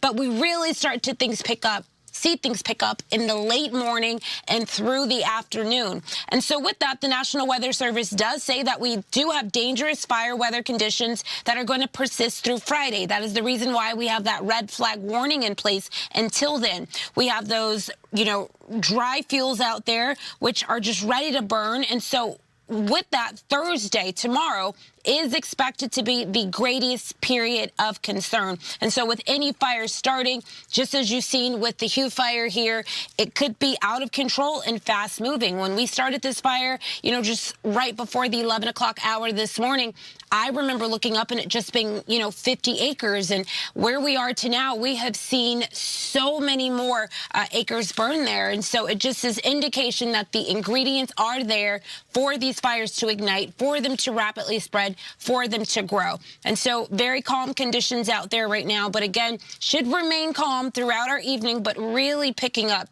during the second half of tomorrow morning. Back to you. That is jarring news. All right, Star, thank you so much. We want to talk to Matthew Seedorf, who's there on the ground talking with firefighters battling this fire. Matthew? Yeah, we're off of Charlie Canyon Road. These firefighters are actively trying to prevent it from crossing onto the other side. Basically just following it and really just making sure it doesn't spread beyond where it already has burned. You can just feel the flames where we're standing right now. You feel the heat, and these firefighters are doing a really good job just battling these elements, battling these conditions, and covering out these spots. It's almost like this fire is kind of doing its thing up the hill, so they're essentially just trying to make sure it doesn't continue going towards town here. So just unbelievable just to see this and think of how many acres have burned already today, and at this morning, and we're now seeing it the way that it is. Extremely hot, feeling the heat from this. Fortunately, obviously, we haven't heard of any structures that have been damaged or destroyed from this fire so far, but you have to think about just nature out here, and I'm seeing birds flying around and just how sad that is. But fortunately, again, it seems like all the structures are safe, and firefighters are watching this and making sure that this doesn't spread on the other side of this road here. go ahead and send it back to you. Yeah, I mean, we've heard optimistically from fire officials from 2 different agencies that they feel good about structures not being impaired, damaged, or destroyed. Let's hope that remains the case. From you, where you are, though, I mean, how far away is the nearest structure? I'd say it's at least 2 miles or so towards the west of where we are. Kind of our previous live shots, we just kind of drove into the canyon a little bit and up the road of Charlie Canyon Road. And there's even flames on the other side pointing out that direction. You might be able to see down in there on the other side of that hill. But for the most part, this fire is where we're at, pushing up this hill and pushing south, kind of ripping and roaring up that direction to the south of where we are. It just looks surreal there to see you standing so close to the flames and right next to those firefighters, and to think that they can make some progress with the shovel. Yeah. You can really see just how dry it is, right? I mean, listen to the... I mean, the second the flames hit any of that dry brush, it just erupts, and you can immediately feel the heat. But what a difference. I remember you 2 weeks ago at the Palisades Fire, and you were just getting whipped by that wind. So the fact that you can hear it, but you're hearing just the dryness of all the vegetation out there. But the winds are a completely different story at this point. Yeah, fortunately, I mean, the winds are not a major factor where we are. I think the main factor right now is just how dry it is. And now I'm actually on the other side of the smoke, so it's easier to probably hear me and speak. But, yeah, I mean, it's just so dry. So, look, he's trying to clear out the brush at this point. So, and then immediately it's going to ignite. Because essentially it's going to burn up to this road anyway, right? So everything is so dry, and it's just pushing to the south. Yeah, with that shovel there, they're trying to create more of a break, just kind of make sure that they've got a solid break there. Yeah, they have the fire trucks up the road there. You might be able to see it, and they're trying to. Oh, there's a rabbit crossing the road right there. Wow, another one. Poor baby. Glad that they're going in the right direction, but yeah, it's just. You can see more wildlife crossing the road. Very sad. I mean, we think about the structures, but just think of all the wildlife that's up in flames right now. I mean, that's the sad part in all this so far. But, yeah, it's just they're trying to keep the fire on this side of the road and burn that brush and keep the brush on the other side that's also really dry, the brush on this side of the road from igniting. So they're trying to keep the fire on this side and keep it from going over here. Well, I got to ask you, you were near the RV park earlier today. That was a huge concern. This would have been a game changer if that fire had ignited that RV park and then spread into the community. They were able to stop that. What do you make of the work of firefighters? Yeah, they did. The firefighters have done a remarkable job. The resources that were out here, they really went on the offensive attack, full court press, and really prevented the loss of structures or possibly the loss of life. I mean, they really did a good job. And, you know, fortunately, we haven't seen those structures that were lost, but still we're seeing all this acreage of land burning. And it is very sad. You can tell the firefighters and everyone's walking this way because that's the speed of the fire right now. But yeah, it's always horrible to see this, right? And it's so hot. I mean, it feels like a sunburn on our skin. The crews that you're with right now, is that LA County Fire or Cal Fire or Angeles National Forest or a combo? Yeah, it's LA County Fire, and they said that they've been on the Palisades Fire for the last couple of weeks. So firefighters in our area are just not getting a break. I mean, even things were starting to look good, and the containment was going up on the 2 fires that we've been battling these last 2 weeks. Now they have this, and they're going full-on attack mode right now. Yeah, that's something that we talked about earlier with one of LA County Fire officials when he joined us live in the coverage. And I had said, well, my goodness, if we are diverting resources from the Palisades Fire, which isn't, 100%, pardon me, 100% contained now, it's at 70% contained. Obviously, they still have their infrared technology looking at the hot spots, but would that be impacted, that firefight, if you will, in the Palisades area? And he said, at this point, no. So that's good news. Yeah, it seems like they're prioritizing where the most risk of danger is, right? And obviously with all these flames growing out of control, still 0% containment, this is the biggest risk right now. Unfortunately impacting a lot of wildlife, but so far at least people and property staying safe. Matthew, we're going to keep a watch, of course, on this fire for a while longer here as we continue through the night here. Boy, fast-moving fire that spread to thousands of acres. And now we can say, you know, the freeway open and no homes burned. All right, thank you so much. Haley Winslow also on the ground for us. Haley, where are you at? Oh, okay. We're having a little difficulty with the microphone situation. That happens. You can understand that. Susan Harrisuna, she was there at the command center when officials gave that update at 5 o'clock. It looks like you're on the road now, Susan. Yes, we're on Interstate 5, and, you know, I heard you guys when you were saying, oh, I-5 is wide open again or opened up to general traffic, and that wasn't the case. They had quite the clog going northbound on Interstate 5.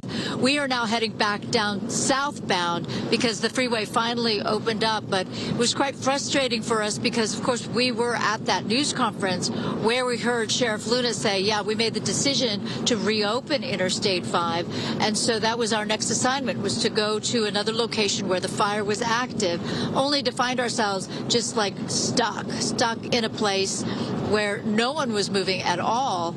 And then on top of that, there were new crews that were coming up Interstate 5 and couldn't get around. Like somebody literally got out of one of the trucks in order to ask us to move forward a little bit, and then that allowed those crews to go through. And then eventually everything opened back up again. But we were just like jammed up with a bunch of semi-trucks and passenger cars, and now everything is quite clear. We're going southbound on the 5, and it seems to be free-flowing.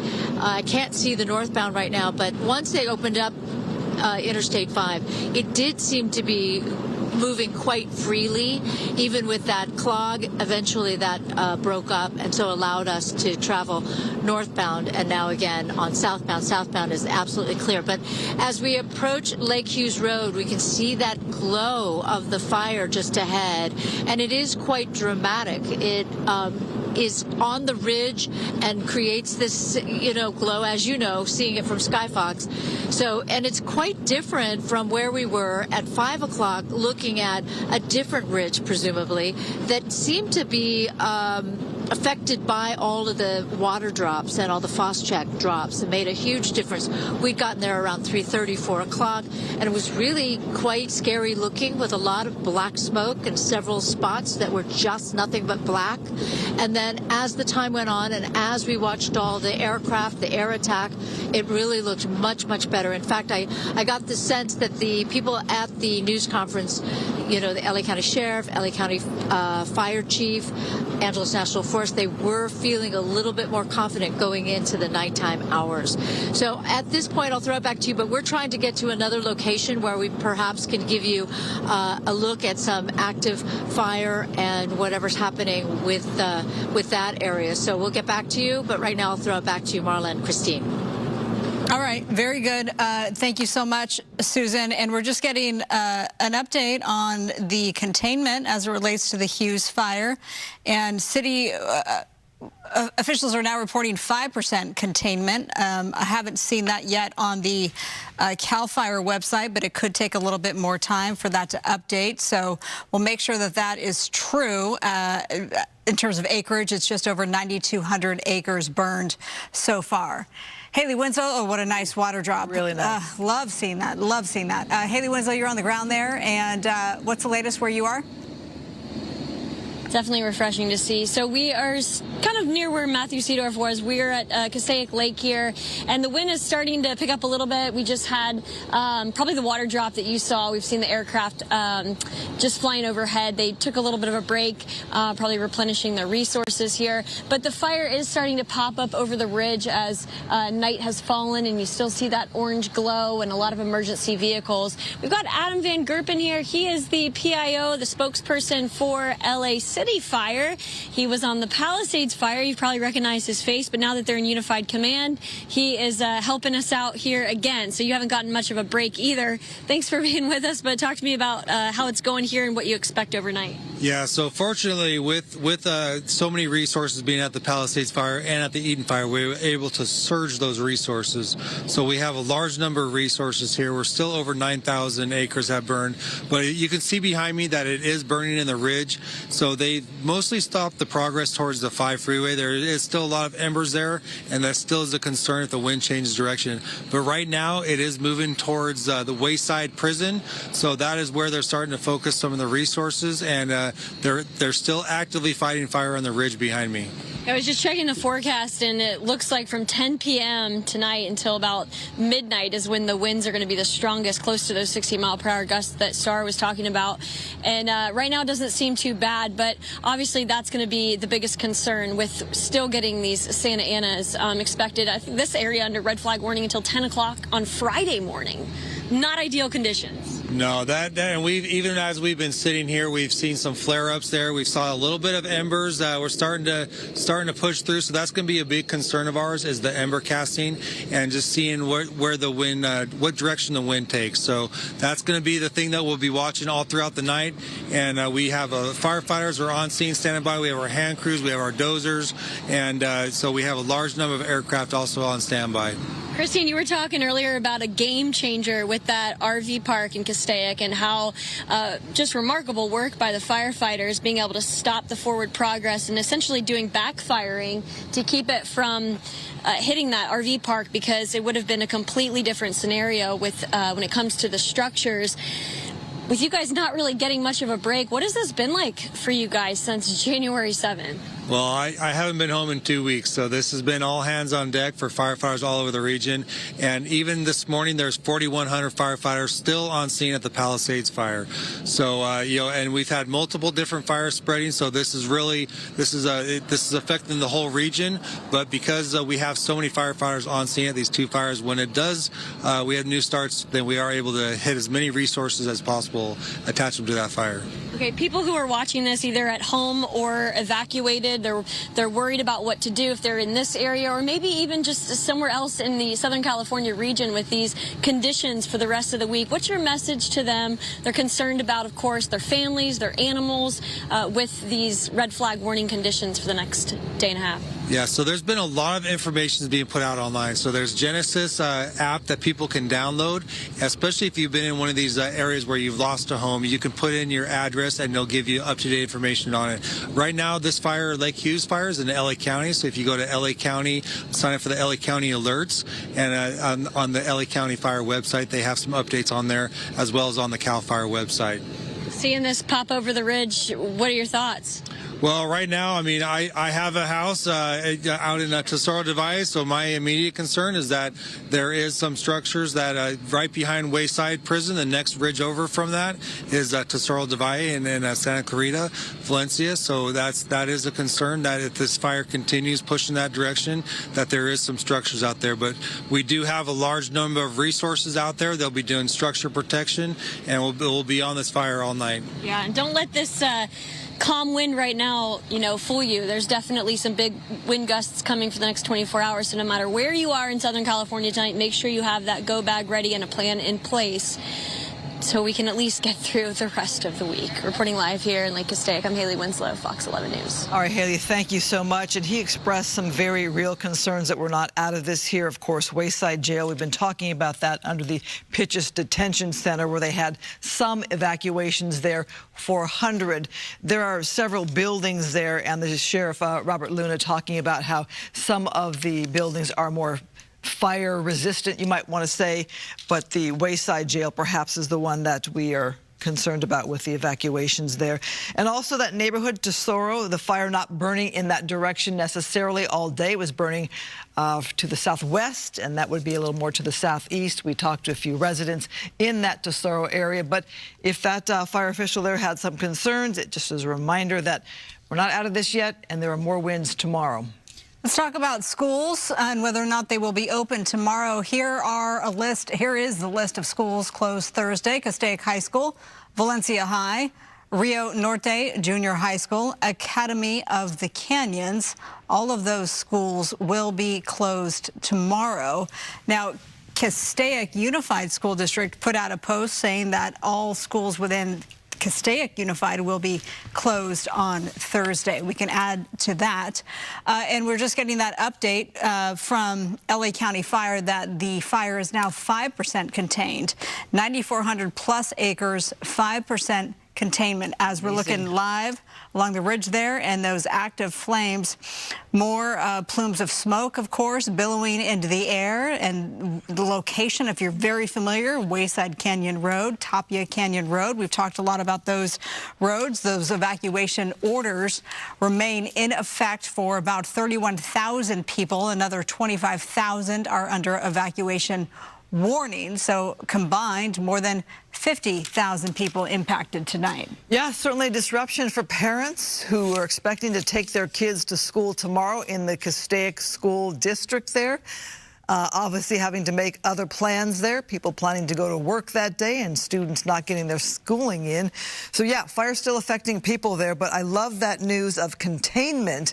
It's really the first we've heard of any kind of containment here on that Hughes Fire, 5%, but we're still watching this. You can see those flames there and still word of winds tomorrow. Reporter Ed Laskos now on the scene. Ed, what do you have for us? And Christine, some good news as we've been talking. Susan was showing us a little while ago. The 5 is opening, and this is Castaic Road.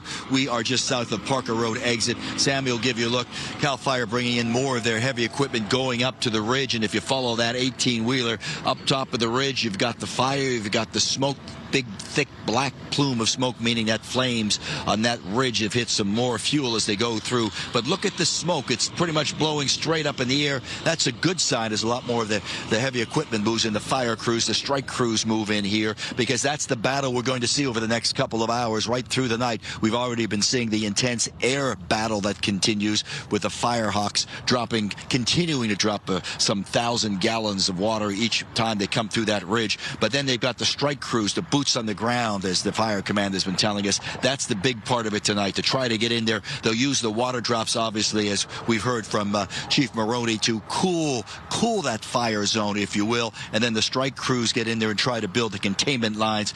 But at this point, that glow, you could see it for miles as you're coming up the 5 freeway, even from down past the Magic Mountain, the exit down in that area. And the concern, as we've been talking about, Christine, you mentioned it, the Pritchett's Detention Center, the sheriff telling us that they've got, and if you're familiar with it, or folks who are not, there are 3 facilities, if you will, on that compound, and one of the facilities earlier was threatened, wasn't as fire secure, Sheriff Luna was telling us, so they moved just under 500 inmates to the other 2 facilities on that compound, thinking it'd be safer. Pretty much the situation now, but as the flames move to the south, they move to the east, they're getting closer to that detention center itself, and we know that a lot of the Sheriff's Department personnel are on standby just in case they get the command from fire officials to go in there and start some evacuation. So those inmates are safe at this point, but everybody realizes that fire might be getting just a little dangerously close, and they're ready to move in, the Sheriff's Department, if they have to go in there and make some more evacuations to move the inmates off that facility, off that compound, if you will.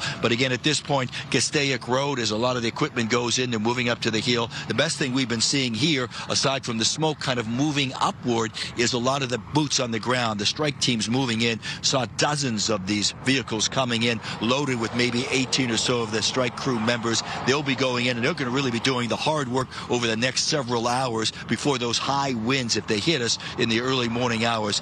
Containment lines, building the line to the south, to the east, because if the flames go, they want to have a wide containment line, because we all know about those burning embers with the winds. If they hit us as strong as some people saying, some more heavy equipment moving in. If those winds come in, that's SoCal Edison moving in. They were worried about some of the lines down here on Castaic Road, de-energizing those lines just in case the fire moved further over this direction in the east. So more of the heavy equipment coming in. But we were talking talking about those burning embers, and that is a concern if you get those really high winds over the next several hours. That's why they want that containment line as wide as they possibly can get it, so you don't have any fires erupting further down, let's say sparking up a mile or so to the south, and then it's sadly off to a very horrible situation, as we saw, for instance, in the Palisades Fire, when you have those winds. But Christine and Marla, as Fire Command has been telling us, Chief Maroney was telling us, the good news here, if you want to say there's good news, is we're not seeing those kind of winds like we saw in that devastating, deadly Palisades Fire. They're swirling around here right off the 5 freeway, Castaic Road. Sometimes you might get a little bit of a quick breeze coming through, a quick gust, if you will, but nothing that really is concerning. Of course, on that hilltop over the ridge, it's a whole different story, because the fire can make its own weather situation, its own wind, if you will. But the best news here, the smoke pretty much going up, blowing to the south. It's an area at this point pretty much is not threatened by any homes, except for that detention center where Fire Command's keeping a close eye on it. One more look again. They're bringing in a lot more of the utility crews, worried about as you continue down Castaic Road along that ridge. There's some transformers, some electrical situations, electrical outpost, if you will. They want to go in there, shut those down, de-energize it, so that Fire Command, the boots on the ground, don't have to worry about any down lines and problems that might bring us. So that's the situation here, Castaic Road, right off the 5 freeway. Well, Ed, I know you're going to be bringing us coverage throughout the night here on Fox 11, taking that night shift with fresh eyes and ears there on the ground. Thank you so much. Noting about that Pitches Detention Center, there is great concern for protecting lives and properties, secondly, and I'm sure they're going to try to really tackle that one from the air. They've still got those 6 helicopters flying at night. They've got those crews on the ground. That would be quite a task to have to evacuate the Pitches Detention Center, some 4,000 people, give or take, there. They have evacuated 400 people already in a less secure type of building when it comes to fire protection. But we haven't heard anything official from the news conference about that being a big concern right now, and we have that news of the 5% containment. So, Marla, let us hope for the best throughout the night. Yeah, just to add to what you were saying about the Pitches Detention Center, we learned from Robert Luna, of course, LA County Sheriff, that 476 inmates, so closer to 500, they were moved to another facility on the campus to a more secure location within the detention center itself. More than 4,000 total inmates. And he said, you know, we do have a plan in place if the fire worsens. He didn't elaborate on what that plan would be. That is all as it relates to the Pitches Detention Center in Castaic. I know we're focused on the Hughes Fire, but I wanted to give this good information about the Eaton Fire. We know that the acreage has remained steady at over 14,000 acres, but LA County Fire tonight, just a few minutes ago, saying that that fire is now 95% contained. 95% contained. Welcome news. Welcome news for sure for the Eaton Fire. And containment for the Palisades Fire remains at 70% containment. All right, let's bring us back here to the Hughes Fire in the Castaic area. We have the mayor of Santa Clarita, Bill Miranda, who's been standing by. Thank you so much, Mayor. We appreciate you waiting for us. Would love to hear your thoughts and update as we get close to 7 o'clock here. Yeah, and thank you for having me. We are... The news hasn't changed very much, honestly, since about 4 o'clock. The fire continues to go. You can see the flames in the night. It's a little scary when you look at it, and you see the winds blowing. Wind is our biggest concern right now. The winds in our valley have a habit of turning on a dime. They can change direction very easily, and as you know, from the other fires in LA County, embers can travel. Mm-hmm. Embers can travel a mile and sometimes as much as 2 miles. So everybody still has to be on high alert that something might happen in their neighborhood. So we're cautiously optimistic. We like what we're seeing right now. We hope it stays this way so that tomorrow morning we can all wake up feeling very, very safe. But we have to be vigilant 5% and alert. And I just got the word that it's 5% contained, yeah, which is a start. And yeah, we're very thankful for all the first responders, all firefighters, sheriff's deputies, CHP, Forest Service, all these volunteers. Some of the volunteers are from even out of the country and certainly out of the state and out of the city area. But we're getting a lot of volunteers. We're getting a lot of calls. Congressman George Whiteside was on an airplane. I don't know if he's landed back here yet, but he's involved and wants to help in any way that he can, representing the federal government. Senators Suzette Valladares and Assemblywoman Pilar Chavo have contacted me, offering their help should it be needed. And of course, our wonderful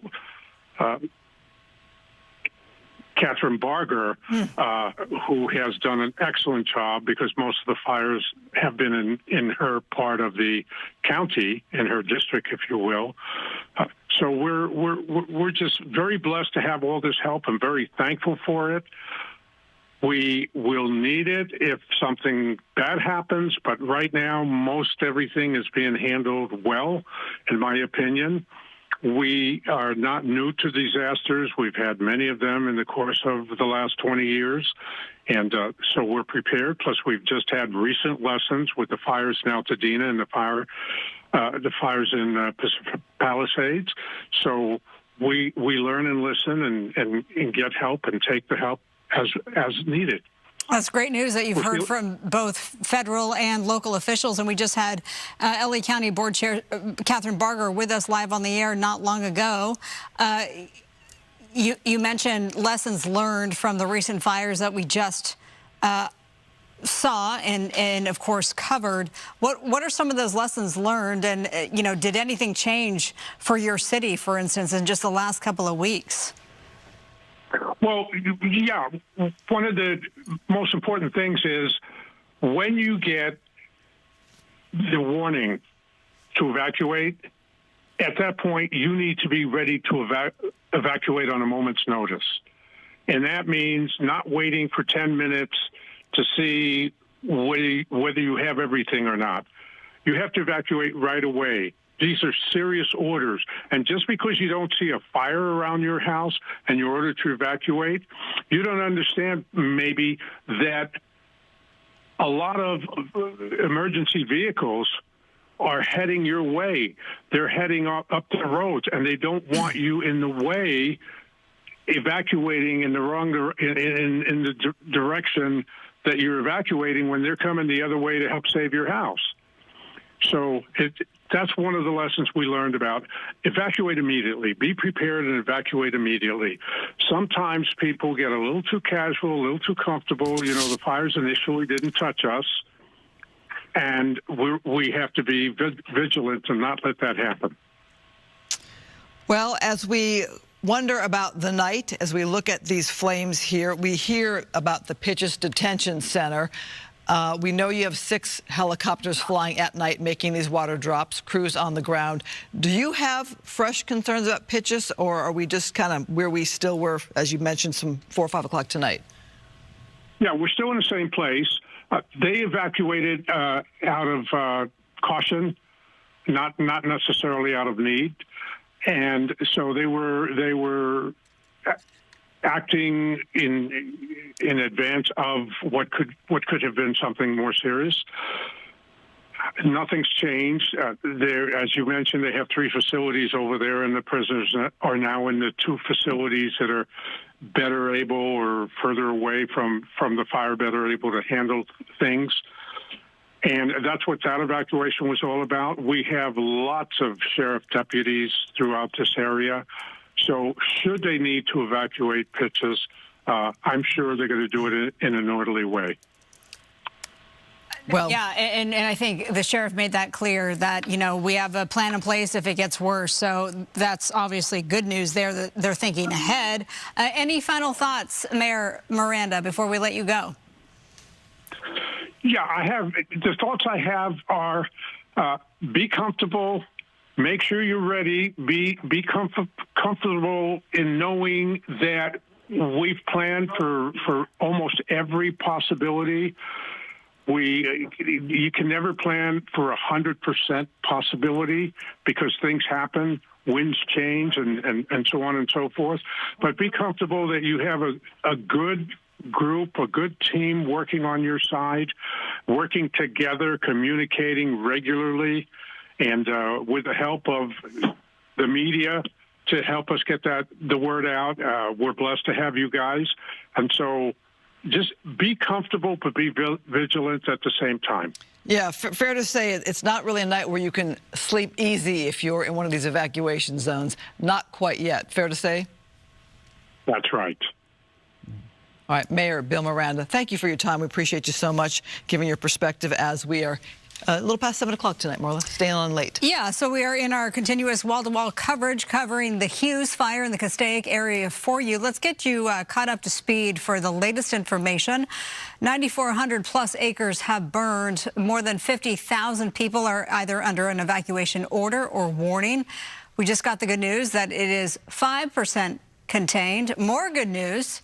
No structures have been burned. None have been damaged or destroyed. And those red flag conditions, this isn't the great news, those red flag conditions will continue into Friday morning, 10 a.m. We mentioned Castaic Unified School District will be closed tomorrow, Thursday. We're hearing now from the Saugus Union School District and their status for tomorrow, Thursday. They are closing the following schools. West Creek Academy, Tesoro del Valle Elementary, Mountain View Elementary, and the district office. Again, those are within the Saugus Unified School District. Announcing these closures, I'll repeat it again: West Creek Academy, Tesoro del Valle Elementary, Mountain View Elementary, and the district office, all closed tomorrow, Thursday, January the 23rd. That is an update. We haven't used the name Saugus much covering this fire, so that is an interesting update there to hear about the concerns about that. And I'm wondering if that could be perhaps with the smoke inhalation or even just a concern overall about the fire, because Saugus tends to be a little bit farther to the south from the heart of this fire. But, you know, we don't know how the winds are going to change and how things are going to change, and maybe you want to keep all those routes open for fire emergency officials and not have to worry about the kids in the morning. Well, the note that was sent to parents explains that these sites are in mandatory evacuation or warning zones, so they are most definitely impacted. It goes on to say, this note to parents, all school services at these 3 sites will be closed for the day. Again, this is for the Saugus Union School District. Some closures to report there. Well, we are continuing to watch this fire and get new updates. That is a brand new update when it comes to this fire, the Hughes Fire that started to the north of Castaic Lake. It was to the northeast of Castaic Lake, starting at 11 o'clock today. And we're still watching the fire burn tonight, even though we have containment information that came in on the very same day as the fire, which is welcome news. Of course, Mother Nature cooperating a bit in that it wasn't like the Palisades or Altadena fire. You had wind gusts, but nothing like we saw with those fires, which allowed firefighters to plan and prepare and get a handle on things. You look at the night sky there, it's still very concerning. You hear about winds tomorrow, still very concerning. But 5% containment, Marla, I mean, to have containment the very day of a fire, any kind of containment news is really, really welcome news. You make a great point, because I think it was, gosh, I'm trying to think back. Ed Laskos was in the middle of a live shot when we got, I think, like 2% containment on the Palisades fire, and that was on day 2 or 3. If memory serves me correctly. So, yes, they have made significant problems. Sure, it's just 5%, but it's 5%. It is absolutely a start. So, good news there. And again, no structures reported to be damaged or destroyed as well. So, and fire officials seem to be cautiously optimistic. That's, I think, a fair phrase to use, because we've heard from CAL FIRE, we've heard from LA County Fire, the lead agency, that things are looking good in terms of their firefight. You see all the engines down below. Amazing. We have at least 6 helicopters, we know, that are doing the water drops on this Wednesday night past 7 o'clock. And it's not just LA County Fire and CAL FIRE. There's the Angeles National Forest crews that are out there as well. We know inmate crews are there on site as well. They happen to be in town helping fight the Palisades Fire. We know that a lot of the resources, in fact, from the Palisades Fire have been brought over to the Hughes Fire to help out. And it seems to have paid off so far. Yeah. We have Robert Moses, who is there on the ground and talking about the evacuees. There are, what, 30,000 people still not allowed to go back into their homes, 50,000 people total who are under concerns about evacuations. So, Robert, what are you hearing from people? Yeah, such a tough night for these people, and we've moved just a little bit from the last time we spoke to you because we wanted to give you a sense of the fire, and we've been watching this ridge line, and every so often you can see one of those water drops take place. One of the helicopters comes over the ridge and drops water. You can see that even in the nighttime hours. It's quite a sight to see, and luckily, as you guys have so eloquently spoken about, we're now at 5% containment, so that's some good news. However, we can't ignore the tens of thousands of people, of course, who are out of their homes tonight, wondering when they will be able to go back. A few minutes ago, I spoke to a mother and daughter, Terry and Valerie, who live here in Castaic. They had evacuated to the parking lot of the Ralph's, just about 2 miles or so away from here. And they told me about what it's like not knowing what kind of condition they'll find their house in whenever they're allowed to go back. Well, I had been home just about 5 minutes when Valerie texted me that there was a fire by the lake, and I went outside, saw it, and probably like for about an hour, I was packing stuff up, and I kind of had a mental list of what I needed just because of watching, you know, people who just had gone through this. So I kind of had a mental note, just made a pile, packed it up, got the dog. I grew up in this house like this. I've only ever lived in Castaic, and I'm 18. So it's definitely really sad. I mean, all my friends live here too. I had friends who got evacuated as well. So we've been kind of checking in on each other.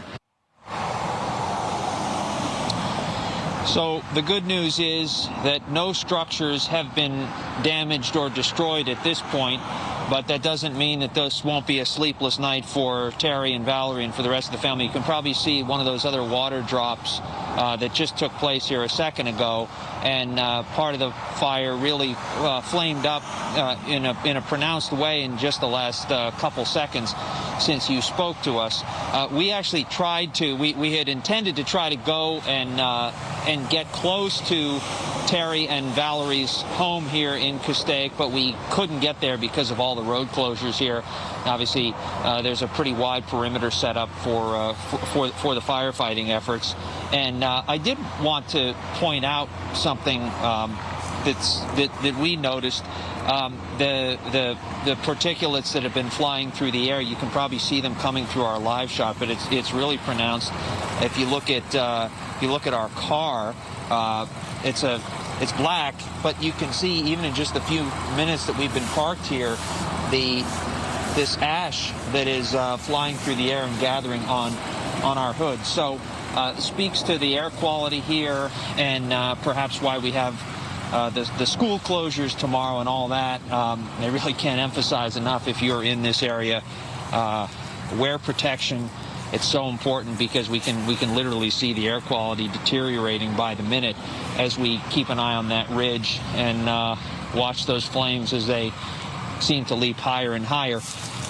One piece of good news is that the winds are fairly calm. They were higher earlier, but they are very calm at this point. So hopefully that's an advantage for these firefighters as they move through the night. Guys, back to you. As much as we're hearing about progress here with the 5% containment, for those people who've evacuated, Robert, I got to think there's a little PTSD when you think of what we witnessed in Altadena and the Palisades, just the fear of it all, the reality for some people, the dramatic change in their lives and livelihoods. There's just got to be PTSD just even thinking about that thought. Yeah, you're exactly right. You heard what Terry said. She said, hey, you know, the Eaton Fire, the Palisades Fire kind of gave me a chance to reflect, well, what would I take if I were in this position? Well, guess what? Terry found herself in that position earlier today, unfortunately. So, yes, there is that sense of PTSD, and we'll keep an eye on the ridge because the picture is so vivid as I talk to you. But yes, there is a sense of you know, we've been through this before. What do I take? And luckily, Terry and so many others like her were able to not waste any time today. They had a plan. They knew what they wanted to take. They didn't waste any time. They grabbed it, and they got out. And as I said goodbye to Terry and Valerie, I said, hey, you know, the key thing is that you guys are safe, whatever happens to the house. Obviously, we want it to be standing, but it can be replaced. You can't. And so luckily, they got out of harm's way, and now they'll just wait the night. It doesn't look like they'll be able to go back to their home, at least tonight. Certainly, it doesn't seem to be a prudent thing to do. I looked at a picture of how close this fire had gotten to Terry's home, and it's very close. So she would be wise to stay out for the night and just see what tomorrow brings. But yeah, it's unfortunately people have had a lot of practice, if not on their own, then just watching the plight of others who have had to flee and saying, hey, here's what I'll take if I have to go. And today a lot of people in this area found themselves in that very position. Yeah, we've heard from a lot of people, including I know some people who you talked to, that they were watching the Palisades and Eaton Fire's coverage, and they learned a lot, and they actually took steps to sort of fire harden their homes in the last 2 weeks. Mm-hmm. One woman on the air with you earlier, Christine, talking about sprinklers on the roof, and you know, she took it very seriously, and obviously, hopefully, that'll pay off. Robert Moses, we appreciate your reporting. We'll check back with you soon as we look at a helicopter flying in the night sky, all of those hot spots down below. Let's check in with our meteorologist, Star Harvey, about the winds, but then also we do have some rain headed our way this weekend, Saturday and Sunday. Sunday appears to be the stronger rain. Yeah, you know, that's right. We do, according to the National Weather Service, have a high confidence in that widespread rain. We're looking at anywhere from a tenth to, I'd say, a half an inch, most common, except for portions of the San Gabriels, where we could see anywhere from a half to, I'd say, an inch and a half spread out over a long duration. So from as early as Saturday through portions of Monday. We do have a thunderstorm chance as well, and that's what Marla's talking about there on Sunday, where we could see, as of now, there's about a 10 to 20% chance that it could happen anywhere at any time on Sunday throughout the area. And with that, that does give us a low risk of debris flow. It's not zero, but it is low, and this is going to be over some of those burn areas. I also do have to throw out the fact that we do have a moderate risk of some small hail. Again, the timing of this precipitation entering our area is as early as Saturday afternoon, and it is expecting to last as late now as Monday night, with the highest chances being on Sunday. Let's talk about some of the weather conditions happening right now over the Hughes Fire. We do have a much calmer wind pattern. I can tell you once again that when this fire started, just right before the 11 a.m. hour, we did have winds going at about 15 to 20 miles per hour sustained, but the gusts, they were around 30 miles per hour. And so over the last, I'd say, few hours or so, we have seen winds cut about in half. So currently over the area, we do show that the winds are moving in single digits right now, just about 9 to 10 miles per hour, still pushing out of the north, and the gust also in half from when we seen that fire start earlier. So just at about 14 miles per hour. We do expect that the northeast winds could strengthen and expand tonight into tomorrow morning. And with the peak winds, that's likely to be tomorrow. That's when the National Weather Service says it is the greatest period of concern. So that could mean our winds could go anywhere from about 35 to 50 miles per hour during that peak gust. So while models are showing that the winds in this area right here, where the fire is burning in Castaic, that the winds are calm tonight in the area, The red flag warning lets us know that at any point that could change. The models also show that the winds from now through our overnight hours will be ranging from about 10 to 15 miles per hour, and the gusts could go at about 10 to 20 miles per hour for tonight. Those same models also show a slight uptick early tomorrow morning with our winds around the 6 a.m. hour. Lastly, those models show that later in the morning tomorrow and through our afternoon is when we really start to see the winds pick up, which does match with what the National Weather Service is showing as the greatest period of concern. And again, you have to remember that we are expecting to see some of those isolated areas that could still reach the numbers in the red flag warning, which I want to continue to throw that out. Could be 35 to 50 miles per hour, not just across this area where we do have the Hughes Fire burning. This is going to be for a big portion of LA County and Ventura County, and also 50 to 60 miles per hour in some of our favored mountains. So with that, we could see the rapid growth and spread of these fires, much like what we've seen here in the Hughes Fire, where this fire, again, started off with just 50 acres in the 11 a.m. hour, now burning close to 9,500 acres in, which I would say in a short period of time. And the winds do play a huge part in this, but we also have to pay attention to the dry fuels out there, the low humidity values. Humidity values are not expected to rebound if much at all overnight, when we usually see patterns like that happen. Winds are going to continue to pick up, and again, the humidity values are very low, about 2 to 10% across the area there. Back to you. We're going to be joined by phone by Deputy Robert Jensen from the Santa Clarita Valley Sheriff's Station. Deputy, we thank you so much for being with us yet again as we are in the 7 o'clock hour here, have been on since 11 o'clock in the morning covering this fire here on Fox 11. Can you bring us up to date with your thoughts or concerns as we head into the night? No, absolutely. Thank you very much for having me on again. I think it's so important to get this information out to the public, and you guys have been a tremendous help in that. I will just tell you that the weather report that I just heard on the air was phenomenal. So thank you very much for stressing how important those particularly dangerous situations, just how dangerous they actually are. All of Los Angeles County needs to be on alert during those times. But as for the Hughes Fire, right now we are at over 9,400 acres burned, and I do want to make a correction. We are not at 5%. We are actually at 0% still. So please be aware of that. The 5 freeway is now open in both directions. However, Parker and Lake Hughes Road are going to remain closed at this time. There is a temporary flight restriction in effect over the area, as well as 31,000 residences that my deputies have been working tirelessly to evacuate. We have a temporary shelter set up that was in place over at the College of the Canyons East Gymnasium, thanks to the American Red Cross. We are working in partnership and in unified command with the Los Angeles County Fire Department, California Highway Patrol, Angeles National Forest, CAL FIRE, the U.S. Forestry, as well as LA County Animal Care and Control. The city of Santa Clarita has also been a huge help in just getting information out, as well as giving us access to some ADA buses. The deputies put out a help call earlier over the radio to get a bus that was ADA compliant so that we could get some people in wheelchairs evacuated safely, and that was super effective and a great partnership with the city, as well as OEM providing the numbers that we need. I want to encourage all residents of Santa Clarita and LA County to know your zone by going to protect.genesis.com. If you guys are able to put that link up just so that people can see where to identify their zone and identify if they're in a warning or an order.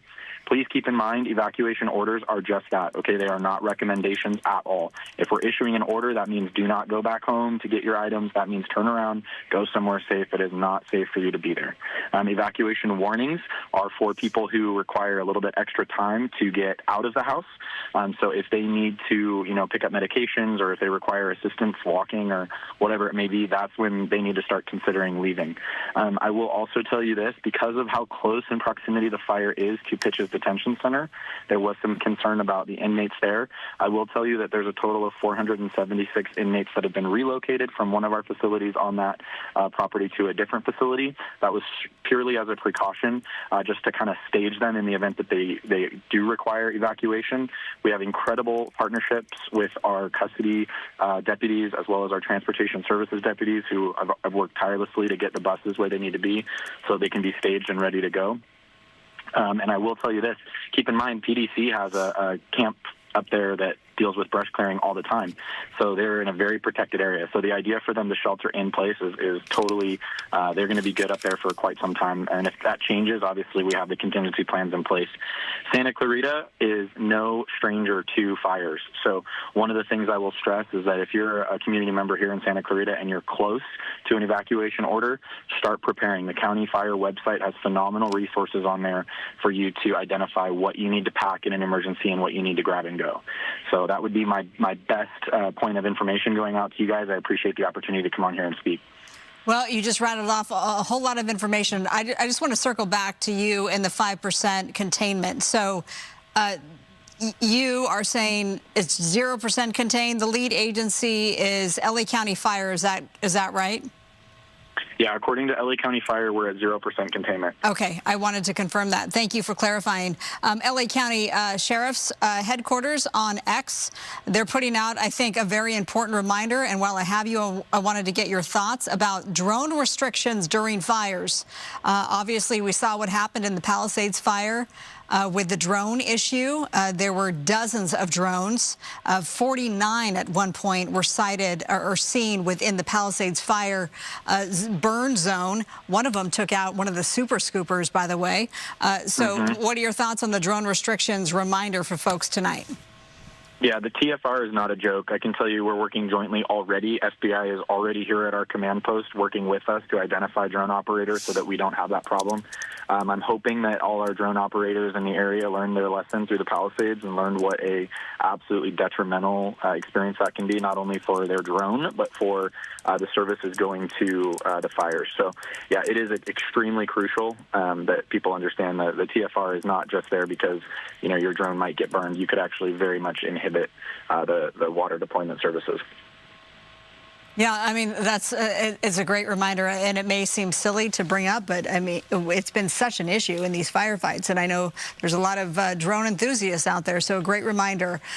Okay, so 0% containment. You talked about evacuation orders and warnings and all the necessary precautions people should take. Christine, yeah, I want to just go back to that 0% containment because we felt a bit of joy there when there was possible word that there was some containment. So perhaps we were a little bit over-enthusiastic with that information. How concerned are you about that with that 0% containment? Well, like you said in the weather report, and I'm grateful you guys covered it, the weather has died down a little bit right now, so we are experiencing a little bit of a stillness with the winds. So as of right now, I mean, it's obviously concerning, but there were a lot of resources deployed early on to kind of establish a perimeter.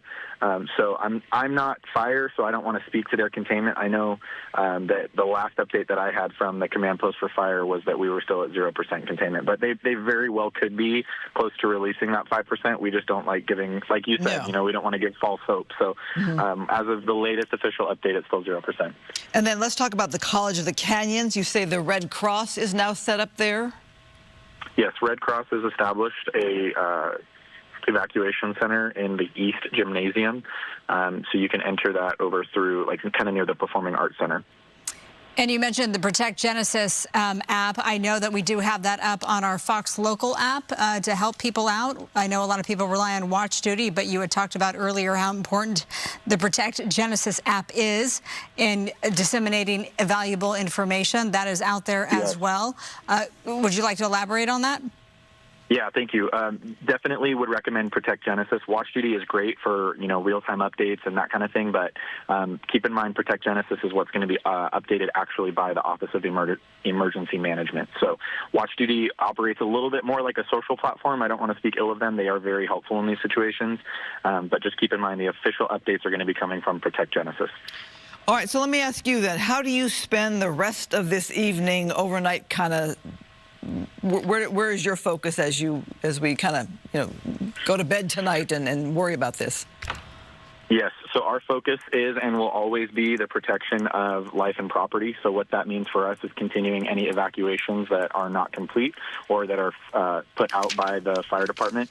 We'll go ahead and execute those, as well as sending our deputies, which we currently have over 86 resources deployed to conduct those evacuations, and then also handle any kind of looter suppression efforts. So what that means is you'll see a lot of deputies, very high visibility in these evacuation areas, because we've closed the roads and we aren't allowing people back in, we do put deputies patrolling the streets that are under evacuation to ensure that nobody's trying to sneak up and take advantage of these evacuated homes. So our focus as a Sheriff's Department this evening is going to continue to focus on preservation of life first, and then second, property with those evacuations and looter suppression. Looting, that's a whole other issue that we dealt with for both of the Palisades and Eaton fires. So I'm glad that you're on top of it. And, kudos to you and the crews. Anything else you'd like to add?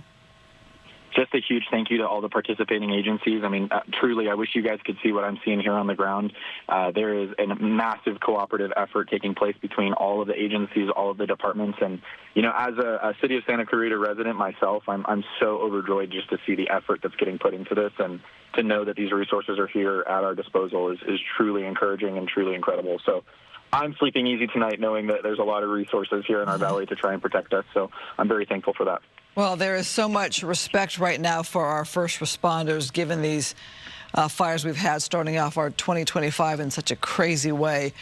Thank you so much, Deputy Robert Jensen. We appreciate you from the Santa Clarita Valley Sheriff's Station. Have a great one. Be safe. All right.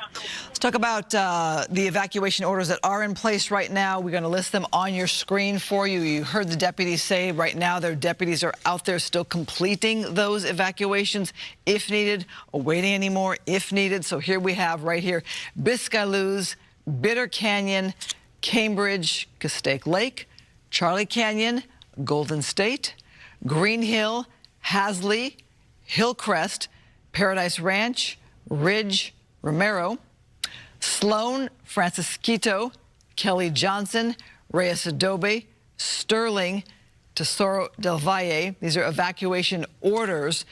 These are the warnings now. Remember, the deputy said an order is not, by choice. An order is an order to evacuate. These are the warnings, and especially if somebody needs a little extra help, they are giving you this warning now in case you need a little extra help in packing up or preparing and getting that stuff ready to go. Looking at them on your screen here, I'll read this screen here for you. Decorro, Mountain View, Pacific Crest, Rancho Tesoro, Reyes Adobe, Rio Norte, West Hills, Industry, Live Oak, Oak Canyon, Val Verde, Hungry Valley, Black Pine, Calyx. As you give that information, we're hearing from Ventura County Fire, and we know that Ventura County has some evacuation warnings and orders in effect due to the Hughes Fire. We've talked to Ventura County officials. Pardon me. Ventura County Fire Department is now reporting that there is a fire that they are battling, approximately a 2-acre fire. It's called the Acacia Fire. This is at the river bottom off Acacia Road in the city of Santa Paula. Units, according to VCFD, they are on scene. They're reporting a moderate rate of spread and medium fuels pushed by a 10 to 15 mile per hour wind. They say that firefighters are aggressively working to attack the head of the fire. Again, this is a whole new fire, not related to the Hughes Fire. This is in the city of Santa Paula. The Acacia Fire, as it's called, burning along the river bottom off of Acacia Road. Ventura County Fire Department, the lead agency on that one. For more information there, you can always go to vcemergency.org. And I say that with a question mark, or is it .com? It might be .com. Let me get this straight before I give you bad information. Just going through my notes. It's vcemergency.com is a good resource for those of you in Ventura County.com. And here's a map just to sort of paint the picture for you. The Acacia Fire, Ventura County Fire on this one. This specifically, to get even more specific, this is Acacia Road and Todd Road in the city of Santa Paula. So we'll keep a watch on that and hope that that does not spread further. And it's good to know that obviously they're on it, and we'll keep you up to date on that. We've seen a lot of those fires lately on the river bottoms. We had one last night during the 6 o'clock, which was breaking news. We had one last Friday, the auto fire. Last night's was in Jurupa Valley. There was another one. It's escaping me location-wise. We've been just covering fire after fire after fire. But when they're usually along the riverbeds, the bottoms, it doesn't tend to impact too many structures nearby. So that's good news. Back to our coverage of the Hughes Fire as we're now past 7:30 on this Wednesday night. Our continuous coverage continues, and you see that wall of flames along the ridge there. There are 6 firefighting helicopters able to drop some water on it as we head into the evening hours. We have a reporter on the ground there, Chelsea Edwards, bringing us up to speed here as we head into the night. Chelsea. Yeah, you know, those firefighters doing an incredible job. We've been seeing them attack this from both the air and the ground. We've been in several different locations. Right now, we're south of the Castaic Lake, and we're right near the Pitches Detention Center. And I want to show you the entrance here. So totally blocked off. Nobody can get in or out. There's more than 4,000 inmates in there. Currently, they're sheltering in place in some of the concrete buildings in there. Now, as the flames got closer to this area toward the facility, hundreds of them were moved to a different part of the campus, which, by the way, is huge. This is a 1,000-acre campus. It actually has 4 different facilities all inside of it. So there's the Pitches Detention Center East, North, and South, as well as the North County Correctional Facility. Now, again, everybody is sheltering in place there right now, but officials say if the conditions change, they will plan a large-scale evacuation. So that is remained to be seen. But I want to show you exactly where we are and how close we are to these fires. So if we spin around this way, there's an animal shelter just up here, the Castaic Animal Shelter, and then just beyond that, you can see those active flames. I see a large, what looks like possibly a telephone pole or a large tree on fire in the distance. We've watched these flames kind of climb over this ridge. This is kind of the southern and western flank of the fire, and it's just been creeping closer and closer south toward this area. So kind of closer to the 5 freeway, which is just to our left, and then south toward this detention center. The other thing I want to show you is just what this is dealing, what the firefighters are dealing with and what the fire is chewing through. So look at this. You can just snap off all of this vegetation, and there is nothing but vegetation between here and those flames. It's so much of this, and this is all that is just being chewed through. This fire has endless fuel, and then, of course, these winds are certainly helping to whip it up as well. And this just goes on for miles and miles and miles in this wilderness area all around the Castaic Lake. So that's what it's burning through. There's not a lot stopping it right now, but again, this is a very impressive firefight. We've seen drop after drop, a lot of support from the air, and then a lot of crews on the ground. We see that bright light in the distance. We believe that that's a fire truck, but you can also see the glares and the lights from the fire trucks on that side. There's also kind of a red glow. It's different from the orange glow from the actual fire, but that red glow is a huge line of fire trucks that are all up and down the road kind of leading up to that ridge. So huge firefighting presence from the ground and from the air. So hopefully they're going to be able to start getting a handle on this thing. Now, the winds are also something that they're dealing with. They picked up a little bit in a while. We've been standing here, and again, we've been in several different locations throughout the course of the last 4 hours or so.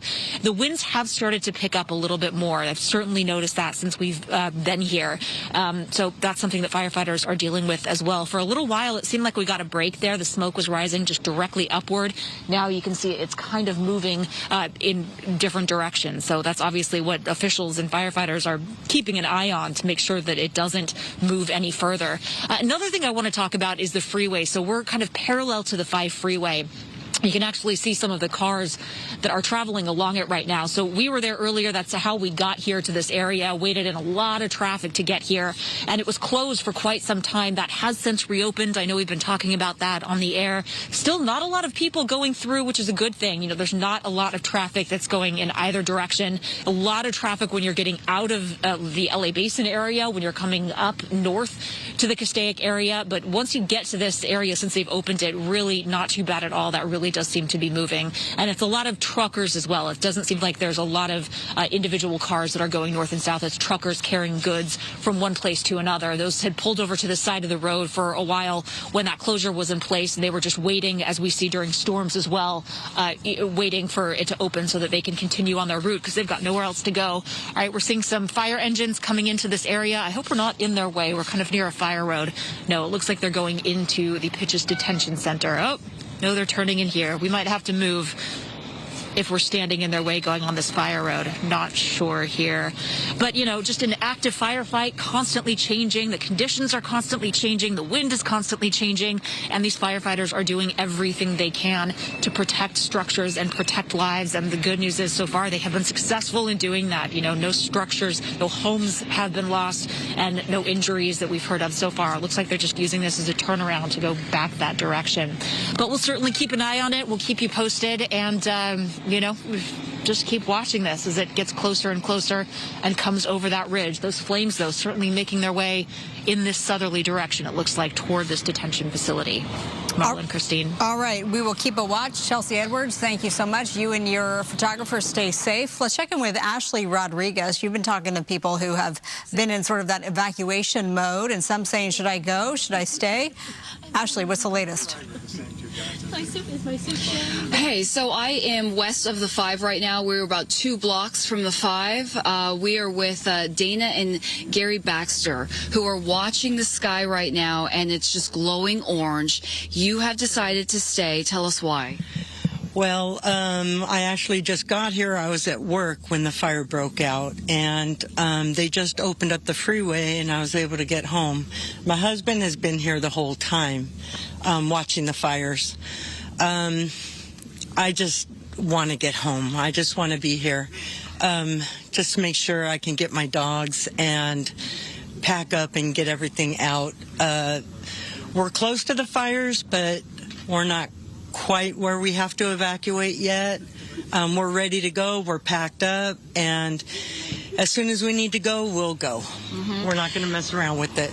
And I'm on Rainier Road right now, and for the most part in this neighborhood, it seems pretty quiet. I will say that it seems like many people have chosen to evacuate, but I have to imagine when you've heard that the 5 was shut down and you're stuck at work, you must have gotten scared.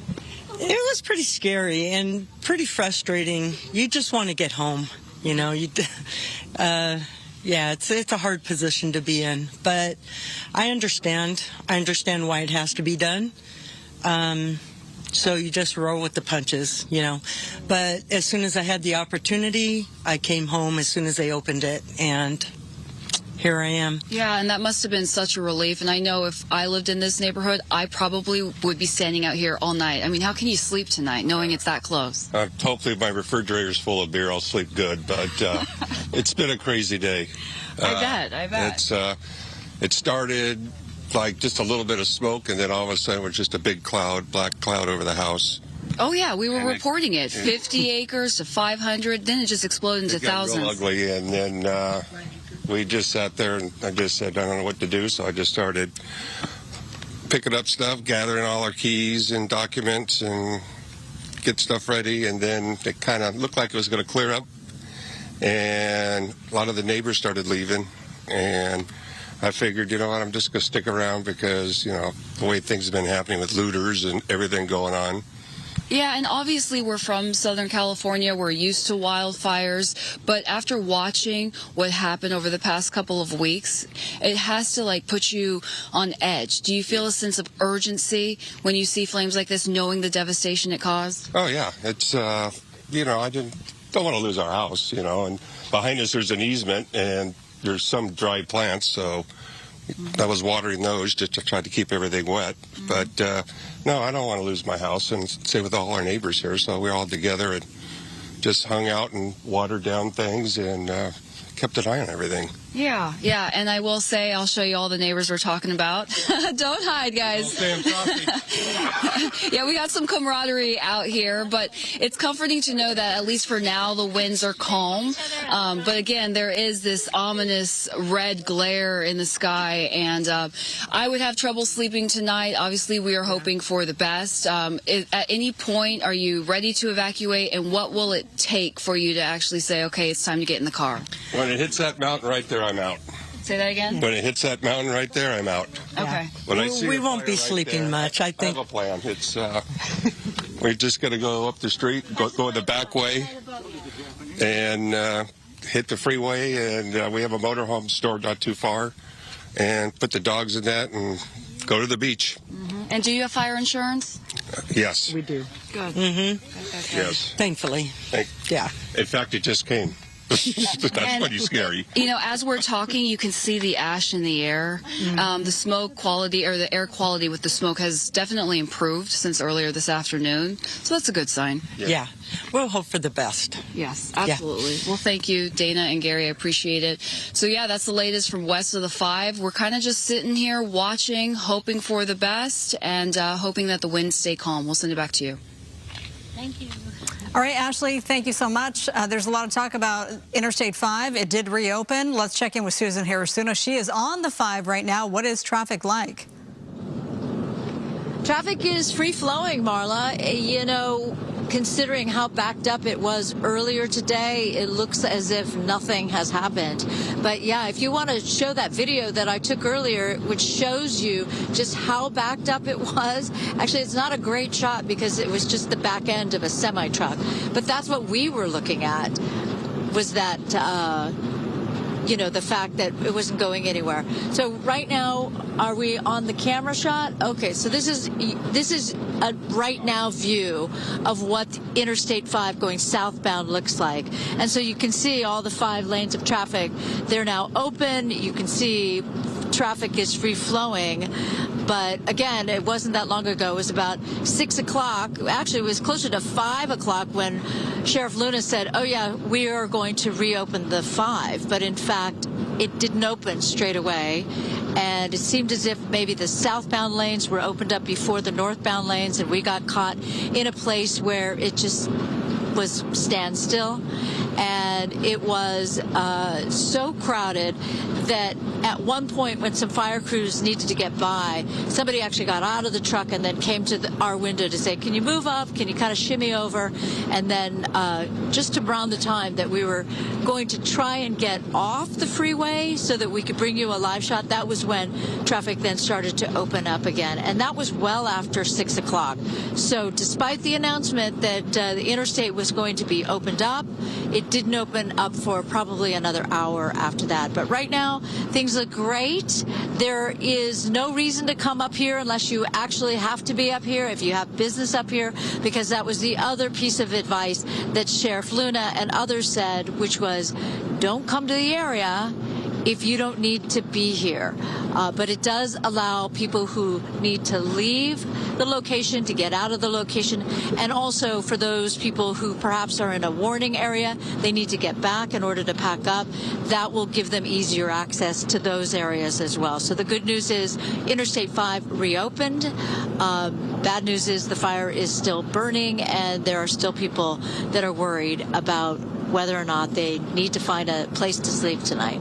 I'll send it back to you. This is Susan Hirosuna. We are probably now, we're in the canyon down below Santa Clarita. Susan, since you covered the presser, did they say when the next presser would be? They didn't, actually. I didn't hear them mention that. That's a good question. Yeah. So I don't have that information. I apologize. Susan, we think of the 5 being this major corridor for commerce. Are you seeing the big rigs that are so familiar on the 5 freeway?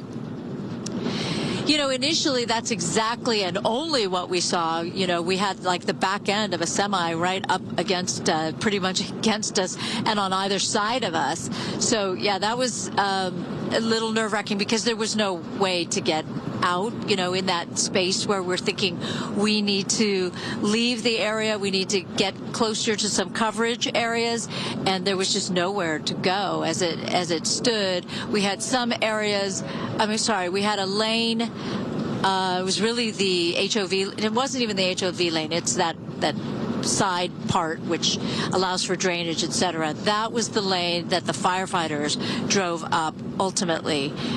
So no, yes, back to the semi trucks. At that time period, I think because they were jammed up for a while, that's pretty much all we saw was a lot of semi trucks, very few personal cars. And then now we're seeing much more of the way of personal cars. I do see some trucks that are going up the access road, the one that is dedicated to semis. I see them going northbound. So they definitely are here for sure. But what was remarkable to me was at that time around 6:30, it felt like that's all we saw were a lot of semi trucks. All right, Susan Harrison, live there on the 5 freeway. We thank you so much. I mean, that's a major deal to have a freeway shut down here in Southern California. We're talking in the heart of rush hour here on a weeknight. So we have great news there, and that the 5 freeway is now back open there in the Castaic area. Let's check in with Robert Moses. He has some evacuees. You've been getting sort of the local feel out there, Robert? Yeah, and to Susan's point, I was right along I-5 the second that it opened, so it's good news that that's open. We are just in the shadows of I-5 on the old road, and we have a great perspective of the Hughes Fire. And I want to point out something that Chelsea had mentioned in her live shot just a couple minutes ago. That tall structure you see right in our picture, whether it's a tree or a pole that's on fire, that's one of the more vivid parts of that fire that's sticking up and that's in our view. But we've been watching this ridge, and every so often you can see the water drops take place. The aircraft come over the ridge and drop water to try to get this thing contained. We had heard earlier that it was 5% contained, then that was backtracked, and 0% containment. We can clearly see some of the more than 9,400 acres that have been burned. Of course, this is an anxious night for people who are either hunkering down in their homes, wondering if the fire will get even closer, and for those people who have had to leave. And I've been speaking with some of them today. I met a pair of sisters who are in college, and they told me what it was like to evacuate their home here in Castaic. We live off of Lake Hughes, just like right next to the lake entrance, so we did evacuate like after 30 minutes of it was burning. So you just knew you had to go? Oh yeah, this is familiar territory. We've never had to like evacuate before, but we've always been prepared, so it's nothing new, but at the same time, like with the fires going around this whole month, it is definitely scary. It is. What goes through your mind as you look at that smoke back there? Terror, scary. I know we do have a good like firefighters, like always on the run, and I think it's just helpful, but it's at the same time like everyone is in danger. I only got an alert from the Watch Duty app, and I was just like, I saw it's near our house, and I was like, that's not possible. And then a second later, I look out my sister's window, big black smoke, and I was like, okay, this is actually serious, because the Santa Ana winds are very, very strong, especially during this time as well. So we just knew that like if we have to evacuate and get an Amber Alert, just go. I spoke to another woman who told me that she was out for a walk this morning, actually right near the lake, and her daughter, she had just gotten home, and maybe 10 minutes later her daughter texted her and said, hey, Mom, you know, there's a fire really close by. And she goes, what are you talking about? I was just outside going for a walk. I didn't see anything. And she looked out her window and she saw it. So that really speaks to just how fast this thing crept up. 1 minute it wasn't there, the next minute it was, and it made quick work of many, many acres and not a whole lot of time. And so tonight, a sleepless night, both for those who are staying home but wondering if the fire will get any closer, and also for those who are not at home, wondering if they will have a home to go back to. Luckily, so far, no homes have been damaged or destroyed, so that's the good news as we continue to keep an eye on this fire from the old road. Guys, back to you. That is the welcome news of the night. All right, back on the ground with Ed Lascos, who's bringing us coverage throughout the evening. Ed? And Christine, all eyes on that fire up there on the ridge, but all concerns on the wind, the swirling wind at times. So this is Castaic Road. The view from this area just off the 5 freeway, the Parker Road exit off the 5, swirling through here. It seems to have picked up the last 10 minutes or so on that ridge. Look at the smoke, though. Gives you an idea of where those flames are being pushed to the south, being pushed to the east in that direction, as Chelsea was telling us, near the Pitches Detention Center, where they've already had to move some almost 500 inmates from one of the facilities to another in that location. Up on top of the ridge, we continue to see the night attack, the aerial attack on the southern front of that fire from the Firehawk helicopters. Orange County Fire Firehawks to continue to move through here, and as the fire command has been telling us, that is going to be the plan through the night, especially if the winds continue to cooperate in the sense that you do not get as strong, maybe over 30 miles per hour, something like that. You get those higher gusts, and we'll see what we have seen in the last couple of fires a couple of weeks ago where they just can't do the aerial attack. But at this point, that's the plan through the evening. The aerial attacks continue with the choppers, not the fixed wings. They're down till first thing in the morning. But the other part of the attack is what you don't see, although you can see a lot of the flashing red lights on the hilltop. That Al will give you a look below the flames. Fire engines set in there, and the strike crews, the ground crews in there. We've been seeing dozens of the vehicles running through here on Castaic Road, moving up on that ridge. Those are the men who really do the job, the boots on the ground, digging in, clearing the brush, creating that perimeter, that fire break, that line, if you will, to keep the fire from advancing, especially if we get some of those higher gusting winds that they're talking could be a strong possibility through the early morning hours. But it's interesting, Christine and Marla, in the last 10 minutes here, at least down here in the foothills, we've been seeing the wind pick up, getting a bit stronger, and as the smoke blows further to the south, they're certainly dealing with that. And as you look at the flames up on that ridge, just above all those firefighters up there and the fire engines above where they're doing the chopper drops now with the Firehawks and the water drops, those flames also beating back toward the south and the southeast. So that's the situation, and also the focus of this firefight on that flank, pushing it down in that direction. Lots of dry brush, lots of fuel that can burn over there, but also the concern, the Pritchett Detention Center, where they are standing by. At this point, they haven't done any widespread evacuations of the inmates there. They've got some 4,000 inmates, according to Sheriff Luna, who was talking about it earlier, but they haven't done that yet. Al will give you one last look. We throw it back here. Some more of the personnel moving in here. Fire, I think these are some more of what we've been talking about. The sheriff's moving in here, and also Fire Command moving in as they're going up to that ridge, bringing in more of those strike crews, more of the engines coming in here, some of the heavy equipment. They're going up to that ridge, talking about building some of the fire lines through there. So they continue to bring in a lot more resources, a lot more of the attack crews in here. LA County Fire moving. Look at all these engines moving, at least 6 of them, and they're still coming through. Just got off the freeway, moving up there. So they're doing redeployment, as they talk about it at Fire Command, moving some of the engines around, trying to get ahead of the flames to work on shutting down some of the hot spots, also wetting down the fuel. That was one of the other big concerns,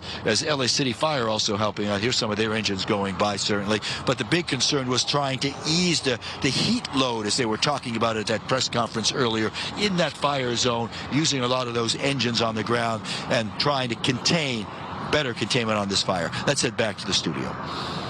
Great sight to see all those engines pouring in. All right, Ed, thank you so much. 7:55, let's get a final check for now anyway on that forecast with meteorologist Star Harvey. Star, he mentioned the winds are picking up, and you did forecast that. You know, yes, I did. You know, I wanted to put out there, you know, that we had Chelsea out there, and where Chelsea was saying she was saying that, you know, she wasn't really feeling that the winds were calm anymore. But then we had Ashley speaking with the family out there, and she was experiencing that calmer wind pattern. So I'm wanting to remind you all that depending on where you are, and sometimes in these isolated areas, winds may be gusting at different speeds. For this area specifically, where we do have the Hughes Fire burning near Castaic Lake, we do have the winds currently at about 10 miles per hour, and there is a gust going at about 15 miles per hour. The temperatures out there have dropped. We're now down into the upper 50s, and the humidity levels are low. They're just at about 14% out there.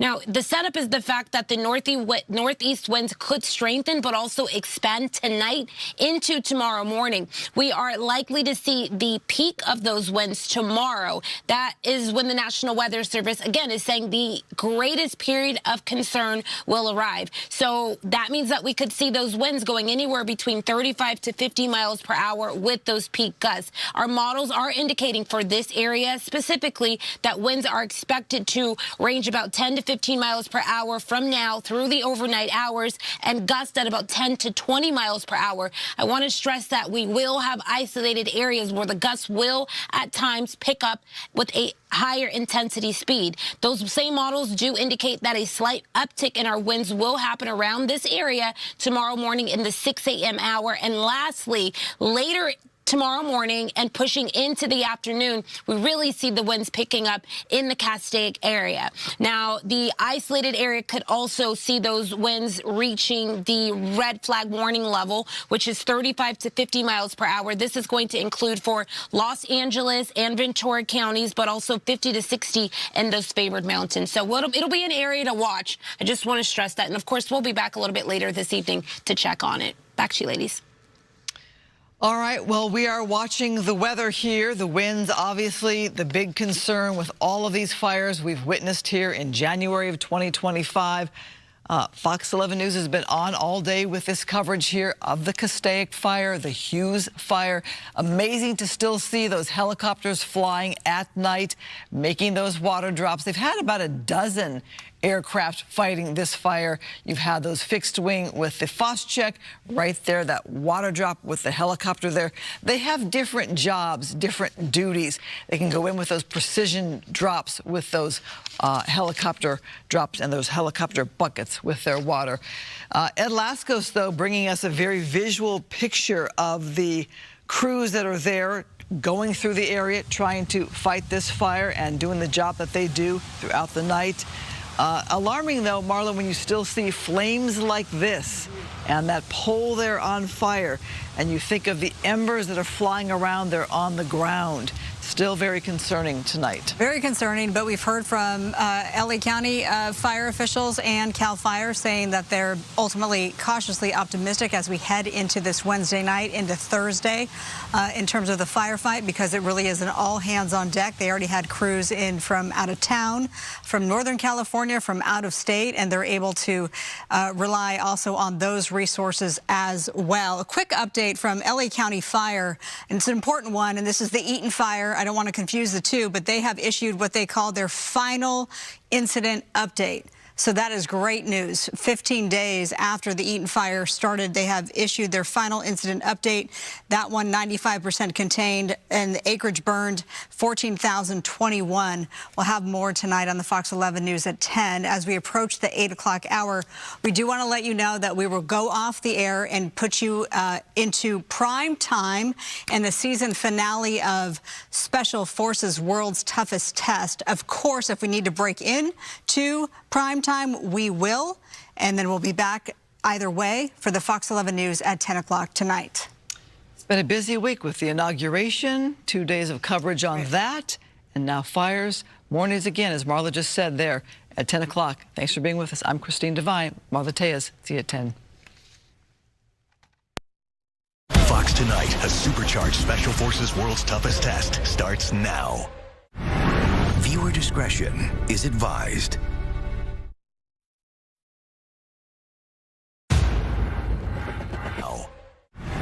Viewer discretion is advised.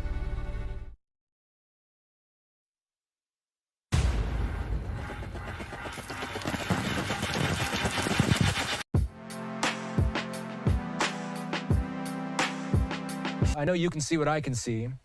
What is CAL FIRE's biggest concern about this fire as we head into the nighttime hours, the overnight hours?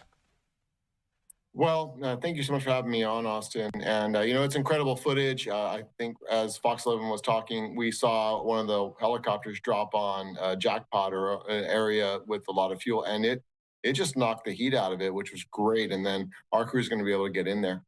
But what I don't want to do is I don't want people to get lulled into a sense of safety that this is over. The red flag warning has been extended through Friday, and so winds are still a significant concern. As we can see, those fuels, despite the fact that it's January, are very, very dry. We didn't even have super strong winds, and yet that fire was growing so exponentially fast because of how incredibly dry the fuels are. What type of fuel? Because I'm from Southern California. You're obviously very familiar with how these things burn. But let's speak to our national audience here. What exactly do we mean when we talk about fuel? What does that mean? What's involved in that combination of stuff that's out there that's actually allowing these fires to spread as quickly as they do?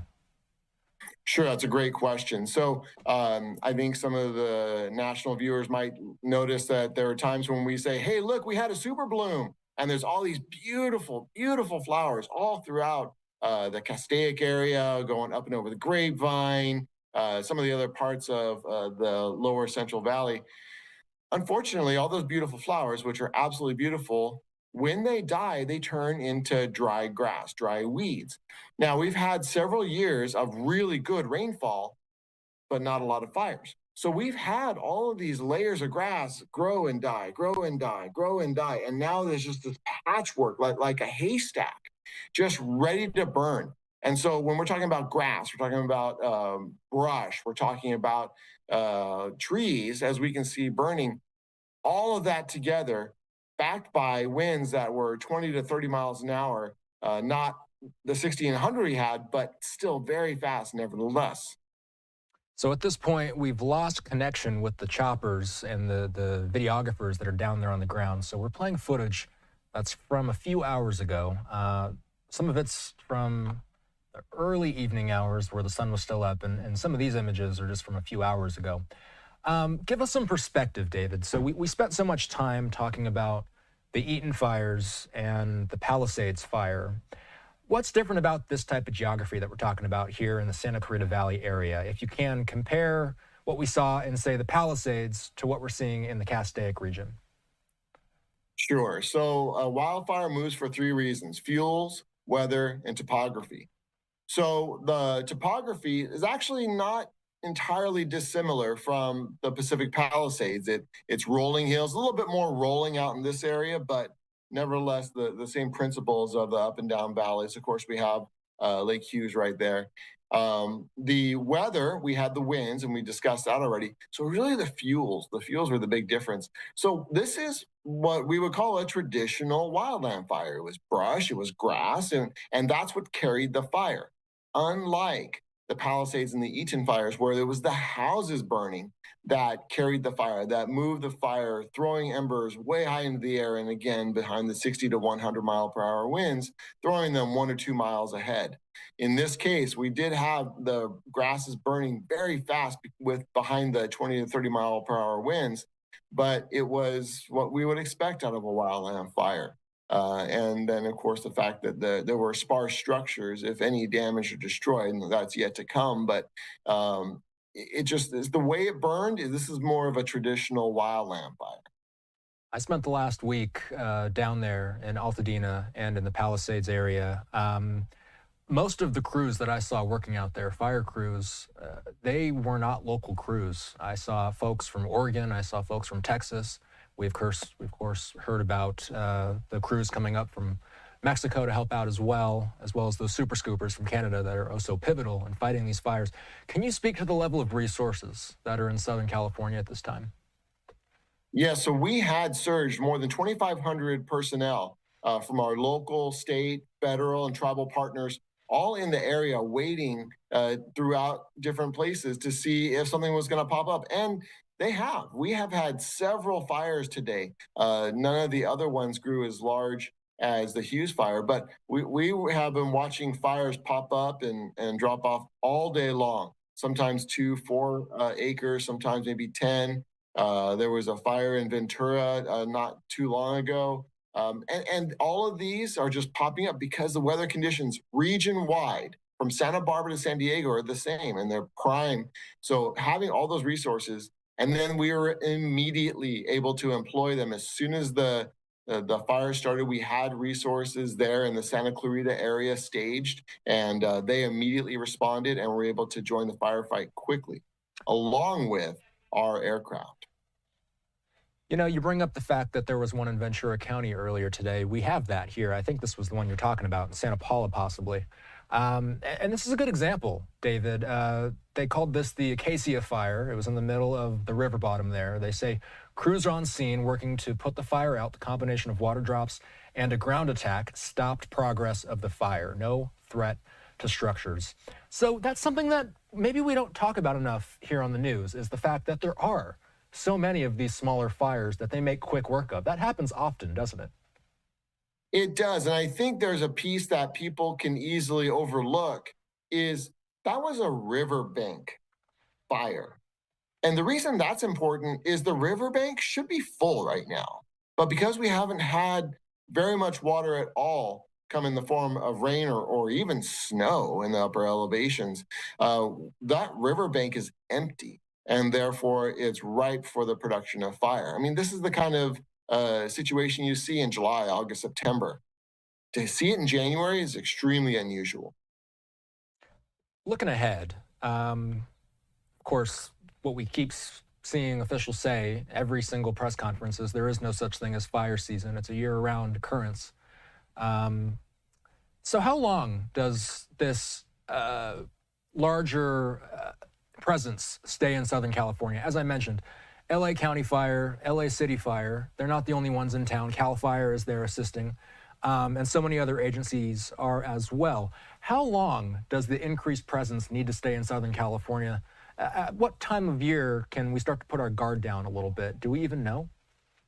Well, I think that is going to require us to start shifting our focus from the time of year. I think we pretty much have to get rid of the calendar, because you're right, we do have fire years now. What we need to look at is, what do the fuels look like? What is the moisture in the fuels? How much rain have we had? How much snow have we had? Because I can tell you that I'm in Sacramento, and we haven't had any rain up here in a couple of weeks. So the fuels up here are getting dry. So we're going to have resources down in Southern California as long as we need to. I think that there was maybe some conversations about, well, do they really need to stay much longer? And then this fire happened, which clearly proves the need that we do need to have them for the time being.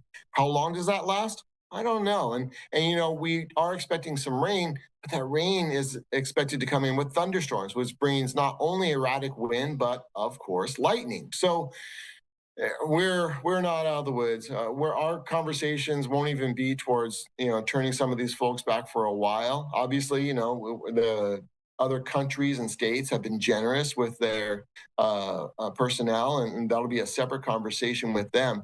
But as far as CAL FIRE, we will move resources anywhere we need in the state at any time. So as long as Southern California needs Northern California resources, we'll be here. Just keep in mind that in Northern California, the fire engines are still responding to medical aids and motor vehicle accidents and structure fires and rescues. So it's not like they're idle up there. They are very busy doing all that other stuff. And then hopefully some fuels treatment before summer comes around here all too shortly. You know, I know people in Castaic, and, you know, we've been talking about wildfires ad nauseum here for the past 2 weeks or so. But let's just put a fine point on something. What's the difference between an evacuation warning and an evacuation order? What do people need to know in these areas? It's a great question. So evacuation warnings are those areas that fire and law enforcement officials can see that, hey, this could potentially be an issue. We want people to be prepared to leave. An evacuation order, by contrast, is an area where we know people's lives are threatened. We need them to leave the area so that firefighters can focus on the firefight. Now, there's a little caveat to that, though. In the evacuation warning, if somebody has in their family someone who's an infant or a senior or disabled, or like in this particular area, they're moving livestock, they need to leave when it's evacuation warning, because it can be a challenge to move all those different types of people and animals in that situation. So don't wait for the order. Leave as soon as possible. Any final advice as we turn into the overnight hours, and as we look ahead into the morning, David? What do people in the Santa Clarita Valley need to know? What do people in Castaic need to know? Well, I'm going to speak not only to those folks, but also everyone from Santa Barbara to San Diego. Please visit readyforwildfire.org so you can find the resources to prepare yourself and your family for evacuation. There's lists, there's ways to identify where the human, small animal, large animal, and livestock shelters are going to be. And there's also go bag information on what to pack. And please stay aware. Go to fire.ca.gov to watch where the fire is occurring, and if there's an evacuation warning or an evacuation order where you live. We do appreciate the context. David Acuna joining us tonight with CAL FIRE. We appreciate the insight. We'll talk soon. Thank you so much. All right.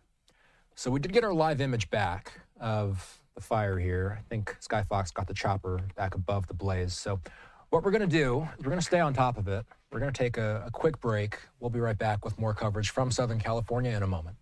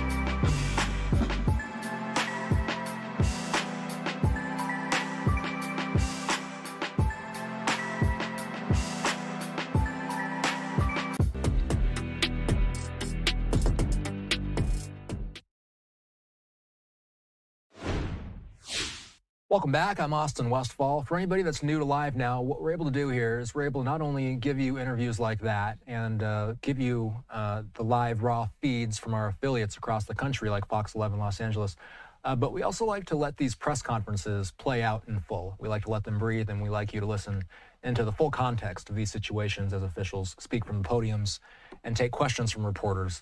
The last update they gave was at around 5 p.m. Pacific time. They let us know everything that they can let us know so far about this developing situation in the Santa Clarita Valley. A host of officials speaking at this press conference, from local to also Sheriff Rob Luna was out there as well. Let's listen to this press conference, and I'll put this live image, because we are getting those live images back in as well. So what I'll do is I'll play out this press conference. In a moment, I'll make sure to put these live images on your screen along with it. Good afternoon. Welcome to the joint press conference for the Hughes Fire. We're going to announce Chief Maroney. He's going to start it off, and then he's going to subsequently, they're going to announce each other. We have Fire Chief Maroney, Sheriff Robert Luna, Chief Robert Garcia, Joe Tyler, and the Mayor of Santa Clarita, Bill Miranda. We'll start this press conference off with Fire Chief Anthony Maroney. So good evening. On behalf of Board Chair and 5th District Supervisor Catherine Barger, we're holding a press conference to give important information to the community of Santa Clarita and the Castaic area. I am Anthony Maroney, Chief of the Los Angeles County Fire Department. The Hughes Fire is now estimated to be over 9,400 acres with 0% containment, with no structures reported damaged or destroyed. We have over 4,000 firefighting personnel assigned to the incident, and we had a very robust ground and air response to the incident that you see behind me. The LA County Fire Department is in unified command with the Angeles National Forest, and we are getting assistance from our state partners at CAL FIRE. I wanted to give a weather update because the weather is what's predominantly driving this fire and its spread right now. The National Weather Service has extended the red flag warning through 10 a.m. on Friday for most of Los Angeles and Ventura counties. Light to moderate Santa Ana winds will continue tonight and into Thursday.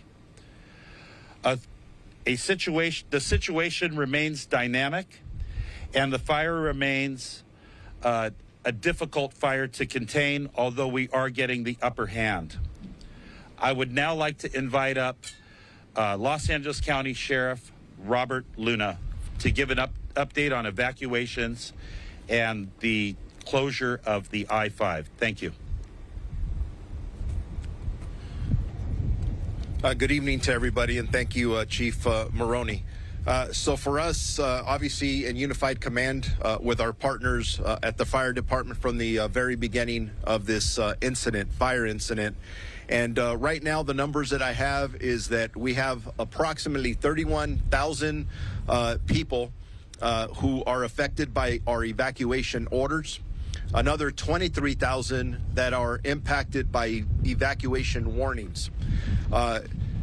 Along with the work that our deputies have been doing, and you've seen them going from neighborhood to neighborhood, making sure that we are protecting the neighborhoods to make sure nobody gets hurt, traffic ingress and egress, and also, unfortunately, when we talk about fires, our staff knows that immediately they start what we call looter suppression, just to make sure that no one's coming into the area to take advantage when people are evacuating their homes. So I want to make sure people know that if you leave your homes, there will be additional deputies working out there in the neighborhoods to make sure your homes are safe. In regards to staffing, we are staffing up. You hear sirens in the distance. They're not only fire apparatus, but you see deputies coming in from different parts of the county. You see our incident management team over my left shoulder setting up with the big trailers that will assume responsibility for this incident from the Sheriff's Department perspective, and again in unified command with all of our partners. We have what I estimate well over 400 personnel total total regarding this incident and managing other incidences around the county of Los Angeles. I do want to bring your attention to the fact that during this incident, one of the areas that initially was an evacuation warning that did turn into an evacuation order was our Pitches Detention Center, which is not too far from here. The Pitches Detention Center has actually 3 different facilities. One of the facilities was evacuated. In discussing this with our partners from the fire department who are experts in this area, they recommended and we agreed that the one facility, PD South, would be evacuated. That had approximately 476 inmates. We moved those inmates to another facility on the campus.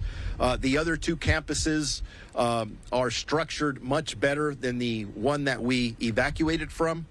But total on the entire campus, we have approximately 4,500 inmates, a little over that. We do have a plan in place in case the fire conditions, our fire partners would advise if it gets worse, whether it's wind, whatever that may be, a plan in place to evacuate the rest of the inmates on the entire facility if we absolutely had to. Other than that, it's a newer incident and it's evolving. It's going to change. We're ready for just about anything, which, by the way, includes being prepared for any other incident that would break, God forbid, anywhere in the county of Los Angeles. I do want to report that the 5 freeway has been closed, but I'm told that after this press conference, for a variety of reasons, we will reopen the freeway so that people can go back and forth. Again, I do want to reiterate that if you do not live in this area and you're following the smoke, you want to go see what the firefighters are doing, turn on the television set. Do not drive into these areas. You are impacting the ingress and egress of emergency vehicles. We don't need more traffic. We want less traffic. We don't want you walking around in the impacted areas to impact the community members who live here. And with that, I'm going to introduce Chief Robert Garcia from the U.S. Forest Service. Good evening. Just want to first say thank you to Sheriff Luna and Fire Chief Maroney and Director Joe Tyler for the partnership. This incident started out in the early part of the day, as Chief Maroney indicated, and this is in a mutual threat zone, so Los Angeles County Fire Department and the Angeles National Forest entered into unified command right away. And I also want to say how extremely proud I am of the way our responders moved into this area and established command and really established some incident objectives working together. The conditions that we're under aren't as severe as what we've been facing over the last week or two. But what you saw today is indicative of the conditions that we're in terms of the vegetation. So although we're not under a particularly dangerous situation in terms of the wind, our wildland fire condition is critical. Absent wind, the fire is going to move through the vegetation like you saw today with the slope and chasing fuel. Very dangerous conditions as to what led to the U.S. Forest Service closing all of the Angeles National Forest, and this is exactly an example why. The other thing I want to offer in terms of resources, I hope that all the citizens here in the area are proud of the pre-positioning and the robust response. This area always sees a robust response in the mutual threat zone, but our incidents between the Eaton, the Palisades, our local mobilization centers, our pre-position resources put us in a position for multiple waves of surge resources, both engine crews on the ground, hand crews, bulldozers, and aircraft. And so the response you see is a result of the local cooperation and the local pre-planning in the geographic area, not only within the LA area, but also with our partners in the state of California to ensure that we are prepared for what we're now facing. With that, I'm going to turn over the mic to the director of CAL FIRE from Sacramento, Director Joe Tyler.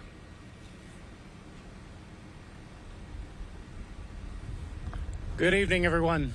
My name is Joe Tyler. I'm the director and fire chief of CAL FIRE.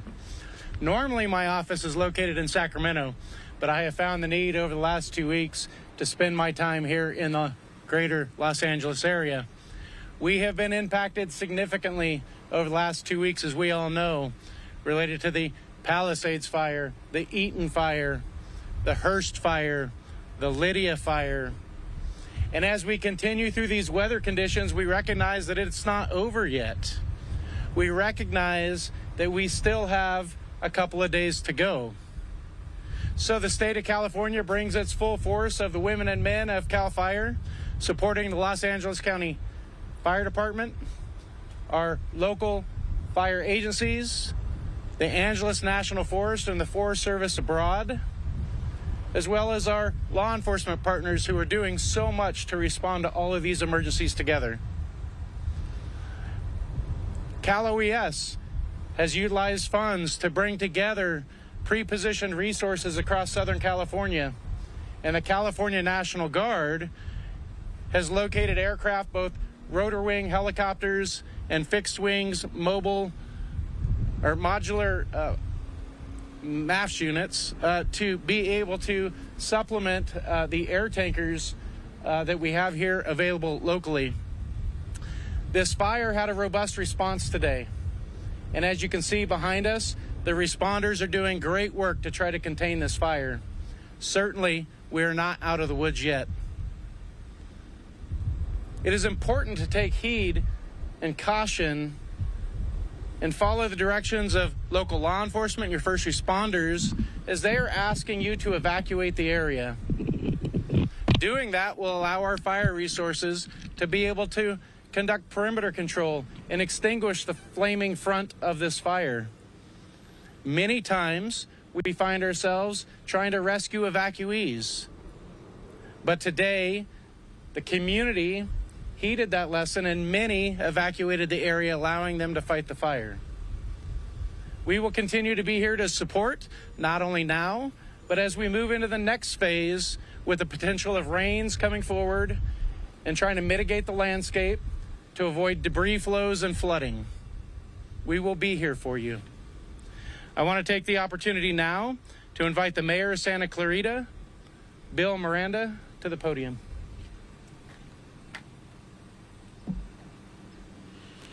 Thank you very much. I'm City of Santa Clarita Mayor Bill Miranda.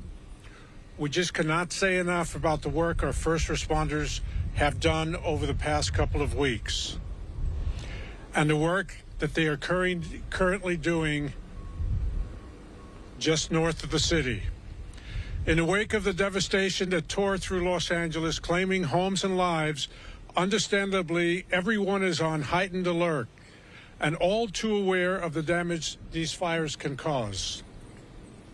I want to reemphasize the importance of listening to our first responders and paying attention to the emergency alerts. If your area is under evacuation warning or order, please, if it's a warning, prepare to evacuate. If it's an order, evacuate now. Don't wait 10 minutes and see what's going to happen. Nothing's going to happen. Nothing's going to change in 10 minutes. We want you to evacuate now. Do not hesitate. Do not stay. Grab the necessary items and leave as quickly as you can. And when we mention grab the necessary items, we're talking about critical papers or critical medicine that you may need. We're not talking about packing a suitcase. We're talking about packing a backpack and having it ready. We can imagine the stress and extreme conditions our first responders have been under during this unprecedented time. Do your part to help them. And the best way you can do that is to evacuate.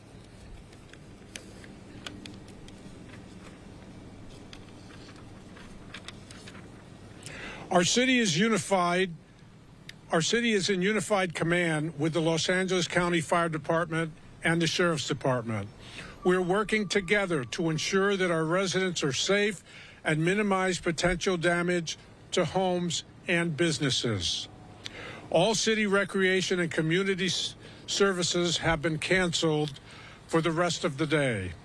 Our Santa Clarita transit buses are running behind schedule because of the traffic due to the evacuations.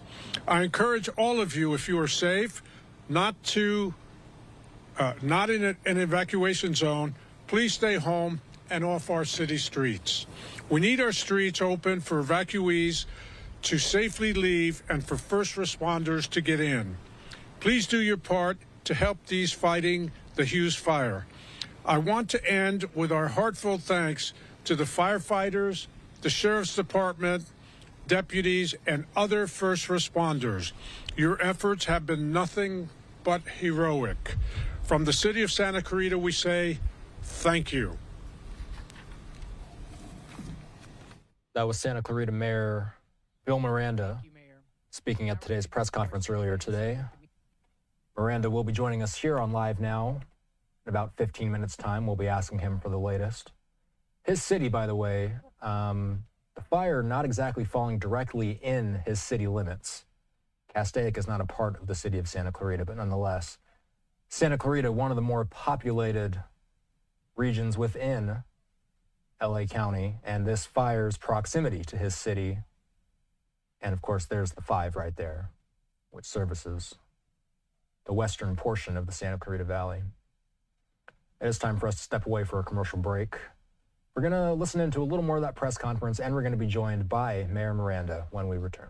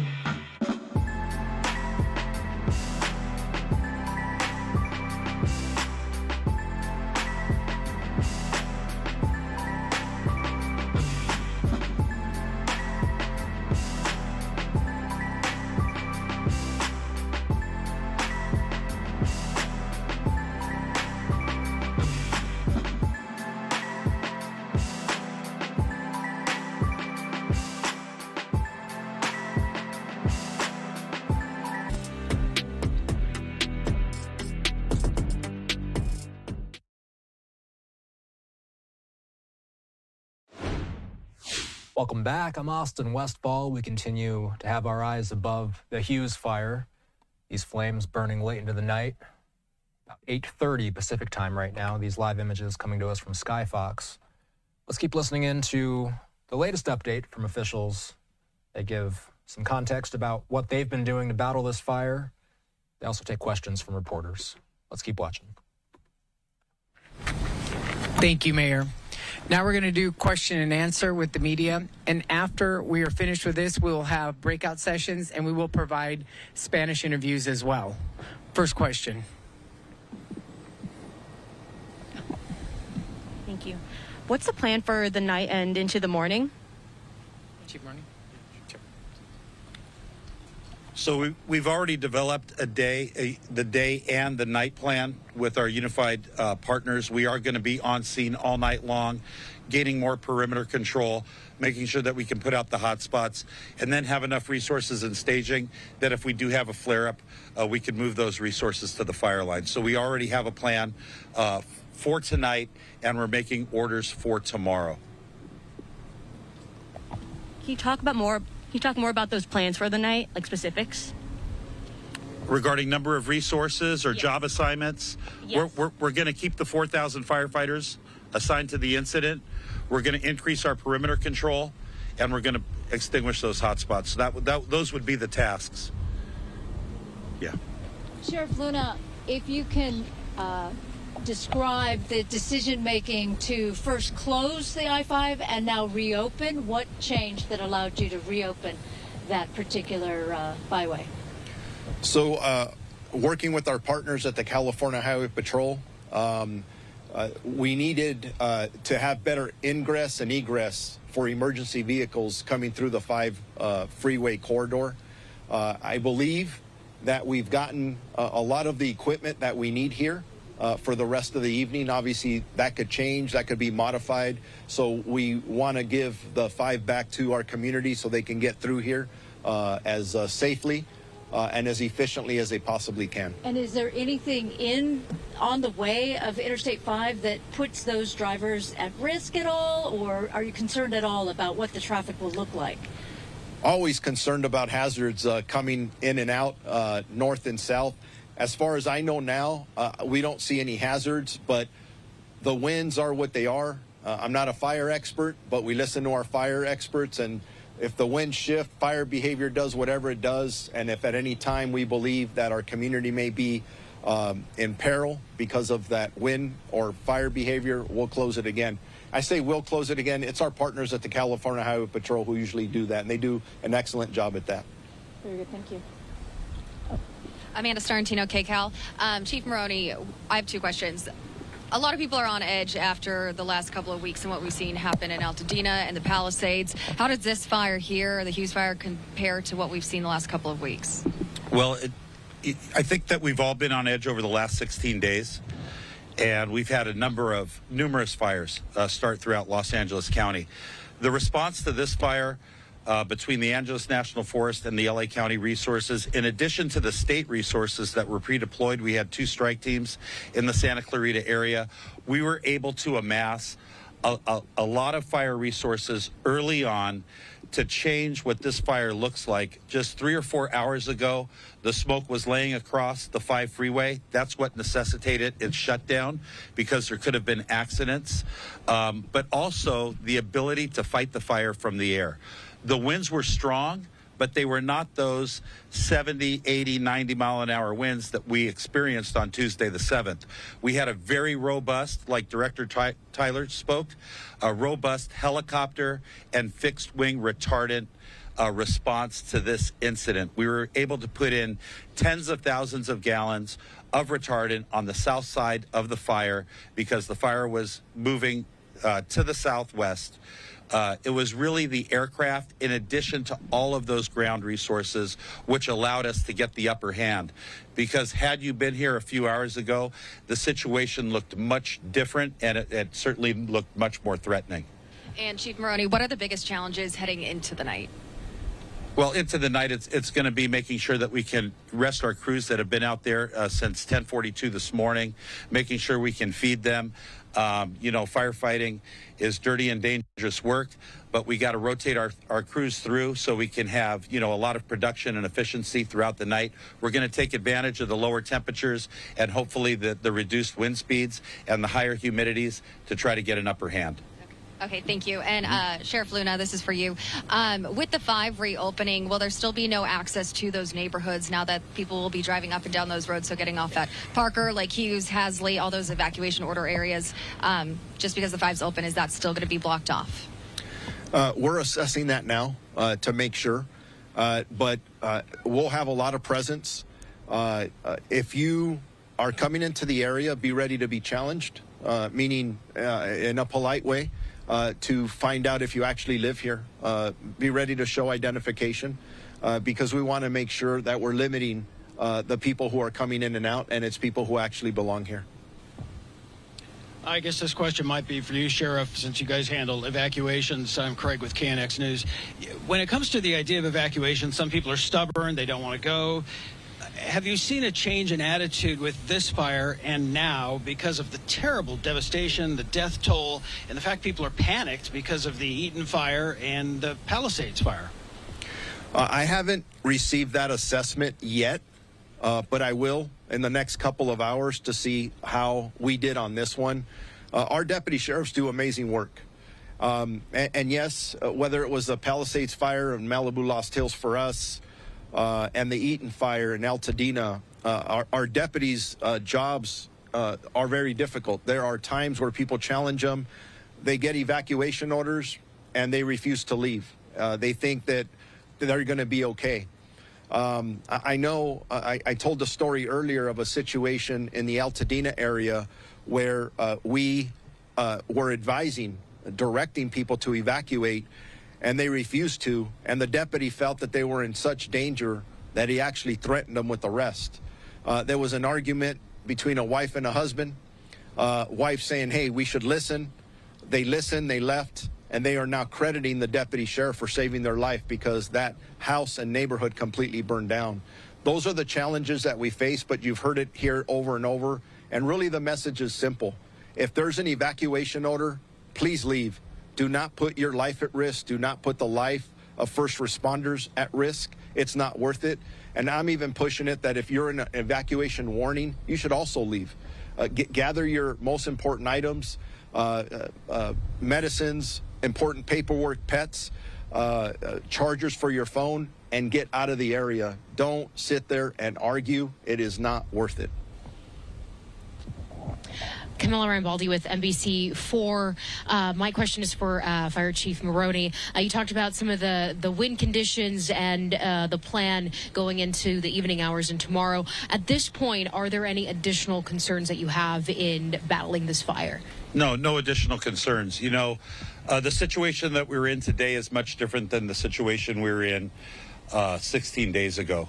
We have so many resources from Northern California, from the Western United States, international resources, aircraft resources, the number of helicopters and fixed-wing retardant tankers that are available to us really allow us to attack a fire like this and have it laid down right as we reach nightfall. It was a monumental work from the firefighters that were on scene, our law enforcement, our sheriff's deputies, the CHP.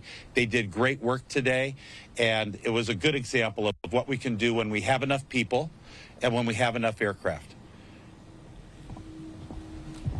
David Gonzalez with ABC7. Chief Maroney, and open this up to Garcia and Tyler as well. Just, you mentioned the importance of giving your fire crews a break. It's been 2 very tough weeks for your fire crews. How's the morale of your firefighters? It seems that this fire popped up and the first thing people thought of is, here we go again. How are your fire crews doing? And just how do you tackle this to keep them motivated? Yeah, their morale is excellent. And firefighters and sheriff's deputies, they never give up. And they're ready to keep doing it until the weather changes. We do have rain that's predicted for this weekend. It was light to moderate. I think it's being bumped up to moderate. It's hard to believe that we might have rain Saturday, Sunday, and Monday when we have fire weather on Wednesday. The firefighters have all banded together along with their law enforcement brothers and sisters, and they're out there. They've been on the line since January 7th, that Tuesday.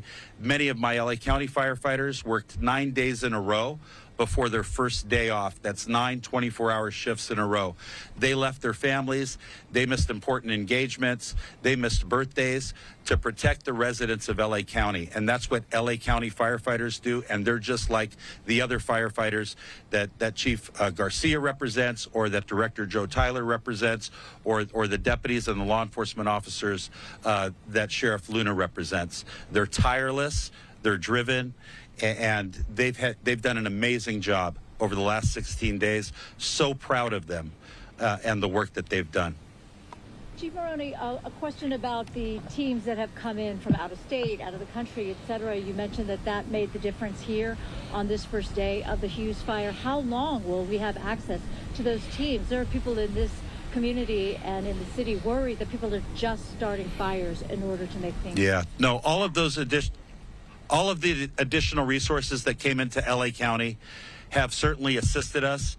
I don't have a timeline on when they're going to demob and go back to their states or to their countries, or when the aircraft are going to return to their home bases.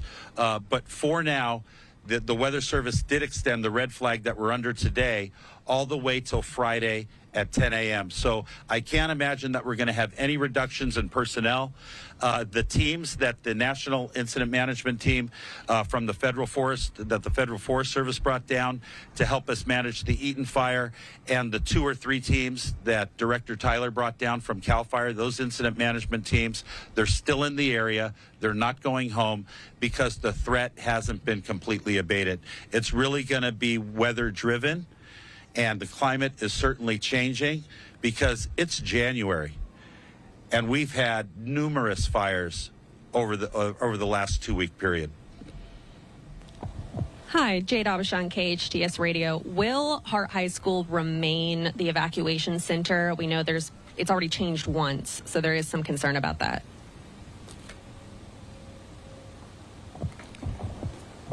If it's okay with you, let me follow up with you just to make sure. I know we use that immediately. We'll confer with our city partners and see if that's working with very valuable input from our community, and then we'll see where we go from there. We'll let you know right away, though. LA County Sheriff Rob Luna attending that press conference. That's the end of it.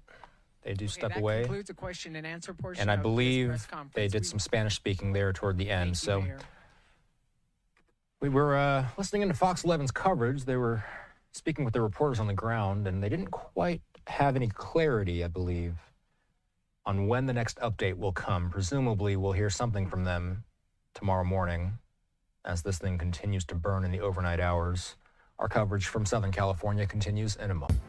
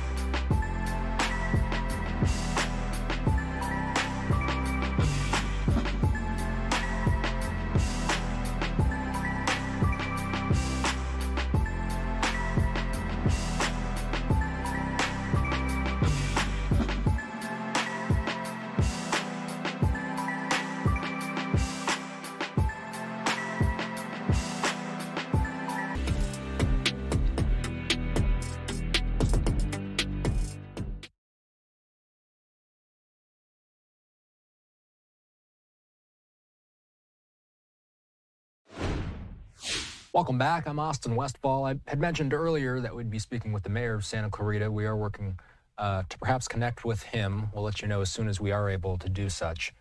In the meantime, a live look above the Hughes Fire continues to burn in the hills north of the city of Santa Clarita. Fox 11 Los Angeles putting this piece together earlier today before this fire started. It has to do with some of the operations out there, specifically about giving out sandbags to residents that are in these fire-prone areas, fire-scarred areas, if you will. Before I play this piece out, I actually do just want to keep watching because I believe they're about to make a drop. And that's that awesome work that these guys do day in and day out. You saw that direct hit, those flames being extinguished. So they're dropping water on the immediate flames, and then what you see during the daytime lot is they drop that red mist. That's Castaic fire retardant. They drop the red mist ahead of the fire line. They use those as more of a barrier, but as you just saw, they drop the water directly on the flames, knocking that stuff out immediately. Crews on the scene late into, well, 8:49 Pacific time right now. We do expect that Fox 11 Los Angeles will come back on with their news at 10 p.m. Pacific time. We will bring you their coverage as soon as they do come back on the air. You see those dozers working up the fire roads. And they do build these fire roads. For anybody who's not familiar with Southern California, there's so many mountains surrounding the large cities, and they do build these fire roads in anticipation of these very incidents. They use the roads in order to access places that would otherwise be nearly impossible to access by ground. So those dozers getting into these steep terrain areas, sometimes drawing lines, sometimes, and it's also worth mentioning too that we stand at about, last time I checked Cal Fire's page, 9,200 acres. So we're talking about a fire that started earlier today at 50 acres, very quickly shooting up to 500 acres. As of this hour, we stand at just over 9,000 acres. So helpful there, the street view map showing us that this is an area that's just along Tapia Canyon Road there in the Lake Hughes area. As I mentioned, though, Fox 11 Los Angeles putting together a piece about something that might help out some of the residents that have been impacted by these fires. This community, looking ahead to the future after some of these burn scars, mudslides become a concern for many of these fire-ravaged areas. Fox 11 putting this piece together. Let's watch. We have seen firefighters come and go, and they have a full plate. They're fighting fires, and they're preparing all these. I asked them, how many sandbags do you think we have here? They say easily over 20,000. Where are they going to go? To local firehouses so you can help protect your home, your community, your neighborhood, because we have rain coming. Well, what does that mean? Well, first off, we've had the Eaton Fire. We've had the Pacific Palisades Fire. When you throw rain into that, you could potentially see mudslides and landslides. So the city of Pasadena is getting ready for that. And we talked to one spokesperson, and here's what she had to say. This fire burned several feet into the ground, killing a lot of the roots that are holding a lot of the soil and the vegetation that was in place. So there's nothing that's really stopping the soil, the mud, the debris, this ash from coming down into these foothill communities. I just took a look at some of the latest computer models, and it does suggest that, yes, we not only have rain, but the rain amounts are beginning to increase. They're greatening up to a half an inch and even more, potentially an inch of rain in some of the areas. So that definitely could cause more mudslides, more landslides, and potentially some debris flows as well. Now, again, we are here at the city of Pasadena, right outside City Hall here, and I have to jump up and down about this because ever since people have been watching Fox 11 all morning long since 4 a.m., they keep driving by here wanting to get some of these sandbags. I mean, you guys are popular, but this is not a sandbag pickup location. This, repeat after me, this is not a sandbag pickup location. You need to call your fire department, and I checked with the local county, LA County Public Works. They say, yes, go to the fire stations for your sandbags. Back to you in the studio. Of course, after these fires take place, it does bring the danger of mudslides happening, and that's something that we'll be watching closely in those mountainous regions along Malibu. They were reporting there from Pasadena, which is closer in proximity to the Eaton Fire, which destroyed so much in the community of Altadena. Turning back out to our live image there as crews continue to work from the ground and the sky to battle the Hughes Fire in the Santa Clarita Valley. We're going to step away for a moment. Our coverage in Southern California continues in a moment.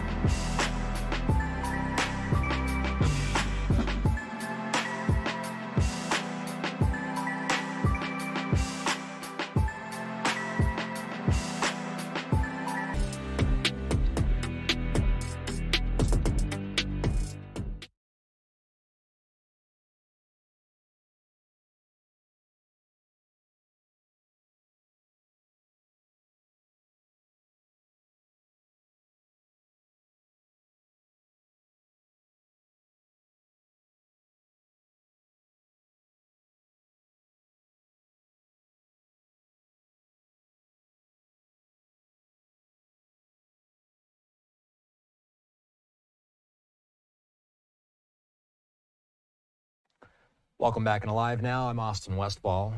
We'll continue all night to keep an eye on the Hughes Fire in Southern California. The other big story of the day, sadly, though, was a shooting at a school. A Nashville high school cafeteria on Wednesday. It left a female student dead and another student wounded nearly 2 years after another deadly school shooting in the city that ignited an emotional debate about gun control in Tennessee. Live Now's Will Nunley with an update from Tennessee.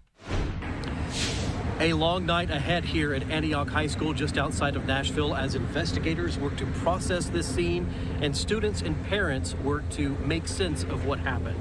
It was about 11 a.m. On this Wednesday that a shooter opened fire in the cafeteria here behind me at this Antioch High School, striking 2 female students. The 17-year-old gunman then took his own life in a self-inflicted gunshot wound. One of those 2 female students unfortunately died as a result of her injuries. The other female is expected to recover, having only been grazed by a bullet. But of course, this was a busy lunchtime here at Antioch High School. The cafeteria was filled with students. I spoke earlier with one of the students who's actually in the class with the reported gunman, and she said she did not see a lot of obvious signs that something like this was possible. She said he had not alluded to any of this in types of in-person conversations or in-person threats, and so we expect to learn more of those details from authorities as they continue their investigation on the ground, as well as talking to students and family members to learn exactly what could have been the motivation behind this.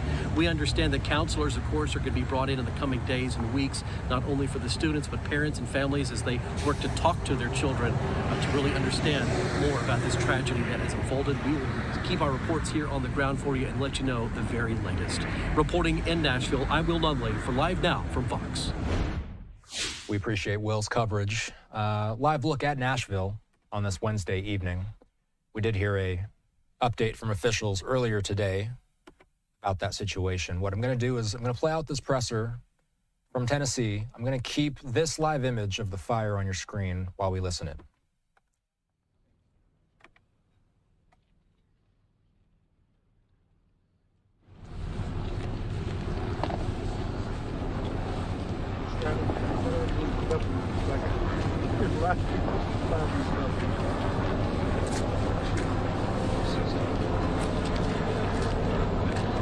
All right, is everybody ready to go?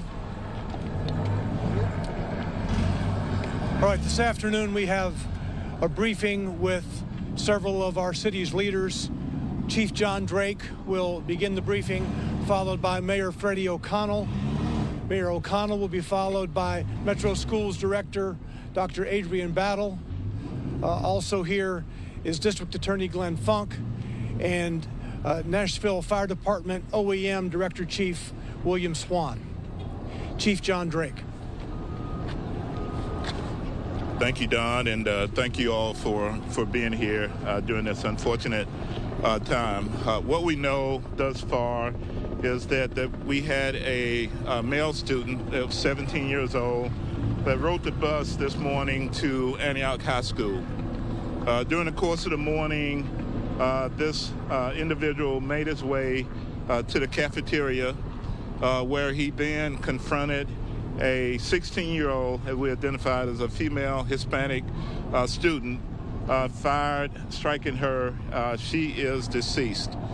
There is another male 17-year-old young man that was wounded with a graze wound, and he has been treated at Vanderbilt and released. The shooter was 17 years old. He entered into the cafeteria, firing multiple rounds in the cafeteria, striking her, and then before pulling the weapon on himself. From that point, at 11:11, we started receiving calls for service. Officers responded and found the male shooter deceased in the cafeteria. We've been working with our state and federal partners on the identification and notifications of all. From that point, our SWAT team began systematic searches throughout the entire school to make sure there weren't any more victims or shooters within the school. We did not find any more. Since that time, we have started a family assistance center where we've worked very closely with Metro Schools. The Family Safety Center is right behind us at the Ascension Medical Center. We are systematically releasing young students to that location with their parents. We've done that systematically so we wouldn't overload the parents or the school system so that we could get everyone back connected. The investigation is still very much ongoing as to a motive. We're looking into that. Some materials on the internet that we're looking at that's under the investigation on the initial stages, but we'll continue to follow up on that. We've had a great partnership with Metro Schools, great communication with the fire department, with TBI, FBI, and ATF. And we'll continue the investigation, which will go into the wee hours of the morning. Please look at our platforms for further information. At this time, I will turn this over to Mayor O'Connell. Thank you, Chief Drake. As a city, as a community, it is impossibly difficult to be here once again dealing with the devastation of gun violence in one of our school communities. As a Metro Schools parent, I know how difficult it is to receive a notification of an emergency operation at a Metro school. I can't imagine how difficult it must be to receive the notification that there has been this level of violence in a school community. I want to say as much as I can about my gratitude to Chief Drake, to Dr. Battle, to Director Chief Swan, to our Department of Emergency Communications. The level of first response here once again highlights how important our community of collaboration is. The Family Service Center behind me has been focused on victims and their needs, and we will continue to be focused on that today and for the period to follow. There have been MMPD Wellness Team, there have been the Family Intervention Program. Our Nashville Fire Department's EMS division has been deeply involved in this process, and we as a community will continue to rally to ensure that resources are available to those families who have been directly impacted by this incident, and certainly to the school community. I do want to invite Dr. Adrian Battle up to talk about the Metro Schools response. Thank you. Good afternoon. As you all can imagine, this is a heartbreaking day for the entire Antioch High School community and all of us here in Nashville and in Nashville Public Schools. Today, we lost students in a tragic incident. One student took his own life and the life of a peer, forever changing the lives of their families and everyone who knew them. My heart goes out to these families as they face unimaginable loss. At this time, we are grateful that no additional lives were lost, though at least one student is being treated for injuries. I want to thank the school staff who quickly followed emergency protocols, potentially preventing others from being harmed. Their actions were heroic on a dark day for our school community. I also want to extend my gratitude to the Nashville Police Department and Nashville Fire Department for their swift and urgent response, securing the school and caring for those impacted. This tragedy is under active investigation by law enforcement and district leadership. While we are focused on addressing the immediate situation, we are committed to understanding how and why this happened and what more we can do to prevent such tragedies in the future. Over the years, we have implemented a range of safety measures, including partnership with the MMPD through our School Resource Officer Program, shatter-resistant film, security cameras with weapon detection software, and security vestibules. Unfortunately, these measures were not enough to stop this tragedy. I know there are questions about whether additional steps, such as stationary metal detectors, should be considered. While past research has shown they have had limitations and unintended consequences, we will continue to exploring emerging technologies and strategies to strengthen school safety. Building strong relationships between students, staff, and SRO teams remains the most effective way to foster these relationships. In the coming days, we will continue to partner with MMPD and our school team. We want to continue to foster an environment where students feel safe to speak up when they see something concerning. It's important to remember that our schools have historically been safe places for learning, friendships, and growth. We cannot allow this tragedy to overshadow the positive experiences of our 80,000 students. As a former principal of Antioch High School, I've walked the halls and I've witnessed the magic that happens in its classrooms. This loss is deeply personal for me, as it is for so many in and throughout our community. Now, to allow time for students and staff to grieve, Antioch High School will be closed for the rest of this week. We are arranging a location where students and staff can receive grief counseling and other supports. As a middle school student at J.T. Moore, I experienced the pain of losing a classmate to gun violence. I know how deeply this affects families, school communities, and parents everywhere who send their children to school each day. Nashville Public Schools are committed to supporting Antioch High School's students, staff, and families in the days and weeks ahead. I am grateful for the support of our Nashville community as we navigate this very difficult time together. I would like to introduce Chief Swan, who will approach the mic at this time. So I know there's been a lot of information that's already been put out. From my standpoint and from the Nashville Fire Department and Office of Emergency Management, from the time that the call came in, we had 10 med units respond, along with 40 other apparatuses from the fire department, including our task force team that works so closely with the police department. We did do 4 transports, all of them going to Vanderbilt. Then other assessments were done, of course, with student and staff when it was needed. From our, then the Office of Emergency Management, they're here as well to also offer all resources that are needed.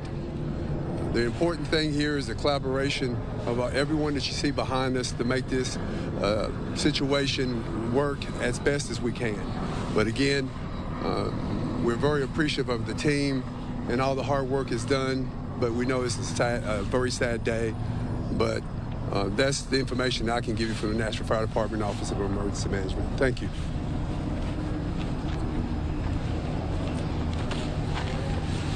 The 4th student who was transported to Vanderbilt suffered a facial injury from a fall.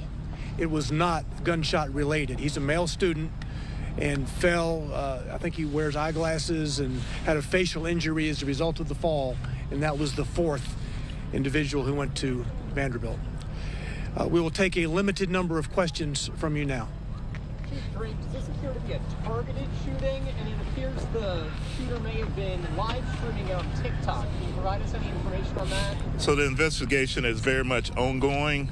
So we're unsure at this time if it was targeted or if it was intended for multiple people. As I said earlier, follow our platforms and we'll put that information out as we gain more information. Our homicide detectives are actively investigating this in conjunction with the FBI, ATF, and TBI.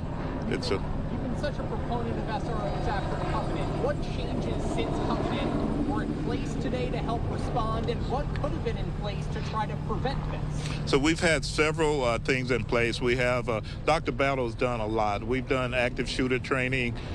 They put protective film, security access into the building. This individual arrived at school on a bus and was actively a student in the school, went into the restroom, I guess, to retrieve his weapon, and then went into the cafeteria. I would say if there's anything as we progress, to always, if you see something, say something. We believe there's some materials out there, and if maybe they were seen, maybe and said something, maybe more could have been done. Chief Drake, do we know if the shooter had a criminal history or if he has a history of bringing guns to school? That's very much under investigation. I think there was one prior incident, but I'm unsure as to the details, but we will put that out later today. That material that was found online, has it been vetted? Has it been confirmed that is part of the shooter's manifesto? We're very much looking into it, and we'll let everyone know once we get there. The victim herself was Hispanic. What services are going to be offered for this diverse community? We know that a lot of the students here are Latino families, and we're getting a lot of calls. They're obviously very distraught and kind of really don't understand what happened.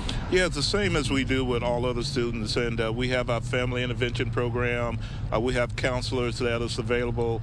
We have members of our department that are from the Hispanic community. We'll do everything we can to make sure all notifications are made, all outreach is taken care of, and any information we'll give to them. If they need to reach out, contact the police department, and we'll help, or the metro schools, and we'll help them with any information that they need. Chief, have you been in contact with the shooter's parents or guardians, and have they been cooperating with the investigation? Initially, we have made contact with a parent, and that's very much it's very much ongoing. So, is there any information on where the student got the gun? That is an active investigation as well. We work closely with our federal partners, and they're doing a trace on the weapon as we speak. In terms of the reunification that we saw here today, can anybody speak about how that went, if everything kind of went smoothly, and if this site was already predetermined to be that in the event that something like this would have happened? So it was not predetermined to my knowledge. It's we determined to be a great site to have everyone meet a little bit away from the school. To my understanding, it's gone as well as can be expected at this point. As I said earlier, we've done it systematically. We didn't want to overload the school, the Ascension Center, or the parents. And so systematically, we've released a limited number of kids and got them connected back with their families. And that'll keep going until every kid is back safely with their parent. So. Do we know how many bullet shots the victim received, and if the shooter maybe had more ammunition? So there was multiple rounds that were fired inside the school. Investigation would tell if there was other magazines, other ammunition, and all that. As it unfolds, this will go into the wee hours of the morning, and we'll have more information later. Thank you all very much. Thank you. Thank you. Next of kin notifications are just being made to the shooter's family and to the 16-year-old female. Those names will be released to you on our platforms probably within the next 30 minutes. I'm getting ready. Thank you. All right, that's everything we've heard from officials there in Antioch, Tennessee. A live look at Nashville on this Wednesday evening. As we continue on with our live feed above the Hughes Fire, we see those ground crews remaining active through the night. We've been watching helicopter drops periodically on this feed. We're going to step away for a moment. When we return, Santa Clarita Mayor Bill Miranda joining us live for an update. We'll be right back.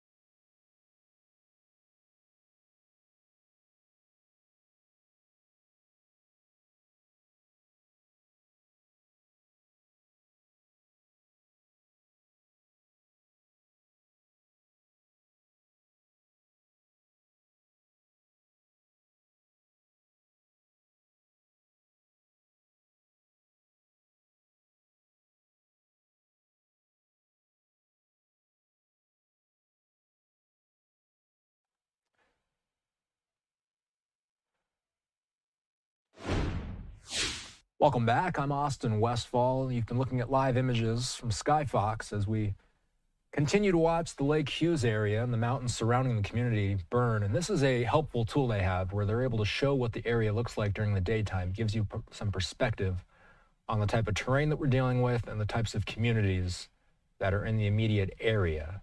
You see Tapia Canyon Road is where that particular hotspot is.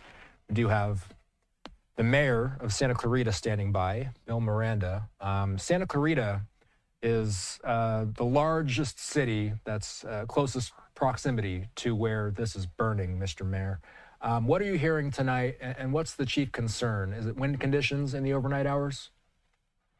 Yeah, wind conditions are the primary concern. We're in a big valley, as you know, and winds can swirl.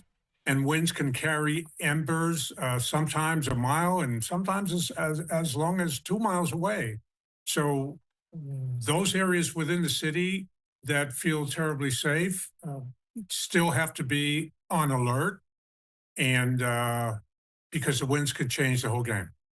You know, you and I were talking a little bit offline about how I'm familiar with the area. I've covered fires in the Santa Clarita Valley. Can you let our audience know how familiar your community is? It's a community of 200,000 people plus, but so many there would say that it still has a small community vibe to it. What's the history of wildfires there? You guys are no stranger to these things. And that's fortunate and unfortunate. It's unfortunate that we've had so much experience with wildfires. That means we've had lots of them. And but it's fortunate because we've also gained a lot of experience dealing with wildfires and disasters that go along with that. The biggest fires recently that come to memory are the Sand Fire, which was huge, and the Tick Fire, where we evacuated 40,000 people. So those fires are still in recent memory. They were within the last 15 years here in Santa Clarita. Right now, that experience has been super important in preparedness. We are well prepared. We have great communication systems with all the local agencies, the fire department, the sheriff's department, the Forest Service, the county, the government services in Sacramento, the county services. And I want to shout out to our county supervisor, Catherine Barger, who's done a great job of assisting us. And George Whitesides, our congressman, has been very supportive, offering help. That's from Washington, D.C., if we need it. As I said, Sacramento's reached out to us. We have great support, and we're very thankful for that. We also are very thankful because most of those firefighters on the line right now, they've been on the line 24 hours for like 9 days.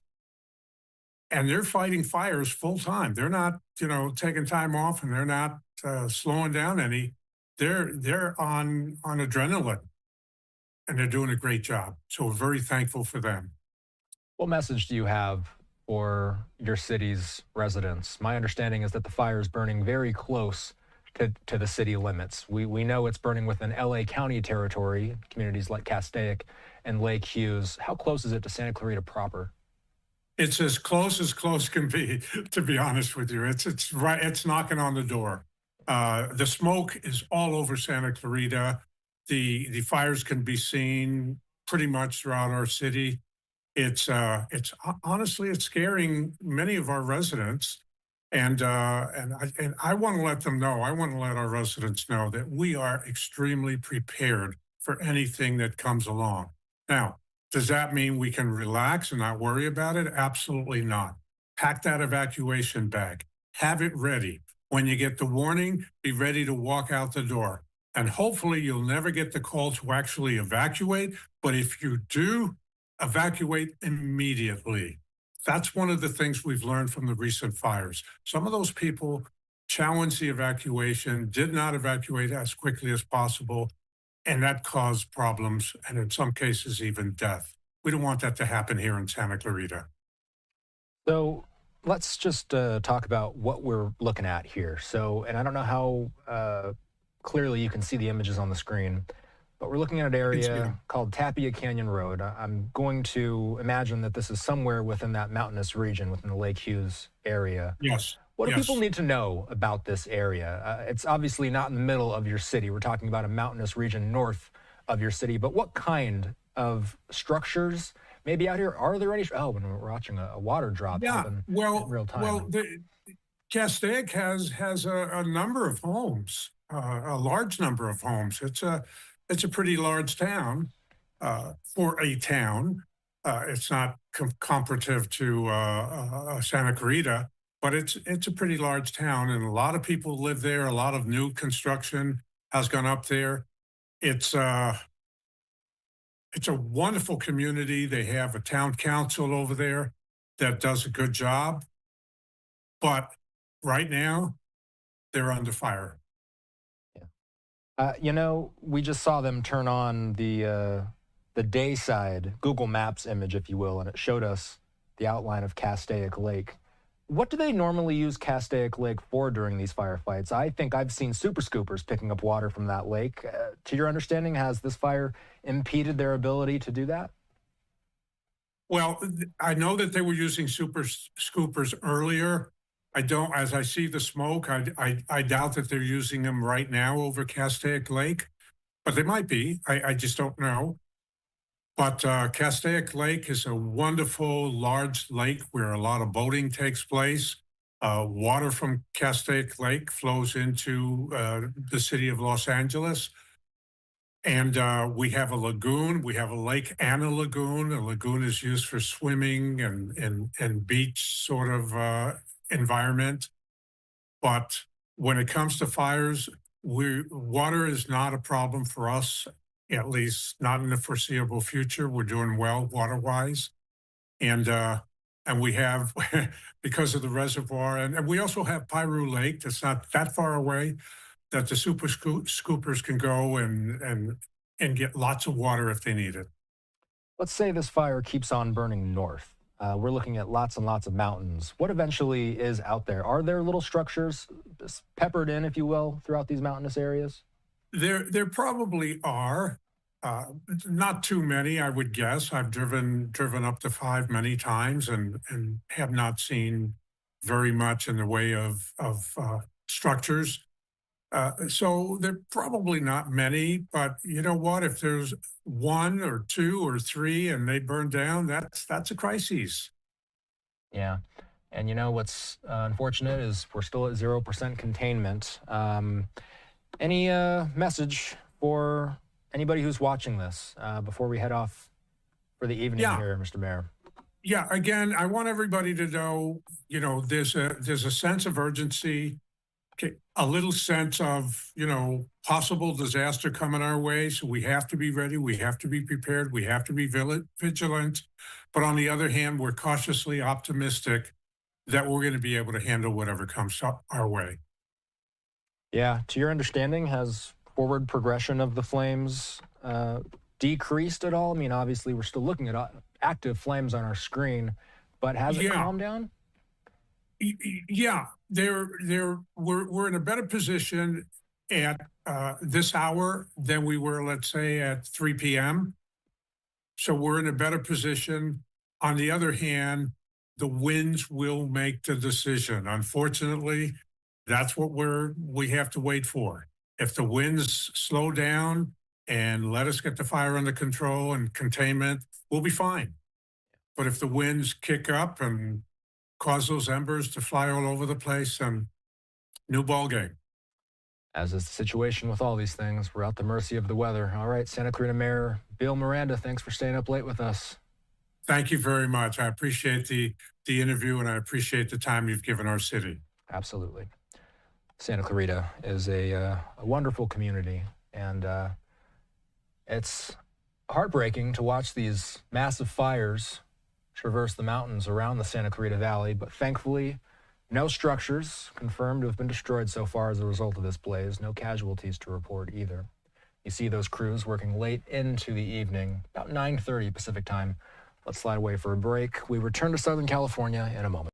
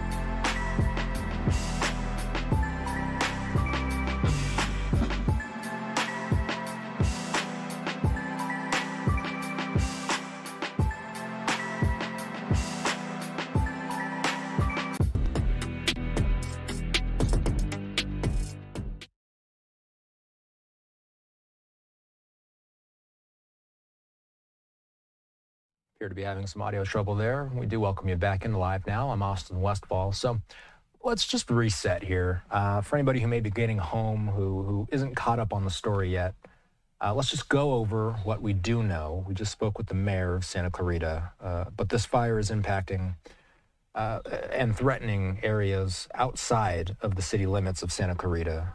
We're talking about areas like Castaic, Lake Hughes.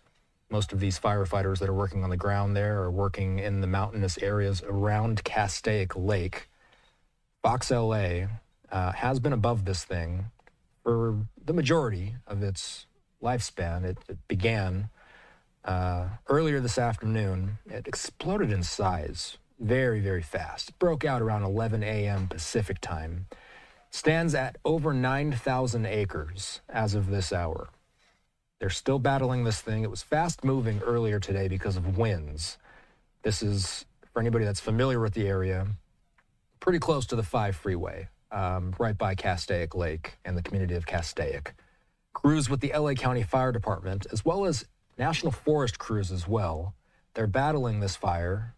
It's burning in heavy fuels, creating the potential for a rapid rate of spread, and we saw such, certainly, earlier today. We heard that there were some school closures. Several elementary schools in the Saugus Union School District will be closed on Thursday out of an abundance of caution due to the fire. West Creek Academy, Tesoro del Valle Elementary, Mountain View Elementary, and the district office will be closed. The rest of the schools in the district will be open Thursday, but will not hold any outdoor activities, according to Fox 11. The 5 freeway, for a moment there, was closed because of the fire. It's since been reopened in both directions. The 5, of course, is that it's basically the major artery that connects Southern California with the rest of the state. That Grapevine area was shut down for a moment there as crews worked to contain this thing and push it away from the 5. We do know that as this fire continued to spread, it was marked at about 9,400 acres. 0% containment as of this hour, 9:30 p.m. Pacific time. We're still at 0% containment. The National Weather Service has also sadly extended a red flag alert for most of LA and Ventura counties until 10 a.m. on Friday. So we've got more than 24 hours more of these red flag warnings in effect. Those red flag warnings, of course, indicate higher threats for fires to break out and spread. Red flag warnings basically indicate that conditions are dry and winds are high. Creates the perfect storm for these types of things to spark up and then spread very, very quickly. LA County Sheriff Robert Luna says that more than 30,000 people have been forced to evacuate, and more than 20,000 remain under evacuation warnings. Again, warnings do not indicate that you have to evacuate. That's when they bump it up to an evacuation order. Santa Clarita Mayor Bill Miranda, who we just spoke to, said that city recreation and community services have been canceled for the rest of the day. They were canceled all day today. Miranda also asked residents in the evacuation zones to get out while they can, and that's something that we hear from officials over and over again, which is if you're asked to leave, you should leave, and you should have a plan to do such before you get to an emergency like this. The items that they say to take with you, obviously, are people, pets, papers, photos, things of that nature, are all of, and really to have a go bag. Be able to leave quickly if you can, if you are ordered to evacuate. We have heard that the Hughes Fire, it doubled in size pretty quickly earlier today. We just heard from the mayor of Santa Clarita that thankfully, right now, at least for now, he says it appears that this thing is in better shape than it was earlier this afternoon. I mean, earlier this afternoon, and what I'll do is I'll actually replay some of what we were seeing earlier this afternoon when the sun was up. This was probably taken, 6 hours ago. The SkyFOX was above the Hughes Fire as it was spreading rapidly, and this thing was a monster, and it was moving so quickly through this mountainous terrain. As the sun was going down, you saw this thing spreading at such a rapid speed. I'm scrubbing through our footage right now. Covers about a 2-hour time span. But this thing, and we'll compare this image, what we're seeing here, which was taken, oh gosh, and that was taken, call it 3 hours ago is what it looked like, compared to now, going back out to the live image at Tapia Canyon Road. We're seeing much calmer conditions. We don't know exactly what the winds feel like on the ground out there right now, but definitely from the skies, this thing looking like it's appearing in much better condition than it was just hours ago. So what we'll do here, we just got a new shot pop up, by the way, ground image. We do know that Fox 11 Los Angeles will be back on the air in about 25 minutes time. They're going to be having some special late night team coverage as they blitz the ground in the Santa Clarita Valley. We saw some amazing coverage earlier today, by the way. Their reporters were embedding themselves within fire crews. We saw inmates who were backlighting fires in an effort to contain certain parts of the Hughes Fire so that it wouldn't burn RV parks, basically. Haley Winslow embedding herself within that fire crew in order to watch it live. And some of their coverage, I say all that just to say that their coverage continues in about 25 minutes. We'll bring you their coverage as soon as it begins. It's time for us to take another quick commercial break. When we come back, we're going to play a little bit more of what officials told us earlier today at that press briefing.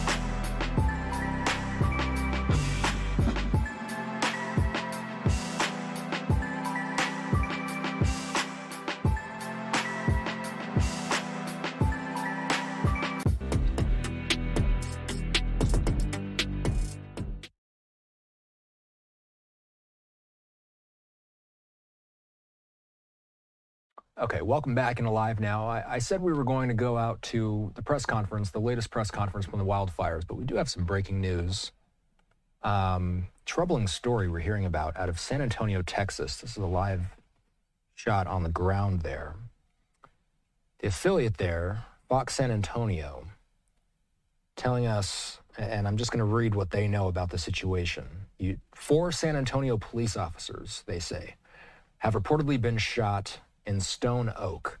The shooting happening shortly before 9 p.m. local time Wednesday.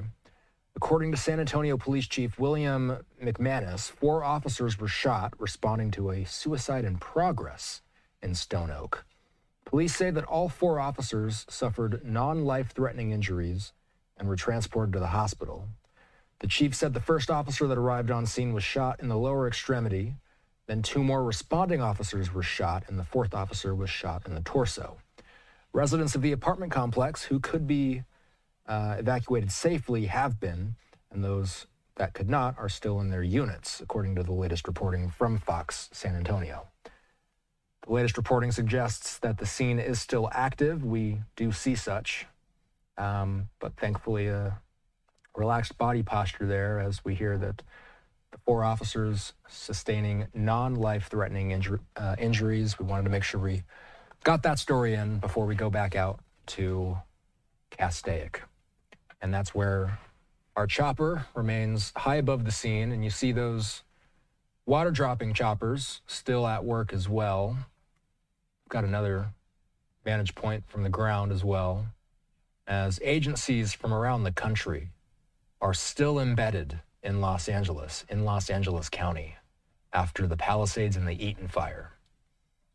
Agencies from states across the country, they've come from Mexico, all here in tandem for situations like this. In case anything else were to spark up, there's so much backup in the area to help bolster the LA County Fire Department and the LA City Fire Department. Thankfully, no structures have been confirmed to have been destroyed by the Hughes Fire so far. No casualties being reported either. We've watched as dozers have traversed the fire roads in and around the Lake Hughes mountain areas. The Santa Clarita mayor, who was on with us moments ago, saying that the situation appears to have improved as of this hour compared to some of the rapid rate of spread that we saw earlier this afternoon. You see those hot spots. There's still plenty of hot spots that they're going to be taking care of throughout the night. The main concern, of course, with any of these situations is the wind. That's what the mayor says, is that the wind will dictate how this thing goes and whether or not we see any more spread throughout the evening. Coming up in about 20 minutes' time, we will be dipping into Fox 11's coverage as they come on the air with their 10 p.m. news and give us the latest on what their reporters are seeing out in the field. In the meantime, I want to bring you the latest update from officials. We're going to play this out. This is what they know. I'll make sure that while we play this out, we'll also put a box on the screen next to it so you can look at these live images from above the fire. In the meantime, here is the latest that we've heard from officials on the Hughes Fire. Thank you, Mayor. Now we're going to do question and answer with the media. And after we are finished with this, we will have breakout sessions and we will provide Spanish interviews as well. First question. Thank you. What's the plan for the night and into the morning? Chief Marnie? So we've already developed the day and the night plan with our unified partners. We are going to be on scene all night long, gaining more perimeter control, making sure that we can put out the hot spots, and then have enough resources in staging that if we do have a flare-up, we can move those resources to the fire line. So we already have a plan for tonight, and we're making orders for tomorrow. Can you talk more about those plans for the night, like specifics? Regarding number of resources or job assignments, Yes. we're going to keep the 4,000 firefighters assigned to the incident. We're going to increase our perimeter control, and we're going to extinguish those hot spots. So those would be the tasks. Yeah. Sheriff Luna, if you can describe the decision-making to first close the I-5 and now reopen, what changed that allowed you to reopen that particular byway? So working with our partners at the California Highway Patrol, we needed to have better ingress and egress for emergency vehicles coming through the 5 freeway corridor. I believe that we've gotten a lot of the equipment that we need here for the rest of the evening. Obviously, that could change, that could be modified. So we want to give the 5 back to our community so they can get through here as safely and as efficiently as they possibly can. And is there anything on the way of Interstate 5 that puts those drivers at risk at all, or are you concerned at all about what the traffic will look like? Always concerned about hazards coming in and out, north and south. As far as I know now, we don't see any hazards, but the winds are what they are. I'm not a fire expert, but we listen to our fire experts, and if the winds shift, fire behavior does whatever it does, and if at any time we believe that our community may be in peril because of that wind or fire behavior, we'll close it again. I say we'll close it again. It's our partners at the California Highway Patrol who usually do that, and they do an excellent job at that. Very good, thank you. Amanda Starantino, KCAL. Chief Maroney, I have two questions. A lot of people are on edge after the last couple of weeks and what we've seen happen in Altadena and the Palisades. How does this fire here, the Hughes Fire, compare to what we've seen the last couple of weeks? Well, I think that we've all been on edge over the last 16 days, and we've had numerous fires start throughout Los Angeles County. The response to this fire between the Angeles National Forest and the LA County resources, in addition to the state resources that were pre-deployed, we had 2 strike teams in the Santa Clarita area. We were able to amass a lot of fire resources early on to change what this fire looks like. Just 3 or 4 hours ago, the smoke was laying across the 5 freeway. That's what necessitated its shutdown, because there could have been accidents, but also the ability to fight the fire from the air.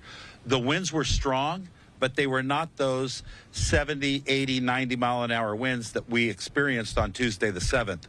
We had a very robust, like Director Tyler spoke, a robust helicopter and fixed-wing retardant response to this incident. We were able to put in tens of thousands of gallons of retardant on the south side of the fire because the fire was moving to the southwest. It was really the aircraft, in addition to all of those ground resources, which allowed us to get the upper hand. Because had you been here a few hours ago, the situation looked much different, and it certainly looked much more threatening. And Chief Maroney, what are the biggest challenges heading into the night? Well, into the night, it's going to be making sure that we can rest our crews that have been out there since 10:42 this morning, making sure we can feed them. Firefighting is dirty and dangerous work, but we got to rotate our crews through so we can have, a lot of production and efficiency throughout the night. We're going to take advantage of the lower temperatures and hopefully the reduced wind speeds and the higher humidities to try to get an upper hand. Okay, thank you. And Sheriff Luna, this is for you. With the 5 reopening, will there still be no access to those neighborhoods now that people will be driving up and down those roads? So getting off at Parker, Lake Hughes, Hasley, all those evacuation order areas, just because the 5's open, is that still going to be blocked off? We're assessing that now to make sure, but we'll have a lot of presence. If you are coming into the area, be ready to be challenged, meaning in a polite way. To find out if you actually live here. Be ready to show identification because we want to make sure that we're limiting the people who are coming in and out, and it's people who actually belong here. I guess this question might be for you, Sheriff, since you guys handle evacuations. I'm Craig with KNX News. When it comes to the idea of evacuation, some people are stubborn, they don't want to go. Have you seen a change in attitude with this fire and now because of the terrible devastation, the death toll, and the fact people are panicked because of the Eaton Fire and the Palisades Fire? I haven't received that assessment yet, but I will in the next couple of hours to see how we did on this one. Our deputy sheriffs do amazing work. And yes, whether it was the Palisades Fire in Malibu Lost Hills for us, and the Eaton Fire in Altadena, our deputies' jobs are very difficult. There are times where people challenge them. They get evacuation orders, and they refuse to leave. They think that they're going to be okay. I know I told the story earlier of a situation in the Altadena area where we were directing people to evacuate, and they refused to, and the deputy felt that they were in such danger that he actually threatened them with arrest. There was an argument between a wife and a husband, wife saying, hey, we should listen. They listened, they left, and they are now crediting the deputy sheriff for saving their life because that house and neighborhood completely burned down. Those are the challenges that we face, but you've heard it here over and over, and really the message is simple. If there's an evacuation order, please leave. Do not put your life at risk. Do not put the life of first responders at risk. It's not worth it. And I'm even pushing it that if you're in an evacuation warning, you should also leave. Gather your most important items, medicines, important paperwork, pets, chargers for your phone, and get out of the area. Don't sit there and argue. It is not worth it. Camilla Rambaldi with NBC4. My question is for Fire Chief Maroney. You talked about some of the wind conditions and the plan going into the evening hours and tomorrow. At this point, are there any additional concerns that you have in battling this fire? No additional concerns. You know, the situation that we're in today is much different than the situation we were in 16 days ago. We have so many resources from Northern California, from the Western United States, international resources, aircraft resources, the number of helicopters and fixed-wing retardant tankers that are available to us really allow us to attack a fire like this and have it laid down right as we reach nightfall. It was a monumental work from the firefighters that were on scene, our law enforcement, our sheriff's deputies, the CHP. They did great work today, and it was a good example of what we can do when we have enough people and when we have enough aircraft. David Gonzalez with ABC7. Chief Maroney, and open this up to Garcia and Tyler as well. Just, you mentioned the importance of giving your fire crews a break. It's been 2 very tough weeks for your fire crews. How's the morale of your firefighters? It seems that this fire popped up and the first thing people thought of is, here we go again. How are your fire crews doing? And just how do you tackle this to keep them motivated? Yeah, their morale is excellent. And firefighters and sheriff's deputies, they never give up. And they're ready to keep doing it until the weather changes. We do have rain that's predicted for this weekend. It was light to moderate. I think it's being bumped up to moderate. It's hard to believe that we might have rain Saturday, Sunday, and Monday when we have fire weather on Wednesday.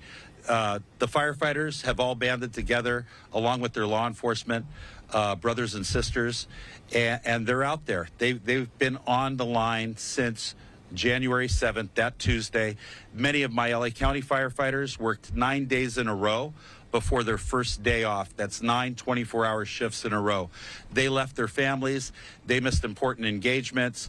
They missed birthdays to protect the residents of LA County. And that's what LA County firefighters do. And they're just like the other firefighters that Chief Garcia represents, or that Director Joe Tyler represents, or the deputies and the law enforcement officers that Sheriff Luna represents. They're tireless. They're driven. And they've done an amazing job over the last 16 days. So proud of them and the work that they've done. Chief Maroney, a question about the teams that have come in from out of state, out of the country, et cetera. You mentioned that made the difference here on this first day of the Hughes Fire. How long will we have access to those teams? There are people in this community and in the city worried that people are just starting fires in order to make things. Yeah, no, all of the additional resources that came into LA County have certainly assisted us. I don't have a timeline on when they're going to demob and go back to their states or to their countries, or when the aircraft are going to return to their home bases. But for now, the Weather Service did extend the red flag that we're under today all the way till Friday at 10 a.m. So I can't imagine that we're going to have any reductions in personnel.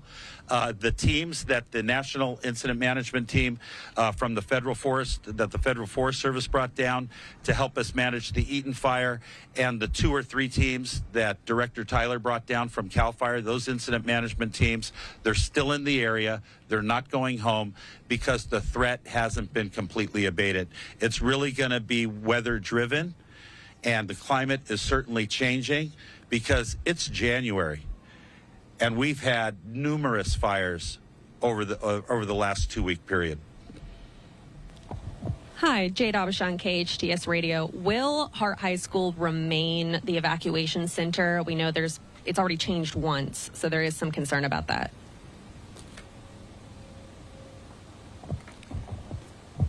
If it's okay with you, let me follow up with you just to make sure. I know we use that immediately. We'll confer with our city partners and see if that's working with very valuable input from our community, and then we'll see where we go from there. We'll let you know right away, though.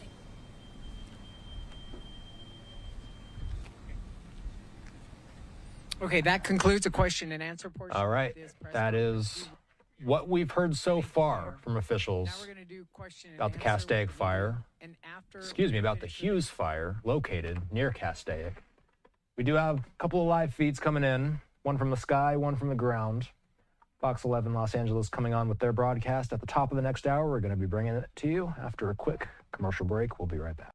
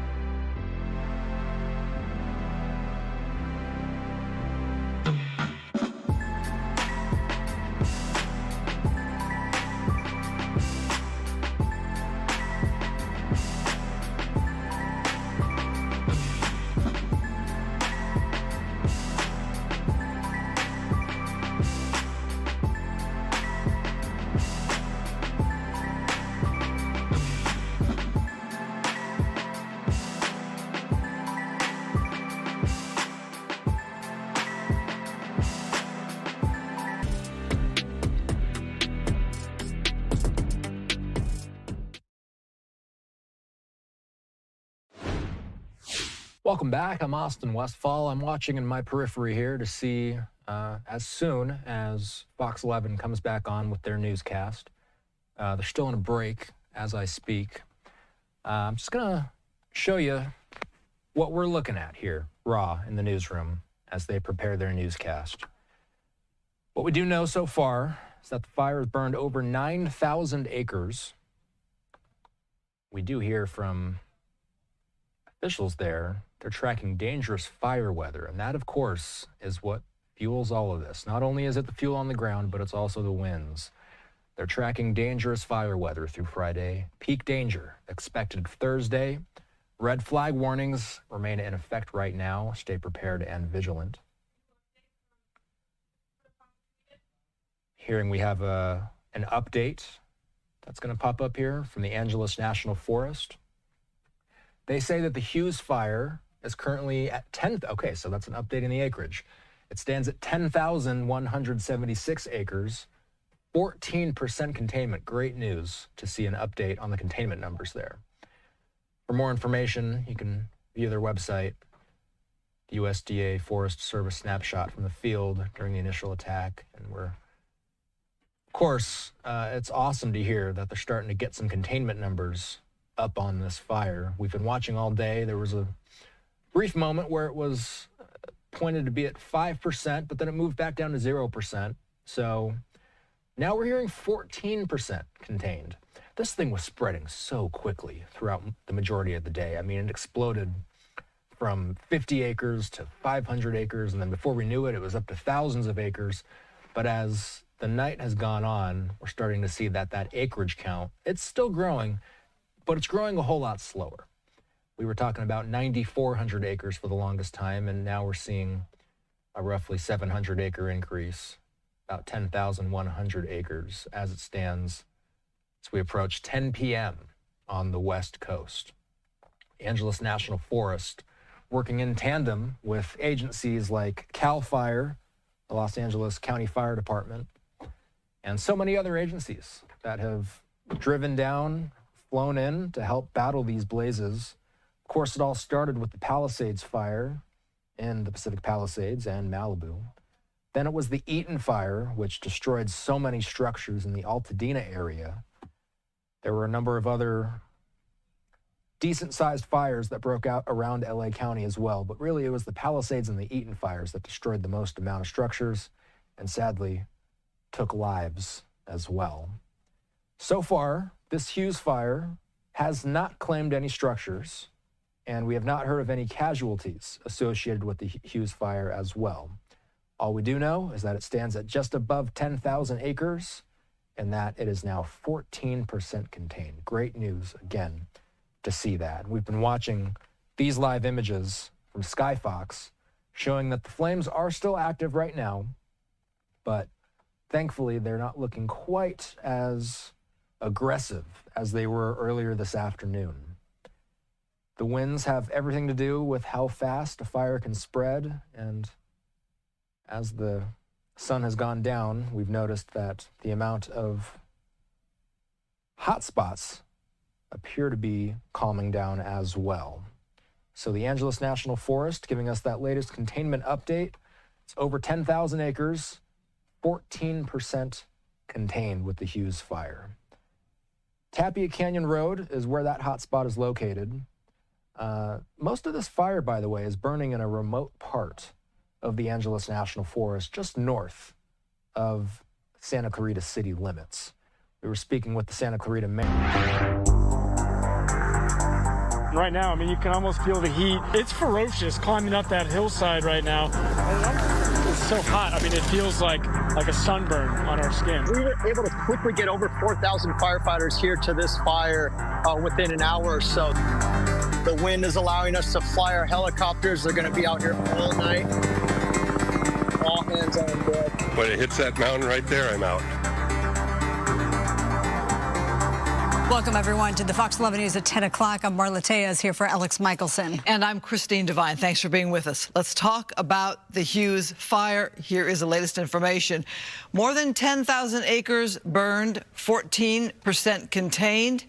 50,000 plus people under evacuation orders or warnings. That's 31,000 under the orders, 25,000 under the warnings. All schools in Castaic Union School District closed tomorrow. Some schools in the William S. Hart Union High School District and the Saugus Union School District are closed tomorrow.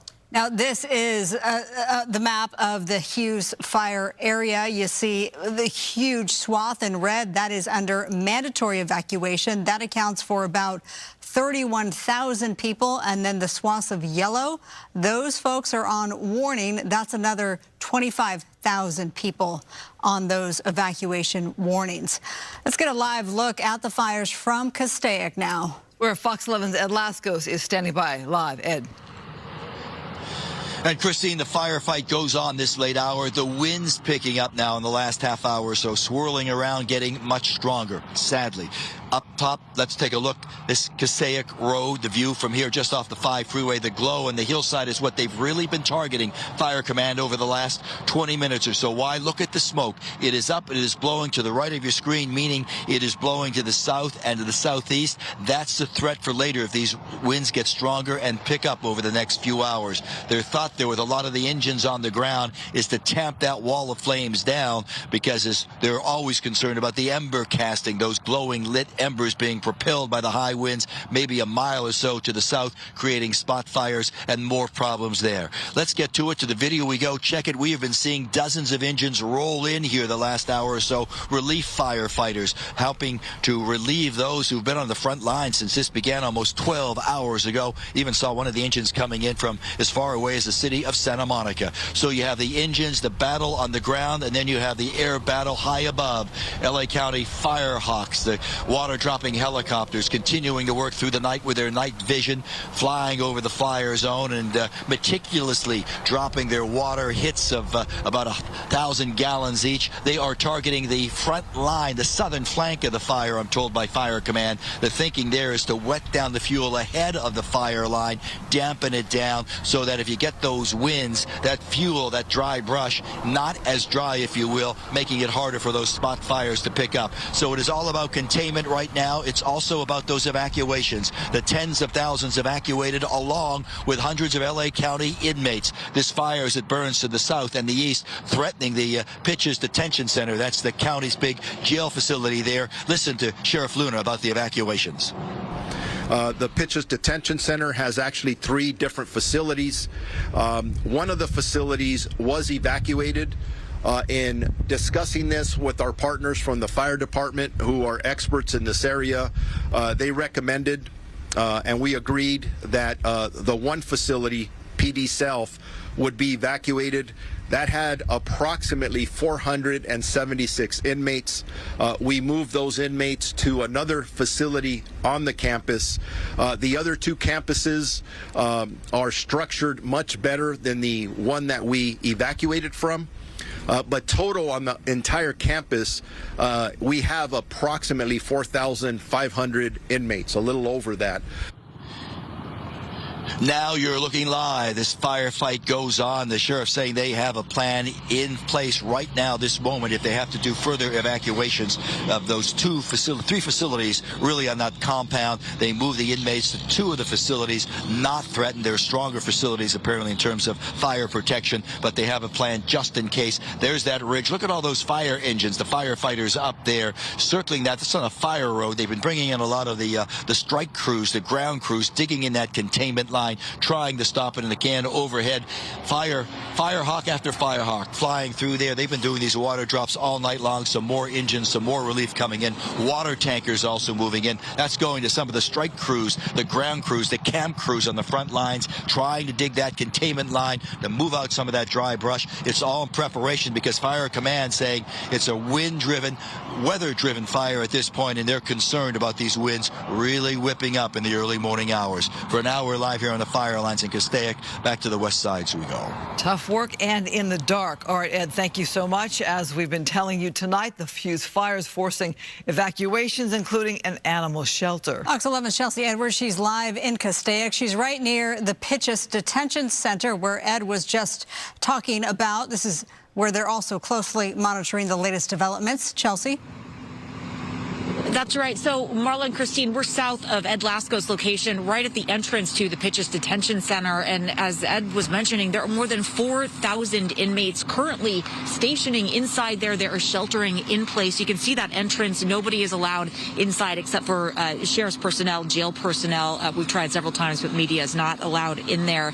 And as Ed mentioned, you know, these flames were exploding miles away from the facility, and they decided that about 480 inmates needed to be evacuated, to be taken from one section of the sprawling complex to another, but all of them are still on the property. Now, it's huge. This is a 1,000-acre complex, and it actually has 4 facilities, as I believe you just heard the sheriff mention in Ed's hit. The Pitches Detention Center East, there's the North, the South, and then the North County Correctional Facility, all on that one campus. And like Ed said, officials say they are working on a plan for a large-scale evacuations if conditions change. But right now, at least, it's looking a lot better than it has in a little while. So earlier, we were showing you the orange glow from our vantage point, and I want to show you how much that has changed in the last maybe 30 minutes or so. So you can see at the top of that hillside, that pillar, that pole that we've been referencing for hours now, you can see that is still smoldering, that wooden pole. It looks like some sort of utility pole or a light pole. So that is still there, but you can see that orange glow, and all of those spot fires along that hillside, that ridge, really have been knocked down. Fire officials have been here for hours, and they have really been aggressively attacking this. We've seen water drop after water drop. We've seen a lot of the ground crews coming in, cutting line, really tackling this thing, and obviously trying to prevent it from coming to this location, from coming to the south and the west, which is kind of where we're standing, and close to that detention center where, again, 4,000 inmates are currently sheltering in place. So fire officials have done an amazing job at really tampering and slowing the speed and slowing the growth toward this area. Now, just over here is also an animal shelter. As you mentioned, the Castaic Animal Shelter is right behind those trees, and we have just learned, thankfully, that was successfully evacuated earlier. All the dogs, the cats, the chickens, they were all safely taken to the Lancaster Care Center, which is one of 2 evacuation centers that have now been set up for small animals. So if you are in an evacuation zone, you need to take your small animals somewhere. Lancaster and Palmdale are the places to go, but that has been successfully evacuated. No animals remain on that that property. So again, the good news is it looks like firefighters are doing an incredible job at containing this, at stopping this spread, but still not out of the woods. Of course, these winds are still blowing and the smoke is so thick in the air. You can see it, obviously, you can smell it, you can even taste it even through our masks. So very thick and a lot of dry brush still burning out there. Christine, Marla. Quite the image and visual. We feel for you there. Chelsea, thank you so much. We want to take a look here at the list of evacuation orders issued. Biscay Luz, Bitter Canyon, Cambridge, Castaic Lake, Charlie Canyon, Golden State, Green Hill, Hasley, Hillcrest, Paradise Ranch, Ridge, Romero, Sloan, Francisquito, Kelly Johnson, Reyes Adobe, Sterling, Tesoro del Valle. Here are the evacuation warning zones: Industry, Live Oak, Oak Canyon, Val Verde, Hungry Valley, Black Pine, Calyx, Decorro, Mountain View, Pacific Crest, Rancho Tesoro, Reyes Adobe, Rio Norte, and West Hills. We do have a team of reporters from around the country helping us with live coverage of those fires. Robert Moses from our Fox affiliate in New York is in Castaic. Robert, take it away. It's good to see you both, and we are standing right just feet away from Castaic Lake, and the reason why we are here is because of what Ed talked about right at the top of the show, and that is those incessant water drops that we've been seeing. And as you bear with me, I'll just tap dance here for a second, because every couple minutes or so, these choppers come right over our heads and basically touch down, if you will, right in Castaic Lake, grab those 1,000 gallons or so of water, and then head out to the front lines and do those water drops and repeat that process again and again and again. Here's a chopper coming right over my head right now, and I just want to show you sort of the process. Chopper gradually will dip down into the lake, as it is doing right now, and grab that water and then head out to the front lines. Thankfully, although the winds are picking up, they're not so heavy that these choppers can't fly. So this is a key part of the arsenal here, and a big reason why we have 14% containment, which is in and of itself just a miracle. Another chopper coming over my head now. As we watch this scene unfold, I want to tell you that throughout the day I've had the chance to speak to some people here in Castaic who had to evacuate from their homes, including two sisters in college who talked to me about what it was like to make that decision to leave. We live off of Lake Hughes, just like right next to the lake entrance, so we did evacuate like after 30 minutes of it was burning. So you just knew you had to go? Oh yes, this is familiar territory. We've never had to like evacuate before, but we've always been prepared, so it's nothing new, but at the same time, like with the fires going around this whole month, it is definitely scary. It is. What goes through your mind as you look at that smoke back there? Terror, scary. I know we do have a good like firefighters, like always on the run, and I think it's just helpful, but it's at the same time like everyone is in danger. I only got an alert from the Watch Duty app, and I was just like, I saw it's near our house, and I was like, that's not possible. And then a second later I look out my sister's window, big black smoke, and I was like, okay, this is actually serious, because the Santa Ana winds are very, very strong, especially during this time as well. So we just knew that like if we have to evacuate and get an Amber Alert, just go. And you're looking at one of the choppers that just got a fresh batch of water and will head back to the front lines, and another chopper is coming in here as we speak. So that process has been happening for hours now, and we have watched it unfold with real precision here. I spoke to another woman, actually a woman and her daughter, who also had to evacuate, and she shared with me their address, and in our travels tonight we were able to go and check on her house and make sure it was okay, and indeed it was fine. And I texted her that, hey, Terry, your house is fine, and she was grateful for that. And I think that's going to be the case for a lot of people tonight. A sleepless night, whether they are in their home watching this fire as it bears down, or not in their home wondering what tomorrow will bring. So an anxious night for tens of thousands here in Castaic. I'll send it back to you in the studio. It really is. And to see those choppers do those pickups is really quite incredible here, given we didn't have that at the other fires earlier this month.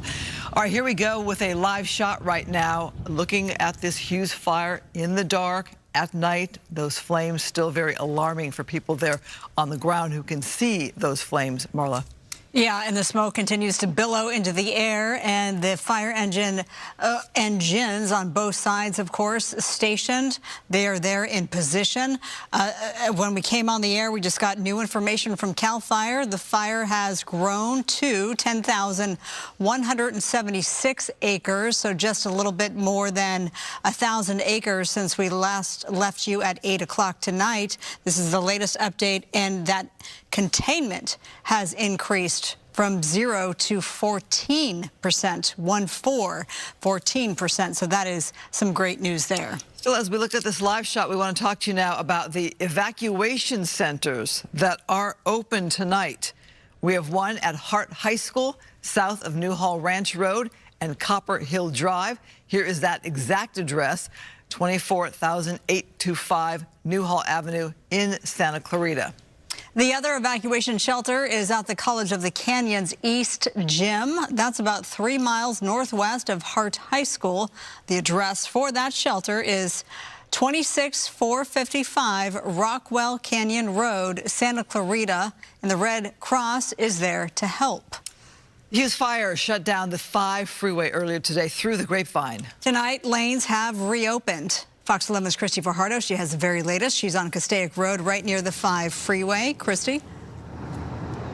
I can actually see the 5 freeway from where I'm standing, and traffic is moving smoothly. But I want to show you what drivers are actually seeing as they go up and down the 5 freeway. That is the fire over there. What looks like orange lights is actually the glow of flames. But we have heard so much about the helicopters and the water drops, and we are seeing an assembly line of helicopters coming in and making those nighttime drops, and they've really beaten back those flames. And walk with me because I want to show you that is the 5 freeways. You can see very light traffic at this hour. It is open in both directions, but if we pan over that way, you can see that the CHP still has the off-ramp at Parker Road closed. But take a look. This is what it looked like earlier today when the CHP closed the 5 freeway from the Grapevine to Castaic in both directions for several hours. Traffic, as you can imagine, was backed up as drivers had to find alternate routes. Officials wanted to free up the highway to get fire engines and crews in as quickly as possible, and they were also worried about visibility with so much smoke.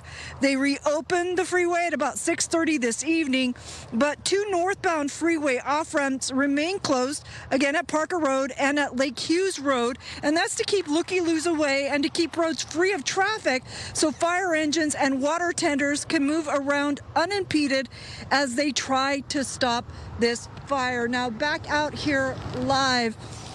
Of course, there is concern that if the winds pick up as predicted in the next hour or so or overnight, that conditions could worsen. They could kick up all of that smoke and also drive the flames towards the freeway. So at this point, the CHP is monitoring the situation, but warns they could close the 5 freeway again if conditions merit it.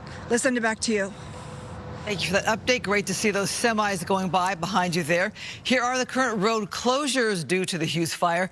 Ridge Route Road at Lake Hughes, Ridge Route Road at Templin Highway, Lake Hughes at Pine Canyon, Dry Gulch at San Francisquito Canyon Road, I-5 northbound at Parker Road off-ramp, and I-5 northbound at Lake Hughes Road off-ramp.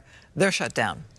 And a safe place for your animals, a small animal shelter set up at the Palmdale Animal Care Center. That's at the 38,550 address of Sierra Highway in Palmdale. A small, larger animal shelter, you can find that at Lancaster Animal Care Center. That's at 5210 West Avenue I in Lancaster. And for those large animals, you can visit Pierce College in Woodland Hills. The weather, the winds, the big concern. Let's go to Star Harvey to take a look at the forecast through the night and tomorrow. Yes, you know, we are watching the winds very closely. I can tell you that across the area in general, Winds are fairly calm, about 5 to about 10 miles per hour. We do have some of those areas where you do show those darker colors there, the greens, also the blues, just letting us know that winds are possibly going a little higher through the area. I can tell you that over there in Castaic, we do have those winds pushing currently right now at about 15 miles per hour. And we do also have some gusts surrounding that area, anywhere from about 25 to 35 miles per hour. So slightly picking back up.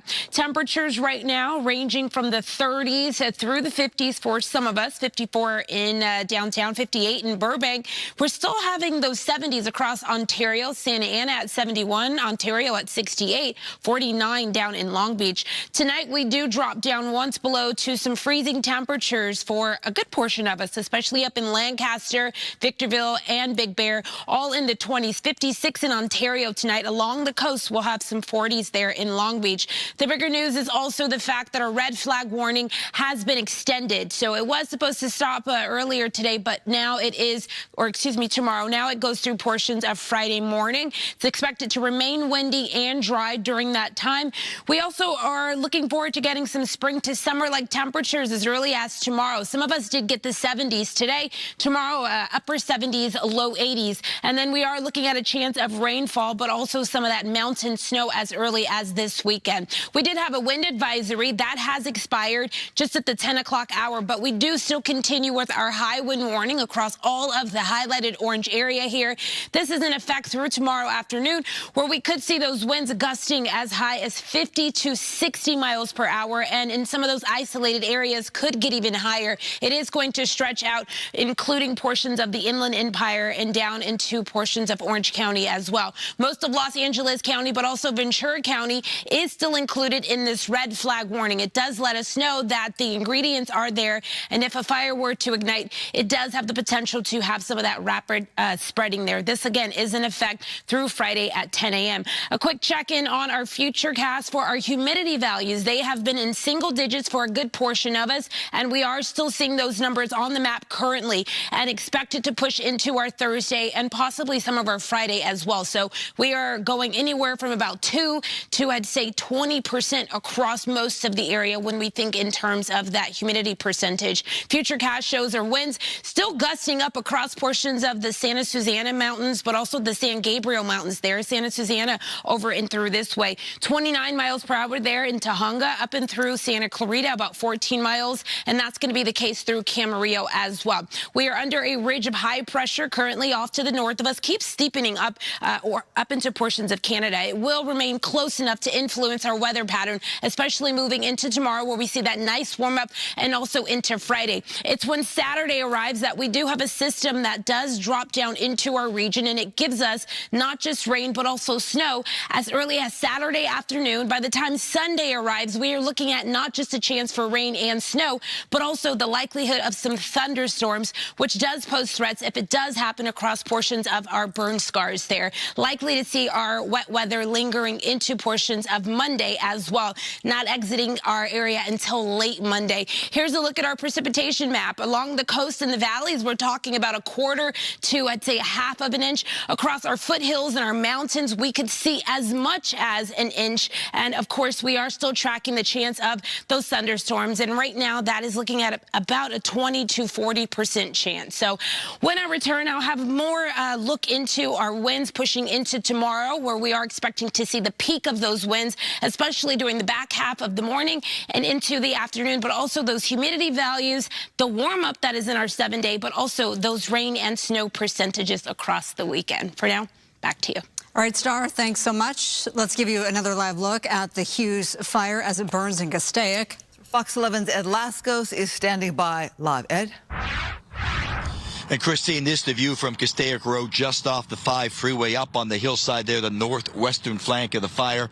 All those lights, and you're seeing LA County Fire doing what they do best, shutting it down. That flank over, well, since we've reached this area, since we arrived here about 6 o'clock tonight, a wall of flames burning up that ridge. They wanted to shut it down. They were worried about ember casting, hitting it hard like crazy. And now in the last 5 minutes or so, no more flames visible there, just a sea of all all those red flashing lights. The fire engines moved up there on that fire road. They got the cam crews, the strike crews in. They drew some containment lines, pretty much shutting down that flank. The flames there, worried about the ember casting. You can see what's left of the smoke, the smoldering embers coming up. They don't want those to be propelled by any high winds that we might be having here in the last couple of hours. So you have that part of the flank, and overhead. Al will give you a look if he tilts up. There he goes. One of the continuing water drops by the Firehawks. That is something that LA County Fire Command Chief Maroney said was very, very important, very helpful, incredibly helpful in this firefight. The air attack continuing through the night. They had the fixed wings here, of course, daylight hours, boss check drops, but at night they're grounded. But you have the Firehawks up. He's got his night sun on. He has his night vision on, scanning the area, and I'm sure you'll see a water drop here shortly. They're hitting that flank, the south flank, southwestern, southeastern flanks of this fire, trying to get ahead of the fire line there, dropping down the water, wetting down that fuel if the fire continues to burn, to make it more difficult to jump across the containment lines. There it is, bang, right on the money. 1,000 gallons down on those flames as LA Command continues to knock this thing down. So you've got that part of the flank. They're making progress there. The northern side over to the left, smoldering there, the flames down, but still, we're not out of the woods. You got more of a glow there as those camp crews have a big job, but slowly making progress here. Maybe that's good news in a sense, certainly, because the wind's picking up here, getting stronger here on the ground. So imagine what they're like up there on that ridge. Marla, Christine, back to you. All right, Ed, thank you so much. We take a pause now from the Hughes Fire and check in on the Palisades Fire.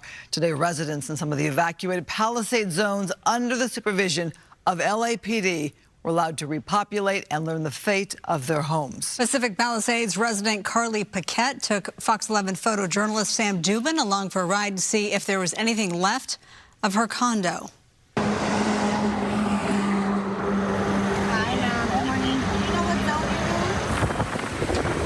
My house got burned. It's gone. There's nothing. But there was a surfboard in the garage that we were hoping still survived. We live in Santa Monica, and this is our community, so I'm just here to help anybody in the Palisades that needs it. Everybody's been so nice. Like, when this first happened, just the outreach of kindness. There we go.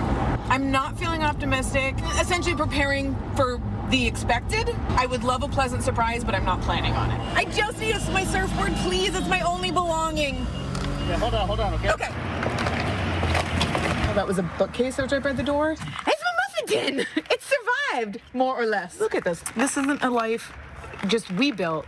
You know, I think there were like 70 units in this building. You're looking at the burnt remains of 70 lives. I'm sad for me. I'm heartbroken for everybody else. They tried. Yeah, they cut fire line. So, I mean, they did the best they can. I could see it when they walked. Oh, you already saw it? All right, no problem. Danny, can you grab the second one? Yeah.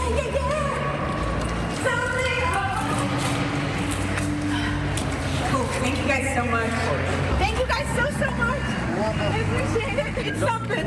No problem. Glad you're able to get it. Did you tell how hot it got in the garage? Because all the wax melted off a lot of it.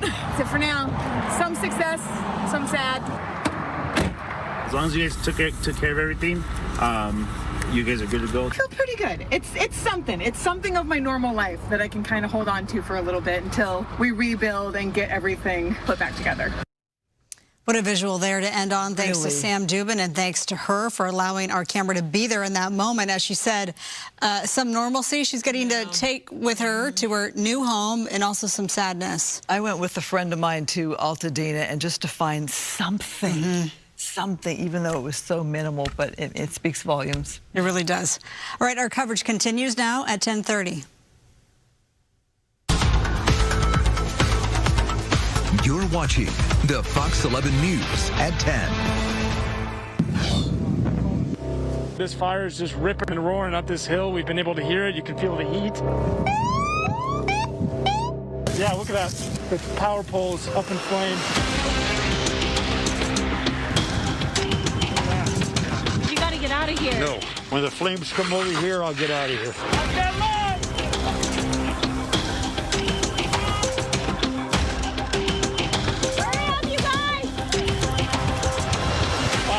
Right on top of the flames. I mean, that's a 10 out of 10 right there.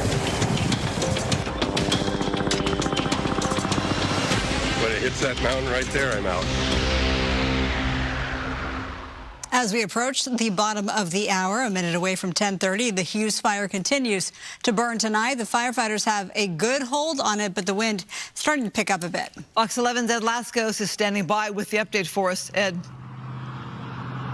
And Christine and Marla, you said it, they've got a hold on this thing, some of the flanks, but we still have the wind picking up, so the threat is still here. Al will give you a look. This is the view off Castaic Road, just off the 5 freeway. Up on that ridge, all those flashing red lights, those are the engine companies on the fire line there. The northwestern flank of this fire, shutting down a wall of flames that we've been seeing roaring about 30, 40 feet high the last several hours, but they've knocked it down now.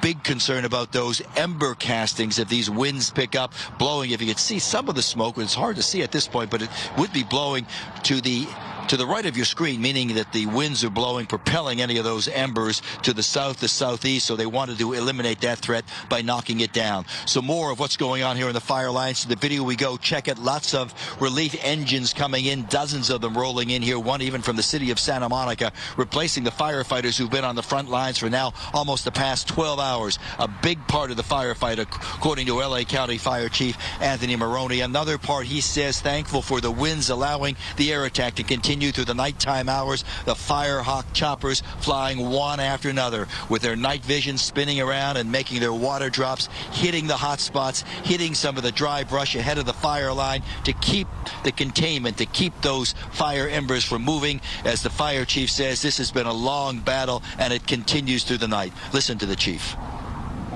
We are going to be on scene all night long, gaining more perimeter control, making sure that we can put out the hot spots, and then have enough resources and staging that if we do have a flare-up, we can move those resources to the fire line. So we already have a plan for tonight, and we're making orders for tomorrow. We're going to keep the 4,000 firefighters assigned to the incident. We're going to increase our perimeter control, and we're going to extinguish those hot spots. So those would be the tasks. Now you're looking live at the task. The chief was talking about extinguishing those hot spots in that line of the flashing lights on that fire road up there on the ridge. They've shut down the northwestern flames, the flames that were coming up to the left of your screen. Now they're working on a lot of those hot spots. They've got a busy night ahead, trying to do as much as they can now in the next couple of hours, as those winds, as Fire Command said, maybe about 2, 3 in the morning. They were worried about them really starting to whip up through here. So they're getting a lot accomplished on the ground, in the air, as the firefight goes on. Back to the west side we go. We commend them for all of their hard work. All right, Ed, thanks so much. Now for a different vantage point on the Hughes Fire. Go back to Fox 11's Chelsea Edwards live in Castaic. She's near the Pitches Detention Center. Chelsea. That's right. So we're standing south of where you just saw Ed Lascos, about a mile south, and this is the northern entrance to the Pitches Detention Center, and this is where some 4,000 inmates are currently sheltering in place. I want to show you some video from earlier tonight. Emergency personnel, fire trucks have been going in and out all night long at this entrance here. Media is not allowed. We've tried to get in there, but it's really just the emergency personnel that are going in and out. Now, as the flames just exploded miles away from this facility, about 480 inmates were taken from one area of the sprawling complex to another. All of them, though, again, still on the property. And this thing is huge. You've got about 1,000 acres on this complex, and there's actually 4 facilities that are housed there. So there's the Pitches Detention Center East, North, and South, and also the North County Correctional Facility. And that's where those inmates are currently being stationed, we're told, in some concrete buildings. That's where they're sheltering in place. The officials say they are working on a plan in case there needs to be a larger scale evacuation for those inmates. But right now, things looking pretty good. I think you're looking at some video from earlier, though, and from this northern entrance, those flames were visible for hours on the hillsides to the north of the complex. Right now, though, at least it's looking a whole lot better. Let's take a live look, if we're not right now, at what we're seeing here. You can see very smoky, very low visibility, but looking to the north onto those hillsides, not seeing those hot spots that we saw earlier. We can see the orange glow flow from that power pole that's still burning, still smoldering. But those hot spots are gone, and that's thanks to all of the work from these firefighters who have been attacking this thing, as we've all been talking about, from both the air and the ground, just aggressively all night long. I can hear another helicopter coming. We've seen several go back and forth over the last 15, 20 minutes or so. So they are really fighting this thing very hard.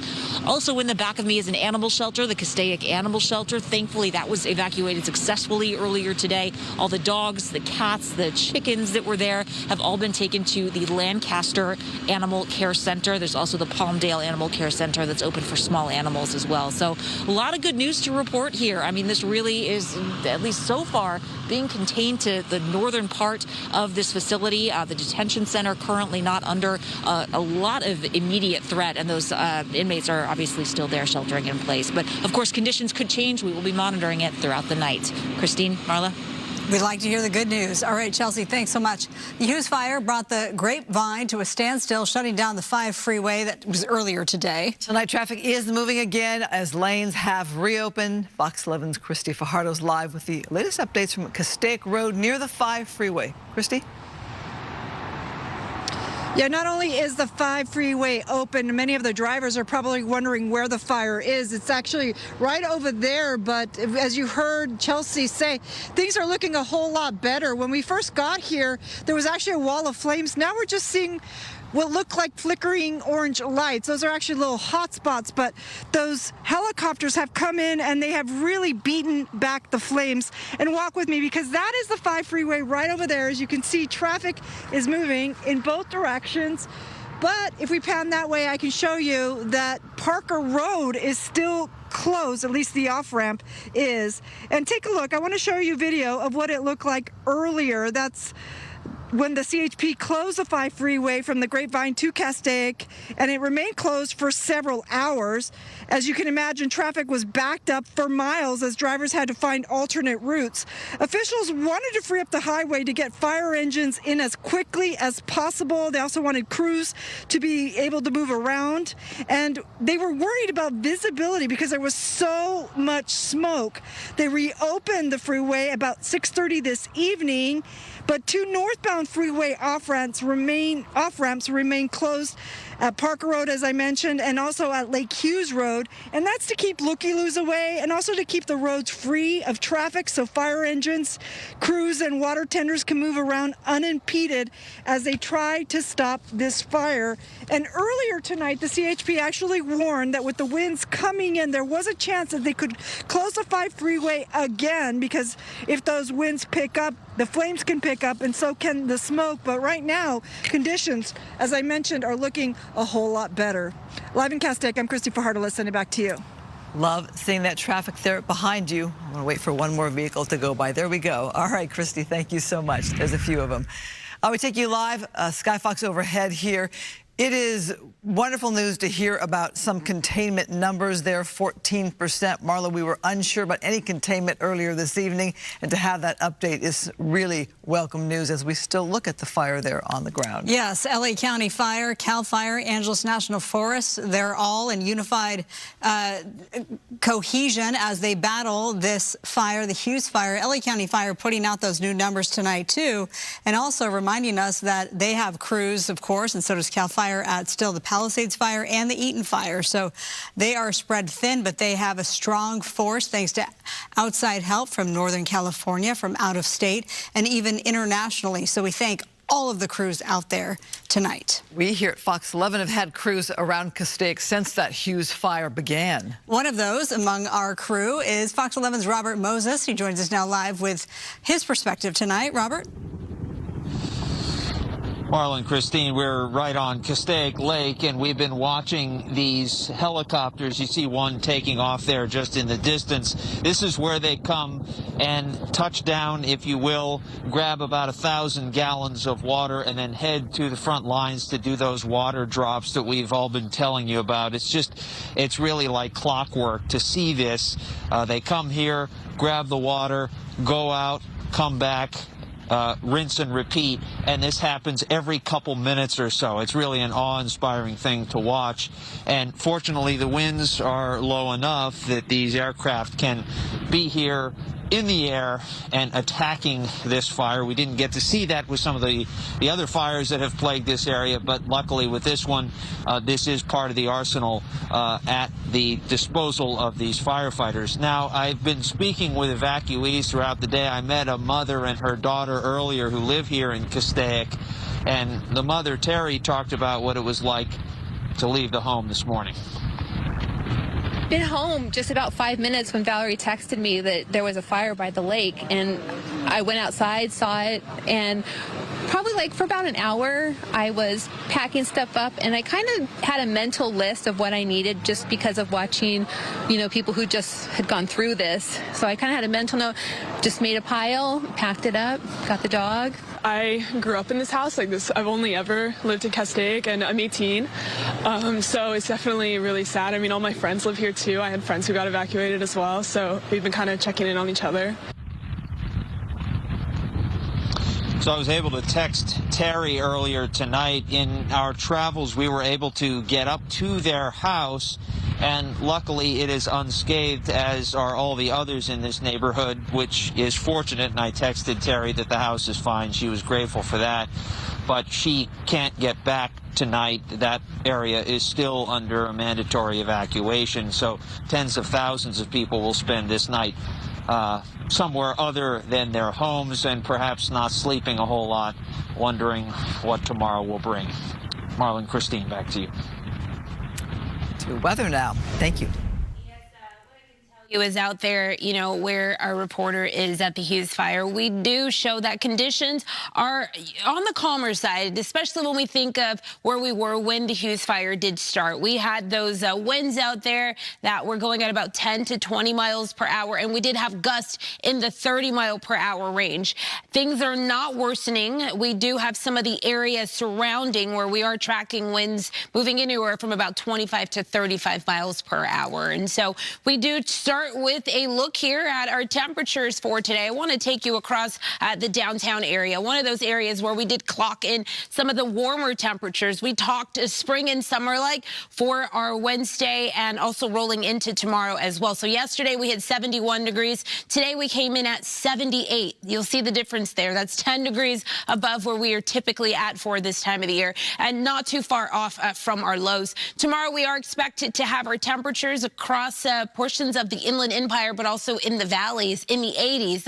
Not sure that downtown will make it to that record temperature of 84 degrees. Our sunset at 5:14, and it is not back up until tomorrow in the 6:50 a.m. hour. So it'll be nice to have some sunlight back out there across the area where we currently have that fire burning, if it is not completely contained by the time that happens. So red flag warning still in effect, and this does carry us through the 10 a.m. hour. We are expecting to not just have the dry conditions out there humidity-wise, but also the winds pushing through the area. This is for a big portion of Los Angeles County, but also Ventura County, with the exclusion of this big chunk here happening across portions of the LA Basin, also pushing down in and through the, I'd say, South Bay area and Orange County coastline there. Our wind alerts are going to show that we do still have our high wind warning in place. We're expecting to see the winds get as high as 60+ miles per hour across portions of the area highlighted here. We do also still have that wind advisory back in place, and again, it is extending until tomorrow at 2 p.m. And here's a look at some more of the area also in relating into that alert for our wind advisory as well. Again, not expiring today, carrying through portions of tomorrow. Winds right now moving at about 5 to 10 miles per hour across the area, 10 miles per hour there in Santa Ana, 6 miles per hour here in the Los Angeles area, Bakersfield up at 6. And our futurecast does show we do have some gusts moving through portions of the San Gabriel Mountains, but also up and through the 14, the 5 corridor, and also into portions of Camarillo, moving through Agora Hills, Thousand Oaks at about 14, I'd say, to 20 miles per hour. Moving over to tomorrow morning, this is when I see that our models are indicating winds really start to pick up. And again, this is at the 6 o'clock hour. We show the purples on the map, and again, I remind you, the purples just indicate that our winds are are going at 35 miles per hour or higher. So this is tomorrow morning. Note what happens by the time we get to the later half of tomorrow morning. We have some 50s back on the map. Some 50s here, just showing that winds are really kicking up, and we're expecting them to remain that way until our afternoon, where we do still show some 40s on the map here. And again, this is just one model. It does not pick up on all of those isolated areas where, again, we could see those winds getting at 60 miles per hour or higher. By the time we get to late in the day, I'd say on Thursday and pushing into Friday, we should start to see things turning around wind-wise, although we do not have that red flag warning expiring until Friday at 10 a.m. So we are still in that window of where we could see that critical fire danger across the area. Our air quality ranging from a good to a moderate. We've been talking about this, and you know, this is going to be for the sensors that do not pick up on all of the toxins out there. This is relating to the smoke, the dust, and also those small particles. Wanting to let you know that our air sensors, air quality does not really pick those up, and so you have to remember that as you are heading out the doors. And it's one of the reasons we do have an air quality alert in place. This is because we could see potentially some of that dust and ash blown around in the wind, and so it does carry with it the harmful levels of pollutants and particles out there. This is for all of our gray highlighted areas. And just a reminder, like we've been doing for the last 3 or close to 3 weeks here, wear a mask, avoid the outdoor strenuous activity if you can, keep your windows and your doors closed, bring your pets indoors, and run the air conditioners and the purifiers if you do have those. A quick check-in on our temperatures tomorrow. Here's a look at our warm-up.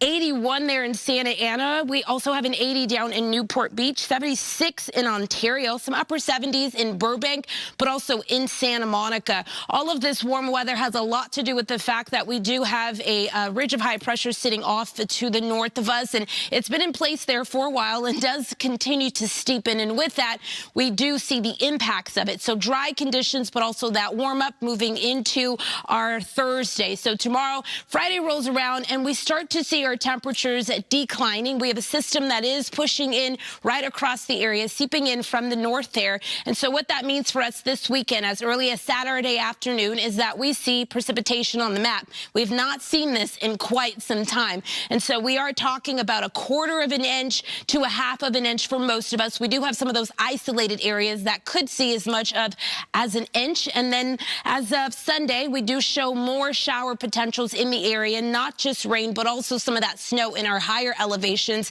By Sunday, our higher elevations, upwards of 4,500 feet or higher, could see about 2 to 4 inches of snow accumulated. This system is not expected to exit our region until we get to Monday. So late in the day on Monday is when we're tracking all of this moisture to move out of the area. Again, we are very dry here across the area, so we could really use the rainfall across Southern California. We have only received about a 0.16 inches of rainfall for this season. So we are in dire need of it.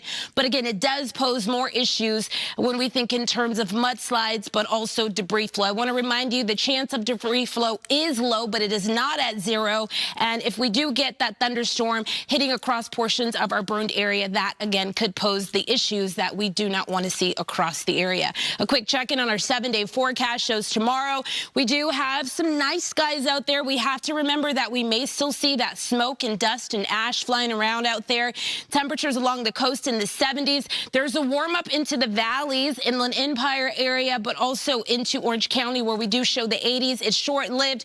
We back down into the 60s and 70s by the time we get to the end of the work week. There's a chance to need those umbrellas through the weekend and rolling into the work week. And by the time Tuesday arrives, we should have dried out. If you're in our higher elevations, again, 2 to 4 inches by the time we get to Sunday.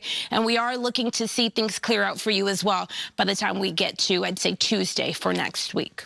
Back to you. All right, Star, that was very comprehensive. We appreciate it. Coming up tonight at 11 o'clock, we will continue our live team coverage of the Hughes Fire. We will have the latest information, including, of course, acreage, how much the fire has burned, and when conditions are expected to calm down. Stick with us here at Fox 11 News. We will be right back. Put some pep in your step. The Good Day LA Way. Weekdays only on Fox 11. If you've been